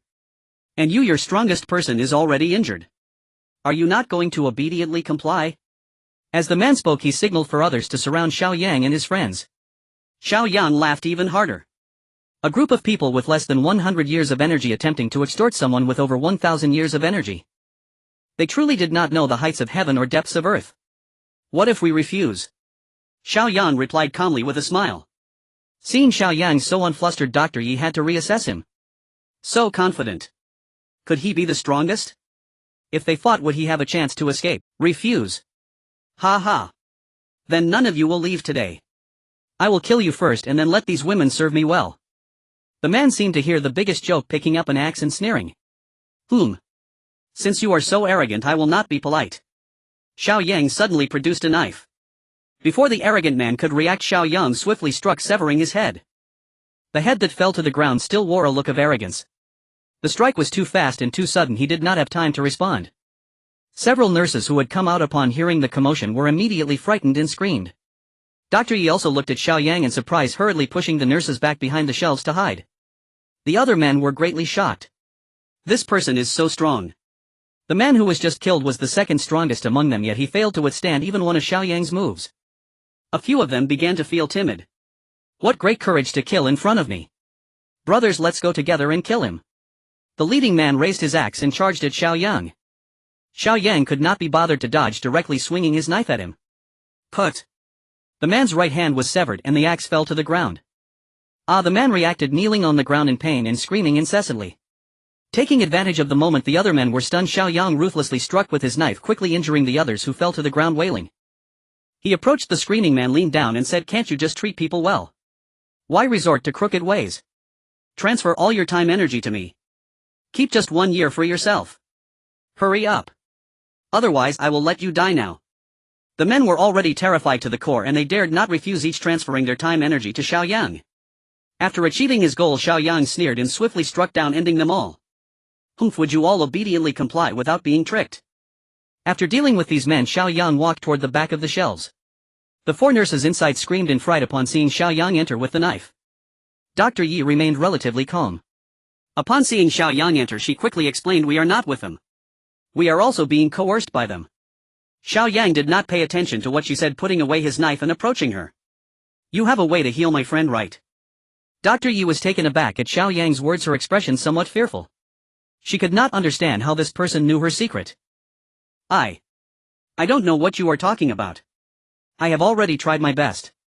Xiao Yang sneered. "Stop pretending. Do you think we know nothing? Listen to me, as long as you can heal my friend, I can take you out of here. Moreover, I will arrange a good place for you to stay. It is much better than here." Although Dr. Yi did not know how Xiao Yang and the others found out her secret, since they had said it this way, there was no need for her to hide it any longer. However, she still felt somewhat uneasy. Who knows if this person is just as beastly as those in the pharmacy? Just then Mu Wanqing approached. "Dr. Yi. Don't worry. As long as you can save our friend, we can guarantee the safety of you and the 4 nurses behind you. You may not trust him, but you should at least trust us women." Mu Wanqing, who had heard Dr. Yi's worries, spoke up to reassure her. Dr. Yi widened her eyes in surprise, looking at Mu Wanqing. Why could this girl know what I was thinking? These people are truly not simple. Could it be that they also have some special abilities like her? Looking at Xiao Yang, if he were a beast, wouldn't I have been pushed down long ago? Why waste time with myself? Okay, I agree to your request. But it is too cold here. To treat your friend, we need to find a warmer place and take off our tops. Moreover, it will take some time. Xiao Yang smiled. That's no problem at all. Xiao Yang instructed Mu Wanqing and Lin Shishir to take everyone back to the RV first. Deal with the last person outside. He handed the tang dao to Mu Wanqing, watching them leave.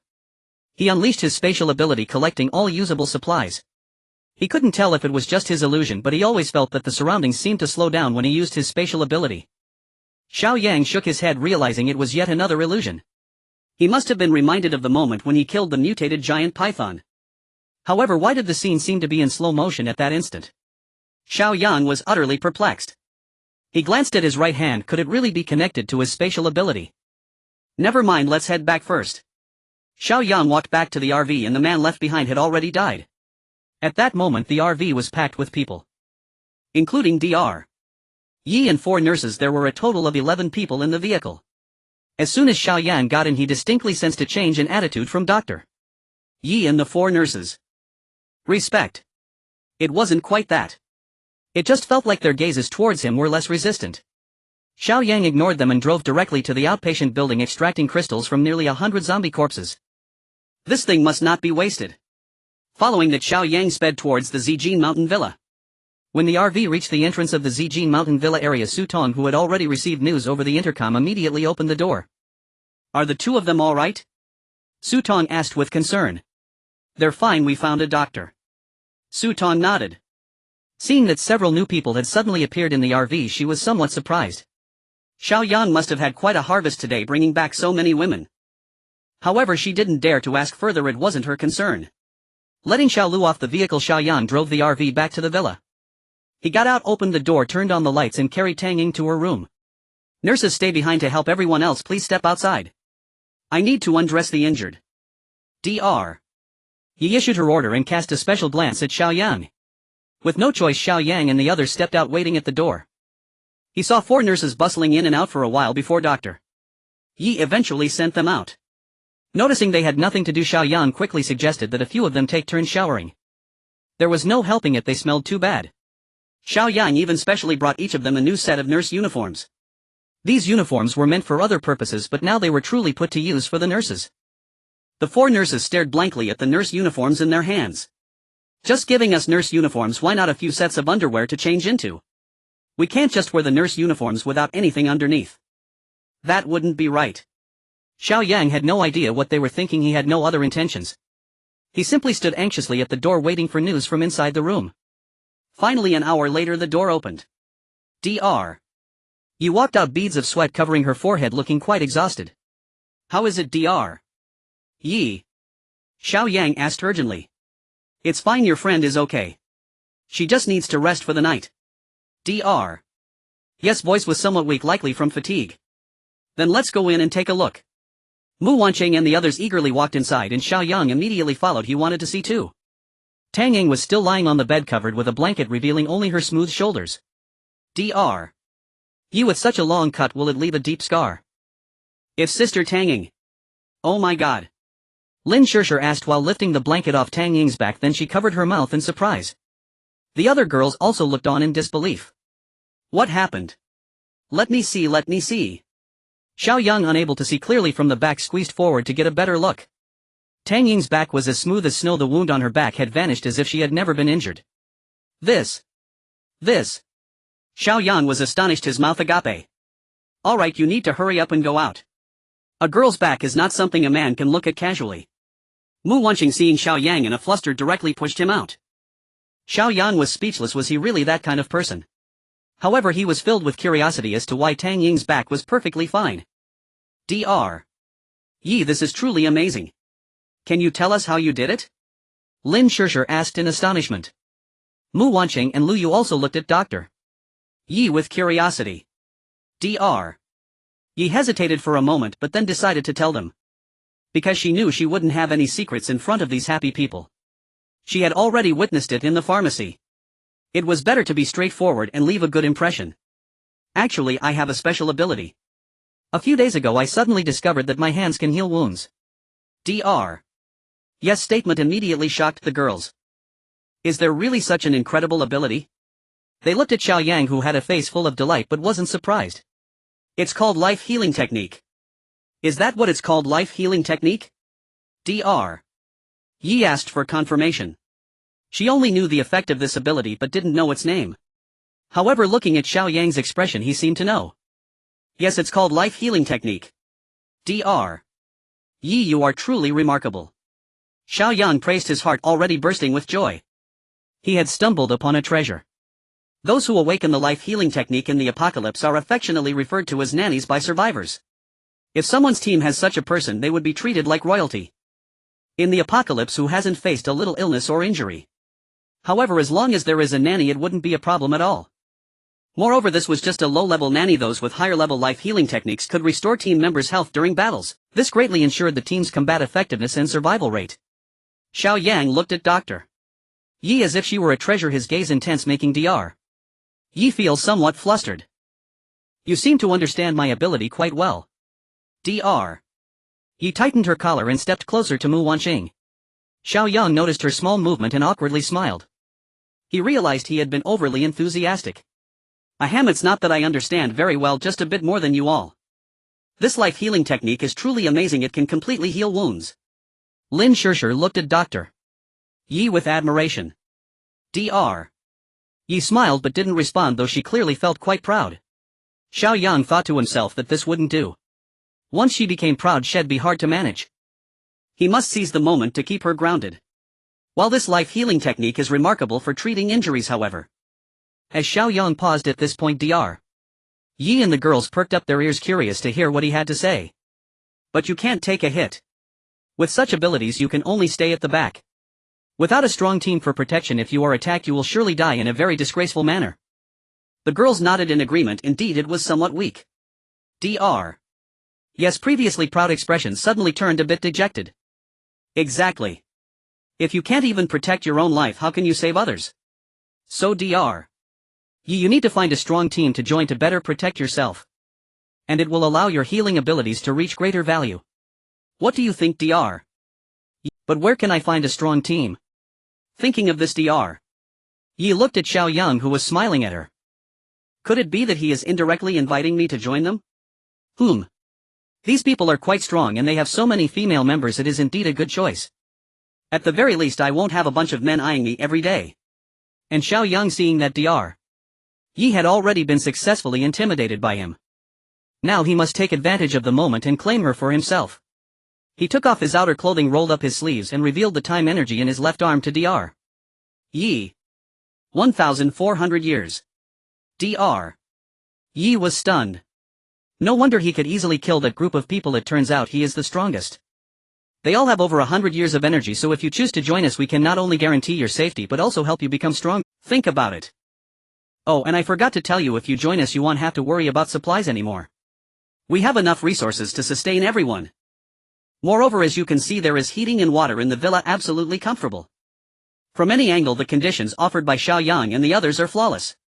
In this weather and disaster this place is almost perfect. However, Dr. Yi still had one last concern. With such powerful individuals, why would anyone still get so badly injured? Just as this thought crossed her mind, Mu Wanqing walked over and stood in front of her. Dr. Yi, the reason we had injuries today is that we encountered a mutated giant python. The strength of such a mutation has exceeded human understanding. It is no exaggeration to say that with the power of that mutated giant python it could easily wipe out a team of 500. Hearing Mu Wanqing's words, Dr. Yi was completely shocked. She not only witnessed Mu Wanqing's ability to hear her thoughts again but was also astonished by their strength. At this moment 4 nurses had already finished their shower, changed into new nurse uniforms and walked over. Xiao Yang glanced over. Dressed like this, the 4 nurses looked quite pretty. However, Xiao Yang seemed to notice that none of the 4 nurses were wearing underwear. They were only wearing nurse uniforms on the outside. TSK. Interesting. Dr. Yi, it turns out you can take a hot shower here, it's so comfortable. You should hurry and wash up, we 4 will keep an eye on things. Upon hearing that she could take a hot shower, Dr. Yes' eyes lit up, it was truly wonderful. She hadn't showered in a long time and just now treating Tang Ying's back wound had consumed a lot of her energy and strength, causing her to sweat a lot. She had long felt uncomfortable. She looked at Xiao Yang seeking his approval. Xiao Yang smiled knowingly and said, how about you go take a shower first and consider it well. Give me your answer after you're done. Okay. After Dr. Yi left, the 4 nurses entered Tang Ying's room to keep watch. Xiao Yang suddenly felt that if these 4 nurses were willing to stay, having them as helpers wouldn't be bad. They are both caring and can take care of people, and the key is that they possess nursing skills. Although they aren't as pretty as Mu Wanqing and the others, they still look quite pleasant. Seeing that the time was almost up, Xiao Yang had Mu Wanqing bring Dr. Yi a set of pajamas. After a while, Dr. Yi put on the new pajamas and came to Xiao Yang. Xiao Yang's eyes brightened. He had to admit that Dr. Yi's appearance was indeed impeccable. She looked mature and steady, which might be related to her profession. Her figure was also commendable. Everything was in the right place. She completely met Xiao Yang's aesthetic standards. Dr. Yi walked up to Xiao Yang and said seriously, "I've made up my mind. I am willing to join you." While showering, she deeply felt the importance of a sanctuary. The living conditions here are almost indistinguishable from those before the disaster. The temperature is comfortable, there is electricity and water, and you can take hot showers. The key is that the owner here is very powerful and doesn't seem like a bad person. What reason do I have to refuse? That's wonderful. Welcome to the family, Dr. Yi. From now on we are family. Xiao Yang said with a smile, extending his hand to shake Dr. Yi's hand. From now on just call me Yiling. Yiling. What a beautiful name. Okay, Yiling. Oh, by the way, let me introduce you. I am Xiao Yang, this is Mu Wanqing, this is Lin Shishir, this is Lu Yu, and the one lying on the bed is Tang Ying. After hearing Xiao Yang's introduction, the girls all greeted Yiling. Everyone was very happy about Yiling's joining. With Yiling's healing abilities, they wouldn't have to fear injury in the future. Can we stay too? The four nurses asked Xiao Yan with pitiful expressions. Yes. Xiao Yan nodded. The four nurses were instantly overjoyed. But I must tell you in advance. Coming here is not for enjoyment. I do not support idleness. You will temporarily take care of some household chores and miscellaneous tasks. Moreover, you must take turns following me into battle to improve your strength. Otherwise I will kick you out. Xiao Yang seriously warned them. The four nurses looked at each other, still feeling some fear towards the zombies. However, they also understood that if they did not become stronger, they would truly be eliminated by this world. Even a strong team like Xiao Yang and the others would still have injuries. If they lacked the ability, no one would support them unconditionally. Coming to this realization, the four quickly nodded in agreement. Alright, there aren't many rooms left here. You four will temporarily stay in the nanny room on the underground second floor. Yiling will stay in the room next to ours on the third floor. Okay. The few of them certainly complied with the owner's arrangements. Once everything was settled, Xiao Yang relaxed and suddenly felt some soreness all over his body. Today was indeed too dangerous. He almost got killed by that mutated giant python. Even with his physique of over 1,000 years of energy, he surely had quite a few bruises. Moving around was uncomfortable. Suddenly he saw Yiling's hand and his eyes brightened. Yiling, could you use your healing abilities to give me a full body massage and help me clear the bruises? What? Using destiny healing techniques for a massage. A powerful ability that can completely heal wounds, and Xiao Yang actually wants to use it for a massage. Yiling looked at Xiao Yang in disbelief, wondering if he was joking. What's wrong, Dr. Yi? I'm really in pain all over, just take a look. Seeing Yiling staring blankly at him, afraid she might misunderstand and think he was trying to take advantage of her, Xiao Yang quickly took off his top. His bronze skin and well-proportioned physique exuded a wild masculine charm. Yiling's heart raced at the sight. Although she was a doctor and had seen many shirtless patients, she had never encountered someone like Xiao Yang with such skin tone and physique. Coupled with his handsome and rugged face, Yiling felt he was the most perfect man she had ever seen. The four female nurses who witnessed this were visibly smitten. In their eyes, Xiao Yang was like a male god. They even felt a sudden urge to embrace him. Let me take a look. At that moment, Mu Wanqing approached with a concerned expression and began examining him closely. There are quite a few bruises. Sister Yi, why don't you give Xiao Yang a massage? We are all counting on him. Mu Wanqing pleaded with Yiling, feeling somewhat sorry for Xiao Yang. Seeing that Mu Wanqing had said so, Yiling felt she couldn't refuse any longer. Moreover, she had just arrived and should do something for everyone. Xiao Yang was clearly the backbone of the team, so it was only right to serve him. Alright. I happen to have studied a bit of traditional Chinese medicine and I can combine it with destiny healing techniques for your massage. Hearing Yiling agree, Xiao Yang was instantly overjoyed. Great. I'll go wash up first and then I'll call you to come to my room. Xiao Yang instructed Yiling, then turned to Mu Wanqing. You all go wash up and change clothes too. After Yiling finishes massaging me, we can all have a late night snack together. With the arrangements in place, Xiao Yang hurriedly rushed to his bedroom. He took a good wash and then found a pair of shorts to wear. He called down to Yiling and obediently lay on the bed waiting for her arrival. Soon he heard the sound of the door opening. Then, why are you wearing so little? Yiling exclaimed, her face turning slightly red when she saw Xiao Yang in only shorts. Xiao Yang looked up and noticed Yiling avoiding his gaze, not daring to meet his eyes. Don't shout too loudly, someone who doesn't know might think I've done something to you.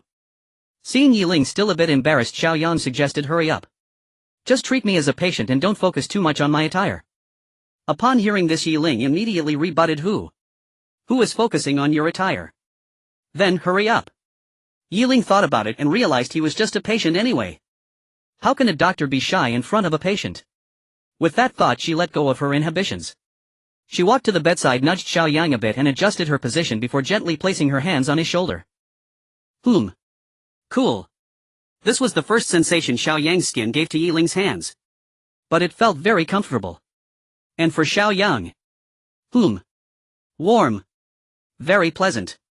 Xiao Yang could feel that Yiling's hands were soft and delicate. Not to mention the massage, just having them resting there felt great. Slowly Yiling's hands began to work on the bruises on Xiao Yang's body using the therapeutic techniques she had learned combined with her destiny healing techniques. Wherever she passed, the bruises gradually dissipated until they completely vanished. Xiao Yang felt incredibly relaxed all over. Yiling's therapeutic methods were truly remarkable. However, Xiao Yang felt a bit embarrassed as he had some unexpected reactions to Yiling's therapeutic techniques. I've finished dealing with the bruises on your back, turn over and I'll help you with the ones on your front. Coincidentally, Yiling asked Xiao Yang to turn over at that moment. Feeling a bit guilty, he thought it might not be good to be seen lying down. Seeing Xiao Yang squirming and hesitating to turn over, Yiling urged, come on, hurry up. Using destiny healing techniques for a massage is quite taxing on my mind, I can't sustain it for long. Xiao Yang heard this and steeled himself. Great. This was your suggestion. He flipped over in one swift motion. Yiling was startled by his sudden movement. Just as she was about to continue the therapy, she unexpectedly saw a little tent. Yiling's face instantly turned red. Her hand hung in the air, unsure how to proceed. What should she do? Yiling felt flustered and a bit at a loss. Seeing that Yiling had been quiet for a while, Xiao Yang stole a glance at her and saw that she was lost in thought, staring at a certain spot. Ahem. He quickly cleared his throat and said with a bold face, Dr. Yi, I'm just a simple patient. Please continue your work. Yiling was taken aback and pulled her gaze back. What was wrong with her? She had seen many patients before. Why was she so distracted today? Calm down. She must stay calm. So she pretended she hadn't seen anything and began the therapy again. Meanwhile, Xiao Yang was trying hard to keep his reactions in check. However, he still couldn't control himself. The embarrassment was overwhelming. After finally finishing the therapy, Yiling felt a huge relief as she had been too tense. Alright, that's enough. You just need to rest for the night and you'll be fully recovered by tomorrow. After saying this, Yiling immediately stood up and was about to flee. Wait. Unexpectedly, Xiao Yang called out to her. Is there anything else? Yiling asked with her back to him. Could you massage my head and squeeze my feet? I've been so tired these past few days, my feet hurt and my head aches. Xiao Yang said shamelessly. Yiling tilted her head looking at Xiao Yang and angrily replied, What do you take me for? I'm a doctor, not a technician. Seeing Yiling getting angry, Xiao Yang quickly smiled. Alright, let's just stick to massaging my head then. Yiling shot him a glare and, unable to refuse, found a small stool to sit in front of him. She pressed her hands against Xiao Yang's temples and began to gently knead. Sitting so close, Xiao Yang could always smell a faint fragrance. It made him feel enchanted and relaxed. He had to admit that Yiling's therapeutic techniques were indeed very comfortable. Suddenly Xiao Yang thought, would Yiling's destiny healing techniques be able to repair the brain cells he had burned out? Or perhaps could they make a person without brains become intelligent? Could they help treat prostatitis? Could they help treat psoriasis? Also, would the hair he had lost these past few days suddenly grow back?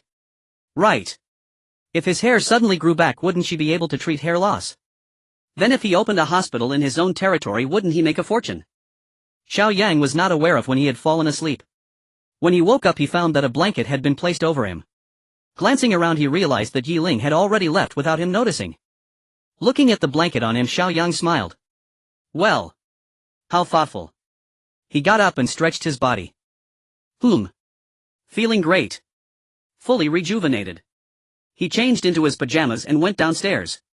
The living room on the first floor was already filled with people. To Xiao Yang's surprise, Tang Ying was already awake and was sitting on the sofa chatting with Yiling and the others. Upon seeing Xiao Yang come down, the women turned their attention to him. Yiling glanced at Xiao Yang and then quickly averted her gaze, her expression clearly a bit unnatural. Xiao Yang smiled and ignored her. He approached Tang Ying concerned and asked, Why are you up? You should rest more. Tang Ying however replied dismissively, I'm not that fragile. However, all of this was thanks to Yi Ling. Without her I wouldn't know if I could have made it. As she spoke, Tang Ying gratefully took Yi Ling's hand. Don't be so polite, from now on we are family. Yes, family. Seeing how well they were getting along, Xiao Yang felt very satisfied. By the way, everyone must be hungry. What do you want to eat for a late-night snack? Just say it. I will satisfy you all. As soon as Yi Ling said this, her stomach rumbled loudly. She was indeed hungry. It had been a long time since she had eaten and her powers had drained a lot of her energy and stamina. She was almost at her limit. The others felt the same, especially Mu Wanqing and the others who felt like they had no strength left. It's so late, let's just eat something. Just bring me a few sausage links. Yi Ling said cautiously, feeling that being able to eat a few sausage links was already quite luxurious. The four little nurses nodded along. They didn't dare to hope for anything lavish for their late-night snack. Mu Wanqing and the others were even more straightforward. Whatever Xiao Yang brought they would eat. After all, there was nothing unappetizing from Xiao Yang. After hearing this, Xiao Yang shook his head and said, this won't do. We can't settle for less. Since you all aren't saying anything, I'll take charge. He disregarded their opinions and walked directly to the empty space in the dining area, pulling out a table full of dishes from the restaurant. This immediately shocked Yi Ling and the four female nurses. They rubbed their eyes in disbelief, wondering if they were seeing things. Xiao Yang had actually conjured a table of dishes out of thin air. Moreover, some of the dishes were still steaming. They thought they were imagining things, but the aroma of the food wafting through the room confirmed that everything before them was real. You. This. Is this your ability? Yi Ling stammered in surprise. Yes. Xiao Yang had deliberately shown this skill in front of them. Since they were all on the same side, there was no need to hide it. Alright, everyone come over and eat. After eating, everyone should rest early. The crowd hurried over, gathering around the table. Seeing such a lavish feast, the four nurses couldn't hold back their tears. I never imagined that I would have the chance to eat such delicious food again in my life. Thank you, brother Xiao Yang. Me too, brother Xiao Yang. From now on I will do whatever you ask me to do. Brother Xiao Yang, I am willing to be your servant. Brother Xiao Yang, from now on you are my idol. The four nurses each expressed their heartfelt gratitude. Alright. Hurry up and eat. Otherwise it will get cold. This lavish late-night snack ended amidst the crowd's feasting. The four female nurses were sensible enough to clean up the bowls and chopsticks and tidy up. The others also returned to their respective rooms. As for Xiao Yang, after feeding the coal ball 4 crystal cores, he hurriedly pulled Mu Wanqing back to his bedroom. He closed the door. Mu Wanqing broke free from Xiao Yang's hand and asked in confusion, what are you doing? Xiao Yang grinned, suddenly revealing a pair of black stockings. Upon seeing this, Mu Wanqing immediately turned her face away, her cheeks flushed. Pretending not to see. Xiao Yang waved the black stockings in front of Mu Wanqing. Mu Wanqing quickly covered her face, wanting to avoid this. Hurry up and put them on. You promised me this yesterday. Seeing that she had nowhere to escape, Mu Wanqing stomped her foot, grabbed the black stockings, shot Xiao Yang a glare, and reluctantly walked into the dressing room. After a while, Mu Wanqing shouted from the dressing room, alright you. Turn off the lights first. Hearing this, Xiao Yang thought to himself, how am I supposed to see anything if I turn off the lights? He took 3 steps in 2 strides and directly entered the dressing room. Ah, you bad guy. Mu Wanqing exclaimed in shock. Wow. Xiao Yang thought that Mu Wanqing now looked like a beautiful piece of art. An artwork that could not only be admired from afar but also played with. Xiao Yang scooped Mu Wanqing up and tossed her onto the bed. Suddenly he had a flash of inspiration. Then he found a belt in his hand. In the dead of night, Mu Wanqing had already fallen into a deep sleep. Xiao Yang lay on the bed staring at the ceiling. He was unable to fall asleep for a long time, his mind filled with images of battling the mutated python. He was always perplexed by the slow-motion scene when he finally killed the python. Such a scene could not have appeared for no reason. If one had to explain it, it must be related to his spatial abilities. It was certainly his body instinctively activating the potential of his spatial powers in the most critical moments. Yes, it must be like that. Thinking of this, Xiao Yang's eyes suddenly brightened. He took out the 4-star crystal core from the mutated python. The originally dark bedroom suddenly lit up a bit with the 4 glowing green dots of the crystal core. Xiao Yang's spatial abilities had already reached the maximum level of 5. With one more 4-star crystal core he could advance to level 6. Originally Xiao Yang was worried that using this 4-star crystal core would be a waste, as the previous upgrades had only expanded his space. There had been no other changes at all. However, this battle with the mutated python made him vaguely feel that these spatial abilities were not as simple as he had imagined. He had a strong premonition that if his spatial abilities reached level 6 there would definitely be unexpected changes. With this thought he no longer hesitated and directly put the 4-star crystal core into his mouth. The green light was instantly swallowed. The crystal core was a bit large. Xiao Yang could only hold it in his mouth first and slowly swallow it after it had shrunk. Buzz. A rumble suddenly echoed in Xiao Yang's mind. Immediately after he seemed to see light. It felt like he could sense time gradually slowing down. He seemed to have an epiphany, as if he had captured a glimpse of the secret of the order of time. He closed his eyes and contemplated carefully. An hour later Xiao Yang suddenly opened his eyes. If one looked closely they would notice that Xiao Yang's eyes were brighter than usual. Like dazzling stars in the night. Xiao Yang smiled, his smile radiant. His spatial abilities had finally reached level 6 at this moment. And he had surprisingly begun to grasp the power of time. Indeed, he could slow down time within a certain range around him. Caw caw. Xiao Yang almost burst into laughter. He turned his head to look at the peacefully sleeping Mu Wanqing. A sudden thought struck him. If he used this ability with Mu Wanqing, and if he could be a bit faster. How wouldn't Wanqing just fly to the heavens? Oh my. Just thinking about it excites me. However, he still suppressed his eager impulse. After all, Mu Wanqing was already quite tired, so it was better not to disturb her anymore. He would wait until dawn. Once the sun rose he would let Yiling give Mu Wanqing a massage to ease her bruises. Then at night he definitely had to give it a try. The long night dragged on and Xiao Yang was unable to sleep. He didn't fall asleep until the early hours of the morning. He had a dream about everyone in his team. In the dream he was using his time manipulation ability to spar with them. Xiao Yang showcased his 18 martial skills, defeating them one by one. Meanwhile the 4 female nurses stood behind him in a row cheering him on. Mu Wanqing was so frightened that she kept hiding, repeatedly shouting, "Xiao Yang, don't come over! Xiao Yang! Xiao Yang!" He was jolted awake by Mu Wanqing abruptly interrupting the dream. Feeling somewhat unsatisfied, Xiao Yang opened his eyes slowly, only to see a flustered Mu Wanqing looking anxiously at him, repeatedly calling his name. "What's wrong?" Xiao Yang asked, still half asleep. "Xiao Yang, do you have a sanitary napkin?" I've come on my period." "What the heck?" Xiao Yang shot up in shock. I said I've come on my period, do you have a sanitary napkin?" Mu Wanqing's voice trailed off as she lowered her head. Xiao Yang instinctively glanced beneath her. She was still wearing tattered black stockings. However, there were a few spots of red on the sheets. Oh no. Xiao Yang suddenly felt a bit dejected. It's over, it's all ruined. Tonight's plans are all shot to hell. Forget about the next few days. Xiao Yang's distress wasn't without reason. Ever since his time energy rose to 1,000 years he found his desires to be particularly strong.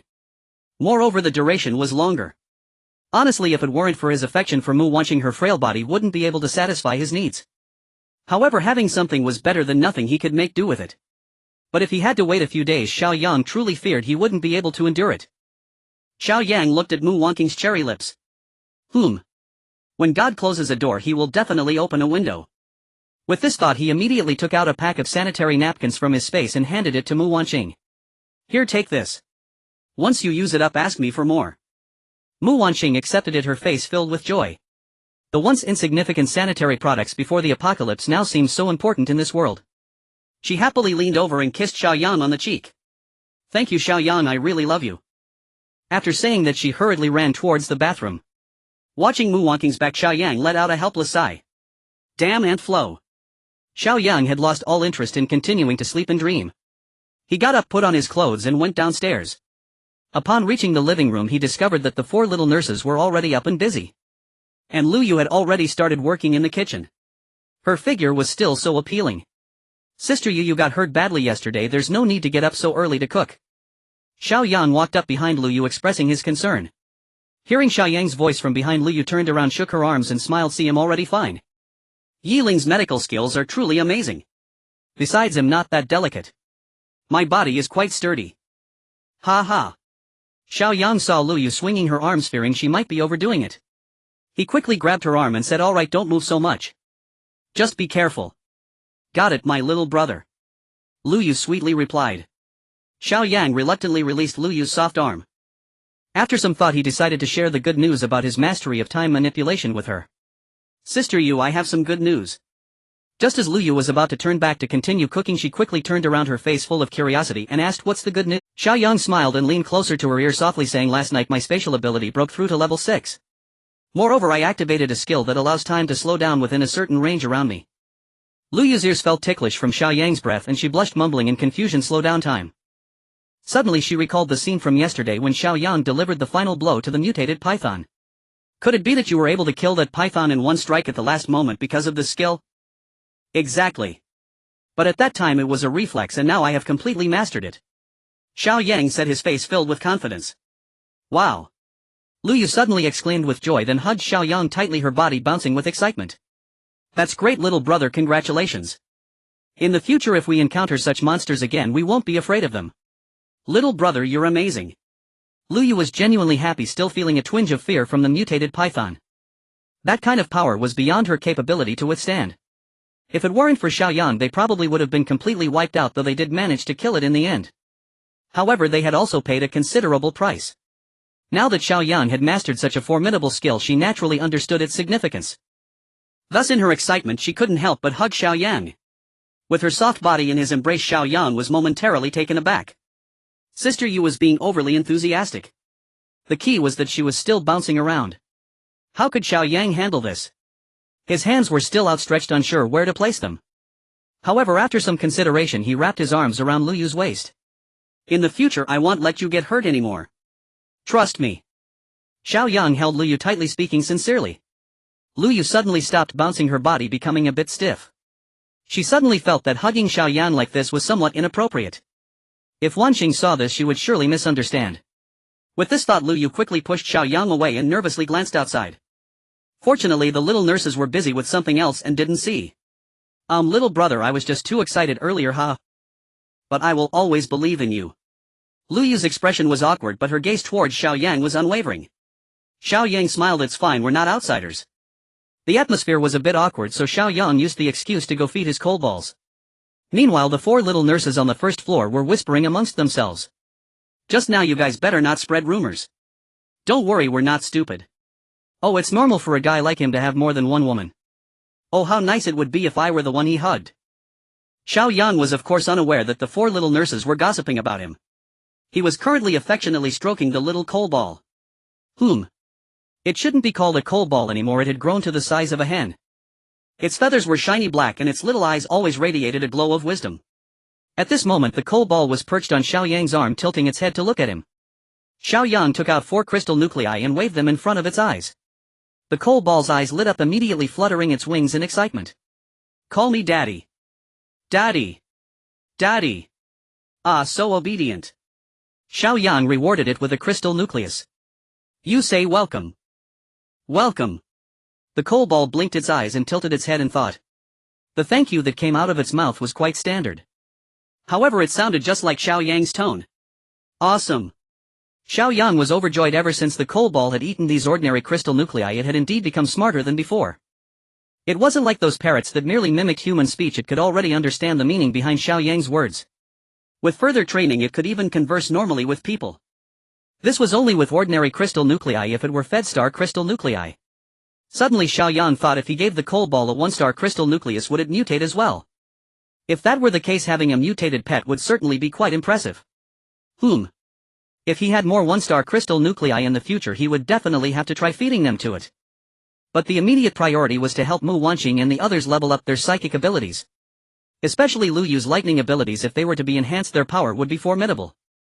After rewarding the coal ball with 2 crystal nuclei, Xiao Yang looked down and discovered that the police dog Yang was sitting on the ground gazing up at him eagerly. Its eyes occasionally darted towards the remaining crystal nucleus in his hand. Drool was dripping from its mouth. Xiao Yang chuckled and said to it, "Do you want to eat?" Yang whimpered twice, its 2 front paws patting the ground, wagging its tail. If you want to eat, you need to change your name. You should know to avoid taboos. If it weren't for your mistress, I would have thrown you out a long time ago. Xiao Yang didn't care whether it understood or not, muttering to himself. The dog's name sounded just like his. What kind of situation was that? Would they both turn around when someone called Yang Yan? That would be a joke. What should I rename you? Dade Yellow. Lucky Dog. No, too old-fashioned. Xiao Yang rejected his own suggestions. Sky Wolf. Howling Sky. No, that's too grand, you can't handle it, it might kill you. Xiao Yang was troubled. Sigh, I hate naming things the most. A perfectly good dog, why give it a human name? I might as well just call you Air Guzzi. How about that? Yang looked confused, its eyes only on the crystal nucleus. Xiao Yang shook the crystal nucleus in his hand, holding it up in the air, saying, "Come here, Air Guzzi, stand up." Yang was taken aback. "I'm not called Air Guzzi." But seeing the crystal nucleus, it obediently stood up. Air Guzzi, lie down." Although Yang didn't understand why Xiao Yang called it Air Guzzi, it followed the command for the sake of the crystal nucleus. Xiao Yang was very satisfied. Indeed, no matter how much a dog gnaws on bones, it would never develop a backbone. At this rate, it wouldn't be long before this dog would start thinking Air Guzzi was its name. Xiao Yang rewarded Yang with the crystal nucleus. "From now on you will gain a new life. Your dog life as Air Guzzi begins now." Air Guzzi excitedly swallowed the crystal nucleus in one bite. Upon seeing Air Guzzi eat a crystal nucleus, the coal ball immediately became displeased. "Coal ball trying to steal food from me. Just wait and see." The coal ball let out two sounds, flew to Air Guzzi's back and began to bite Air Guzzi's tail with its long beak. Air Guzzi was no match for the coal ball and immediately began to yelp in distress. At this moment, Mu Wansheng and several others came down from upstairs. Once Lu Yu finished preparing breakfast, everyone gathered around the table, completely filling it. Seeing that everyone had eaten enough, Xiao Yang spoke up. "All right, let's have a meeting." The girls set down their bowls and chopsticks, obediently sitting up to look at him. Xiao Yang first pointed to the four nurses and said, "From now on you four will be divided into two groups, taking turns to train with us. Those who aren't going out should stay back to guard the house and do some chores. Before we return, prepare the ingredients to save Sister Yu the trouble." The four nurses quickly nodded in agreement. Now Xiao Yang was like their heaven. Naturally they would do whatever he said. Satisfied with their attitude, Xiao Yang felt pleased. He looked at the others and said, "Now our most important task is to see supplies, kill zombies and obtain crystals. As you can see, there are already people outside who have learned the secret of the crystals. Competition will only get fiercer. Therefore we need to hurry up. Moreover, more people are awakening their abilities outside and we must constantly improve our own strength. Only then will we be safer." The girls nodded in agreement. Xiao Yang took all the crystals he obtained yesterday out of his space and placed them on the table. "You four little nurses haven't awakened your abilities yet. Each of you should take 10, raising your time energy to over 10 years. As for the others, let Tang Ying and Yiling use them first. Once their energy exceeds 100 years, you can divide the rest." "Okay." After arranging this, Xiao Yang walked to the living room. He took out several sets of equipment from his space, preparing to give them to Yiling and the little nurses. Then he took out a compound bow and a set of arrows. Once they had all absorbed the crystals, Xiao Yang called Tang Ying over. He handed the compound bow to Tang Ying and said, "Your strength lies in shooting, which is a form of long-range attack.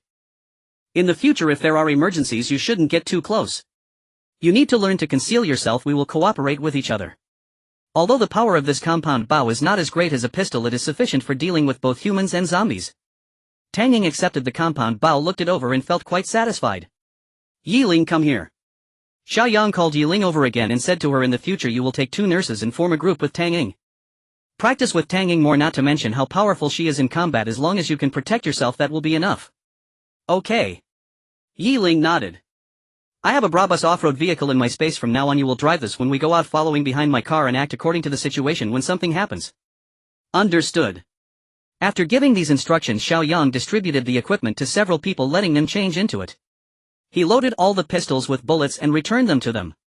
He left two of the little nurses to guard the house while the others got ready to set off. Xiao Yang ran to the yard and took out the Bravos off-road vehicle. After that, everyone was divided into two groups and drove out. Upon reaching the guardhouse, they picked up Su Tong. "Let's go." Toward the university town. Xiao Yang drove at a leisurely pace with Tang Ying following closely behind, maintaining a distance of 200 meters. After discussing with Mu Wansheng and Lin Shishir, Xiao Yang decided to head to the Haicheng Art Academy, which is the school they both attend. The first reason is that they are quite familiar with the academy, knowing the terrain well, making it convenient for movement. The second reason is that there are many students at the Haicheng Art Academy. A large number of students implies a high likelihood of encountering zombies. Of course, it's also possible that there are many survivors. That would be even better. If there are more survivors, they would definitely recognize Mu Wansheng and Lin Shishir. How could anyone not know two beauties of their caliber? In such a case, if they encounter any students with awakened abilities, it would be relatively easier to recruit them. Thus they reached a consensus to make the Haicheng Art Academy their first stop. The off-road RV continued at a steady pace along a narrow road leading to the academy. Suddenly, a few hundred meters ahead, several pickup trucks were driving towards them. The women in the vehicles became alert. "Xiao Yang, there's a vehicle." Lin Shishir pointed ahead. "I know there's a vehicle and not blind. Everyone sit tight. Don't overreact." At this time, encountering survivors on the road was quite normal. As long as everyone goes their separate ways without interfering with each other, generally nothing should happen. Moreover, with Xiao Yang's current strength, who could possibly pose a threat to him? Tang Yang, there's another convoy up ahead, be careful. However, Xiao Yang still reminded Tang Yang and the others over the walkie-talkie. Got it. At that moment, the people in the oncoming vehicles also spotted Xiao Yang's heavy-duty off-road RV. In the lead pickup truck there were 4 men. Brother Zhang, there's a truck coming ahead, should we stop it? The driver said to the man in the passenger seat. The man referred to as Brother Zhang leaned forward to observe closely. Hold on, let's see if they have more vehicles following them. If they also have a convoy and outnumber us, wouldn't that be seeking death? That makes sense. Brother Zhang is wise. No wonder Hong Jie values you so much. The driver flattered. Brother Zhang in the passenger seat smiled at the compliment, clearly enjoying the praise. In just a few seconds the two convoys met. Xiao Yang noticed that the opposing convoy consisted of 5 pickup trucks. It was indeed rare to find so many functional pickup trucks after the severe cold wave. Many vehicles had malfunctioned in the extreme cold of -70 degrees. This is also why Xiao Yang kept the heavy-duty off-road RV and the Brabus off-road vehicle in storage. If left outside, any issues with the vehicles would be quite troublesome. Xiao Yang's heavy-duty off-road RV brushed past the 5 pickup trucks. Neither side stopped. Then Tang Ying's Brabus off-road vehicle also passed by the 5 pickups. No one stopped and everything remained peaceful. Just as Tang Ying's off-road vehicle had passed, someone in the back seat of the leading pickup truck spoke up. Brother Zhang, I just saw that the driver of the off-road vehicle was a woman. I saw that too. It seems like there's also a woman in the passenger seat. Moreover, that heavy-duty truck that just passed by seems to be a mobile home. Quite impressive. Men should drive such commanding off-road vehicles. This one behind also isn't bad, it's a Brabus. I bet that woman is either a rich second generation or a mistress. Damn it, these people have survived with great difficulty, yet they wander around flaunting themselves. The 2 men behind exchanged jealous and indignant remarks. Brother Zhang, what do you think? The driver looked at Brother Zhang, making a grabbing gesture with his hand. Brother Zhang looked a bit tempted. However, he remained cautious. Let's drive a little further and see if there are any more vehicles behind them. Okay. After driving a bit more, noticing no vehicles behind, the group began to grow anxious. Brother Zhang, there are no more cars, just those 2. Let's go for it. That's right, Brother Zhang. Hong Jie sent us to the Haicheng Art Academy to find out if there's a survivor named Mu Wanqing. But there are so many zombies wandering around that broken academy. We lost 2 brothers and still couldn't break in. We can't return without completing the mission. If we can grab a few women to bring back along with these 2 luxury cars, I believe Hong Jie won't just blame us but will probably see Brother Zhang in a new light. Yes, Brother Zhang, you know what Hong Jie needs? She requires a lot of girls. Brother Zhang clearly hesitated. He was usually quite cautious. However, encouraged by the others in the vehicle, he began to feel tempted. Especially if it could earn him Hong Jie's admiration, his future days would be much easier. Seeing Brother Zhang hesitate to make a decision, the driver was nearly frantic. Brother Zhang, hurry up and make a decision, otherwise they will run far away and we won't be able to catch up. That's right, Brother Zhang, once we tie up those 2 women, you can take them to that mobile home for some fun first. Once you're done, we brothers can help you clean up. After all, bringing those women back would also benefit someone else. Damn it. Let's do it. Turn around. Upon hearing about having fun in the mobile home with 2 women, Brother Zhang instantly became excited. The women under Hong Jie are all incredibly expensive. They either demand food and drinks or time on their arms. Although he could be considered one of Hong Jie's favorites and get some discounts. But in this environment, resources are too precious. Before the disaster, they fought for survival every day. Now that the world is like this, can he really afford to spend a lifetime for women? Not taking advantage of free opportunities would be foolish. As soon as Brother Zhang spoke, the others in the vehicle cheered with excitement. Being able to follow along would be a stroke of great fortune. The lead vehicle suddenly performed a sharp turn in the road. Then it gestured to the 4 pickup trucks behind. The 4 vehicles quickly turned around and followed.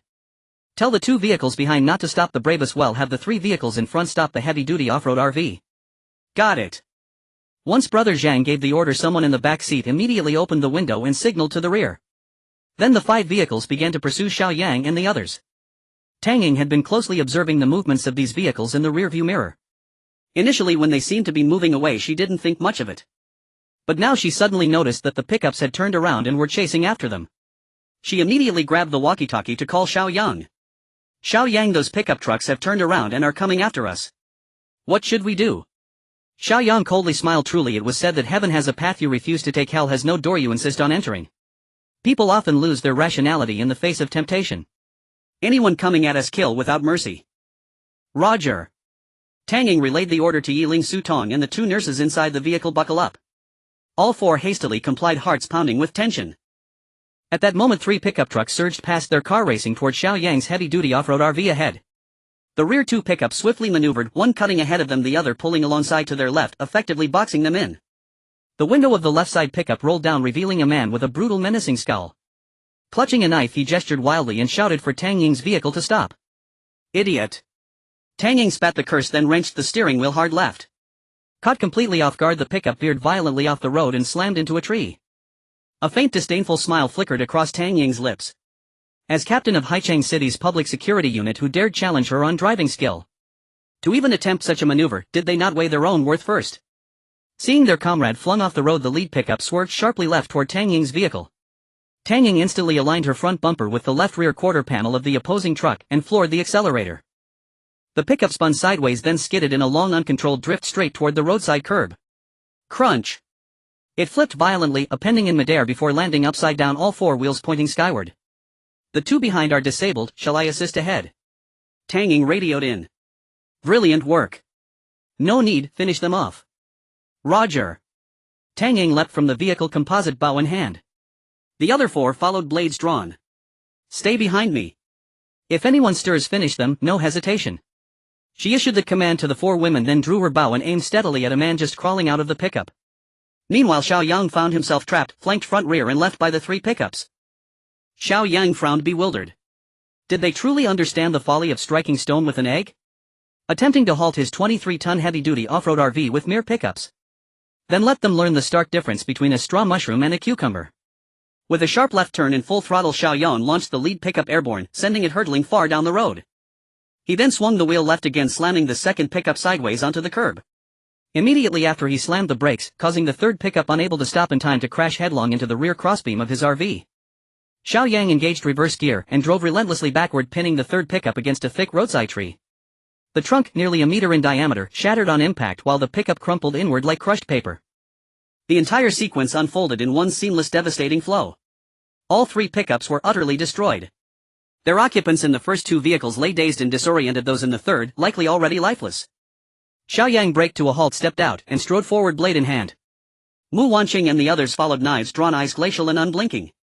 Holy hell! This driver's insane, no warning, just rammed straight in. Look, they've stopped. People are getting out. Damn! So many women. Jackpot, Brother Zhang. Grab your weapons and move, this fool actually dared get out. Too stupid to live, lucky break for us lads. 10 men poured from the 2 vehicles, cleavers raised, cursing as they charged toward Xiao Yang. Kid, you ignored our order to stop. You've got a death wish. Ladies at the back, step aside. Once we carve this boy to pieces, we'll treat you very kindly. They had already pegged Xiao Yang as some spoiled wealthy survivor, nothing more. Such heirs knew nothing but indulgence, what use were they beyond empty bravado? So when they saw Xiao Yang holding a blade, they felt no fear. Afraid of a knife. Preposterous. Even the toughest bouncers at Haicheng's most notorious nightclub, Royal One, had earned their scars in bloody street wars. Cut him down. At Brother Zhang shot, the other 9 roared forward, cleavers gleaming. Shink! Shink! Shink! Before Xiao Yang could even raise his weapon, Mu Wanqing, Lin Shishir and Lu Yu surged ahead, each delivering a single lethal horizontal slash. Thud! Thud! Thud! Those bringing up the rear hadn't even registered the movement when suddenly 3 heads and arms flew through the air. Arterial blood gushed from severed necks, splattering the faces of those behind. Even seasoned thugs accustomed to carnage froze, stunned by the sheer brutality. Worse still, the attackers were women. Yet before they could recover, they sensed Xiao Yang move. The frontmost men suddenly felt something pierce their bodies. Before they could glance down, something else withdrew, cold and swift. Within seconds 4 men staggered, blood erupting from gaping wounds in their chests and bellies. Xiao Yang's rapid, precise thrusts had pierced them clean through. Staring in disbelief, the 4 collapsed. Brother Zhang and the last 2 survivors, paralyzed with terror, turned and sprinted toward the lead pickup. Faced with a true predator, fleeing was the only sane choice. Flum! Flum! 2 arrows sliced the air, striking both men square in the back of the skull. 2 muffled groans, and they crumpled face-first into the snowdrift. Xiao Yang glanced toward the arrow's origin. Tang Yang, having already neutralized the rear threat, had seized the moment to fire. Xiao Yang nodded, silent acknowledgement. Then he turned, spotting the final fugitive just meters from the lead pickup. trying to escape. A dry chuckle escaped him. He activated his time-slow ability, its radius enveloping the fleeing man perfectly. He estimated the effect's range at roughly 30 to 100 meters. Since the man was now only 30 meters away, his movement slowed to a surreal hyperdilated crawl. Yet Tanging, standing 100 meters distant, moved freely unaffected. This gave him his first clear understanding of the ability's spatial limits. Now he knew precisely how to deploy it. He drew his blade and walked forward, 20 slow deliberate seconds for him, yet only 2 agonizing seconds for the man watching helplessly.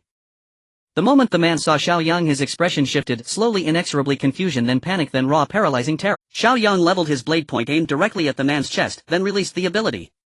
Schlick. The man's momentum carried him forward, straight onto the waiting blade tip. The steel pierced his chest cleanly.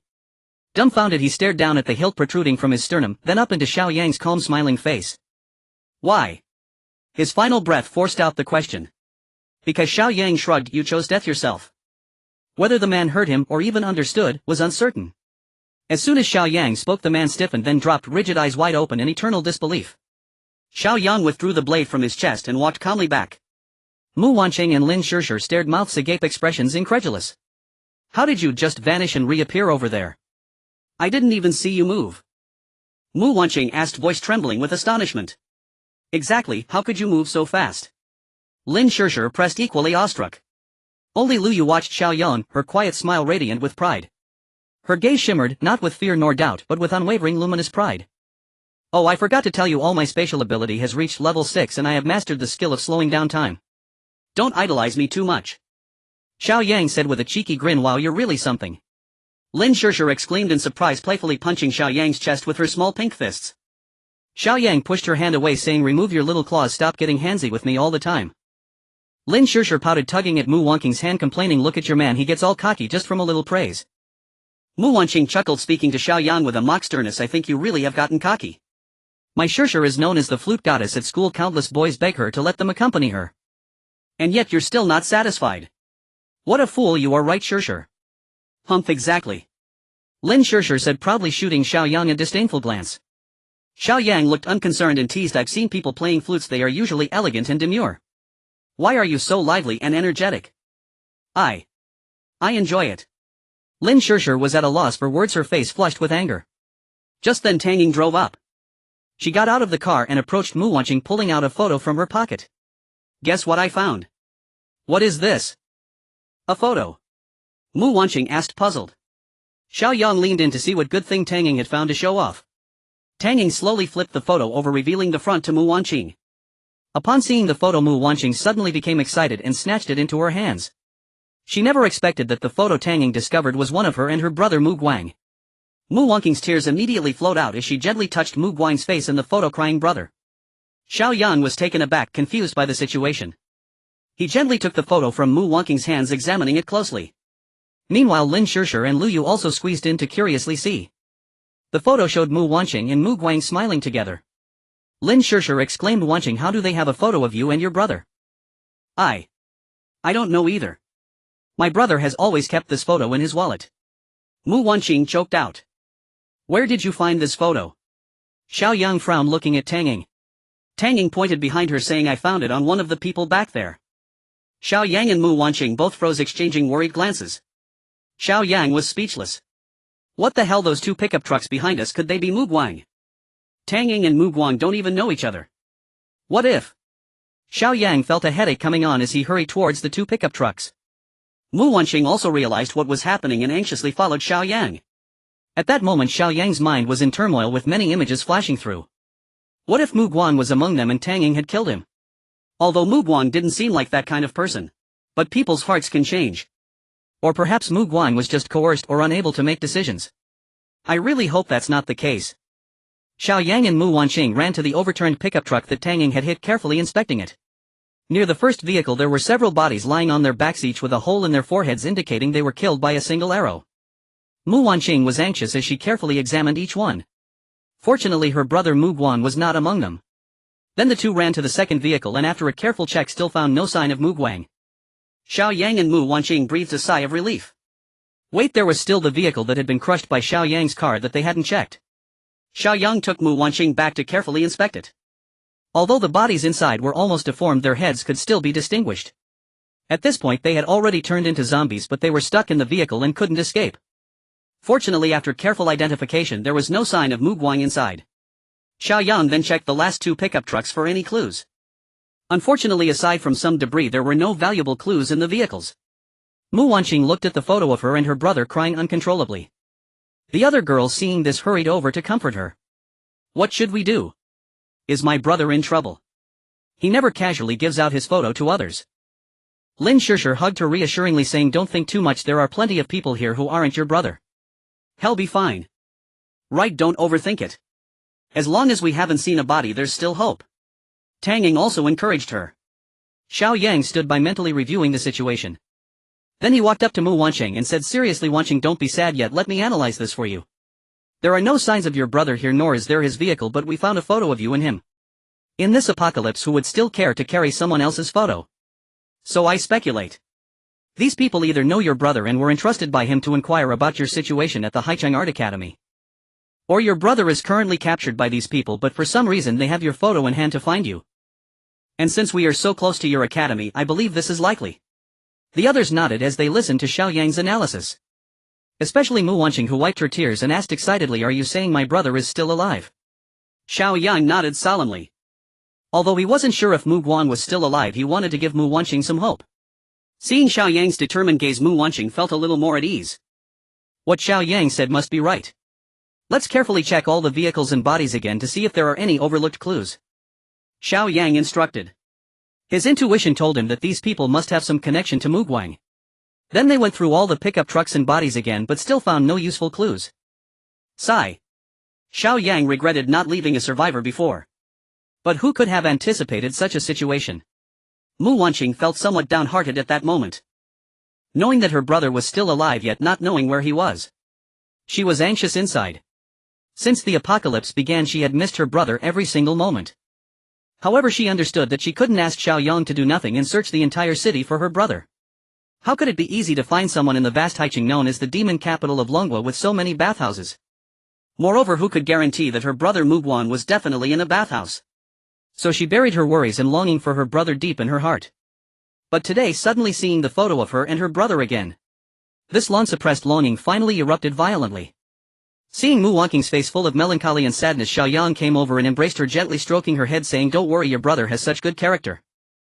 Good fortune will favor the virtuous, he will be fine." Mu Wanqing buried her head deeply into Xiao Yang's embrace and responded softly. "By the way, let's first go to the Haicheng Art Academy. The direction these people came from is near your academy.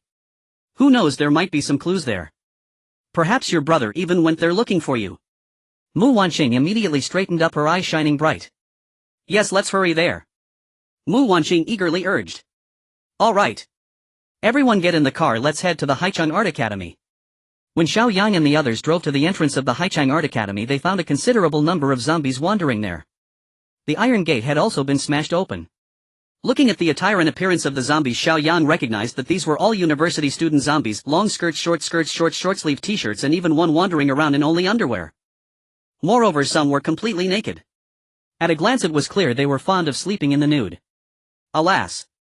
What a pity! They're all dead. Here there were obviously more female zombies than male ones. From Mu Wanqing and Lin Shishir he learned that the girls' dormitory was very close to the main gate. It seemed that these female zombies had all run out from the girls' dormitory. Estimating about 200 or so, Xiao Yang and the others got out of the car and began to clear them out one by one. In no time the zombies gathered at the entrance were cleared away. However, two zombies caught Xiao Yang's attention. These two zombies were older males, clearly not university students. Moreover, it appeared they had just been infected and bitten to death, with their blood still fresh and red. On the ground, Xiao Yang also spotted two cleavers. Judging by their appearance, they were identical to those used by the people he had encountered earlier in the convoy. He immediately thought that these two might be part of the same group as those people. It's just that they didn't manage to escape. The more he thought about it, the more plausible it seemed, and Xiao Yang looked around carefully. He also discovered many overlapping tire tracks, indicating that many vehicles had passed through here. This time Xiao Yang was even more certain that the group of people had definitely been here before. It seemed they had been besieged by a horde of zombies, and after losing two people had fled. Thinking of this, Xiao Yang immediately called Mu Wanqing over and shared his speculation with her. Upon hearing this, Mu Wanqing felt much better. "You mean these people came to the academy looking for me? And they are very likely here on my brother's behalf. Yes, that's about right. That's great. As long as my brother is still alive, that's all that matters. Mu Wanqing's previously gloomy expression cleared and her mood brightened considerably. Alright, let's go in and take a look. If there are any surviving students, we can ask them. Good. After talking with Mu Wanqing, Xiao Yang instructed Yi Ling and the nurse to collect crystals and let them adapt more. Unexpectedly, the three of them were quick and decisive in their actions, showing no signs of discomfort at all. Suddenly realizing their identities, he thought, right, what kind of injured person haven't they seen? Could they really be afraid of blood? They finished collecting the crystals and handed them over to Xiao Yang. Just as they were preparing to get back in the car and continue into the academy, Xiao Yang accidentally discovered someone peering at them through the window in the security room. A survivor in the security room. Could it be someone from that group who didn't manage to escape and was hiding inside? Thinking of this, Xiao Yang slammed the brakes and stopped the car. Then he got out of the car and rushed straight to the security room. The others, confused, could only get out of the car and follow him. Without hesitation, Xiao Yang kicked the door of the security room open. Then he charged inside and kicked open the door of the resting area. There in the corner of the room was a man wrapped in a security uniform holding a rubber roller, looking at him in panic. Xiao Yang drew his knife and walked towards the man. Seeing the knife in Xiao Yang's hand, the man immediately trembled in fear. Hey, big brother, let's talk this out. I haven't offended you, have I? The man, having nowhere to retreat, shouted nervously. Xiao Yang halted his steps, not intending to kill him just yet. If he was part of the pickup truck convoy, he still needed to obtain some clues about Mu Guang from him. Tell me, are you in cahoots with the people from the pickup truck that just came? Xiao Yang asked coldly. Pickup truck? The man repeated in confusion. You mean the group that just ran away? Hearing this, Xiao Yang was sure that the pickup truck convoy had indeed been here. Yes. Surprisingly, the man waved his hands quickly and said, Big brother, I'm not with them. I was already in this security room before they arrived. Xiao Yang scrutinized the man's expression carefully. He didn't seem to be lying. He then looked at his attire. Are you a security guard at this academy? The man hesitated for a moment and said, well, not exactly. Xiao Yang's expression immediately turned cold. Then what are you doing? I am here looking for my newlywed wife. The man suddenly gritted his teeth and said angrily. Xiao Yang was unsure why the other person looked so gritted in teeth at that moment. Newlywed wife? Is your wife a teacher at this school? No. She's a student here. The man snorted coldly. A university student. Newlywed wife. Married so early. However, Xiao Yang felt a bit skeptical. He gestured for Mu Wanqing and Lin Shishir to come closer. Then he asked the man, what is your wife's name? Which department and class is she in? Xiao Yang just wanted to test if he was lying. With Mu Wanqing and Lin Shishir here, as long as he couldn't provide a reasonable answer, his lie would be exposed. Surprisingly, the man didn't hesitate at all and directly stated his newlywed wife's name. Her name is Wang Jiajia from the second class of the Performing Arts Department. As soon as the man finished speaking, Mu Wanqing and Lin Shishir gasped in astonishment. What? Wang Jiajia? You are her husband? Lin Shishir said incredulously. Xiao Yang was puzzled as to why Lin Shishir and Mu Wanqing reacted so strongly upon hearing Wang Jiajia's name. What? Do you two know Wang Jiajia? Oh my, not just know, she lives in the dorm next to ours. She is indeed from the Performing Arts Department. What? Xiao Yang and the man both looked at Lin Shishir at the same time. But we haven't heard that she got married. She has dated several boyfriends while at our academy. Unexpectedly, upon hearing this, the man became furious. Several. Damn that bitch. He immediately squatted on the ground, clutching his head and rubbing his hair restlessly. Xiao Yang said coldly, you are lying. My friend said that Wang Jiajia is not married. Now tell me, who are you really? The man seemed to be greatly affected and no longer felt anxious about Xiao Yang's reprimand. Xiao Yang glanced at Mu Wanqing, who understood immediately and used her ability to eavesdrop on Chen Bo's thoughts. Then she nodded at Xiao Yang. It seems that Chen Bo was not lying. Since you came to find Wang Jiajia, why are you in the security room? Xiao Yang asked. Unexpectedly, at Xiao Yang's question, Chen Bo became agitated again. Damn it, just thinking about this makes me angry.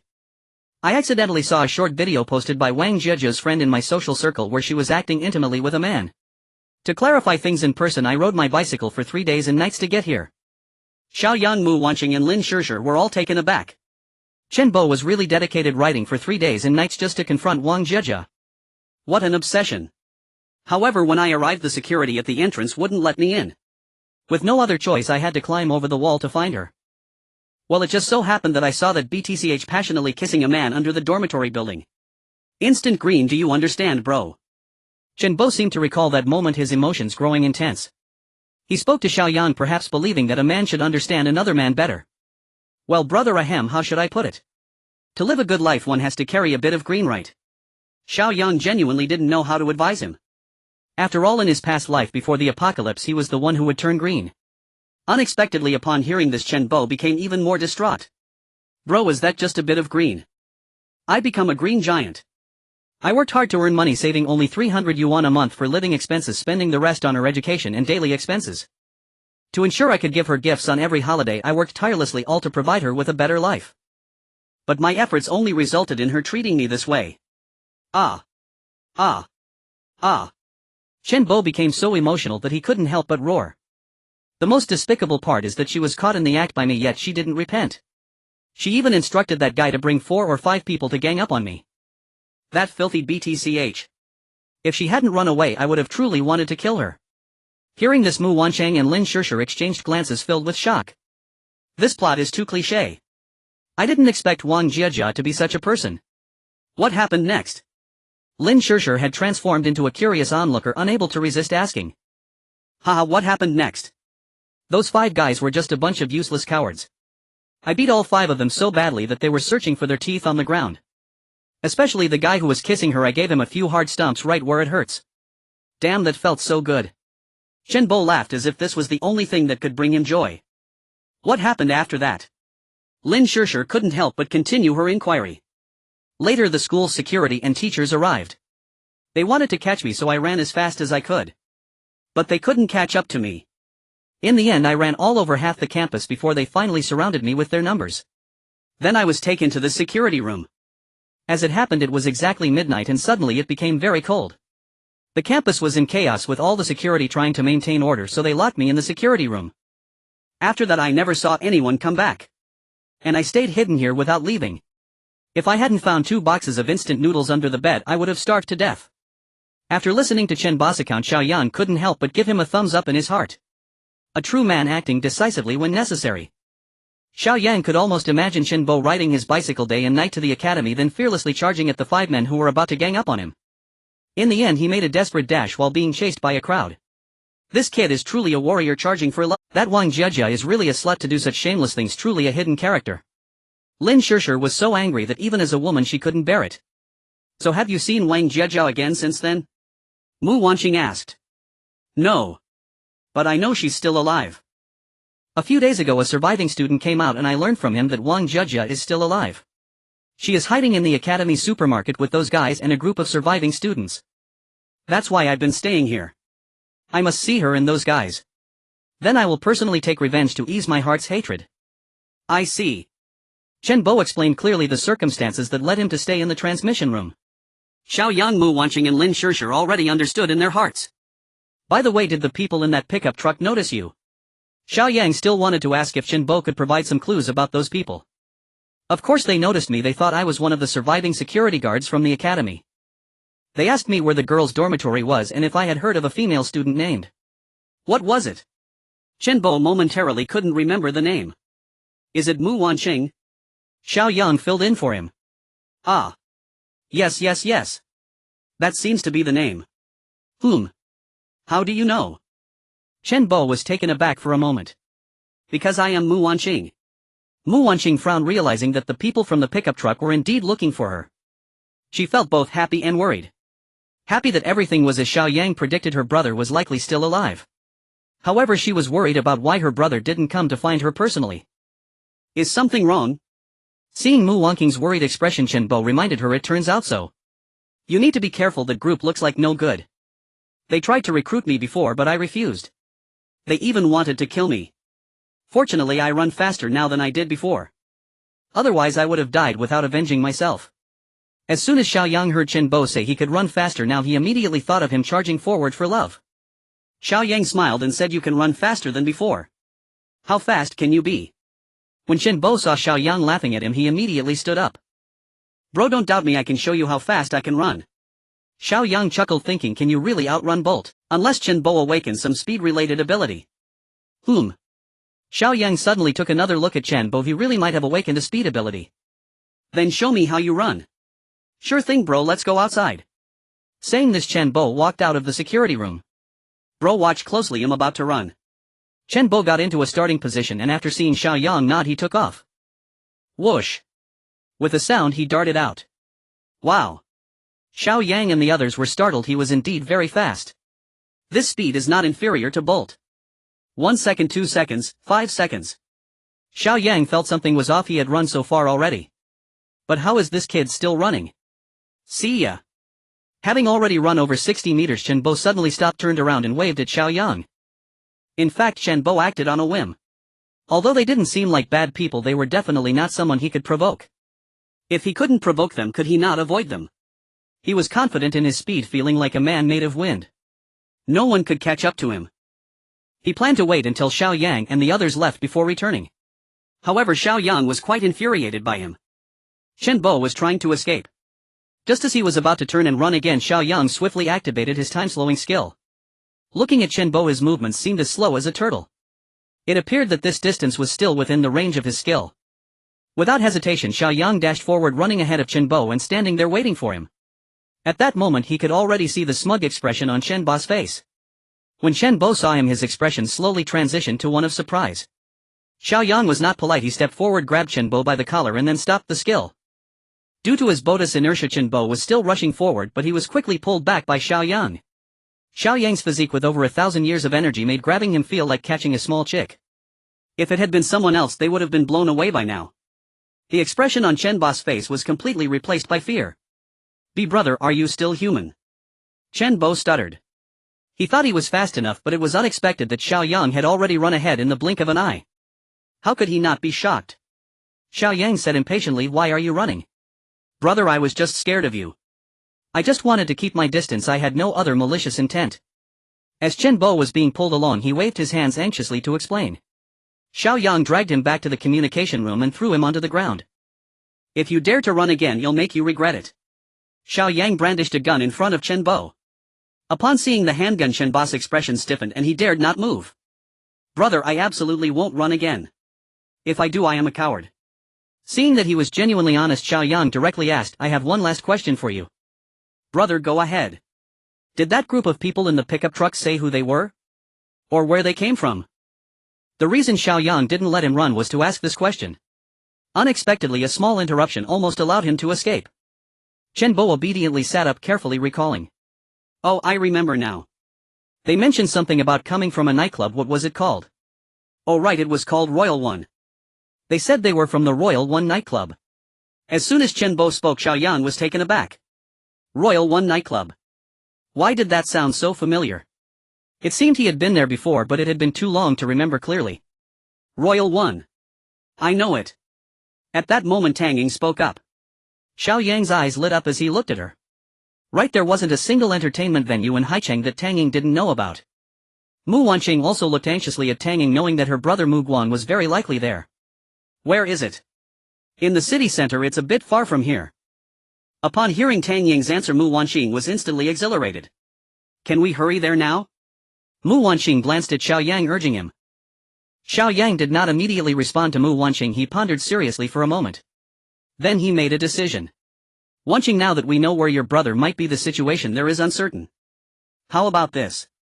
Since we are here at your academy today, let's first clear out the zombies in the academy and gather some crystals to boost our strength." Xiao Yang continued, and after hearing this, Tang Ying nodded and chimed in, "Wanqing, Xiao Yang is right. That Royal One is no simple place in Haicheng. Just the headquarters has thousands of employees and it's notorious.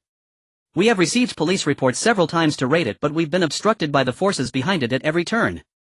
Moreover, they can send out 5 cars of people at once to gather intelligence.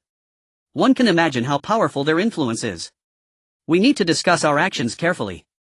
Hearing Tang Ying say this, Mu Wanqing couldn't help but become serious. With Tang Ying's understanding of Haicheng, the situation could not be wrong. Although she really wanted to see her brother, it would indeed be unwise to rush in without clarity on the situation. She couldn't let her personal desires endanger everyone. Xiao Yang was right, the priority was still to enhance their own strength. Only then could they calmly deal with any unexpected situations.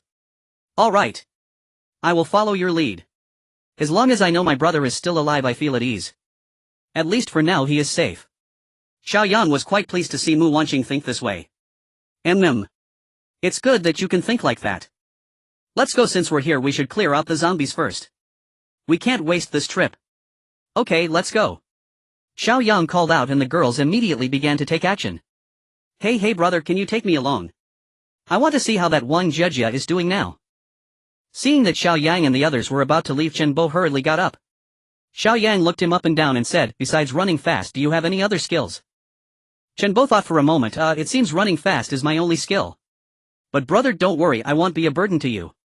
If the situation goes south, he'll run. I absolutely won't cause you any trouble. Xiao Yang knew that Chen Bo had definitely awakened a speed ability. Aside from speed, there weren't any other advantages. However, if he leveled up, his speed would increase even more. A sneak attack would still be possible. Then it's up to you. Xiao Yang didn't bother with him anymore. If he wanted to tag along he could, but he wouldn't care about his life or death.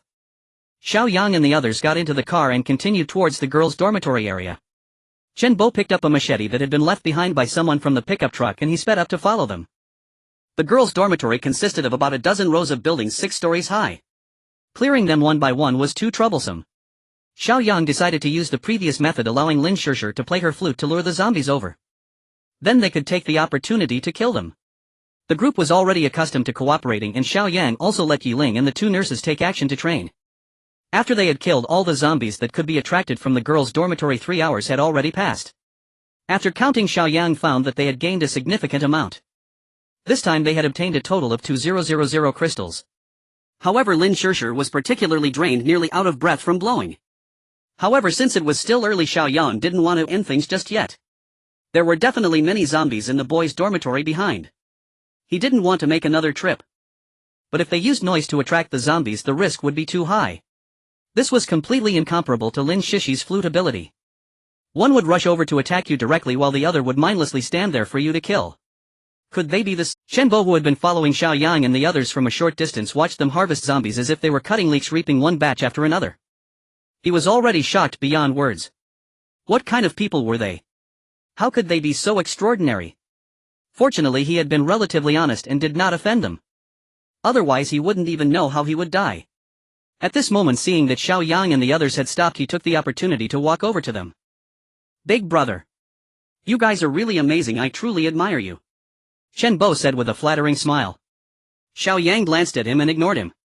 Chen Bo continued with a grin, Big brother, is there some trouble you have encountered? Why aren't you continuing? My friend is tired and can't attract the zombies. Xiao Yang pointed to Lin Shishir, who was resting on the side. Chen Bo looked at Lin Shishir with a face full of admiration.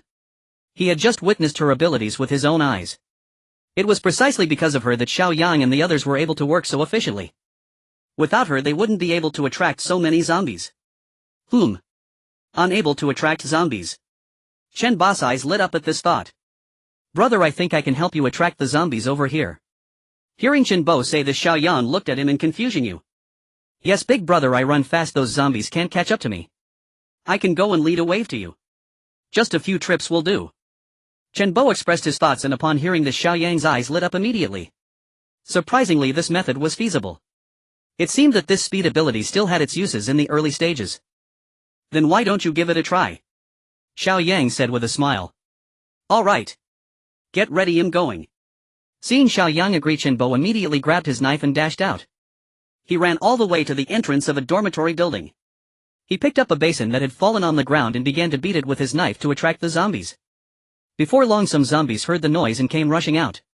Chen Bo, seeing this, immediately beat the basin and ran towards Xiao Yang and the others. The zombies behind him chased after him, and it looked like there were about 100 of them. Since the zombies ran at different speeds, they formed a long line. Xiao Yang nodded in approval. This was quite good. The zombies wouldn't swarm them all at once, making it safer to clear them out. As soon as he saw the zombies approaching, Xiao Yang and the others immediately drew their knives and began to reap. In just a few minutes, this wave of zombies was cleared out. During this time, Chen Bo also learned from Xiao Yang and the others, using his speed advantage to run behind the zombies and chop off their heads. Although his technique was unskilled, he gradually became proficient with practice. What surprised Xiao Yang the most was Su Tong. He noticed that her performance today was several times better than last time. Could it be that she had also awakened her abilities? Xiao Yang decided to ask her about it on the way back. After that, Chen Bo continued to use this method, running back and forth nearly 20 times, finally attracting most of the zombies from the boys' dormitory. Xiao Yang and the others did a final count and harvested over 2500 crystals. Along with the more than 2000 from the girls' dormitory, they had a total of over 4500 crystals. Today could be considered a big harvest. Of course, none of this would have been possible without Chen Bo's contributions. Xiao Yang decided that once they cleared out all the zombies in the academy, he would share some crystals with Chen Bo. They couldn't let him work for nothing. After a short rest, everyone headed towards the large supermarket not far from the dormitory. From a distance, the supermarket appeared quite large. After all, with so many teachers and students in the academy, a small supermarket would definitely not suffice. Upon arriving at the entrance, Xiao Yang noticed that there were quite a few dead zombies here. However, the crystals in their foreheads had not been dug out. It seemed that the people here were still unaware of the crystal's usefulness. Meanwhile, Chen Bo was gritting his teeth, staring blankly at the supermarket. He knew that his wife Wang Jiejie should be inside the supermarket at this time. All the grudges and grievances, he would settle them with her today. Inside an office in the academy supermarket, there was an iron basin on the floor burning wood inside. Although the room wasn't very warm, the temperature was still acceptable. At this moment, Wang Jiejie was lying on the sofa panting. Surrounding the sofa were 5 men, all with expressions of enjoyment as they smoked. If Chen Bo were to see them, he would definitely recognize every one of them. These 5 men were the college students he had beaten up that day. Among them, the man with whom Wang Jiejie had an affair smiled at the others and said, "See, I'm good to you all. I share everything with you." Upon hearing this, the other 4 men quickly responded with flattering smiles. "Good. Qinggu is mighty. This is so enjoyable." Their flattery made Qinggu feel quite pleased. "Qinggu, there are still quite a few female students in this supermarket. When will we gather them all?" one of them said with an eager expression. "What's the rush? Take your time. We need to make sure they willingly come to us," Qinggu said leisurely with a lewd smile. "Wang Qing, you truly have no shame. How could you treat me this way?" At this moment, Wang Jiejie, lying on the sofa and in disheveled clothing, spoke with a furious tone. Wang Cheng glanced at her and snorted, "Humph, don't act all innocent. You really think of yourself as something special? It's because of you that I'm still in pain down there." Wang Qing recalled the night he was beaten by Chen Bo and became furious. Wang Jiejie had never told him that she was already married. When her husband came to find him, she even argued that he was just her ex-boyfriend.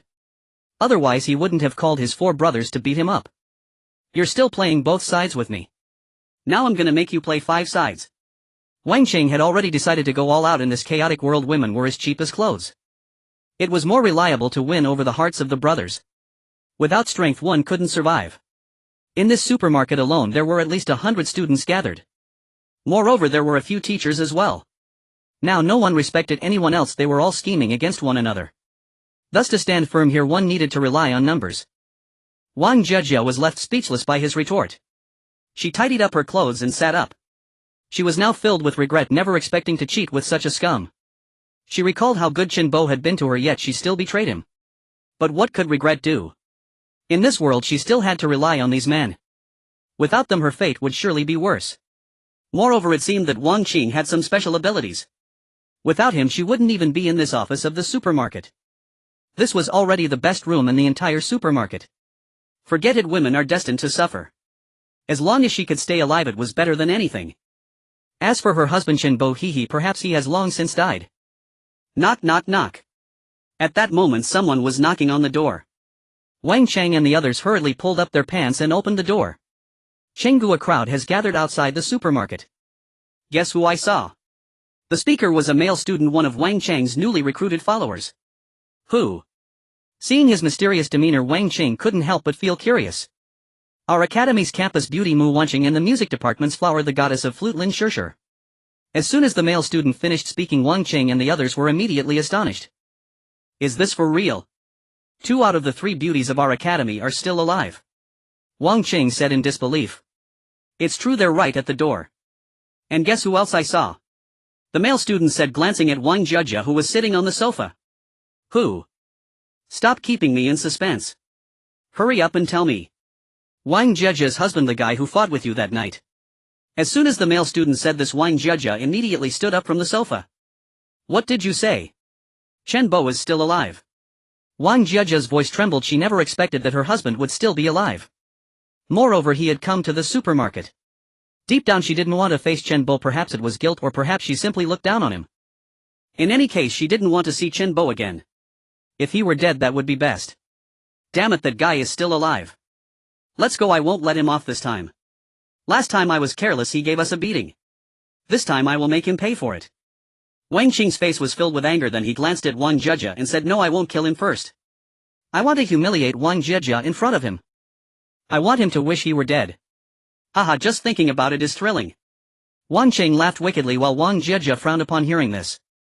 Let's go meet them. Wang Qing didn't care about Wang Jieja's feelings. In his eyes Wang Jieja was merely a plaything. After Wang Qing and the others left, Wang Jieja hesitated for a moment but still walked out. As Xiao Yang and the others reached the supermarket entrance, some survivors inside had already spotted them. When the people inside saw Mu Wanqing and Lin Shishir, someone opened the door from within. Oh my god, Mu Wanqing, Lin Shishir, you are both still alive. Wow, 2 of the 3 goddesses of the academy have appeared at once. If Teacher Zhang were still alive, all 3 goddesses would be gathered here. Look behind, there are more beauties. Wow, those 3 girls are just as stunning as our academy goddesses. This is exciting. Who is that handsome guy in front? I'm in love. Hey, isn't that the guy who got caught by the security guard that night? He is actually alive and has returned. Wang Jieja happened to be here and now there's a good show to watch. A large group of students gathered inside, whispering among themselves. Everyone move aside. At that moment Wang Cheng along with a few others forcibly squeezed through the crowd. He first greeted Mu Wanqing and Lin Shishir with a smile, then turned to glare fiercely at Chen Bo. Chen Bo glared back at him and said, where is my wife Wang Jieja? Let her come out. Oof, your wife is now ours. Kid, I didn't expect you to dare come back. Just wait and see how I deal with you today. Wang Qing emphasized the word ours heavily, clearly insulting Chen Bo. Chen Bo's expression turned grim as he stepped forward, confronting him. Deal with me. I could beat you up back then and I can do it again today. Wang Qing said dismissively, haha, then today you'll get a taste of my wind blade's might. Wait. Just as Wang Qing was about to make a move, he heard Wang Jieja's voice. The crowd parted and Wang Jieja squeezed through from behind. She had decided to face Chen Bo but not to apologize. Chen Bo, you shouldn't have come back. You're no longer their match. You'll die a terrible death. Wang Jieja looked coldly at Chen Bo. Seeing Wang Jieja, Chen Bo was instantly filled with rage, his eyes bloodshot as he loudly questioned her. Wang Jieja, you finally dare to show up. I just want to ask you, what did I do wrong that made you choose to betray me? This was the question Chen Bo had always wanted to ask her. He simply couldn't understand why she would betray him despite his kindness. Unexpectedly, Wang Jieja showed no remorse in response to Chen Bo's question. She coldly replied, you treated me well, but so what? As soon as Wang Jieja said this, the surrounding students began to murmur. Wang Jieja was truly remarkable. Xiao Yang also looked at Wang Jieja and thought she was quite decent looking. But why was she so thick-skinned? Chen Bo was extremely furious at Wang Jieja's attitude. He shouted at her, I work day and night just to earn more money to support your education and help you achieve your dreams. To improve your living conditions, I worked 3 part-time jobs, giving you all my wages. On every holiday I would buy you gifts and surprises. I really can't understand why you would betray me. Seeing Chen Bo ranting like a madman, Wang Jieja took a step back. However, her face showed no expression. She coldly said, since you want to know why, then I'll tell you and you'll understand when you die. Because you are not as handsome as others. Because you don't have as much ability as others. Because your education is lower. Because you are so submissive in front of me that I lose interest in you. Is that enough? Each of Wang Jieja's words struck Chen Bo's heart like thunder. He was dumbfounded, realizing that his wife was so dissatisfied with him. Then why did you choose to marry me? Chen Bo suddenly felt a sense of inferiority in his wife's eyes. He was so utterly worthless. Why? Because your family offered a generous betrothal gift. Because you are willing to be a fool and earn money for me to spend. If someone supports me, I can pursue my dreams and have fun. Isn't that great? Wang Jieja said this without a hint of shame, looking down at Chen Bo as if it was all expected of him. Slap. Chen Bo suddenly struck out and slapped Wang Jieja across the face. The force was quite strong and Wang Jieja stumbled and fell to the ground. You shameless woman, I must have been blind to have fallen for you. Chen Bo gritted his teeth as he glared at Wang Jieja. I told you your wife is now ours. How dare you hit her? Just wait and see how I kill you. Wang Qing suddenly became furious at Wang Jieja being hit. This was simply a slap in his face. Wang Jieja sat on the ground, supporting herself with one hand and covering her half-slapped face with the other. At this moment she looked at Chen Bo with venomous eyes and said, I don't want to see him anymore. Kill him. Kill him. Chen Bo looked at Wang Jieja's resentful expression and he finally understood what it meant to have the most venomous heart of a woman. Just as he was lost in thought, Wang Qing and the others had already surrounded him. Kid, I will make your life worse than death. As soon as Wang Qing finished speaking, he raised his right hand and waved it at Chen Bo from a distance. A visible crescent-shaped airflow shot out from Wang Qing's hand, quickly striking towards Chen Bo. Just as the crescent-shaped airflow was about to hit his face, Chen Bo instinctively raised his right hand to block. Sizzle. His sleeve was easily cut open by this airflow. Ah! Clang! A piercing pain surged through and the knife in Chen Bo's hand fell to the ground. He staggered back, looking at his arm. The struck area was already drenched in blood. The wound was deep enough to see bone. Xiao Yang frowned upon seeing this scene. He hadn't expected that Wang Qing had actually awakened a supernatural ability. Moreover, it was a spell-type ability known as Wind Blade. This Wind Blade ability could condense the airflow into a blade shape, then attack the intended target from a distance. The higher the level, the longer the attack distance, the faster the speed and the sharper it became. It seemed that Wang Qing's Wind Blade ability was only level 1, otherwise his arm would have been severed by now. The crowd around them, seeing Wang Qing injure Chen Bo with one move, looked at him with growing apprehension. Some among them had witnessed Wang Qing use his supernatural ability as the corpse at the entrance was killed by him. However, it was clear that Wang Qing had become increasingly adept at controlling his ability. Originally, he had already dominated in this supermarket. If he continued to develop, it was likely that no one would be able to contend with him and the entire supermarket would become his territory. Sitting on the ground, Wang Jia, who had been staring intently at Chen Bo, suddenly laughed upon seeing him injured. Haha, I told you that you would die a miserable death. You didn't believe me. Now you've witnessed it. Unfortunately, it's too late. Wang Jia's words immediately drew many disdainful glances. This woman is truly shameless. Not only does she not repent for her wrongdoings, but she also wishes to put her husband to death. It's truly eye-opening. Wang Qing, seeing Chen Bo injured, smugly said, "Kid, just surrender obediently and I might leave you with a whole corpse. Furthermore, I can let you see some images that will definitely excite you before you die, ha." Thinking about teasing Wang Jia in front of Chen Bo filled Wang Qing with exhilaration. Meanwhile, Chen Bo, wrapping his wound, gritted his teeth and replied, "I was careless just now and fell for your trick. It's not over yet, who knows who will die. Ha, still stubborn even when death is at your doorstep. Then I'll chop off your legs and see what else you can do." Wang Qing burst into laughter, his face showing a fierce light. He raised his hand and a wind blade shot towards Chen Bo's thigh. Chen Bo was already prepared, immediately accelerating to dodge. The wind blade lost its target, drifting forward and striking a small tree, which was instantly cut down. Seeing his attack miss, Wang Qing quickly chased after, continuously launching wind blades at Chen Bo. However, he underestimated Chen Bo's speed. Each wind blade came close to hitting him, but he managed to evade them all. Wang Qing's team, witnessing this, began to encircle Chen Bo, hoping to subdue him with their numerical advantage. Thus they played a game of cat and mouse in front of everyone. But even as they became exhausted and could hardly run, they still couldn't catch Chen Bo. At this moment, Chen Bo, having lost too much blood and after running for so long, was nearly out of strength. Both sides couldn't do anything to each other, maintaining a standoff at a distance. "Kill him, kill him. Hurry up and kill him. Why have you stopped?" Wang Jia, seeing Wang Qing and the others hesitating anxiously, stood up and shouted at them. "Wang Jia, I didn't expect you to be so vicious. He is your husband." At this moment, Lin Shishir could no longer hold back and scolded. Upon hearing this, Wang Jia glared at Lin Shishir and said, "Who are you to meddle in our business? You better not interfere, or after finishing off Chen Bo I will have Wang Qing deal with you." Seeing Wang Jia's expression, Wang Qing couldn't help it any longer. She tugged at Xiao Yang's sleeve and said, "Xiao Yang, why don't we help Chen Bo?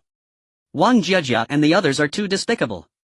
Moreover, Chen Bo helped us lure the zombies this afternoon." Hearing Wang Qing say this, Xiao Yang nodded. Although he wasn't interested in the grievances between others, he still leaned towards Chen Bo in his heart. Especially when he saw Wang Chang and his gang chasing and beating Chen Bo alone, he felt angry. None of this trash could compare to Chen Bo's courage. Thinking of this, he directly approached Chen Bo and took out 20 crystals to place in front of him. Looking at Chen Bo's bewildered expression, Xiao Yang said lightly, "Here, this is what you deserve. Seeing the numbers on these crystals, remember them. Then hold the crystals in your left hand and silently recite this number. Do it quickly." Although Chen Bo didn't know what use this would have, he understood that Xiao Yang was helping him. He didn't think too much and took a crystal, doing as Xiao Yang instructed. A surge of energy entered his body and Chen Bo felt as if his physique had undergone some change. He hurriedly absorbed another crystal and the changes in his body became more apparent. He felt that his physical strength had increased. He looked at Xiao Yang in surprise, but seeing Xiao Yang's expression was indifferent, he didn't ask further. He merely quickened his pace to absorb the remaining crystals. "Yiling, come here." Seeing the wound on Chen Bo's right arm, Xiao Yang called over Yiling. "Treat his wound." Upon seeing Yiling arrive, he instructed. "Okay." Yiling tore open Chen Bo's sleeve, exposing his arm. Then she placed her hand on Chen Bo's wound. The few people with Wang Cheng upon seeing Xiao Yang standing next to Chen Bo were immediately filled with fury. How dare someone openly stand on Chen Bo's side? Wasn't that a provocation against them? However, they were too exhausted at this point and could only suppress their anger. He decided that after dealing with Chen Bo he would free up his hands to deal with this unfamiliar man he had never seen before. He had long since realized that Xiao Yang and Mu Wanqing were in cahoots. Poof. In that group he was the only man. Once he dealt with him, wouldn't Mu Wanqing and Lin Shishir have to obediently submit to him? They were all school beauties far superior to that woman Wang Jieja. Thinking of this, Wang Qing's anger lessened. If Xiao Yang didn't take action, he still had no reason to tear his face with him. And now wasn't the reason right before him? After a while the group finished resting and walked towards Chen Bo. Chen Bo had just absorbed the last crystal. He was now so shocked that he could hardly speak. These crystals could actually make his physique incredibly strong. He felt that he could crush the necks of those people with one hand. What shocked him even more was that the wound on his right arm had actually healed. Chen Bo felt a bit mentally short-circuited. He couldn't comprehend why. Suddenly he sensed that Xiao Yang and his group were quite terrifying. Fortunately he had left them with a good impression. Seeing Wang Cheng and his group marching over with great momentum, Chen Bo quickly collected his thoughts. Now he was filled with strength and had become more confident. Those unrelated to this matter should quickly step aside, otherwise don't blame my wind blades for being indiscriminate, Wang Qing shouted at Xiao Yang. Xiao Yang ignored him and handed the tang knife in his hand to Chen Bo. Brother, some grievances must be settled by oneself. I can only help you this far. Xiao Yang patted Chen Bo's shoulder, then turned and walked back with Yiling. Chen Bo held the heavy tang knife in his hand, feeling a surge of gratitude. Wang Cheng and his group, seeing Xiao Yang give Chen Bo a tang knife, were instantly filled with rage. Wasn't this clearly helping Chen Bo? Good. After dealing with Chen Bo, the next target would be him. Chen Bo prepared to die. Wang Qing decided to leave no survivors. He aimed for a quick resolution. A wind blade shot out, striking directly at Chen Bo's face. Chen Bo sneered, dodging to the side. Wang Cheng and the others were astonished. Why did it feel like Chen Bo had grown stronger in such a short time? It's time to settle this. Chen Bo sneered, suddenly accelerating his body. He pushed his speed to the limit, reaching behind one of the group members before they could react. He raised the tang knife and struck without hesitation. Puff! A head rolled to the ground. This left Wang Cheng and his group in shock. Such speed and such a sharp knife. The few of them inexplicably grew tense and began to huddle together to counter Chen Bo's assault. This scene left the onlooking students dumbfounded. The Chen Bo, who had previously been at a disadvantage, suddenly became strong after Xiao Yang's arrival. What was happening? Who was that man? They couldn't help but cast curious glances at Xiao Yang. Xiao Yang felt the curious stares from everyone but remained unfazed, focusing intently on Chen Bo. At this moment Chen Bo utilized his speed advantage, continuously darting left and right, and in no time 4 more of Wang Qing's group were felled to the ground. At this point only Chen Bo and Wang Qing were still standing. Wang Qing was growing more anxious. He had used the wind blade too many times, depleting his mental energy, and was now unable to unleash any more wind blades. Moreover, without the support of his team members, he understood that failure was imminent. He cast a fierce glare at Xiao Yang. It was all because of him. Without this man, Chen Bo would never have become so formidable. He suddenly shouted to the crowd, "Fellow schoolmates, are you just going to stand by while outsiders bully someone from our academy? We are supposed to be on the same side. Why aren't you stepping up to help?" He now relied solely on these surviving classmates. As long as they were willing to help, he would still have a glimmer of hope. However, upon hearing his plea, the students displayed indifference. Even the 2 surviving teachers in the crowd remained silent. No one paid him any mind. In their eyes it was best if Wang Qing died. This way they would have one less formidable opponent.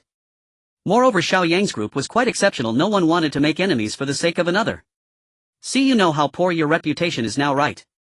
Not a single person is willing to help you. You garbage, go die. Chen Bo suddenly launched a fierce attack, leaving Wang Qing flustered and struggling to respond. Chen Bo finally seized the opportunity, suddenly appearing behind Wang Qing. Then he thrust the knife into his back. The tip of the blade pierced through his chest. Wang Qing incredulously looked down at the blade protruding from his chest, spewing a mouthful of blood. He tried to turn around, but after moving just once he collapsed to the ground lifeless. Chen Bo disdainfully glanced at Wang Qing's corpse, drew the tang knife from his body and wiped the blood on his clothes. Then he approached Wang Jieja. At this moment Wang Jieja, having witnessed the earlier scene, was already so frightened that her legs went weak and she sat down on the ground. Seeing Chen Bo walking toward her with the knife, she trembled in fear. She never imagined that Chen Bo would become so powerful. She felt immense regret, regretting that she shouldn't have taken things so far. Now she had nowhere to retreat. Chen Bo, darling, I was wrong. I was wrong, please forgive me. As Chen Bo approached her, Wang Jiajia suddenly pleaded for mercy. Seeing Wang Jiajia's pitiful appearance, Chen Bo felt disgusted. Just moments ago she had called for others to kill him and now she was begging for mercy. Truly her face changed faster than the weather. Did you not wish for my death before? Chen Bo said coldly from a high vantage point. I was wrong, darling. It was all Wang Qing and the others who forced me. They defiled me and I had no choice but to act that way. Darling, please forgive me. I know you treat me the best, I will definitely treat you well in the future. Am willing to be your servant to repay you. Wang Jiajia clung to Chen Bo's legs begging. Chen Bo sneered, humph. I don't have the ability to make big money. Am not handsome. You don't find me appealing. Why are you lowering yourself to plead with me? Upon hearing Chen Bo's words, Wang Jiajia immediately began to cry and plead again. I was wrong, darling. Those were just my angry words, they were not my true intention. Please don't take it to heart. Let's let the past be the past and in the future I will wholeheartedly live with you, okay? Wang Jiajia, if you had known it would come to this, why did you act so rashly back then? It's a pity now it's too late. If it were in the past perhaps you could have saved your life. Now, ha ha. Those who betray can only die. Chen Bo no longer wasted words with Wang Jiajia, he mercilessly thrust the knife into her body. Wang Jiajia suddenly felt something piercing through her body and then it seemed like all her blood was flowing out. Her face was filled with unwillingness, shock and regret. Slowly she released her grip on Chen Bo's thigh. Her body collapsed softly to the ground, silent. Chen Bo took a deep breath, withdrew the tang knife and without looking back walked over to Xiao Yang. Returning the knife to Xiao Yang, Chen Bo gratefully said, brother, thank you. Xiao Yang took the knife, nodded and said nothing. Brother, I have a request. I wonder if you can agree. Chen Bo continued to ask. Speak. I want to join you, is that alright? I know you are all very strong and my abilities are trivial compared to yours. However, I can still help you run errands. In the future I'm willing to serve you and take care of physical tasks. Is that okay? Seeing Chen Bo's eager gaze and recalling how he had attracted the zombies earlier, Xiao Yang thought that taking Chen Bo in would still be quite useful. Thus he nodded in agreement. Seeing Xiao Yang agree to his request, Chen Bo felt a surge of joy in his heart. Mu Wanqing and the others also smiled and nodded at him. Looking at the sweet smiles of the beautiful women, all the gloom in Chen Bo's heart vanished. The onlookers around, seeing the battle come to an end, began to approach to greet Mu Wanqing and Lin Shirshir, familiar with them. Wanqing, Shirshir, where did you come from? Is it from the cafeteria? Wanqing, do you and Shirshir want to join us for a meal? Shirshir, come with us. We have plenty of food to share. Who are those beautiful women behind you? Call them over. Many people were inviting Mu Wanqing and Lin Shirshir to join them, clearly indicating their popularity and charm. However, not a single person came forward to invite Xiao Yang and Chen Bo. They seemed to be wary of and reject Xiao Yang and Chen Bo. We came from outside and have our own shelter. Thank you for your kindness. Mu Wanqing politely declined. Upon hearing that Mu Wanqing had a shelter outside, someone immediately became interested. Where is your shelter? Is it safe? Can we go there? Well. Mu Wanqing hesitated and did not answer, instead turning her gaze to Xiao Yang. She still wanted to hear Xiao Yang's opinion, after all he was the one in charge. Seeing Mu Wanqing consulting him, Xiao Yang smiled. He stepped forward to stand beside Mu Wanqing and said to the students, our shelter is on Zijin Mountain, where there are many villas and it's very safe. It's not impossible to visit.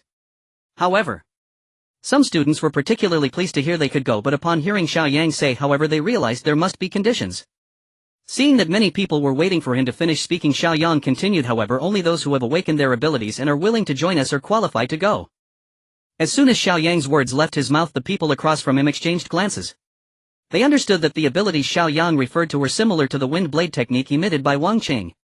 This was quite a barrier among this group of students. There were hardly a few who had awakened their abilities. Moreover, who among those who awakened abilities like Wang Qing would willingly accept being beneath someone else? The crowd stirred for a moment but quickly returned to calm. Xiao Yang noticed that no one stepped forward to join, which was all within his expectations. He did not expect others to willingly join him so quickly. Alright, anyone who awakens their abilities will find the gates of the Zijin Mountain Villa open for you forever. Xiao Yang did not want to linger on the topic any longer. After finishing, he turned to Mu Wanqing and the others and said, let's go. It was getting late and there were still many wandering zombies in the academy. Xiao Yang wanted to clear them out quickly. After Xiao Yang left, the surviving college students in the supermarket began to discuss among themselves. Who is that guy? He seems to have a lot of influence over Mu Wanqing and Lin Shirshir. I don't know, could it be that both of them are with him? Alright, let's not worry about other people's affairs. Now that Wang Chang and his group are dead, we should think of ways to seize that small area he occupied. Yes, let's hurry back. These people seem to have come to a consensus and began pouring into the supermarket. Before long, sounds of fighting echoed from within. At this time, Xiao Yang and the others had arrived at the academy's playground. Zombies were wandering everywhere with at least 3,000 of them. Now that Lin Shishir had rested and with Chen Ba's assistance they employed the same tactics again and cleared the zombies from the playground before nightfall. After collecting all the crystals, Xiao Yang counted and found that they had gathered 3,500 crystals this time. Adding the previous 4,620, they had a total of 8,150 crystals today. He gave Chen Bo 20 crystals, leaving him with 8,100 crystals. This was the largest harvest since the apocalypse. However, everyone including Xiao Yang was utterly exhausted. Moreover, it was getting late and not suitable to continue clearing. After all, the zombies inside wouldn't escape, so they could leave them for next time. Thus Xiao Yang called everyone to start driving back to the villa. He had Chen Bo follow Tang Ying in that bravest while Xiao Yang called Su Tong to the off-road RV. On the way, Xiao Yang asked about Su Tong's condition. He had noticed that this girl had performed quite well today. Su Tong, have you awakened your abilities? Upon hearing this, Su Tong looked confused. She replied uncertainly, I don't know. I just felt that my strength suddenly increased many times when I woke up this morning. I thought it was due to an increase in time energy. Hearing Su Tong say this, Xiao Yang guessed it was very likely. After all, how could her time energy, which was not even 4 years old, suddenly become this powerful? It was highly likely that she had awakened a strength-type ability in the martial power category. With this ability, even if your time energy is low at a beginner level, you could possess the strength of someone with 100 years of energy. Moreover, if her level increases in the future, she could almost defeat enemies barehanded without using any weapons. This was the nature of a close combat fighter. However, her type of ability is relatively common in the apocalypse. It's not particularly rare. But if she has good luck and levels up quickly, she can still stand out among others. Su Tong, you have awakened a strength ability. Hearing Xiao Yang's confirmation, Su Tong was suddenly overjoyed. Had she finally awakened her abilities? Does this mean she could become an official member at Xiao Yang's team? She eagerly asked so. Do I qualify to officially join you? Xiao Yang smiled, of course, welcome aboard. Upon hearing Xiao Yang's response, Su Tong suddenly burst into tears of joy. Xiao Yang took out 100 crystals from his space and handed them to Su Tong. Take these and absorb all the crystals. From now on you will guard the gate of the villa area. Additionally, I will arrange for Chen Bo to go over too. This way you'll have more manpower. Su Tong received the crystals, tears streaming down her face, and she quickly nodded in agreement. She did not expect to live in Xiao Yang's villa, she only wished to gain his recognition and was willing to guard the entrance for him. Su Tong, congratulations on awakening your abilities. Yes, your strength ability sounds really impressive. The girls congratulated Su Tong one after another, making her feel delighted. The two vehicles drove towards the Zijin Mountain Villa. Upon reaching the gate of the villa area, everyone got out of the car. Xiao Yang took out the prepared down sleeping bags, solar panels and mobile batteries. Also there was a stove, a bag of charcoal, food, drinks and weapons, etc. Everything was placed in the guardhouse. Chen Bo, from now on you and Su Tong will be responsible for guarding the gate. If anything happens, just call me on the walkie-talkie. Of course, Chen Bo unconditionally obeyed Xiao Yang's arrangements, quickly nodding in agreement. After giving these instructions, Xiao Yang drove back to the villa. Upon returning to the villa, everyone changed into comfortable clothes and collapsed onto the sofa, too tired to move. Two young nurses hurriedly served tea and water to everyone while tidying up the clothes they had changed out of. Xiao Yang instructed the nurses to retrieve a variety of snacks from the storage room to share with everyone, allowing them to fill their stomachs first. Then he took out the crystals he had obtained today, which filled the entire floor. There are about 8,000 crystals here. Wanqing Shishir Yo Jie Tang Ying Yiling. Each of you should take 400 to absorb. Seeing Xiao Yang's generosity, not just Tang Ying and Yiling but even Mu Wanqing, Lin Shishir and Lu Yu were somewhat astonished. This wasn't just a few dozen or hundreds, it was several thousand. Did Xiao Yang really not care? Even if Xiao Yang was willing to share, they felt embarrassed to take so many. It was Lu Yu who spoke first, saying to Xiao Yang, Xiao Laodi. I think having 100 each is enough for us, there's no need to give us so many. You should keep some to enhance your own strength. After Lu Yu finished, Lin Shishir chimed in, yes, you should keep it for yourself. We're not in a hurry. Tang Ying also shyly added, you gave us some this morning, I really feel awkward asking for more. I just arrived, so I definitely can't accept anything. Yiling quickly waved her hands at Xiao Yang. Seeing their humility, Xiao Yang felt a sense of appreciation. Not being greedy is commendable. However, he still advised them, listen to me, hurry up and divide them. I have my reasons for doing this. Upon hearing this, the women cast inquisitive glances at him. Xiao Yang cleared his throat and explained earnestly, "Today we learned about Wanking's brother's whereabouts. So I decided to investigate at the Royal No. 1 nightclub tomorrow." As soon as Mu Wanqing heard Xiao Yang mention her brother, her eyes sparkled with excitement. Xiao Yang glanced at Mu Wanqing and continued, "However, we are still unclear about the situation there. But judging from the convoy we encountered today, there are likely many people over there. Therefore, for safety's sake, you all should raise your time energy to 500 or above. That way your physical condition will reach a different height and you can protect yourselves in case of danger. In doing this for your own good, do you understand?" After hearing Xiao Yang's words, the women fell silent. It turned out that Xiao Yang was genuinely concerned for their safety, never hesitating to help. They were deeply moved and felt fortunate to have met him. They also felt proud to be part of such a team. Upon learning that Xiao Yang arranged this to help her find her brother Mu Guang, she was overwhelmed with emotion, tears welling up in her eyes. She realized she was falling more in love with Xiao Yang. "Xiao Yang, thank you." Mu Wanqing sat beside Xiao Yang, burying her head into his embrace, her voice choked with emotion. "As family, we don't need to be so formal. We are one community. Your brother is our brother. We are all in this together." Xiao Yang gently stroked her head. "All right, everyone, hurry up. With so many crystals, it'll take a while to absorb them all." Seeing Xiao Yang say this, the others stopped refusing and began taking their share. Then each returned to their rooms, focusing on absorbing the time energy. Meanwhile, Xiao Yang sat in the living room absorbing the remaining 6,000 crystals one by one. This was indeed a mental workout. Halfway through, Xiao Yang started feeling a headache. Noticing the two nurses left at home standing a short distance away and staring blankly at him, Xiao Yang beckoned them over. "Do you two know how to give massages?" The two nurses quickly nodded upon hearing this. "One of you can give my feet a rub and the other can give my head a massage. Let me see how your techniques are." Hearing Xiao Yang's request, the two nurses were overjoyed. Being able to serve Xiao Yang personally was something they could only dream of. Thus Xiao Yang lay back on the sofa being attended to by the two nurses while absorbing the crystals, feeling quite pleased. To be honest, their techniques were quite good. Though not very professional, they were adequate. Indeed, when one is comfortable, their efficiency in working increases significantly. By the time Mu Wanqing and the others had absorbed their 400 crystals, Xiao Yang had also finished absorbing the 6,000 crystals. When Mu Wanqing came downstairs and saw Xiao Yang being served by the two nurses, she felt no displeasure. She thought that Xiao Yang deserved all of this. This was just like ancient times, every household had its own maid. With these two nurses to rub his feet and legs, it saved her effort. Aside from the few nurses, everyone's physical condition had undergone a leap in improvement. Especially Mu Wanqing and her 4 companions, they felt an unprecedented change. This was a qualitative leap. Their physical strength was now sufficient to withstand cuts and blows. They would no longer fear ordinary zombies' bites. Moreover, they vaguely noticed that their body shapes had also undergone some subtle changes. How should one say it? They had become more curvaceous. Their skin had also become fairer and more delicate. This thrilled the women immensely. Wasn't this far better than doing yoga? Having perfect body shape and skin was nearly every Bowtie's lifelong pursuit. This would make them feel more confident and proud.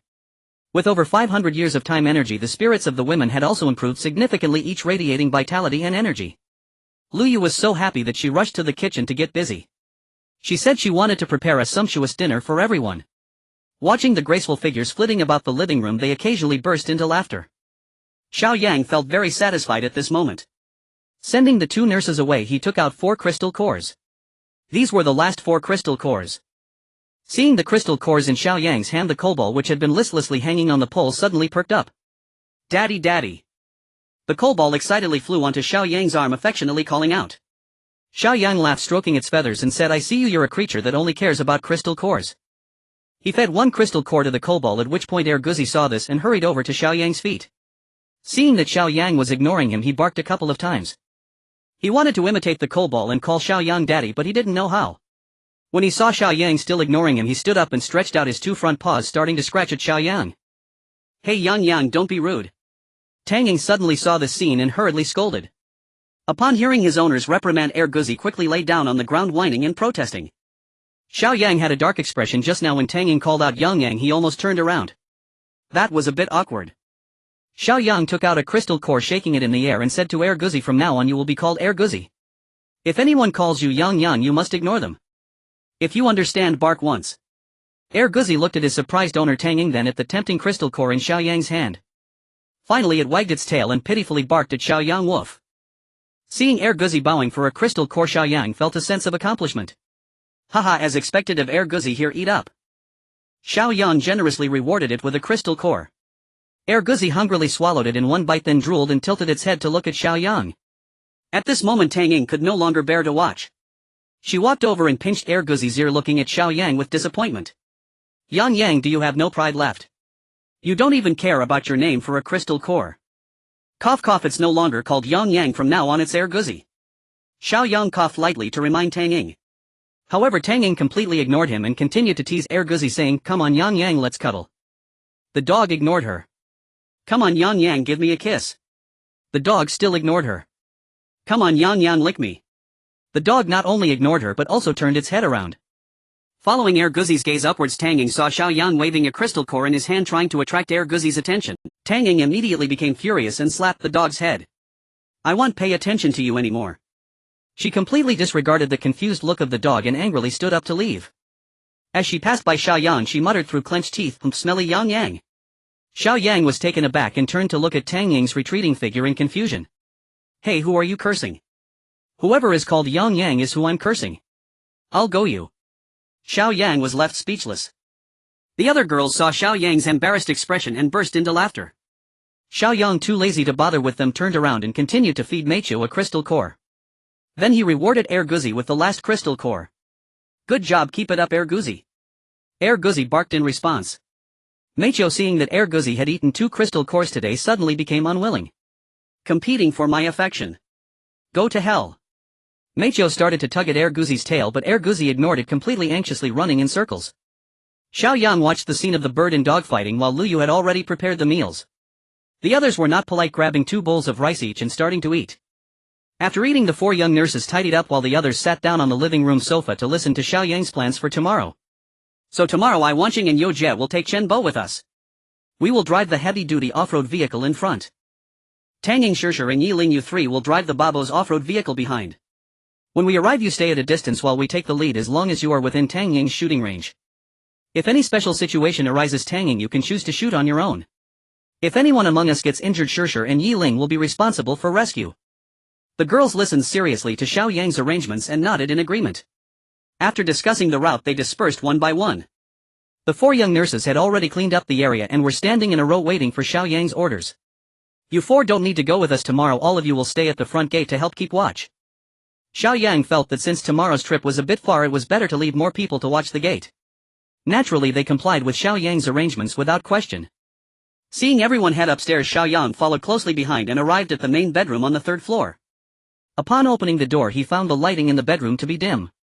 Mu Wanqing had changed into yoga clothes and was kneeling on the bed. Under the dim light, she appeared particularly enchanting. Xiao Yang quickly shut the door, surprised, and said, Wanqing, what are you doing? Mu Wanqing smiled shyly without speaking, instead lying sideways, one hand propping herself up, the other resting on her yoga pants. Her red lips parted slightly as she softly said, I don't have any stockings left. Didn't you say you like to see us in yoga clothes? I'll let you see enough today. What the hell? What the hell? Did Mu Wanqing finally get it? Xiao Yang was truly taken aback. Could it be that once a girl becomes a woman, she gains self-awareness? Xiao Yang felt a surge of impatience, truly wanting to take her right there. But since Mu Wanqing had relatives visiting, he could only hold back. Wait. There are things a man can endure, but this is intolerable. The next morning, everyone got up early. Since the last 2 nights had been relatively quiet, everyone slept well. Where's Wanqing? Why hasn't she come down yet? Lin Shishir asked curiously when she saw Xiao Yang coming down alone. Xiao Yang smiled and said, oh, she's brushing her teeth. Lin Shishir didn't ask further until Luyu brought the breakfast to the table and noticed that Mu Wanqing still hadn't come down. Unable to contain her curiosity, Lin Shishir asked, what's taking Wanqing so long to brush her teeth? Before Xiao Yang could respond, Mu Wanqing came down. Seeing Mu Wanqing looking uncomfortable, Lin Shishir asked with concern, Wanqing, what's wrong? Mu Wanqing suddenly blushed and hoarsely said, it's nothing. It must be inflammation. Do you need to take some medicine? Yi Ling quickly expressed her concern. No need, Xiao Yang has already given me some. Let's hurry and eat. Upon hearing Mu Wanqing say this, the others didn't think much of it and began eating. Only Luyu looked at Xiao Yang with a meaningful smile. Seeing Luyu's gaze, Xiao Yang awkwardly smiled and hurriedly buried his head in his food. But in his heart he sighed, this woman seems to understand everything. After breakfast, Xiao Yang and the others donned their gear and set off. After dropping off the 4 young nurses at the guard post, Xiao Yang gave each of them a knife. Then he pulled out his revolver and handed it to Su Tong. "Watch the house carefully. If anyone comes with ill intentions, keep it for self-defense." Su Tong accepted the gun and nodded heavily at Xiao Yang. With a determined gaze she said, "Don't worry. As long as I have breath left I won't let anyone step through this door." "Good." Xiao Yang patted her shoulder and then grabbed Chen Bo, driving down the mountain. According to the route they had agreed upon last night, the two vehicles took the ring road around the city. This way they could avoid city roads as much as possible. Although the journey was a bit longer, they would definitely save time. Moreover, this route was relatively safer. Their sole purpose today was to gather information about Mugwang. If possible, they would bring Mugwang back to reunite the siblings. The two vehicles continued along the ring road. Indeed, along the way, apart from a few scattered abandoned cars, they encountered almost no obstacles. After exiting the ring road they were only 10 kilometers away from the location marked on the map as Royal No. 1. However, this stretch of road was quite troublesome to navigate. There were scattered debris and damaged cars everywhere. The storefronts on both sides had long been smashed and looted. On the road they occasionally encountered groups of zombies. However, Xiao Yang and the others had no intention of clearing them. He simply chose to accelerate, pushing aside the obstructing vehicles, creating a path for the others to reach their destination. Royal No. 1 before the disaster struck was one of the top entertainment venues in Haicheng, featuring a complete range of services including bars, dance halls, dining, KTV, bathing and foot massages. The scale of the building was quite impressive. From a distance Xiao Yang could see the golden sign atop the roof. After driving a short distance forward he parked his car by the roadside opposite Royal No. 1. Looking across the road, Xiao Yang noticed that the main entrance of Royal No. 1 was wide open. To be precise, it seemed to have been forced open as the glass doors were shattered. However, what was happening inside remained unknown. Tang Ying, find a suitable spot to stop, let's go in and take a look. Xiao Yang called out to Tang Ying via the intercom. Received. Stay safe. After hearing Tang Ying's response, Xiao Yang drove the car directly to the side of the entrance of Royal No. 1. This position neither obstructed Tang Ying's view nor hindered their quick escape if something unusual occurred inside. Xiao Yang led the way out of the car and walked into the lobby. The scene was chaotic. There were numerous bloodstains on the floor and several mangled corpses lay scattered around. It appeared as though a fierce battle had taken place. Seeing this, Mu Wanqing couldn't help but feel anxious. Could this place have been overrun by zombies? What if something happened to her brother? She anxiously glanced at Xiao Yang, who was instructing Chen Bo. "Chen Bo, did you see these bloodstains? Move quickly and follow the trail to see what's happening inside. If you find anything, report back immediately." Understood. Upon receiving Xiao Yang's command, Chen Bo adjusted his clothing, grabbed his knife and began to run along the trail of blood. Xiao Yang meanwhile carefully followed behind with Mu Wanqing and Lu Yu. Slowly Xiao Yang realized that he was somewhat familiar with this place. However, after such a long time his memories had faded. The three continued walking and before long they saw Chen Bo running back.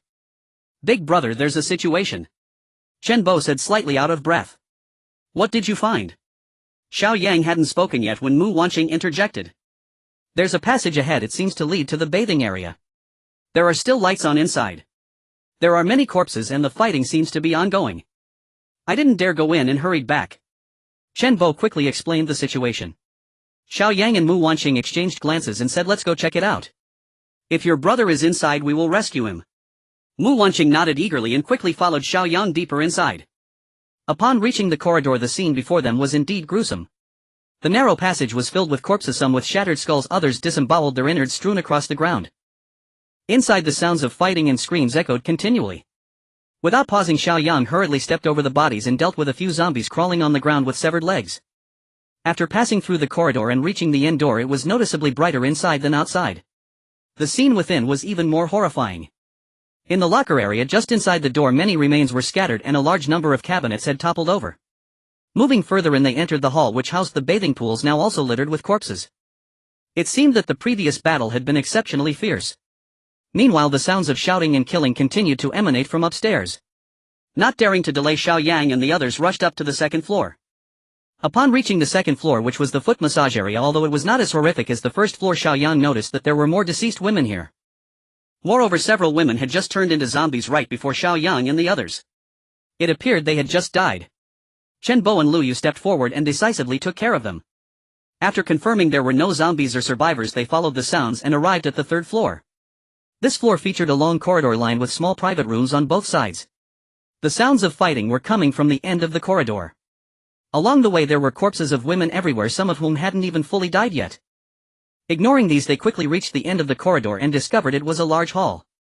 At that moment several men were engaged in combat with two larger zombies in the center of the hall. Not far behind them in a corner stood a woman dressed in red watching the battle with a guarded expression. Behind her a group of women crouched trembling in fear. Xiao Yang shifted his gaze from them to the few men in the center. Upon closer inspection it turned out that not all were humans. There were 6 survivors fighting against the 2 zombies. These 2 zombies were noticeably larger with red skin and movements more agile than ordinary zombies. What surprised Mu Wanqing and Lu Yu was that one of the zombies exhibited special powers. They witnessed it raise its hand and slice a nearby man in half. Upon witnessing this, Xiao Yang exclaimed, "Zombie King!" Others were uncertain, but Xiao Yang understood. The so-called Zombie King is a survivor who awakens special abilities and transforms after dying with over 100 years of energy. The higher the ability level and the more energy, the higher the rank and strength of the Zombie King. There are even higher-ranked Zombie Kings that can retain a sliver of intelligence. They can run, making them particularly difficult to deal with. Thus when facing enemies, Xiao Yang always aimed for decapitation or headshots, never allowing them the chance to become Zombie King. If 2 combatants of similar strength face off and one dies and turns into a Zombie King, the survivor will be in big trouble. Xiao Yang had encountered a maximum of a 5th-tier Zombie King. That level of power could easily crush Xiao Yang like an ant. As for how to distinguish the ranks of Zombie Kings, it was all about the size and color of these zombies. 1st tier is red, 2nd tier is orange, 3rd tier is yellow, 4th tier is green, 5th tier is blue and 6th tier is purple. The 2 before him were clearly 1st-tier Zombie Kings. Xiao Yang, my brother. My brother is still alive. Just as Xiao Yang was recalling information about the Zombie Kings, Mu Wanqing excitedly tugged at his shirt, pointing at the group. Xiao Yang quickly looked over and saw one of the men suddenly grow larger, the hat he had been wearing falling to the ground as it could no longer contain his head. It was precisely because of this that they were able to clearly see the man's face. Upon closer examination he bore a striking resemblance to Mu Guang. However, his face and body had doubled in size, resembling a little giant. Giant ability. Xiao Yang was somewhat surprised. He hadn't expected Mu Guang to awaken a giant ability. Impressive. Big brother-in-law. Once Mu Guang unleashed his giant ability, the 2 1st-tier Zombie Kings who were initially in the lead were clearly at a disadvantage. However, it seemed that it would still take time to determine the victor. Xiao Yang, what happened to my brother? We must help him. Mu Wanqing said, both surprised and worried. Just as Mu Wanqing was speaking, another King of the Dead unleashed its powers. It suddenly threw a punch at him. The man across was directly sent flying, crashing into the wall and falling to the ground motionless. Xiao Yang could tell this was a power ability. It was powerful enough to knock a person out with bare hands. Su Tong's ability belonged to this category. Suddenly there was one less person on Mu Guang's side, significantly increasing the pressure. Just as another King of the Dead was about to unleash its powers against Mu Guang, Xiao Yang made his move. If he didn't act now, his brother-in-law would be in serious trouble. Time slowed as the skill was activated and the entire hall seemed to move in slow motion. Xiao Yang stepped forward with his knife, bringing it down sharply onto the neck of the King of the Dead, attacking Mu Guang. The blade sliced through the neck and Xiao Yang could see the head of the King of the Dead slowly separating. Without time to look further, he continued to swing his knife, severing the neck of another King of the Dead. After completing these actions, Xiao Yang took a step back, resting the tang knife in one hand, standing there as he ceased the skill. The heads of the 2 Kings of the Dead flew into the air and then fell heavily to the ground. This series of actions felt like 10 seconds to Xiao Yang, but to those across from him it was just a matter of 1 second.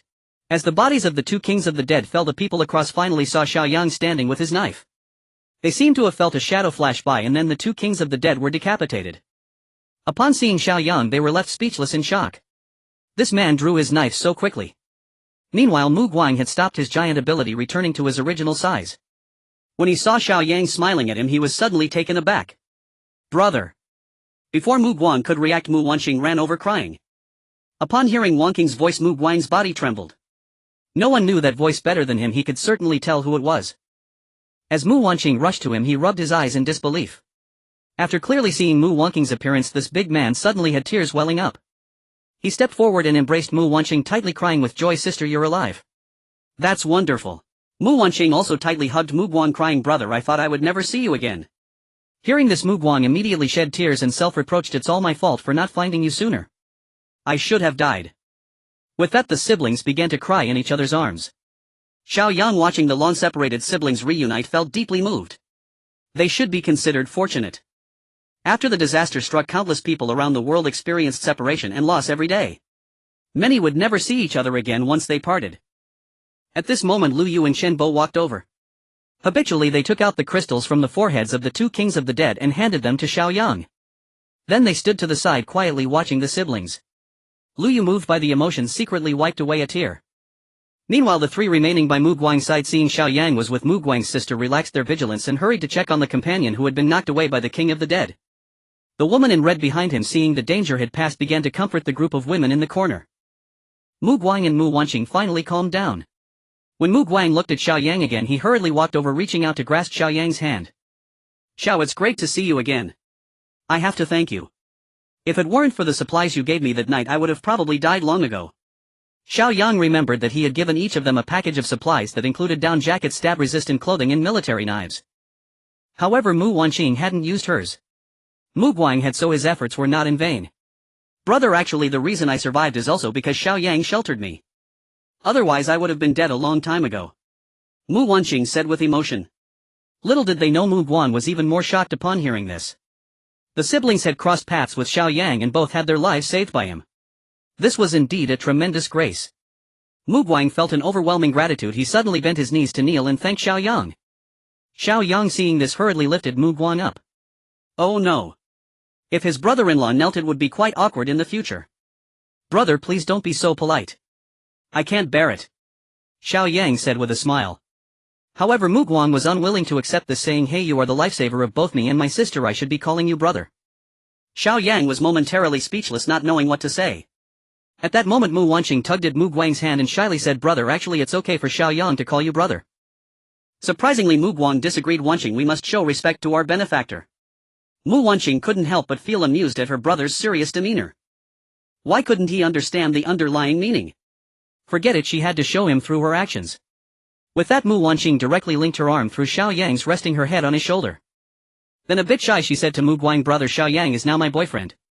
Mu Guang understood immediately upon seeing his sister's expression and actions. He looked at Mu Wanqing, then at Xiao Yang. He was amazed. He got his sister involved in a renovation job. But when he thought about it, without Xiao Yang he and his sister might not even be alive. Moreover, Xiao Yang looked quite agreeable in terms of appearance. He was worthy of his sister. Besides, Xiao Yang was more than just good-looking. Just a moment ago he had instantly killed 2 zombies that even several of them could not handle. It seemed his sister was indeed fortunate. Mu Guang came to this realization and a broad smile spread across his face. He nodded, satisfied, saying, "Yes. I said Xiao Yang was a talented and promising individual. You two being together is definitely a match made in heaven. I wholeheartedly support it." "Thank you, brother," Mu Wanqing said sweetly. "Thank you, brother," Xiao Yang echoed. Mu Guang felt a bit awkward upon hearing Xiao Yang call him brother. He hesitated and said, "Well, Xiao Yang, I agree to this. It's only right." Xiao Yang and Mu Guang exchanged smiles, feeling that their relationship had grown closer at that moment. Just then the woman in red, after calming the group of women, walked over. She first glanced at Xiao Yang's group, then focused her gaze on Mu Wanqing, her eyes filled with admiration. "Guang, is this your sister? She really looks like a fairy." The woman smiled and praised. Xiao Yang looked at the woman in red. She was definitely a stunning beauty comparable to Lu Yu. However, in terms of temperament she seemed to have a slight edge over Lu Yu. The woman in red exuded a very strong aura of the martial world. Clearly she belonged to that type of big sister figure. The most crucial point is that on such a cold day she is only wearing a red cloak. Is she not cold? Moreover, what did she just call Mu Guang? Guang. This relationship sounds complicated. Mu Wanqing looked at the woman in red and curiously asked Mu Guang, "Brother, who is she?" Mu Guang came to his senses and hurriedly introduced, "Oh, let me introduce you. This is the owner of Royal No. 1 Liang Hong. Just call me Sister Hong. She is also considered half a lifesaver for me." Mu Guang introduced Liang Hong to Mu Wanqing. Upon hearing that she was her brother's lifesaver, Mu Wanqing quickly expressed her gratitude. "Sister Hong, thank you." Liang Hong warmly stepped forward and took Mu Wanqing's hand, saying kindly, "Oh, there's no need to be so polite. Your brother has helped me quite a bit as well." After saying this, Liang Hong turned her gaze to Xiao Yang, Lu Yu and Qin Bo, smiling and nodding her head as a greeting. Xiao Yang responded with a smile. "Sister Hong. Xiao Lu is done for, he's about to turn into a zombie." At that moment a man shouted towards Liang Hong from under the nearby wall. That was exactly where the man who had been knocked away had fallen. Upon hearing this, Liang Hong frowned slightly, smiled apologetically at Xiao Yang and the others, and then turned to check it out.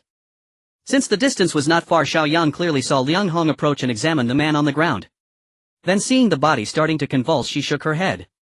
Immediately she extended her right hand and directly grasped the man's neck. Suddenly a flash of fire appeared in Liang Hong's hand and the man's head was instantly charred.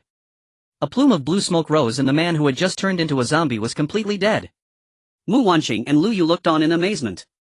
Xiao Yang understood why Liang Hong was dressed so lightly and felt no cold. Because she had awakened a fire-based supernatural ability. Those with such abilities possess more internal heat, so they are not afraid of the cold. Thinking of this, Xiao Yang thoughtfully glanced at Mu Guang. Oh no. He had just told Mu Wanqing that someone might warm Mu Guang's bed, so she needn't worry. Could it be that this is actually coming true? Individuals like Liang Hong with such powers are definitely suitable for warming beds. So cozy. And then recalling Mu Guang's giant ability, oh no. If Mu Guang were to enlarge himself and sleep with Liang Hong, it would be a perfect case of Beauty and the Beast. Xiao Yang imagined that scene and felt quite thrilled. By the way, how did you find your way here? Just as Xiao Yang was lost in thought, Mu Guang asked him, and Mu Wanqing was taken aback. How should she explain this? She couldn't possibly tell the truth, could she? Fearing that Mu Wanqing would slip up, Xiao Yang quickly interjected, oh, it's like this. Chen Bo is at the security office of Haichang Art College and he heard it from someone in the pickup truck team. So we figured it was likely you who arranged this and we came to investigate. Sure enough, you are here, haha. As Xiao Yang spoke, he exchanged glances with Chen Bo. Although Chen Bo was unaware of Xiao Yang's group's annihilation of the pickup truck team, he wasn't foolish and sensed something was off. He promptly nodded with a smile, saying yes. Those people had asked me about Mu Wanqing's name. Mu Guang nodded, I see. At that moment Liang Hong walked over just in time. Hearing their conversation, she inquired, have you seen those people since then? I sent them to help Guang find Wanqing. But as of today not one has returned. Mu Wanqing felt a bit guilty hearing this, while Xiao Yang calmly replied, I haven't seen them. Upon hearing Xiao Yang's response, Liang Hong's eyes flashed with a hint of regret. The people she had sent out had been her subordinates for many years. Although they were not particularly strong, they were all loyal to her. Suddenly losing contact made her a bit worried. However, perhaps it was for the best that they hadn't returned, as there might still be a chance for them. If they had returned yesterday, given their abilities, they might have perished in this zombie battle. By the way, Xiao Zong, what about that villa of yours? Mu Guang suddenly remembered the apocalypse shelter he had modified for Xiao Yang's villa. He was growing more and more curious about Xiao Yang. What exactly is this person? It seems like he knew in advance that a disaster was about to happen. No way, it must just be a coincidence. Oh, we are currently living in that villa. The entire villa area has been cleared out by us and it has become our territory. Upon hearing Xiao Yang say this, Mu Guang looked at his sister again. Her complexion looked good, clearly someone who had not suffered. Unlike the group of women behind who looked haggard. It seems that Wanqing and Xiao Yang being together is the best choice. At least his sister had not been wronged. His gaze shifted to Lu Yu, the beautiful woman he had noticed earlier. Seeing her rosy complexion and graceful demeanor and the close relationship with Xiao Yang, they must be part of the same team. Do they also live in the same villa? With such a woman following Xiao Yang, could he resist? Men after all will have desires, and he understood that himself. However, if it were his own brother-in-law, that would be another matter. Just as Mu Guang was worried about his sister, Mu Wanqing spoke up, brother, come back with us. You know the villa area is huge. Now apart from our team of a dozen or so, there are no other people left. From now on we will always be together. We will never be apart again. Hearing Mu Wanqing say this, Mu Guang looked at Xiao Yang. Seeing Xiao Yang smiling and nodding at him, he felt a bit tempted. However, he did not make an immediate decision and said with some difficulty, Wanqing, knowing that you are alive and doing well is enough for me, but as you can see, the situation here is quite dire. More than 200 people and now only this few remain. As he said this, he glanced at Liang Hong and added, moreover, your sister Hong have saved me. I can't leave you here alone. She still needs me. After saying this, he turned to Xiao Yang, saying, with Xiao Zong taking care of you, I feel at ease. So let me handle things here before I come to find you. Anyway, I know the place. Xiao Yang noticed that Mu Guang was worried about Liang Hong. He didn't want to be an ungrateful man. Mu Wanqing's expression revealed her disappointment and her eyes became a bit misty. Ha Guang. Wanqing is looking forward to your return so much you should just go back with us. Otherwise, how about this? We could all just go to that villa area together. That way you won't feel troubled. Hearing Liang Hong's statement, Mu Guang was somewhat incredulous, saying, Liang Hong, you. What do you mean? Look at what this place has become. Everything that could be destroyed has been destroyed and only we are left. If more zombies come, we won't be able to hold on. Let's just move to Wanqing's place. As Liang Hong said this, she deliberately looked at Xiao Yang and added, yes, but I wonder if this handsome guy would be willing to accept us. Seeing Liang Hong, who was smiling while seeking his opinion, Xiao Yang took a deep glance at her. This woman has quite the perceptive ability. Since others have said so for Mu Guang's sake, he could not refuse. I can accept. However, we will only cover the expenses for Brother Mu Guang. I am not responsible for your people. Xiao Yang glanced at the 20 or so men and women behind Liang Hong and felt it would be better to clarify things first. With so many people, he had no obligation to support them. Liang Hong saw that Xiao Yang was very straightforward, yet there was no trace of displeasure on her face. She continued smiling, I am very happy that you can accept us. How could we let you spend money? Actually, we still have some supplies left. Hearing Liang Hong say this, Xiao Yang nodded. Only those with self-awareness would not make others feel disgusted. Also, when we arrive, I hope everyone can abide by the rules. We will not interfere with your lives. However, I hope you keep the overall situation of the villa area in mind while doing things. Xiao Yang thought it over. Directly integrating these people into his team was unrealistic. Moreover, his team was not something anyone could just join. This kind of cooperative relationship was the best choice. As for safety, he wasn't too worried. Firstly, with Mu Guang here, he would not just sit idly by and watch someone harm his sister. Secondly, he didn't think much of these people's strength. Just these people were probably on par with Su Tong and Chen Bo, and even Mu Wanqing might not be able to defeat them. Therefore, he wasn't worried. After hearing Xiao Yang's demands, Liang Hong smiled and nodded, saying, of course I understand these rules. Seeing the other party readily agree to all his requests, Xiao Yang felt he could not say anything more. Liang Hong was clearly a sharp woman and there was no need for extra words. By the way, to express our sincerity, I want to tell you some news. Liang Hong suddenly spoke mysteriously. Xiao Yang was immediately curious about what news could make this big sister pay such attention. Oh. What is it? You say. Xiao Yang replied calmly. Liang Hong was straightforward and did not keep him in suspense. She continued, before the disaster struck, our royal no. One received a batch of supplies. There were about 5 large trucks worth. However, after the disaster occurred, those vehicles and supplies were halted at the transit station. I sent someone to check yesterday and all 5 trucks were still there. Moreover, there were another 5 trucks also parked there. It is estimated they should also be carrying goods, but I don't know what they contain. After finishing her words, Liang Hong observed Xiao Yang's expression with a smile. However, seeing Xiao Yang's calm demeanor, she suddenly grew more interested in him. This man looked young, yet how could he be so composed? With so many supplies, is he not tempted at all? As for Xiao Yang, he was indeed somewhat excited internally, but it did not show on his face. He knew that Liang Hong's words were not finished. With so many supplies discovered and not retrieved, something must be wrong. Seeing Xiao Yang simply staring at her in silence, Liang Hong had to continue. However, the people who returned said that the transit station was filled with zombies. Moreover, there were some strange animals inside. They did not dare to send more people in, so they returned. Hearing this, a glimmer of light finally flashed in Xiao Yang's eyes. Strange animals. Could there be mutated animals there? This piqued Xiao Yang's interest. As long as they were not 5-star mutated entities, Xiao Yang could handle them. Like the 4-star mutated giant python he killed before, it only took a bit of effort for the current Xiao Yang. As for the 5-star mutated entities, Xiao Yang could also kill them, but his weapons were too inferior. Ordinary knives and firearms were utterly useless against entities of that level. He needed weapons crafted by the earth spirits. Alternatively, he could use attack abilities of level 5 or above.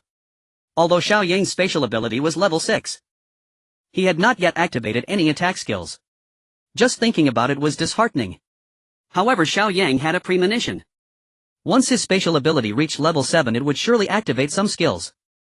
Thus Xiao Yan was also looking forward to it. But to reach level 7 he would need 1 7-star crystal core or 10 6-star crystal cores or 100 5-star crystal cores. Forget about 5-star crystal cores. In a big city like Haicheng, how could there be so many 5-star mutated entities? Right now what he should do the most was to keep killing zombies to obtain crystals, allowing his time energy to break through 1,000,000 years. At that point his physique would have the capital to resist 7-star mutated entities. As for whether he could kill them, that would depend on his weapons. And thinking about weapons now gave Xiao Yang a head. Special weapons required earth spirits to forge. However, earth spirits were crystals transformed from the spiritual energy of the earth after the apocalypse. This thing was even rarer. It would be hard to find in a coastal metropolis like Haicheng. Forget it, let's not think about it. Well, take it one step at a time. Xiao Yang withdrew his thoughts and looked at Liang Hong, saying, then what do you want to say? Seeing that Xiao Yang finally showed interest, Liang Hong smiled and said, I want to say that your strength is quite formidable. If we cooperate, we should be able to retrieve those supplies. At that time the supplies will be divided 7-3 as a greeting gift from me to you. How about it? Good. Xiao Yang readily agreed. This caught Liang Hong by surprise. At that moment Xiao Yang's walkie-talkie rang. Xiao Yang, what's going on inside? Tang Ying's voice came from the walkie-talkie, seemingly worried since Xiao Yang and the others had been inside for a while without any movement. Nothing. We will be out shortly. After replying, Xiao Yang turned to Mu Guang and Liang Hong saying, let's hurry, it's better to act sooner than later. Liang Hong was quite surprised to see the walkie-talkie in Xiao Yang's hand. Not only did he have a walkie-talkie, but it also seemed he had people waiting outside. This person was quite cautious. Originally Liang Hong and the others also had walkie-talkies, but after one battle they had long forgotten where they had thrown them. Alright. We have some supplies to retrieve, let's meet at the entrance. Okay. Xiao Yang no longer wasted words with them and led Mu Wanqing and the others outside. Meanwhile Mu Guang stayed behind to help Liang Hong move the supplies. As they made their way out, Xiao Yang and the others were not idle, they dug out all the crystals from the zombies. These things could not be wasted. By the time Xiao Yang and the others emerged it had already been half an hour. After counting the crystals it wasn't much, just under 300. Including the previous two corpse King, Xiao Yang noticed each crystal contained over 150 years of energy. Combined these two exceeded the energy of the 300 crystals. Indeed, killing corpse kings was more efficient. However, it was still the early apocalypse, so they were not typically encountered. Xiao Yang handed 100 crystals to Chen Bo, urging him to absorb them quickly while there was still time.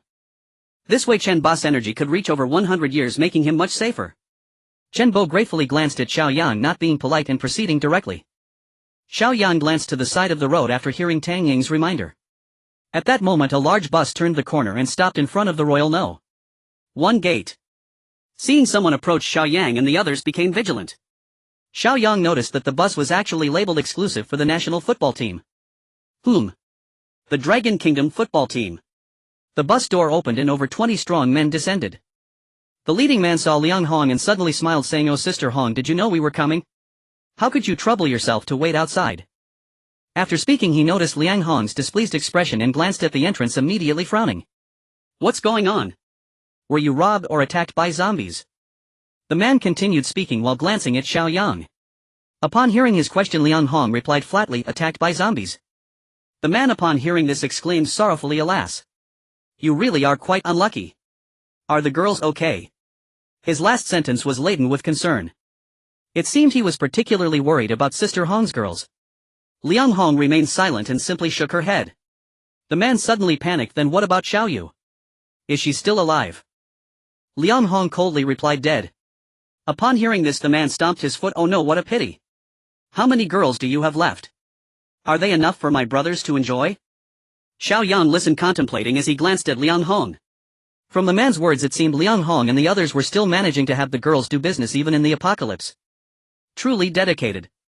"Sorry Coach Li, but we won't be doing business today." Upon hearing Liang Hong say this, Coach Li immediately became displeased. "What's going on? We came all this way. My brothers have been battling zombies for days, we came here to relax. Same as before, 2 buns and 4 sausages per person, don't worry about us lacking supplies." However, Liang Hong shook her head and said, "I'm really sorry. The girls are all frightened and we have to leave here. I apologize Coach Li. We are leaving." Seeing Liang Hong about to leave, Coach Li immediately blocked her, saying, "You can't leave. The national football team has to enjoy themselves today. No one has ever dared to refuse our national football team. If those girls won't do, then you will." Coach Li exclaimed angrily. He quickly spotted Mu Wanqing and Lu Yu and his eyes lit up, saying, "And these two, we want them as well. I can offer them 2 packs of sausages each." "Shut your mouth." Mu Guang shouted angrily, rushing forward to grab Coach Li by the collar. The 20 or so team members behind Coach Li surrounded them upon seeing Mu Guang act. "Take your filthy hands off. With your group do you dare to fight us from the national football team? Do you really think our legs are just for show? With your kind I could kick each of you down. My head is quite formidable too. My hands are quite powerful. I." Suddenly a sharp sound cut through. The last team member hadn't finished speaking when his head fell to the ground. Following that, Lu Yu, Mu Wanqing and Chen Bo each struck down one. Mu Guang and Liang Hong were taken aback when they saw Xiao Yang strike without saying a word. After coming back to their senses they also took action. In just a moment only Coach Li and 4 others remained from the national team. They huddled together, trembling in fear. "Oh no, I was wrong Sister Hong. I was blind and dared to offend you. Please just treat us as a nuisance."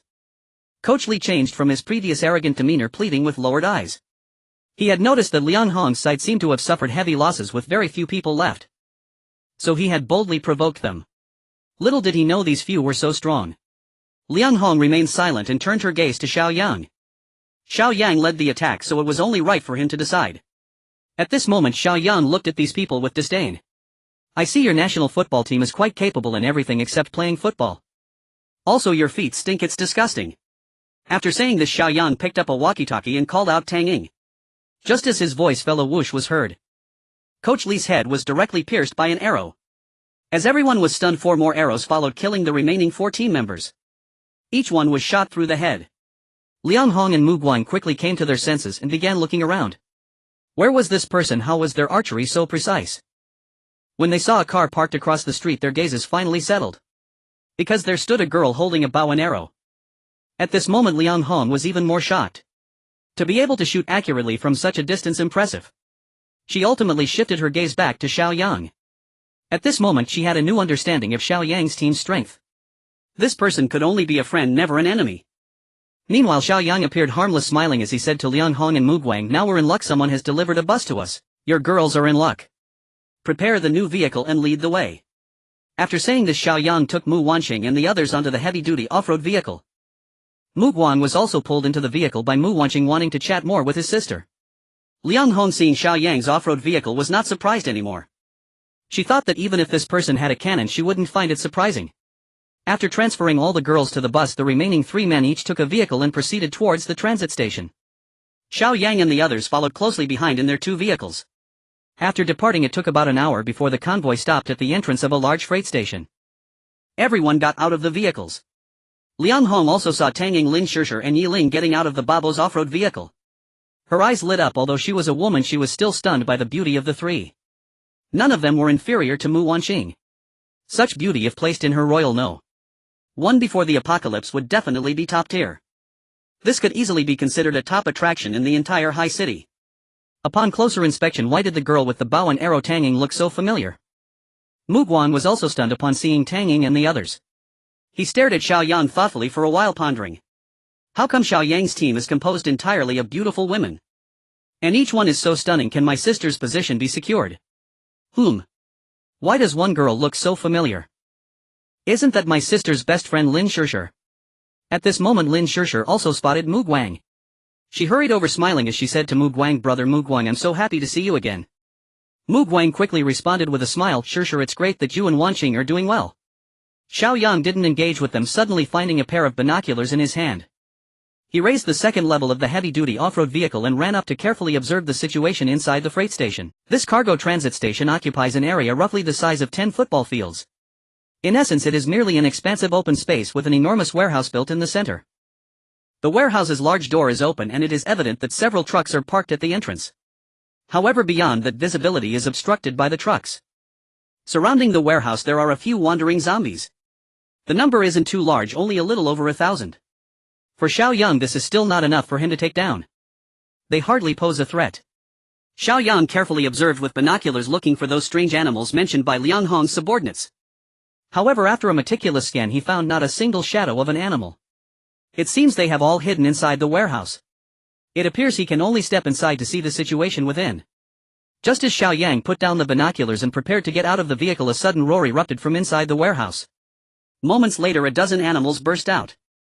Xiao Yang quickly grabbed the binoculars again. He saw a dozen large monkeys baring their teeth and shouting towards the warehouse. Some monkeys were even holding packaged snacks in their hands. Had they gone inside to snatch food? Xiao Yang adjusted the magnification of the binoculars to observe these monkeys closely. To his astonishment he discovered that 2 of the monkeys were 1-star mutated forms while 10 were 2-star mutated forms. The largest among them, presumably the leader of the monkey group, turned out to be a 3-star. Impressive. He had unexpectedly encountered a group of mutated monkeys. Xiao Yang was overjoyed in his eyes. These were crystal cores. Having these would allow him to enhance the abilities of his team members. However, he was slightly concerned about the creature inside the warehouse, which, judging by the sound, seemed to be a tiger. He just didn't know if it was a mutated form. Xiao Yang was puzzled as to why so many animals appeared here. He took another look around with his binoculars, and when he spotted the Haicheng Zoo he suddenly understood. Well, this cargo station is actually adjacent to the zoo. No wonder there are so many monkeys, they must have escaped from the zoo. Thinking of this, Xiao Yang's eyes suddenly lit up. A zoo.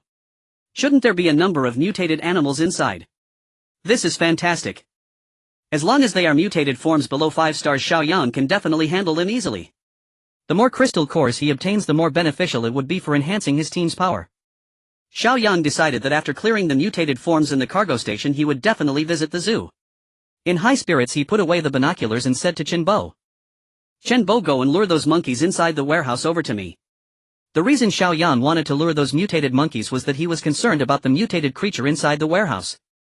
If so many monkeys are wary, that mutated creature inside must be even stronger. Upon hearing the command, Chenbo rushed directly into the cargo station without a second thought. To him, Xiao Yang was like an elder brother. He followed whatever Xiao Yang said without question. Moreover, with his energy-infused physique from a century's worth of time, he not only ran fast but also had exceptional stamina. This small task was utterly trivial for him. He dashed inward and soon arrived near the warehouse. Chenbo stopped not far from the group of monkeys, picked up an ice block from the ground and hurled it at the leading monkey king. This move was quite effective, directly drawing the full attention of the monkey group. The monkeys immediately focused all their attention on Chenbo, baring their teeth and grabbing whatever they could find on the ground to throw at him. Chenbo wasn't about to linger. Seeing this, he turned and ran. The monkey king, noticing Chenbo was fleeing, immediately commanded the group to pursue. Their speed was not inferior to Chenbo's. Had there not been some distance, Chenbo might have already been caught. When he arrived at the entrance, Xiao Yang and the others suddenly revealed themselves. Seeing so many people, the group of monkeys became alert and turned to flee in all directions. Xiao Yang would not give them this chance. He unleashed his time-slowing skill, causing all the monkeys' movements to decelerate. Without hesitation, Xiao Yang advanced with his blade, launching a massacre. To the others it seemed like just a few breaths had passed before Xiao Yang had completely slaughtered the group of mutated monkeys. He unceremoniously extracted all the crystal cores from the monkeys' heads and placed them in his pocket. In the astonished gaze of the others, Xiao Yang instructed Chenbo to start luring the zombies from the empty space outside the warehouse. Then everyone took action to clear the zombies. After that they extracted the crystals and handed them all over to Xiao Yang. Even Liang Hong's did not hold back any crystals and handed everything to him. Xiao Yang was somewhat surprised and said, "You could have kept some of these for yourselves." However, Liang Hong smiled and said, "It was agreed that we only take 30 of the supplies, the rest is all yours." Nodding, Xiao Yang did not hesitate and directly took the crystals. He then directed everyone to spread out and walk towards the central warehouse. When they reached a distance of 30 meters from the warehouse entrance, Xiao Yang signaled everyone to stop. He shouted to Lin Shishir, "Play your flute and see if you can attract the mutated creatures inside." "All right." Lin Shishir was quite obedient. She took the flute and placed it to her lips. The melodious sound of the flute resonated, and upon closer inspection she was actually playing 2 tigers. Sure enough, after playing for a short while, a roar once again echoed from inside the warehouse. Soon after, 2 enormous tigers appeared at the entrance. Xiao Yang with sharp eyes had already noticed the twinkling starlight between their brows. 2 3-star mutated tigers. However, these 2 mutated tigers did not seem to be lost to Lin Shishi's flute music. Upon seeing so many humans outside, their eyes suddenly lit up and they lunged towards the side. They seemed excited at the sight of so many fresh humans, as they likely hadn't eaten meat for a long time. Only they underestimated the strength of this group of humans. Just as one of them leaped, preparing to pounce on the crowd, a flash of blade light appeared. The 2 massive tiger heads flew off and their bodies crashed heavily to the ground. Xiao Yang happily approached to extract the 2 3-star crystal cores, gleefully placing them in his pocket. "Play again," Xiao Yang said to Lin Shishir. He wanted to see if there were still any mutated creatures inside. The gentle sound of the flute continued to resonate. However, this time, after playing for a minute, there were no more mutated creatures emerging from inside. It seems there were none left. "Chenbo, go in and take a look." "All right." Without a second thought, Chenbo dashed inside. But shortly after entering, he ran out covered in soot. "My goodness, big brother, there's a peacock in there that breathes fire. It almost burned me to death." Everyone was taken aback as they looked at Chenbo, whose hair was still smoking. Only Xiao Yang frowned. To nearly burn the century-old energy constitution of Chenbo, the mutated peacock inside must have a considerable level. It must be at least a 3-star mutant, and it can breathe fire. If Liang Hong's people had gone, and they would probably have been roasted alive. "Are there any other mutants inside?" Xiao Yang asked. "No, there's just this one left, and it's at the back of the warehouse." "Did you see how many stars were shining on its head?" "No. I just saw it and then it attacked me." Chenbo shook his head, looking pitiful. Xiao Yang nodded and glanced at Chenbo's exposed, scorched skin. He called over Yiling, saying, "Give him some treatment." Then he turned to Tangying, saying, "Tangying, come with me inside, others stay outside on guard." Tangying was skilled in ranged attacks, and if the peacock took flight, she would be the only one capable of dealing with it. Xiao Yang estimated that the mutated peacock was only 3 to 4 stars. If it were 5 stars, Chenbo would likely be gone. Upon hearing Xiao Yang's arrangement, even Liang Hong complied. Now Xiao Yang had clearly become their leader. There's no denying that humans inherently admire the strong, only the strong possess authority and command. Moreover, they sensed that Xiao Yang understood much more than they did. Following his lead was undoubtedly the right choice. Xiao Yang, accompanied by Tang Ying, quietly entered the warehouse. As they bypassed the large truck parked at the entrance, the two saw the scene inside the warehouse. It was spacious with the surroundings piled high with goods, though they couldn't discern what they were. The ground in the middle of the warehouse was quite chaotic, with various animal and human remains scattered about. Some were reduced to mere skeletons. These mutants not only fed on humans but also killed each other. Some mutants had higher star ratings due to consuming crystal cores. So this was not surprising. Looking further ahead, at the end of the warehouse, a peacock the size of a sedan stood on a beam. At this moment the peacock was staring intently at Xiao Yang, its gaze sharp. When Xiao Yang saw the 4 points of starlight flashing above its head, he finally breathed a sigh of relief. Just a 4-star mutant posing no threat. However, standing so high made it inconvenient for Xiao Yang to kill it. Tang Ying shooed its eyes. Okay. Tang Ying directly drew her bow, shooting an arrow at the peacock. With a flash of cold light, the arrow struck one of the peacock's eyes, but the tip did not penetrate its head. The peacock mutant let out a wretched scream and then flapped its wings, flying towards Xiao Yang and Tang Ying. The flying peacock was indeed beautiful, adorned in vibrant colors. However, Xiao Yang and Tang Ying did not have the leisure to admire it. Just as the peacock was about to get close, Tang Ying quickly drew her bow again, seizing the opportunity to shoot an arrow at the other eye. Another arrow hit its mark. With both eyes destroyed, the peacock became frantic and spewed out a long stream of flames. Everything touched by the flames was instantly charred black. Some wooden crates were even reduced to ashes. Fortunately, due to its blindness, the peacock lost its aim and did not set Xiao Yang and Tang Ying on fire. The peacock flailed about, wildly crashing into a steel pillar in the middle and falling to the ground. The opportunity had come. Xiao Yang suddenly activated the slow time skill. Then he pulled out his knife and rushed up, delivering a strike to the peacock mutant's head. The blade embedded into the peacock's neck but did not sever it. This 4-star mutant's body was indeed formidable. Xiao Yang exerted force to pull out the knife and then struck down hard again at the wound on its neck. This time the peacock's head was directly severed. With the mutant peacock dealt with, the danger in the freight station was completely eliminated.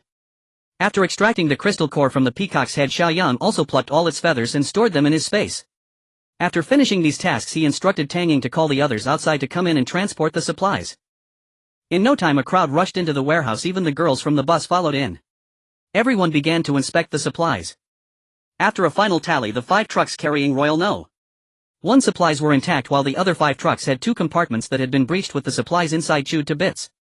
They must have been eaten by these mutants. Among the other 3 trucks, 2 were loaded with flour and the last contained some delivery packages. The goods piled up in the warehouse were mostly useless odds and ends. Xiao Yang and the others picked through them, not letting anything useful slip by. Before preparing to load the vehicles, Xiao Yang instructed them to start each truck to see if they were still operational. Fortunately, only 1 damaged truck failed to start. After trying various methods to no avail, Xiao Yang decided to abandon the truck and switch to the small box truck with Liang Hong. Although it was smaller, it would have to do. They loaded all usable supplies into the trucks and box truck, eventually cramming them all in. With the addition of 9 vehicles, Liu Yiling and Chen Bo became drivers as well. Along with Liang Hong, Mu Guang and 4 girls capable of driving, they barely managed to gather enough people. Although none of them had driven such large vehicles before, this was the apocalypse. As long as you didn't drive into a ditch, you could still speed along the road right. They drove all the vehicles to an open area, forming a line. Xiao Yang's heavy-duty off-road RV led the way, with Tang Ying following at the back in her Brabus off-road vehicle.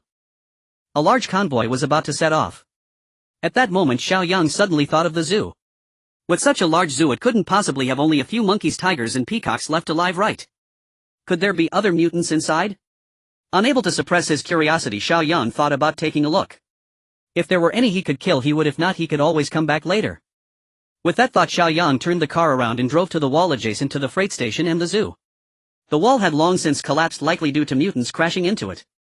Xiao Yang raised the roof of the RV again, climbed to the 2nd floor and took out a high-powered telescope to examine the area closely. Suddenly a thunderous roar echoed, shaking the ground. A flock of birds took flight from the zoo. Xiao Yang quickly directed the telescope towards the source of the sound. In the depths of the zoo, in an enclosure, a giant elephant the size of a truck was attacking several lions which were about the size of a small box truck. Xiao Yang's heart skipped a beat. He hadn't expected so many mutants to be inside. Moreover, judging by their size, their star levels weren't low. He adjusted the telescope to its maximum and scrutinized the elephant. Then he counted the points of starlight atop its head. 1 2 3 7. Holy cow. A 7-star mutant. How could a 7-star mutant appear here? Whatever, this is not a place I can go right now. Without hesitation, Xiao Yang returned to the driver's seat and retracted the roof.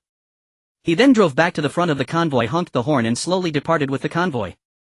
Under the leadership of Xiao Yang, the convoy returned to the Zijin mountain villa area along the same route. Many of the drivers were inexperienced with large trucks, so they drove very slowly. By the evening, the group finally reached the entrance of the Zijin mountain villa area. Su Tong and the others who had received the news early that morning via the intercom were already waiting with the gate open. However, when they saw so many vehicles, they were quite surprised. They never expected that Xiao Yang would return with such a bounty of supplies. Moreover, there was even a bus filled with young girls. Su Tong, come here. Xiao Yang called Su Tong to his side after getting out of the car and handed her 100 crystals. Take this and absorb them. From now on you will be a person with 200 years of energy. Su Tong took the crystals from Xiao Yang's hands, and suddenly her nose tingled and tears streamed down her face. She felt emotional, realizing that apart from guarding the entrance she hadn't contributed much. Yet Xiao Yang still valued her so highly, which surprised and moved her. Thank you, boss. She expressed her gratitude and then hesitated for a moment before calling Xiao Yang boss. Yes. From now on Xiao Yang would be her forever boss. Xiao Yang smiled and patted her shoulder, about to turn and leave when Su Tong called out to him, boss, don't go yet. I forgot to tell you, it seems that Xiao Lu has awakened her powers too.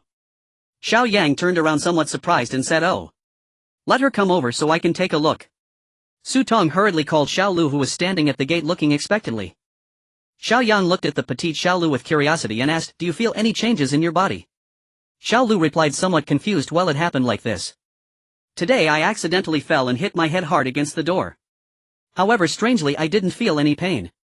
So I took a stick to test it out. At this point Xiao Lu pulled out a wooden stick from behind her and said, boss, look. She struck her head hard with the stick using both hands, startling Xiao Yang. Crack! The thick stick broke upon impact. Xiao Lu, seemingly unfazed, wiped the wood shavings off her head and asked, boss, is this a power? Xiao Yang rubbed Xiao Liu's head and found that she was indeed unharmed. He expressed his surprise, saying, not bad. You have indeed awakened your powers, and they are quite shock resistant. In simpler terms, your physical body is stronger than others with high defenses. Only those with a physique of over 1,000 years of energy are unaffected by cold weapons. You likely only need a century's worth of energy to achieve that. Congratulations, Xiao Lu. Hearing Xiao Yang's words, Xiao Lu instantly cheered, that's great. Does that mean I can join you all officially like Sister Su Tong from now on? Xiao Lu looked at Xiao Yang with hopeful eyes, waiting for his answer. Of course. From now on you are a formal member of our team. Xiao Yang smiled, and then a pack of crystals appeared in his hand. He handed them to Xiao Lu, saying, here. There are 110 crystals, absorb these first. Xiao Lu took the crystals, almost jumping with joy. Thank you, boss. Oh, by the way, what's your name? I haven't asked yet. Xiao Yang awkwardly inquired. My name is Lu Xinyan, but you can just call me Xiao Lu. Lu Xinyan, that's a nice name. Xiao Lu sounds less appealing, from now on I'll call you Xinyan. Hearing this, Lu Xinyan joyfully replied, call me whatever you like, boss, I'm happy with any name. Xiao Yang smiled and said, good. Then I'll head back now. You all must keep a close watch. If you run out of food or supplies, just ask me. Okay. After calling the 4 nurses onto the vehicle, Xiao Yang led the convoy directly to the road in front of his villa. Once parked, everyone got out of the car. Xiao Yang walked over to Liang Hong and pointed to the villas below. All the villas down there are vacant. You can choose whichever one you want to live in. After speaking, he pointed to the villa behind him, saying, we will live here, if you need anything just come find me. Liang Hong looked at Xiao Yang's villa, noticing the high walls and barbed wire. At this moment the gate of the villa was already open, and the 4 nurses had long entered and turned on the lights inside. Seeing this, Liang Hong couldn't help but feel amazed. She never expected that he had prepared so thoroughly. It seemed that after the disaster struck he hadn't been affected much at all. Moreover, being far from the city, it was quiet and peaceful without the constant fear. Living here must be very pleasant. Liang Hong glanced at the girls behind Xiao Yang and couldn't help but smile. With so many beautiful girls around, it wouldn't be an exaggeration to say he was the happiest man in the world right now. Alright then, we won't be polite. Let's choose the villa in front of you, it will be easier for everyone to look out for each other. Hearing Liang Hong, Xiao Yang said, with so many of you there's no need to squeeze into one villa, there are plenty of villas here. However, Liang Hong replied, I know. But we only have 1 generator, so we'll have to make do for now. We can talk about it later. Saying this, she looked at Xiao Yang with a bright smile and said, thank you. Xiao Zong. Liang Hong's smile was infectious, making others feel as if they were basking in spring breezes. Indeed, she was a woman with depth and excellent social skills. This big brother-in-law is quite fortunate. After locking up all the trucks, Liang Hong took her people and the girls to tidy up the house. Mu Guang intended to help, but Liang Hong stopped him. The reason was you two siblings have just reunited and there must be a lot to talk about, so stay here. One must admit Liang Hong was adept at reading situations and capable of thoughtful planning. Once Liang Hong and her group left, Xiao Yang called Mu Guang back to the villa. He drove the heavy-duty off-road RV and the Brabus off-road vehicle into the courtyard and then closed the gate. When Mu Guang saw the villa remodeled by his company, a wave of nostalgia washed over him. Now that he thought about it, he and his sister had secretly mocked Xiao Yang for being wasteful with his money. In hindsight, he realized he had been a fool. Xiao Yang was clearly someone who could foresee the future, having planned everything ahead. Otherwise, how could all this be explained? Feeling the warmth and comfort of the villa brightly lit inside, Mu Guang couldn't help but feel grateful that he was a conscientious renovation company boss, never cutting corners on quality. Otherwise, if Xiao Yang saw him, he might have been killed on the spot. Coincidentally, his sister was living here as well. Good deeds do get rewarded. Meanwhile, Xiao Yang instructed the 4 nurses to help Lu Yu with the cooking. With his brother-in-law arriving, he had to offer a warm welcome. He did have a few tables of food from the Haijiao restaurant in his space.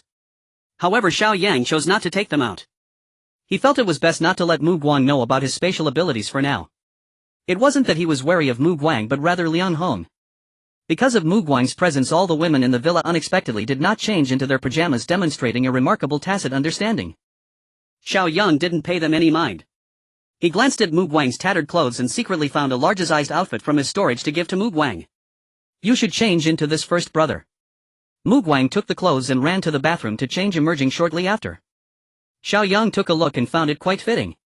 Afterwards, everyone continued with their tasks while Xiao Yang, Mu Guang and Mu Wanqing sat on the couch in the living room discussing their experiences. From Mu Guang, it was revealed that on the night disaster struck, he had taken a new client to the Royal No. 1 bathing center.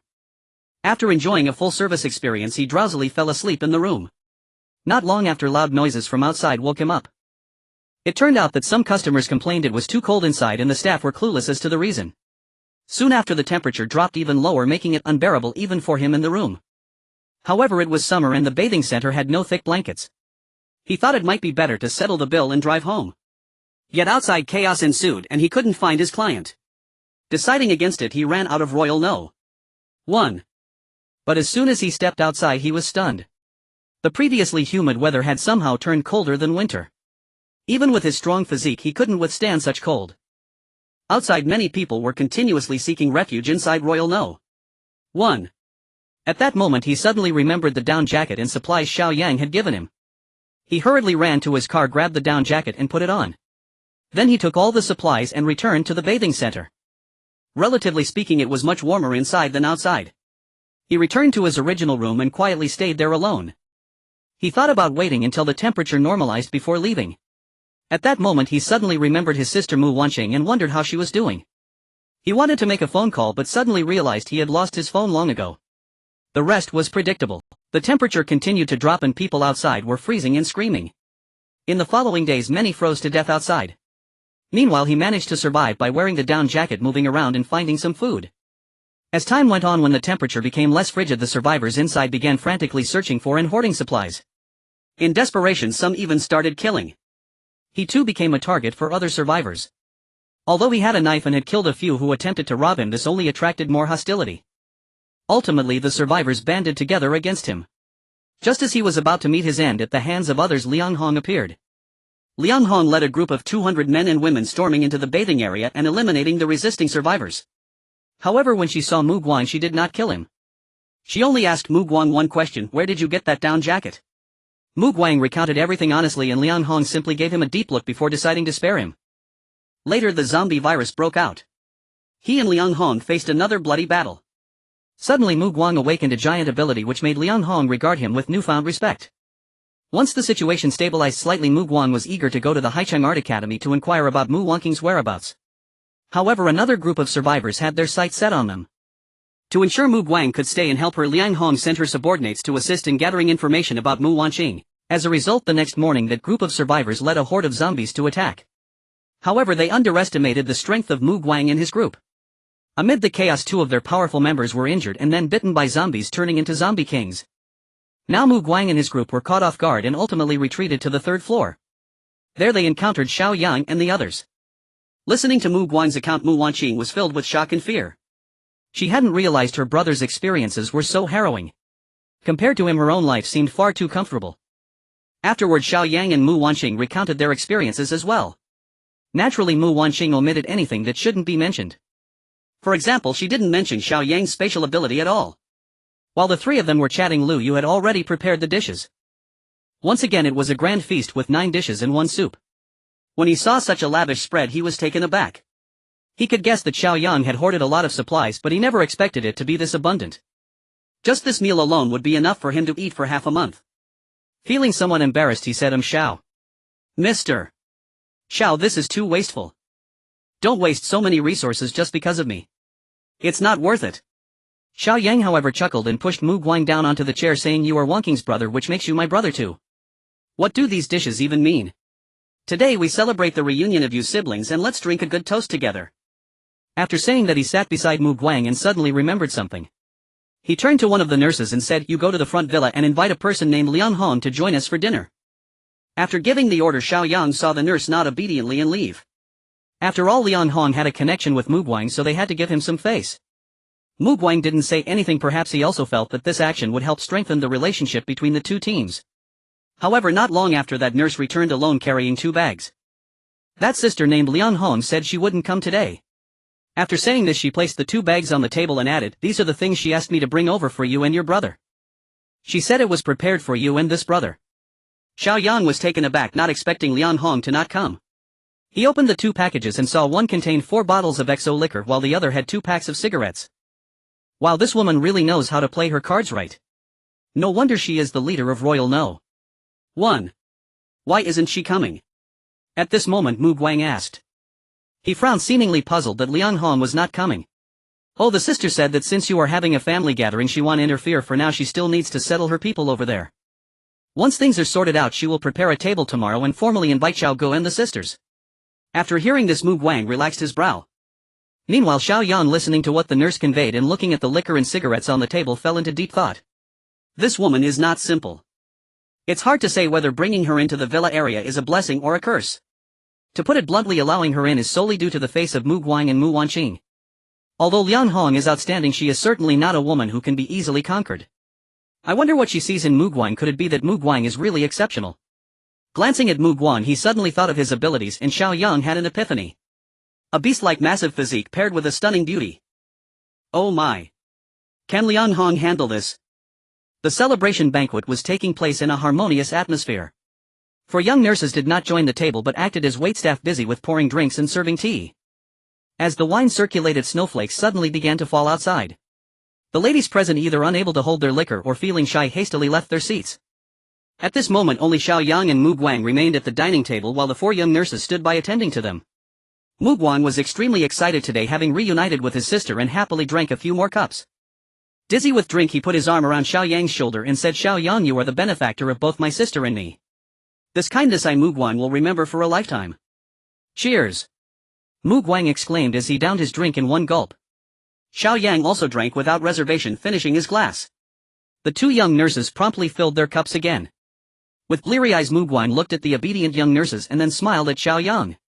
Then he meaningfully said to Xiao Yang, you have quite a way with women. In a villa apart from you, the rest are all women. Xiao Yang chuckled, touching his nose, but said nothing. Seeing him like this, Mu Guang suddenly patted his shoulder and said, All right. What's there to be embarrassed about? As a man, I understand. Without regard for Xiao Yang's surprised expression, he downed another drink and muttered to himself, This world is chaotic. It's good enough to be alive. Who has time for all this fuss? He then turned to Xiao Yang and said, Xiao Yang, I know you are powerful and have many secrets. I, Mu Guang, do not ask for much. I only hope you can treat my sister well in the future. As he said this, Mu Guang's eyes actually became moist. Alas! In today's world, women have it hard. I have seen with my own eyes how the women under Liang Hong endure. For sausages and 2 breads at a time, and they still have to hand over half. Before the disaster, they were Liang Hong's tools for making money, and after the disaster, they remained her tools for acquiring resources. If Liang Hong treated them poorly, at least she would protect these girls in times of danger. No one dared to touch them. If she treated them well, anyone who broke the rules would not be spared. Thus those girls both feared and respected her, willingly working under her without ever thinking of escaping. In contrast, the girls around Xiao Yang, it was as if they were from two different worlds. Compared to those girls, Wan Qing is fortunate and lucky. Yet Xiao Yang, he does not realize what his brother-in-law is thinking. He is puzzled by Mu Guang's words. This brother-in-law is quite open-minded. Regardless of whether he is drunk or sober, Xiao Yang raised his glass and smiled at Mu Guang, saying, "I will definitely treat Wan Qing well, don't worry." Saying this, he downed his drink in one go. At this moment in the master bedroom on the third floor, Mu Wanqing pulled Lin Shishir to the floor-to-ceiling window, watching the busy girls coming in and out of Liang Hong's villa. It was snowing outside, yet their villa had just been powered. Moreover, they had to brave the snow to transport the supplies they had brought with them. At this time they probably hadn't eaten a warm meal yet. Sure, look at them dressed so lightly. They have no heating in that villa, they must be suffering. Mu Wanqing gazed ahead, expressing her feelings. It is indeed a bit tragic. Lin Shishir also stared ahead and replied. Moreover, you know what? When I encountered the people in that bus at the entrance of Royal No. I realized that these girls, even in the apocalypse, still had to entertain guests. According to what those people said, they are given only 4 sausages and 2 pieces of bread at a time. Upon hearing Mu Wanqing's words, Lin Shishir's eyes widened. She looked at Mu Wanqing in disbelief and asked, "Is that true? Are these girls doing that?" Mu Wanqing nodded. As women, their fates differ so greatly. Sure, if we had not encountered Xiao Yang, what would our fate be? If we had fallen into Liang Hong's hands, what do you think would happen? Mu Wanqing looked at Lin Shishir with deep emotion. Lin Shishir shook her head, unable to imagine. Mu Wanqing coldly laughed and said, "Let me tell you, we would definitely be worse off than them. Because someone would be willing to exchange 2 packs of sausages for me." Ha. Lin Shishir trembled in shock upon hearing Mu Wanqing's words. Indeed, a girl like Wan Qing with such looks would surely be in high demand. Thus her fate can be imagined. As for myself, I would probably be worth 1.5 packs. That would also be quite tragic. Fortunately, I met Wan Qing and Xiao Yang. I am still very lucky. Seeing Lin Shishir's expression change from worry to delight, Mu Wanqing guessed what her friend was thinking. She suddenly held Lin Shishir's hand and asked, "Shishir, are you still planning to find a boyfriend?" Unexpectedly, Lin Shishir shot her a glare and asked, "Why are you asking that?" Mu Wanqing teased, "In this apocalypse you are still single, don't you feel it's a pity?" Upon hearing this, Lin Shishir raised her head proudly and said, "Humph. Those ordinary people cannot catch my eye." Mu Wanqing couldn't help but laugh at Lin Shishir's demeanor. Suddenly her eyes lit up and she leaned close to Lin Shishir's ear, whispering, "Shishir, are you interested in Xiao Yang?" As soon as Mu Wanqing said this, Lin Shishir jumped in surprise. She panicked and replied, "Wanqing, I have no intention of stealing your man." Seeing Lin Shishir's serious expression, Mu Wanqing laughed and said, "Haha, look at how scared you are. I know you don't mean that, why are you panicking?" Lin Shishir glared and said, "That question is quite frightening." Mu Wanqing chuckled and asked, "What do you think of Xiao Yang?" Seeing Mu Wanqing asking seriously, Lin Shishir pondered for a moment, cleared her throat and said, "Well, Xiao Yang is quite good. He is handsome, powerful, and most importantly, being with him means no worries about food and drink. You could say he is a perfect man. Of course, such an exceptional man can only match our beautiful Wanqing." Ha. After Lin Shishir finished speaking, she hugged Mu Wanqing with a smile. Upon hearing Lin Shishir's high praise of Xiao Yang, Mu Wanqing suddenly smiled and said, "Haha, it seems you are quite willing to join our team." "Of course. From now on you two will have to take care of me. With plenty of food and drink, what more could I want in a boyfriend, huh?" Mu Wanqing felt quite touched upon hearing Lin Shishir's words. She hugged Lin Shishir tightly and said, Sure, we must always be together. As long as I and Xiao Yang are here, no one can bully you." Upon hearing Mu Wanqing's words, Lin Shishir felt deeply moved. Since joining Xiao Yang's team, she had long regarded this place as her home. In her eyes, Mu Wanqing, Xiao Yang, and Lu Yu were all her family. She was quite happy here. Since coming here, she had not suffered from the cold or gone hungry. Her strength had grown to a level that even scared her. Other than the occasional noises at night that disturbed her sleep, everything was quite good. She liked this place and all the people here. Even if given 100 boyfriends, she would not leave. Lin Shishir had come to terms with that Wanqing's boyfriend was also considered half hers, so she wasn't exactly single. She smiled at Mu Wanqing and said, "Wanqing, I plan to stay with you all my life. No one can separate us." As Lin Shishir spoke, Mu Wanqing quietly watched her inner thoughts displayed vividly in Mu Wanqing's mind. At that moment, Xiao Yang and Mu Guang appeared in the courtyard downstairs. Lin Shishir was the first to spot them and exclaimed, "Wanqing, look, your brother is leaving." Mu Wanqing turned to look downstairs, and indeed the two men were in the courtyard, arms around each other, engaged in a lively conversation. Seeing that Mu Wanqing showed no intention of trying to keep Mu Guang, Lin Shishir was curious and asked, "Aren't you going to stop your brother?" Mu Wanqing simply watched the two men in the courtyard and said meaningfully, "Stop him. He's already found his place in his heart. And so have I." She glanced towards the villa a few dozen meters away and added, "Besides, it's so close it's not like we won't see each other." Meanwhile, at the entrance of the villa downstairs, Xiao Yang was politely urging Mu Guang to stay the night. However, Mu Guang declined graciously. "All right, Xiao Yang, I appreciate your kindness.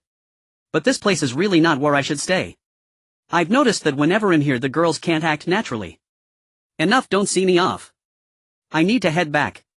Tell my sister something. See you tomorrow."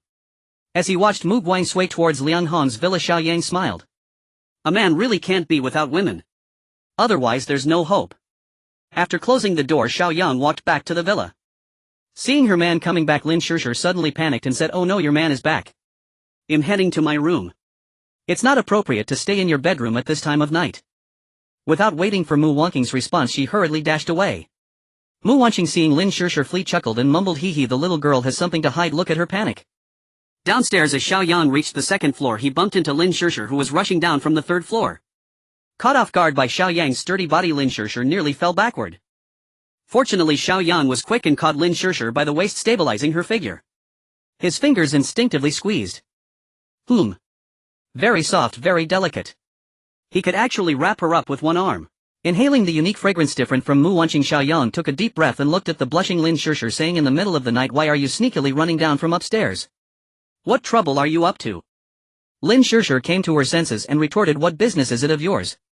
She tried to break free from his grasp but found she couldn't. At that moment, Tang Ying, hearing the commotion outside, happened to open the door. Upon seeing the two embracing each other, her eyes widened in disbelief. "What is going on? Did I see it wrong? No, I have to pretend I didn't see anything. I just wanted to go to the bathroom, hee hee, I didn't see anything." After saying that, she quickly closed the door. Leaning against the door, Tang Ying touched her chest, letting out a long breath. "Fortunately, I'm quite clever." Lin Shishir felt a bit guilty upon realizing this awkward scene had been discovered. She struggled to break free from Xiao Yang's arm, then stepped on his foot and muttered, "Pervert," angrily running back to her room. Xiao Yang was speechless. How did this escalate to her kicking him? After all, she was the one who bumped into him. However, she was quite soft. Xiao Yang moved his fingers, nodded to himself, savoring the feeling just now, and headed upstairs. Back in the bedroom, he saw Mu Wanqing standing by the floor-to-ceiling window, gazing outside in a daze. He gently walked over and wrapped his arms around her waist from behind. "What are you thinking about?" Xiao Yang breathed in her ear. Mu Wanqing felt a little ticklish from his breath in her ear. Her body softened and her ears turned red.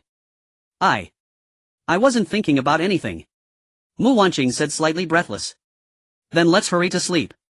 I'll check your throat while I'm at it," Xiao Yang said with a smile.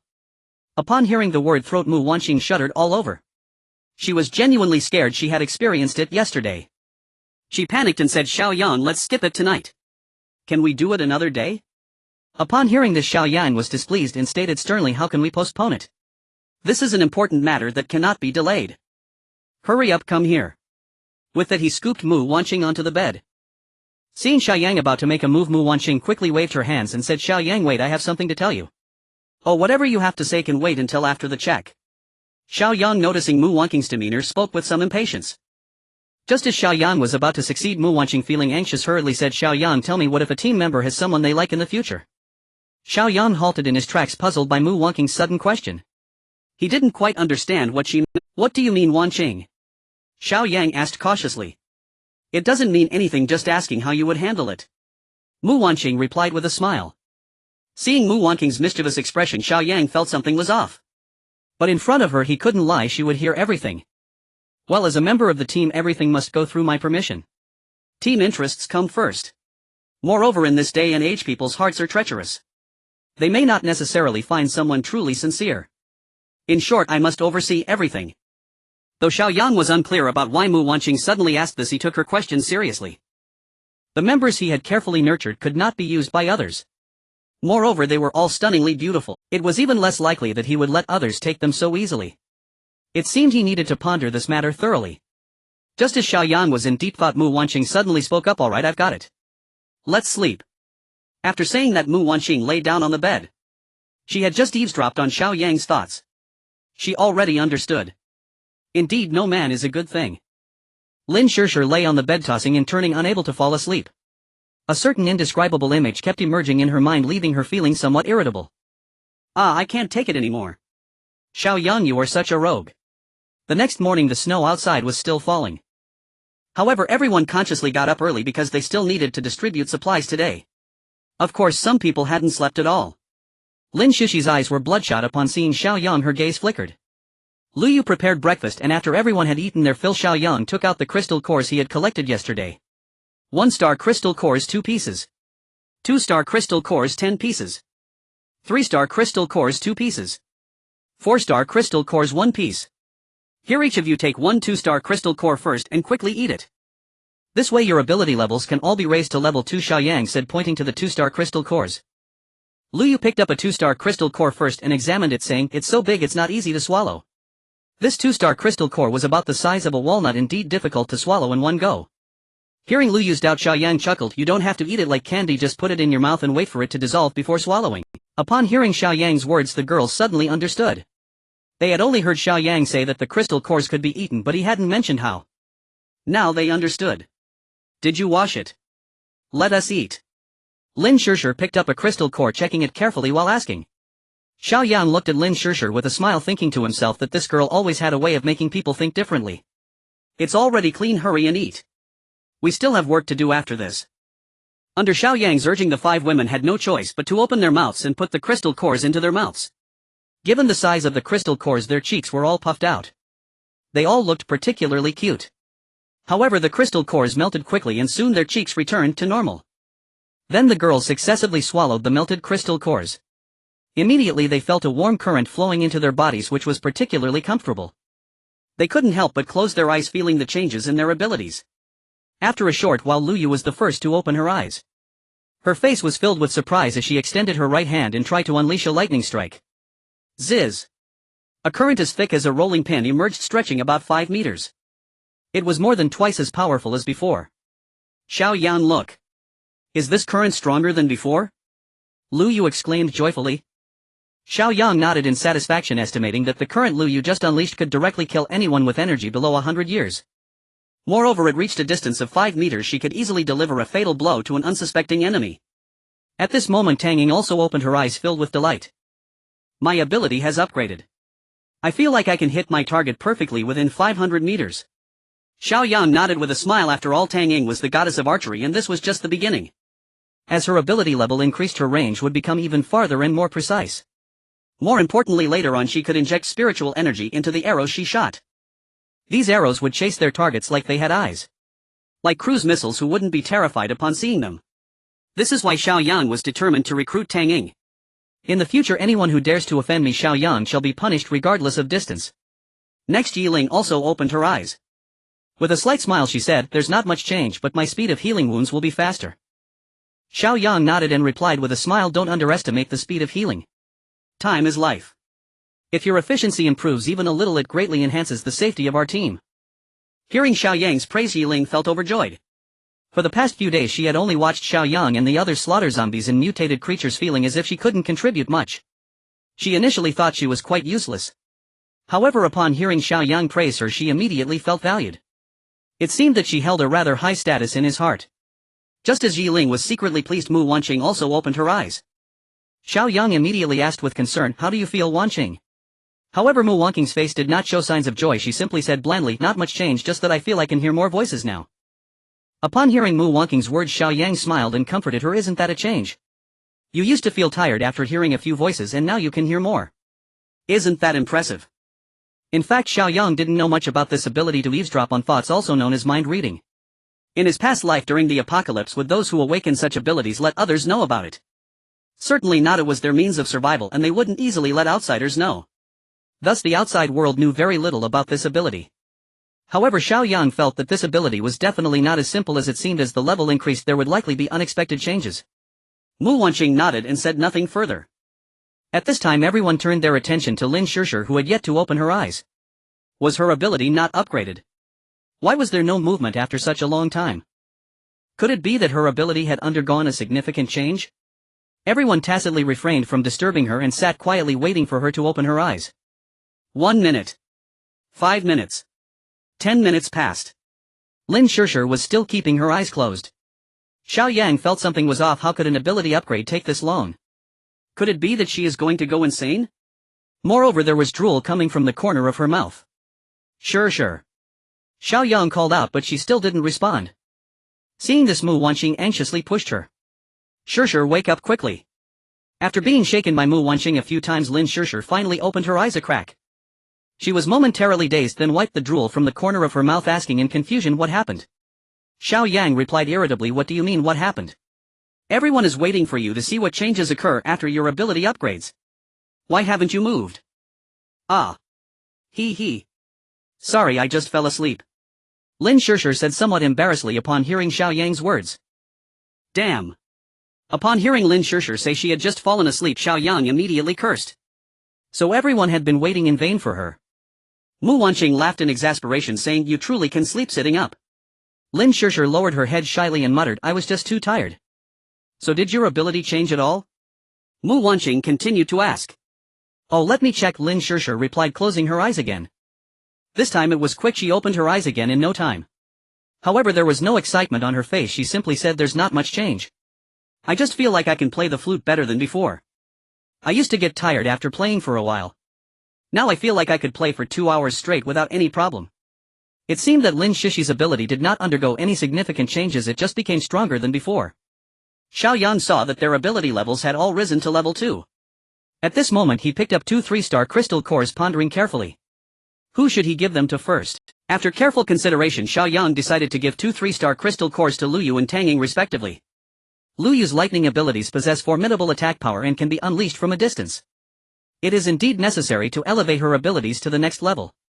As for Tang Ying, there is no need to mention her long-range attacks. He had heard about her strength in his past life, it was absolutely no exaggeration. The others had no objections to Xiao Yang's decision. They all understood that Xiao Yang must have his reasons for doing so and they would support him unconditionally. Luyu and Tang Ying did not hesitate and directly placed the egg-sized 3-star crystal cores into their mouths. Now both of their mouths were stretched wide open. After a short while the two of them managed to swallow the crystal cores. Then they closed their eyes again just like before. Before long, Luyu was the first to open her eyes. This time she appeared quite excited. It seemed the changes were significant. Zila. A thick and long current of electricity surged from her right hand, as thick as an arm and stretching over 10 meters. Level 3 lightning abilities, indeed impressive. If someone were to be struck by this, they would likely be turned to ash. Moreover, this was not just a single kill, it seemed that all enemies along this line would meet their end. Impressive, Yu Jia. From now on we should refer to you as the Lightning Mother.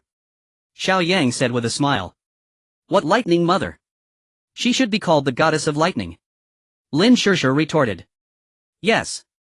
The Goddess of Lightning, very fitting. Mu Wanqing smiled as she looked at Luyu.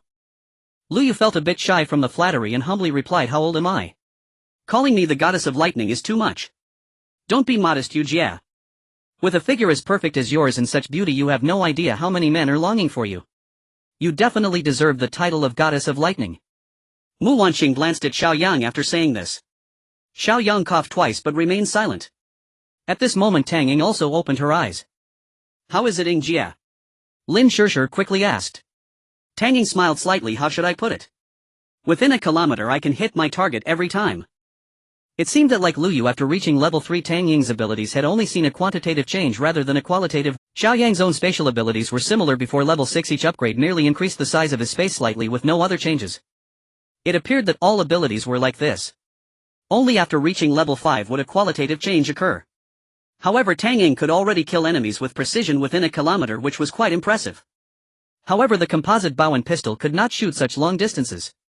This limited Tang Ying's capabilities. The next step would be to find a way to equip her with a sniper rifle perhaps. Thinking about Tang Ying's identity, Xiao Yang felt that this matter should still be handled by Tang Ying herself. She should know where to find one. Seeing that both of their abilities had reached level 3, Xiao Yang picked up the only remaining 4-star crystal core from the table. After some thought he gave the 4-star crystal core to Luyu. Yu Jie, you are the most suitable to elevate your abilities to level 4 right now, hurry up and eat it. Luyu took the crystal core feeling somewhat excited. To her surprise, Xiao Yang had given her the only crystal core. The happiness came too suddenly. Thank you. Xiao Laodi. Luyu was at a loss for words, deeply gazing at Xiao Yang and expressing her gratitude. However, when she saw the peach-sized crystal core in her hand, she was troubled.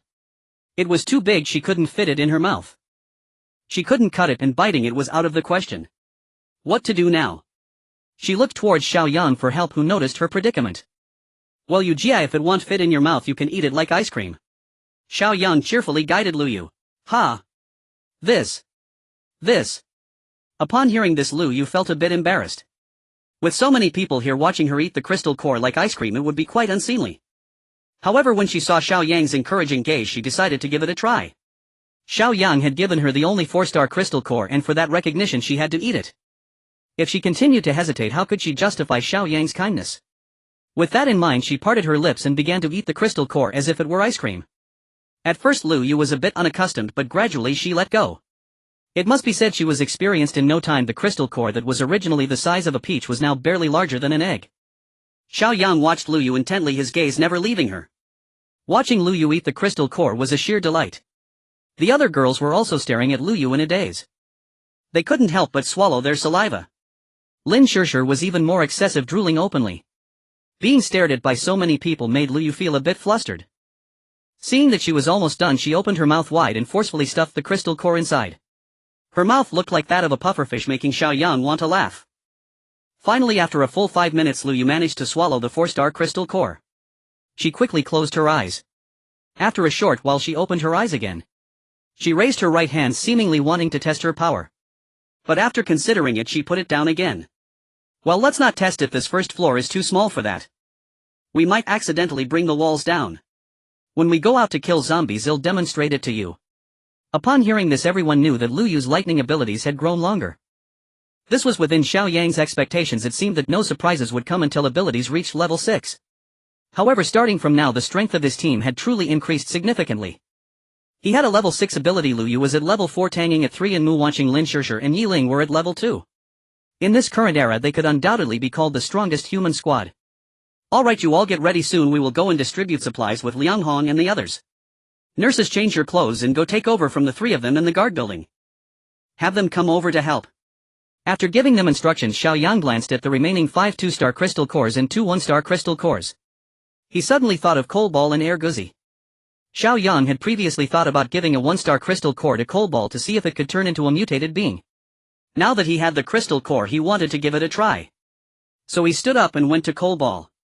Daddy! Daddy! Coal Ball exclaimed excitedly upon seeing Xiao Yang approach.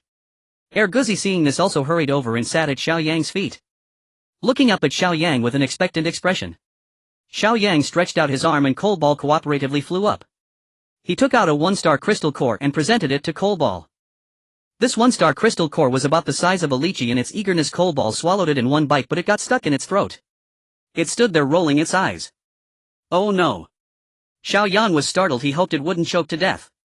He quickly used his hand to rub down Coal Ball's throat, pushing the crystal core down. Ah! Ah! Coal Ball called out twice. Xiao Yang couldn't tell if it was thanking him or feeling. After confirming that the Coal Ball was fine, Xiao Yang rewarded Air Guzzi with another 1-star crystal core. From now on, as long as you listen to me, there will be more crystal cores. Do you understand? Air Guzzi seemed to understand and nodded its head. Seeing Air Guzzi swallow the crystal core in one gulp, Xiao Yang was puzzled. Was this dog's throat really that big? While Xiao Yang was carefully observing any changes in them, Chen Bo and Su Tong arrived at the villa. Big brother, we're here. Chen Bo shouted as soon as he entered. Xiao Yang thought that the Coal Ball and Air Guzzi wouldn't digest the crystal core anytime soon, so he decided to ignore them and deal with it later. He walked up to Chen Bo and the others, took out 3 2-star crystal cores and said, "Here, quickly put them in your mouths. We need to go distribute the supplies." Chen Bo took the crystal cores without hesitation and put them straight into his mouth. He didn't care what these things were, for he would eat whatever the big brother told him to. Su Tong and Lu Xingyan naturally wouldn't ask too many questions. It was a gift from the boss and they would take advantage of it. Before the 3 of them finished digesting, Mu Guang shouted for Xiao Yang and them to come and count the supplies. Xiao Yang called everyone to walk towards the truck outside the villa where Liang Hong and everyone else were already waiting. Upon seeing Xiao Yang approach, Liang Hong cheerfully said, "Xiaozone, let's count the supplies." Hearing Liang Hong call him Xiaozone, Xiao Yang realized she must have learned it from Mu Guang. "Alright, Sister Hong, let's get started." Xiao Yang also respectfully called Liang Hong Sister Hong, which made Liang Hong very pleased, and she smiled even more warmly. There were a total of 9 trucks and a box truck of supplies. Liang Hong first counted the 5 trucks of supplies that originally belonged to their royal No. 1. Liang Hong mentioned that she roughly remembered what these supplies contained, which would speed up the counting process. As they unloaded the goods truck by truck, Xiao Yang found that most of the supplies had outer packaging with names, making them easy to identify. In fact, these supplies were merely some consumables commonly used in Royal No. 1. For instance, some imported wines, cigars, snacks, beverages, etc., which were especially imported to enhance Royal No. 1's quality. The rest were everyday items like some wine utensils, work clothes, small umbrellas, jelly, popping candy, essential oils, etc. However, what particularly caught Xiao Yang's attention were the flashy work clothes. There were airline attendant uniforms, pink nurse outfits, police uniforms, blazers, hanfu kipeos, sexy lingerie, and anime costumes, among others. Seeing these, Xiao Yang laughed. There were just too many varieties. Liang Hong's Royal No. 1 was quite professional. The remaining trucks were loaded with flour, express delivery, and some miscellaneous food items. After unloading all the supplies and dividing them in a 70-30 ratio, Xiao Yang and Liang Hong's people each took their supplies back to their respective villas. Although Liang Hong had more people, the supplies were fewer. However, by the time Xiao Yang's side finished moving their supplies, they had only moved half of what Liang Hong's side had. If not for Mu Guang and the other 3 men, their efficiency would have been even slower. It was still snowing outside, and it seemed like everyone was about to turn into snowmen. Xiao Yang called his people to return to the villa first. Chen Bo Su Tong Lu Xinyan, how do you feel after eating the crystal cores? Xiao Yang asked the 3 of them. I feel faster and faster, boss. Didn't you see how I moved the supplies earlier? Others made 1 trip and I made 2. As soon as Chen Bo finished speaking, Su Tong added, I feel more energetic than before. Boss, didn't you see? I can move several 100 pounds of supplies at once. Xiao Yang nodded. Indeed, he had already noticed that Su Tong was able to carry more supplies than others. Like a strong man. Seeing Lu Xinyan, Xiao Yang asked, what about you, Xinyan? Lu Xinyan scratched her head and said, I can't really express it well, boss. Do you have a thicker stick here? Otherwise I can demonstrate it for you. Xiao Yang immediately laughed at this. This girl was going to show off her iron head skill again. Alright, no need to demonstrate. You must have become tougher and more resilient. Looking at the people who had arrived, and since it was almost mealtime, Xiao Yang instructed Lu Yu to stew a large pot of food, leaving Chen Bo Su Tong and Lu Xinyan to have a warm lunch. For these 3 it was their first time eating such a warm meal since the apocalypse began, and they couldn't express their happiness. After eating, Xiao Yang had them take some daily necessities and food back to replace the 4 little nurses. Xiao Yang then went to the basement to store the supplies they had just moved in, leaving only the express delivery there. After the 4 little nurses returned, the remaining time would be for opening the express packages. The 9 women were having a blast unboxing while Xiao Yang sat on the sofa in the living room, crossing his legs and watching for any changes in the coal ball and air guzzi.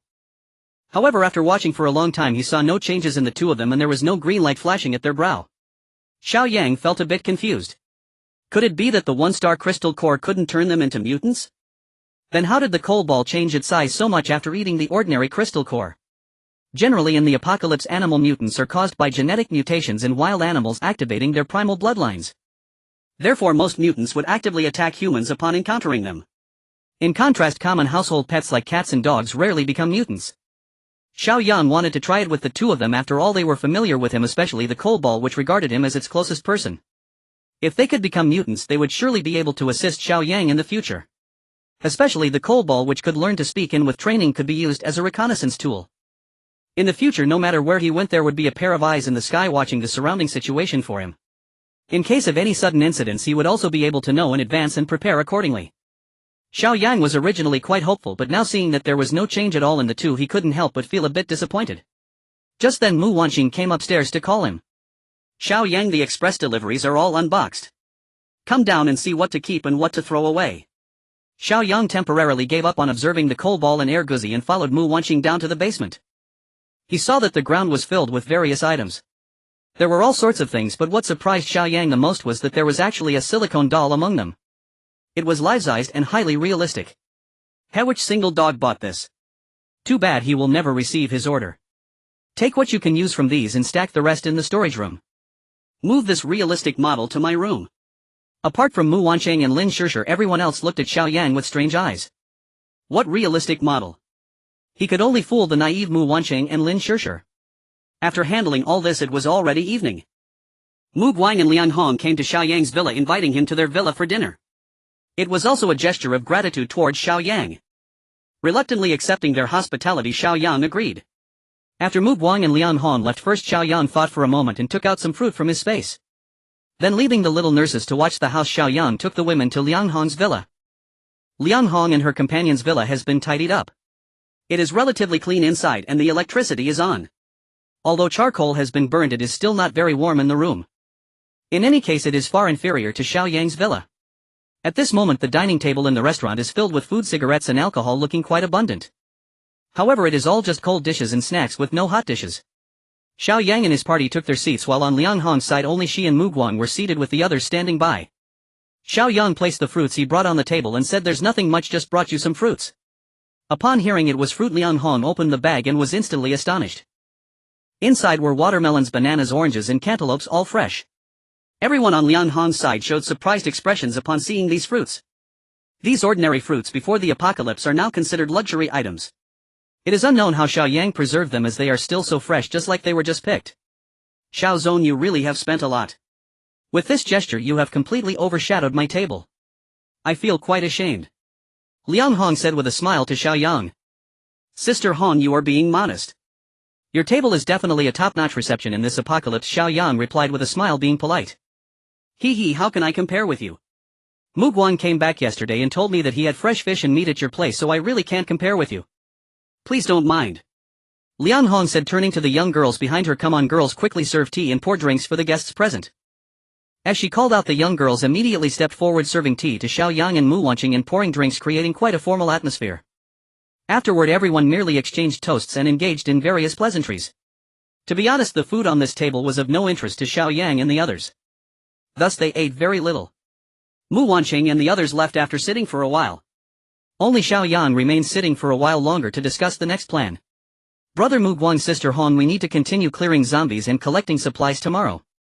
What about you?" Xiao Yang asked. Liang Hong replied with a smile, "We will have a Guang take the other three brothers out. I will temporarily stay in the villa with these girls." Hearing Liang Hong say this, Xiao Yang looked at Mu Guang and said, "Brother Mu Guang, how about you come with us tomorrow?" Mu Guang hurriedly waved his hand and said, "Xiao Zong, we won't join you. We don't have your strength and we can't handle places with many zombies, we would only cause you trouble. Well, just go to smaller areas to kill some zombies and gather usable supplies." Xiao Yang nodded. Mu Guang made a valid point. They were aware of their own capabilities and knew to eat only what they could handle. However, thinking about how Mu Guang and his 4 men had to support so many women, Xiao Yang felt a bit tired for Mu Guang. He wondered how they felt letting those women stay idle in the villa. Of course Xiao Yang wouldn't be foolish enough to inquire about others' thoughts, so after chatting for a while he took his leave. Back at the villa, Xiao Yang changed his clothes. It's so much better in his own villa, warm and cozy. He looked at the Cole and Air Guzzi, who were still inactive. Xiao Yang didn't bother with them and went straight to his bedroom. As he passed by Yi Ling's door, perhaps she heard his movements and opened her room door. Seeing Yi Ling's hesitation, Xiao Yang curiously asked, "What's wrong?" Yi Ling fidgeted a bit, feeling somewhat embarrassed, and said, "Do you have any sanitary pads?" Wanqing said, "You have some, so I." Seeing Yi Ling's shy appearance, Xiao Yang couldn't help but smile. He took out a sanitary pad from his space and handed it to Yi Ling. Yi Ling noticed he only gave her one, which was not enough. She blushed and continued, "Could you give me a few more?" "I." Before Yi Ling could finish her sentence, Xiao Yang interrupted her, saying, "No, only one at a time. If you want more, come find me again." Upon hearing Xiao Yang say this, Yi Ling felt 1,000 grass mud horses galloping through her mind. This guy is too shameless. Making someone ask for it every day is too embarrassing. However, the items are in his possession and he has the final say, so she has no choice. Rolling her eyes at Xiao Yang, Yi Ling turned to go back to her room, but then heard Xiao Yang mumble, "Sigh, indeed the healing technique can't stop my own bleeding." Yi Ling turned back and said, "That's not the same, okay?" Xiao Yang chuckled, ignoring her, and turned back to his bedroom. That night was quiet. Mu Wanqing vehemently rejected throat examinations, so Xiao Yang began to study silicone dolls. They were quite realistic. The next morning the snow had stopped. Everyone got up early and had breakfast. They were ready to set off to the university town to continue clearing zombies and collecting supplies. "You 4 leave 2 at home and take 2 to the gatehouse. Remember, this villa, except for us, no one is allowed to open the door," Xiao Yang instructed the nurses. The 4 immediately nodded obediently. Xiao Yang and the others set off in 2 vehicles, and at the entrance they coincidentally encountered Mu Guang and his group driving out with a cargo truck. Seeing Mu Guang, Xiao Yang handed him a set of tang knives and training clothes he had prepared in advance. Mu Wanqing also stepped forward with concern and said, "Brother, be careful and don't go too far." Mu Guang, putting on the training clothes and taking the tang knife, smiled contentedly and said, "Don't worry. We have killed zombies before, you don't need to worry about me." After saying that, he and the other 3 drove down the mountain first. Xiao Yang, on the other hand, kept Su Tong behind to take charge of guarding the door. Su Tong's strength is already exceptional with her around. Xiao Yang feels reassured. After arranging everything they set off towards the university town. Last time they cleared most of the Haichang Art Academy but the cafeteria area was still untouched. Xiao Yang and the others decided to go there first to finish off the remaining zombies before moving on to another school. Xiao Yang drove the vehicle to the vicinity of the cafeteria of Haichang Art Academy. There were still some zombies wandering around. Following their previous method, they quickly cleared all the remaining zombies. After the final count, they had collected over 3,000 crystals. At this moment, some surviving college students in the cafeteria saw them and some bravely opened the door to come out. Seeing Mu Wansheng and Lin Shishir, those college students happily gathered around. Mu Wansheng, Lin Shishir, are you still accepting new members? We have no food left here and the people in the supermarket are not helping. We want to join you. Mu Wansheng and Lin Shishir did not respond but looked at Xiao Yang together. Xiao Yang looked at these college students and asked, has anyone awakened their abilities? The college students looked at each other and no one spoke. Xiao Yang shook his head as he looked at them. He wouldn't accept useless people. However, he still gave them a bit of hope. He took out a crystal and said to those college students, do you see this? It was taken from a zombie's head. If anyone can collect 100 of these crystals, you can come directly to the Zijing Mountain Villa area to find me. I could consider accepting you as temporary members. If you can't even accomplish that, there's no discussion. Of course, if any of you awaken your abilities and don't need these crystals, you can come to find me directly. Xiao Yang set a threshold for the surviving college students. Whether they could meet it depended on their own fortune. Although everyone would awaken their abilities, if one had no capabilities before awakening, they might not even survive long enough to awaken. Xiao Yang left a message and walked away without looking back. He drove on to the next destination. Xiao Yang and his team chose the High City Medical College as their next stop. This university was the alma mater of Yi Ling, and it was chosen because she was familiar with the layout of the medical college. Due to the large area of the institution, Xiao Yang decided to split the members into two groups. This would save time, and he also intended to train these members' autonomy. Among them, the lowest had over 100 years of energy, while Mu Wansheng and the others had over 500 years. He was not concerned about their safety. In the future, as they matured, they would need to act independently. He couldn't do everything himself or it would wear him out. You four, you sister Tang Ying, Chen Bo and Lu Xinyan, form a group led by Tang Ying. Stick to the original strategy. Chen Bo will attract the zombies and you will clear them out bit by bit. The reason Xiao Yang grouped them together was mainly due to their ability combinations. Tang Ying specializes in long-range attacks, Lu Yu in medium-range attacks, Lu Xinyan is suited for close combat, and Chen Bo is fast and agile. Wanqing, Shishir, Yi Ling and I will form a group. These three had unique abilities that did not belong to the combat type. Xiao Yang felt it was safer for them to stay with him. Especially Yi Ling, who was essentially a healer. When their numbers increased, he would need to set up a medical support team for her. This would ensure treatment efficiency while safeguarding their own safety. Yi Ling, please describe the layout of the medical college so everyone can familiarize themselves with it. Xiao Yang instructed Yi Ling. After thinking for a moment, Yi Ling picked up a small stick from the ground and drew a rough sketch in the snow. She detailed the distribution of the dormitory, supermarket and cafeteria. After understanding, Xiao Yang instructed Tang Ying's group to head to the girls' dormitory and clear a path to the cafeteria. Meanwhile, his group would go to the boys' dormitory and clear a path to the supermarket. Eventually, the two groups gathered at the main entrance. Without hesitation, they immediately began to act separately. Since everyone had combat experience, they cleared the area with ease. Xiao Yang's group finished clearing the boys' dormitory area first and then headed toward the supermarket. Passing by the playground, they cleared the zombies wandering there as well. Upon arriving at the supermarket, Xiao Yang noticed that this campus supermarket was not as large as the one at the High City Art College. Moreover, the open space in front of the supermarket was littered with numerous zombie remains. It seemed that there were survivors inside the supermarket with some strength, otherwise they wouldn't have killed so many zombies. However, the crystals in the foreheads of the slain zombies remained intact. It appeared that these people were unaware of the crystals' usefulness. Xiao Yang was not polite, clearing away the remaining zombies and digging out all the crystals from them. Who would refuse free loot? As Xiao Yang and the others were digging for crystals, the supermarket door opened. About 50 survivors gradually walked out. The leading middle-aged woman was astonished when she saw Yi Ling, exclaiming, Yi Ling. Yi Ling heard the call, took a closer look and was pleasantly surprised, saying, Professor Lu. This Professor Lu was Yi Ling's teacher back in her school days, and she recognized her at once. Professor Lu excitedly approached and grasped Yi Ling's hand, saying, Yi Ling, I'm so happy you're alive. By the way, what are you doing back at school? Yi Ling replied, I'm here to clear the zombies. Professor Lu looked puzzled. While others were avoiding zombies, why were Yi Ling and her group actively seeking them out? She glanced at the crystal in Yi Ling's hand and the zombies with their foreheads dug out, questioning, is it just for this thing? What use does it have? Seeing Professor Lu ask this, Yi Ling hesitated and did not answer, instead looking towards Xiao Yang. She knew some information shouldn't be shared with outsiders and wanted to hear how Xiao Yang would respond. Xiao Yang understood her cue, smiled and replied to Professor Lu, "How should I put it? It's quite useful. If you gather these items in the future, you can exchange them for supplies with us at the Zijin Mountain Villa area. As for the rest, no comments." Xiao Yang did not disclose everything. These people only knew Yi Ling and he had no obligation to share such important information with them. Currently his advantage lay in the information gap. Although many outside already knew the secrets of the crystals and time energy, the survivors in these schools had remained isolated and uninformed. Now the fewer people who knew, the better. This way his advantage could be prolonged as much as possible.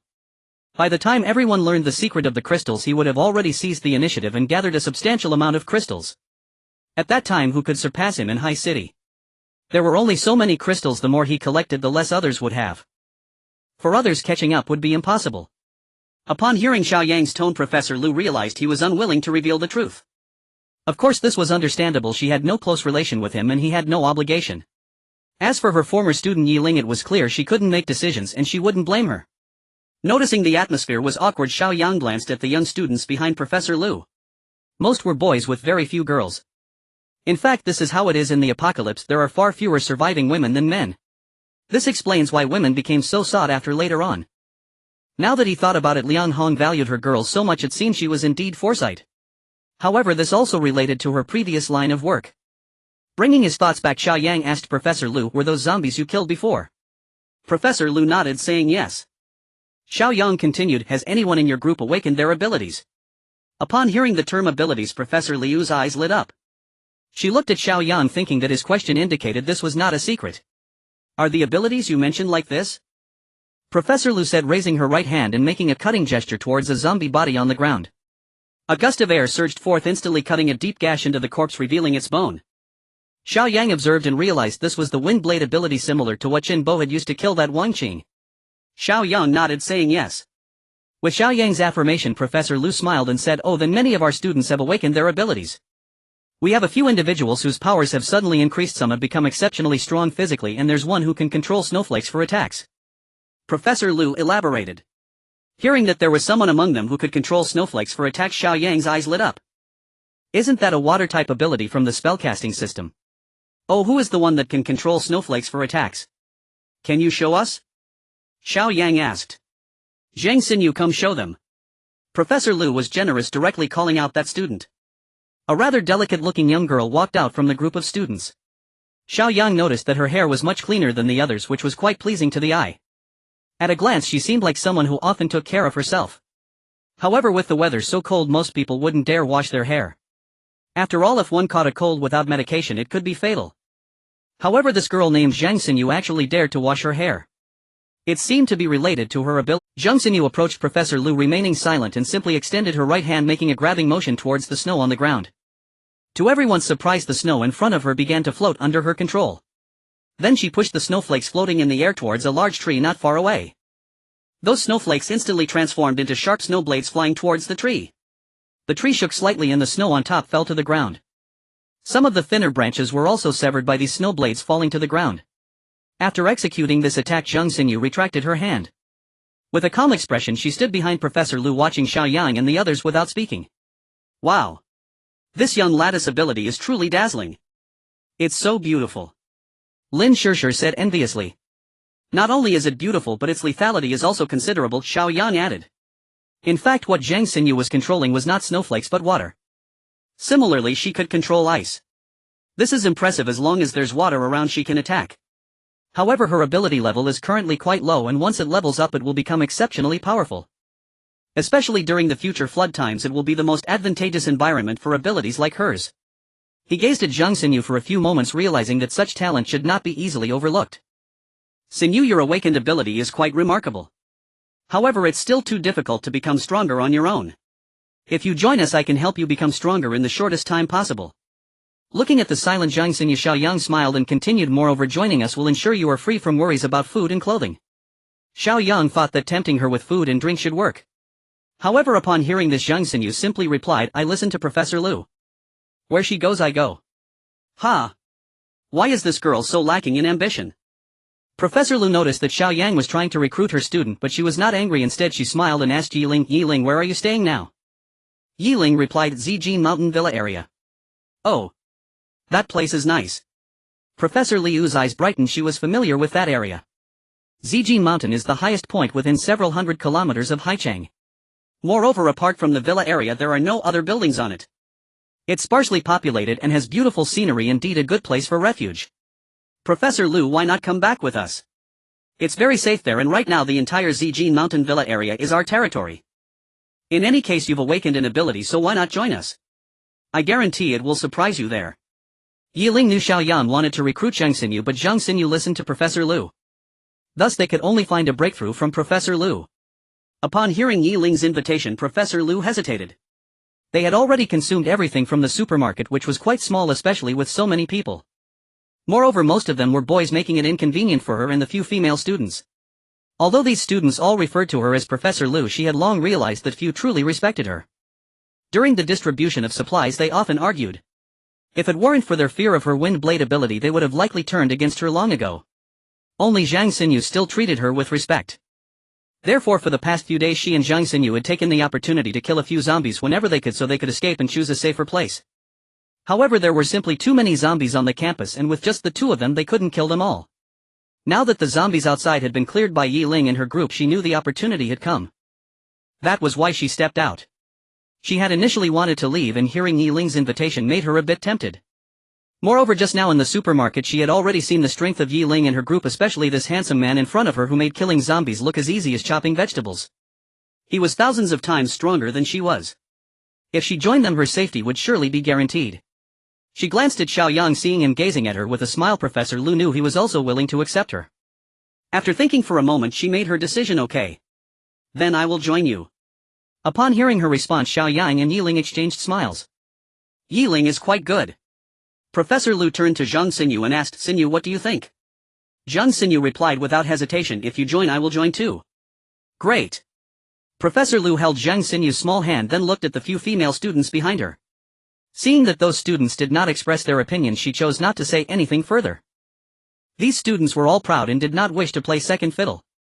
Everyone has their own aspirations, let them be. Xiao Yang was very pleased that Zhang Xinyu was willing to join. He wouldn't care about what the other students thought. Let's go, we need to regroup with our other team. Xiao Yang took the lead towards the building where the equipment room was located. The remaining students saw Xiao Yang and the others leave and retreated back into the supermarket. Finally, that old lady is gone. Darling, we can indulge ourselves tonight. A male student wrapped his arm around a female student, speaking affectionately. The other male students were immediately filled with jealousy. There were only 5 girls in total, and aside from Zhang Xinyu the others were taken. As for Zhang Xinyu, she was taken away by Professor Liu. Flaunting affection, they'll die quickly. When Xiao Yang and his group arrived at the entrance, Tang Ying and her group were already waiting there. Moreover, there were 3 more people beside them. 2 boys and 1 girl, all looking quite young. They should also be surviving college students. Xiao Yang stepped forward, looked at the 3 and then asked Tang Ying, who are they? Oh, those 3 are the surviving college students from the cafeteria. Upon seeing us they insisted on joining our group. I have asked them and all 3 have awakened their abilities. Tang Ying said to Xiao Yang, then turned to the 3 students and said, this is our leader, please introduce yourselves. Whether we accept you depends on his decision. The 3 students quickly stood in front of Xiao Yang. One of the male students said, hello leader. My name is Li Shuo. My strength has increased significantly. I wonder if this is the ability you mentioned. Xiao Yang nodded.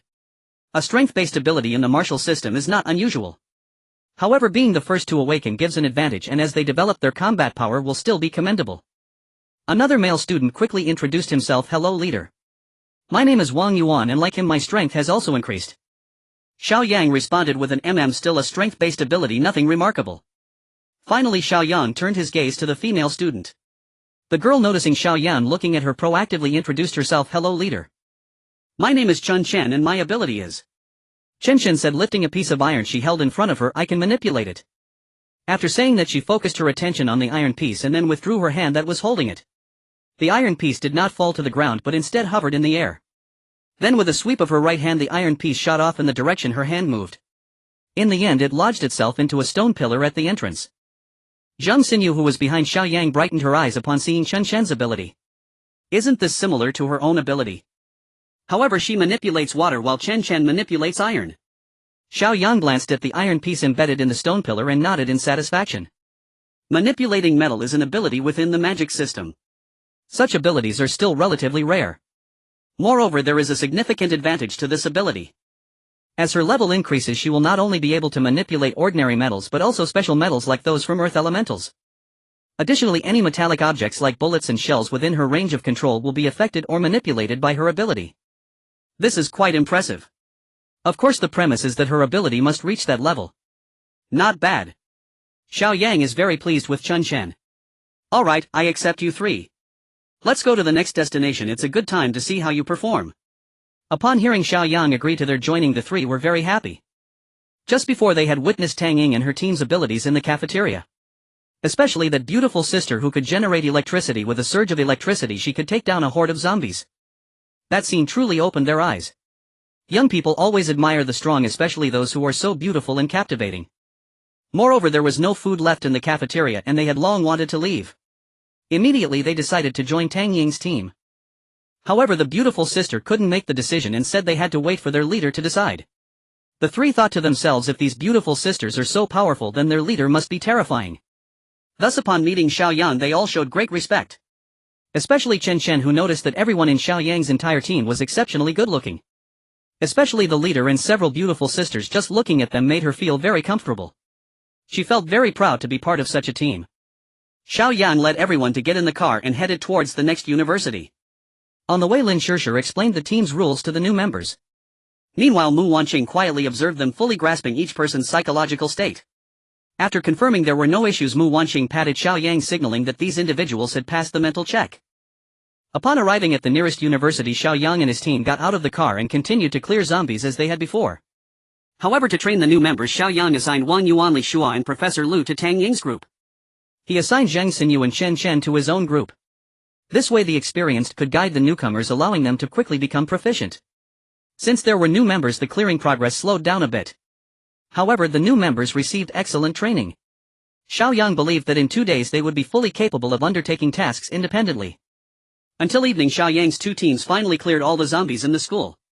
After a final tally, they collected a total of 13400 crystals today. Xiao Yang was very satisfied. This was the day with the most crystal harvest since the apocalypse began. If this pace continues, by the time they clear the zombies from the university city and surrounding areas, Xiao Yang would likely be able to break through to 100,000 time energy. What level is 100,000 time energy? One could say that it is comparable to the physical strength of a level 6 mutant. Common firearms like guns and grenades have already lost their effect on him. At that time, who could pose a threat to him?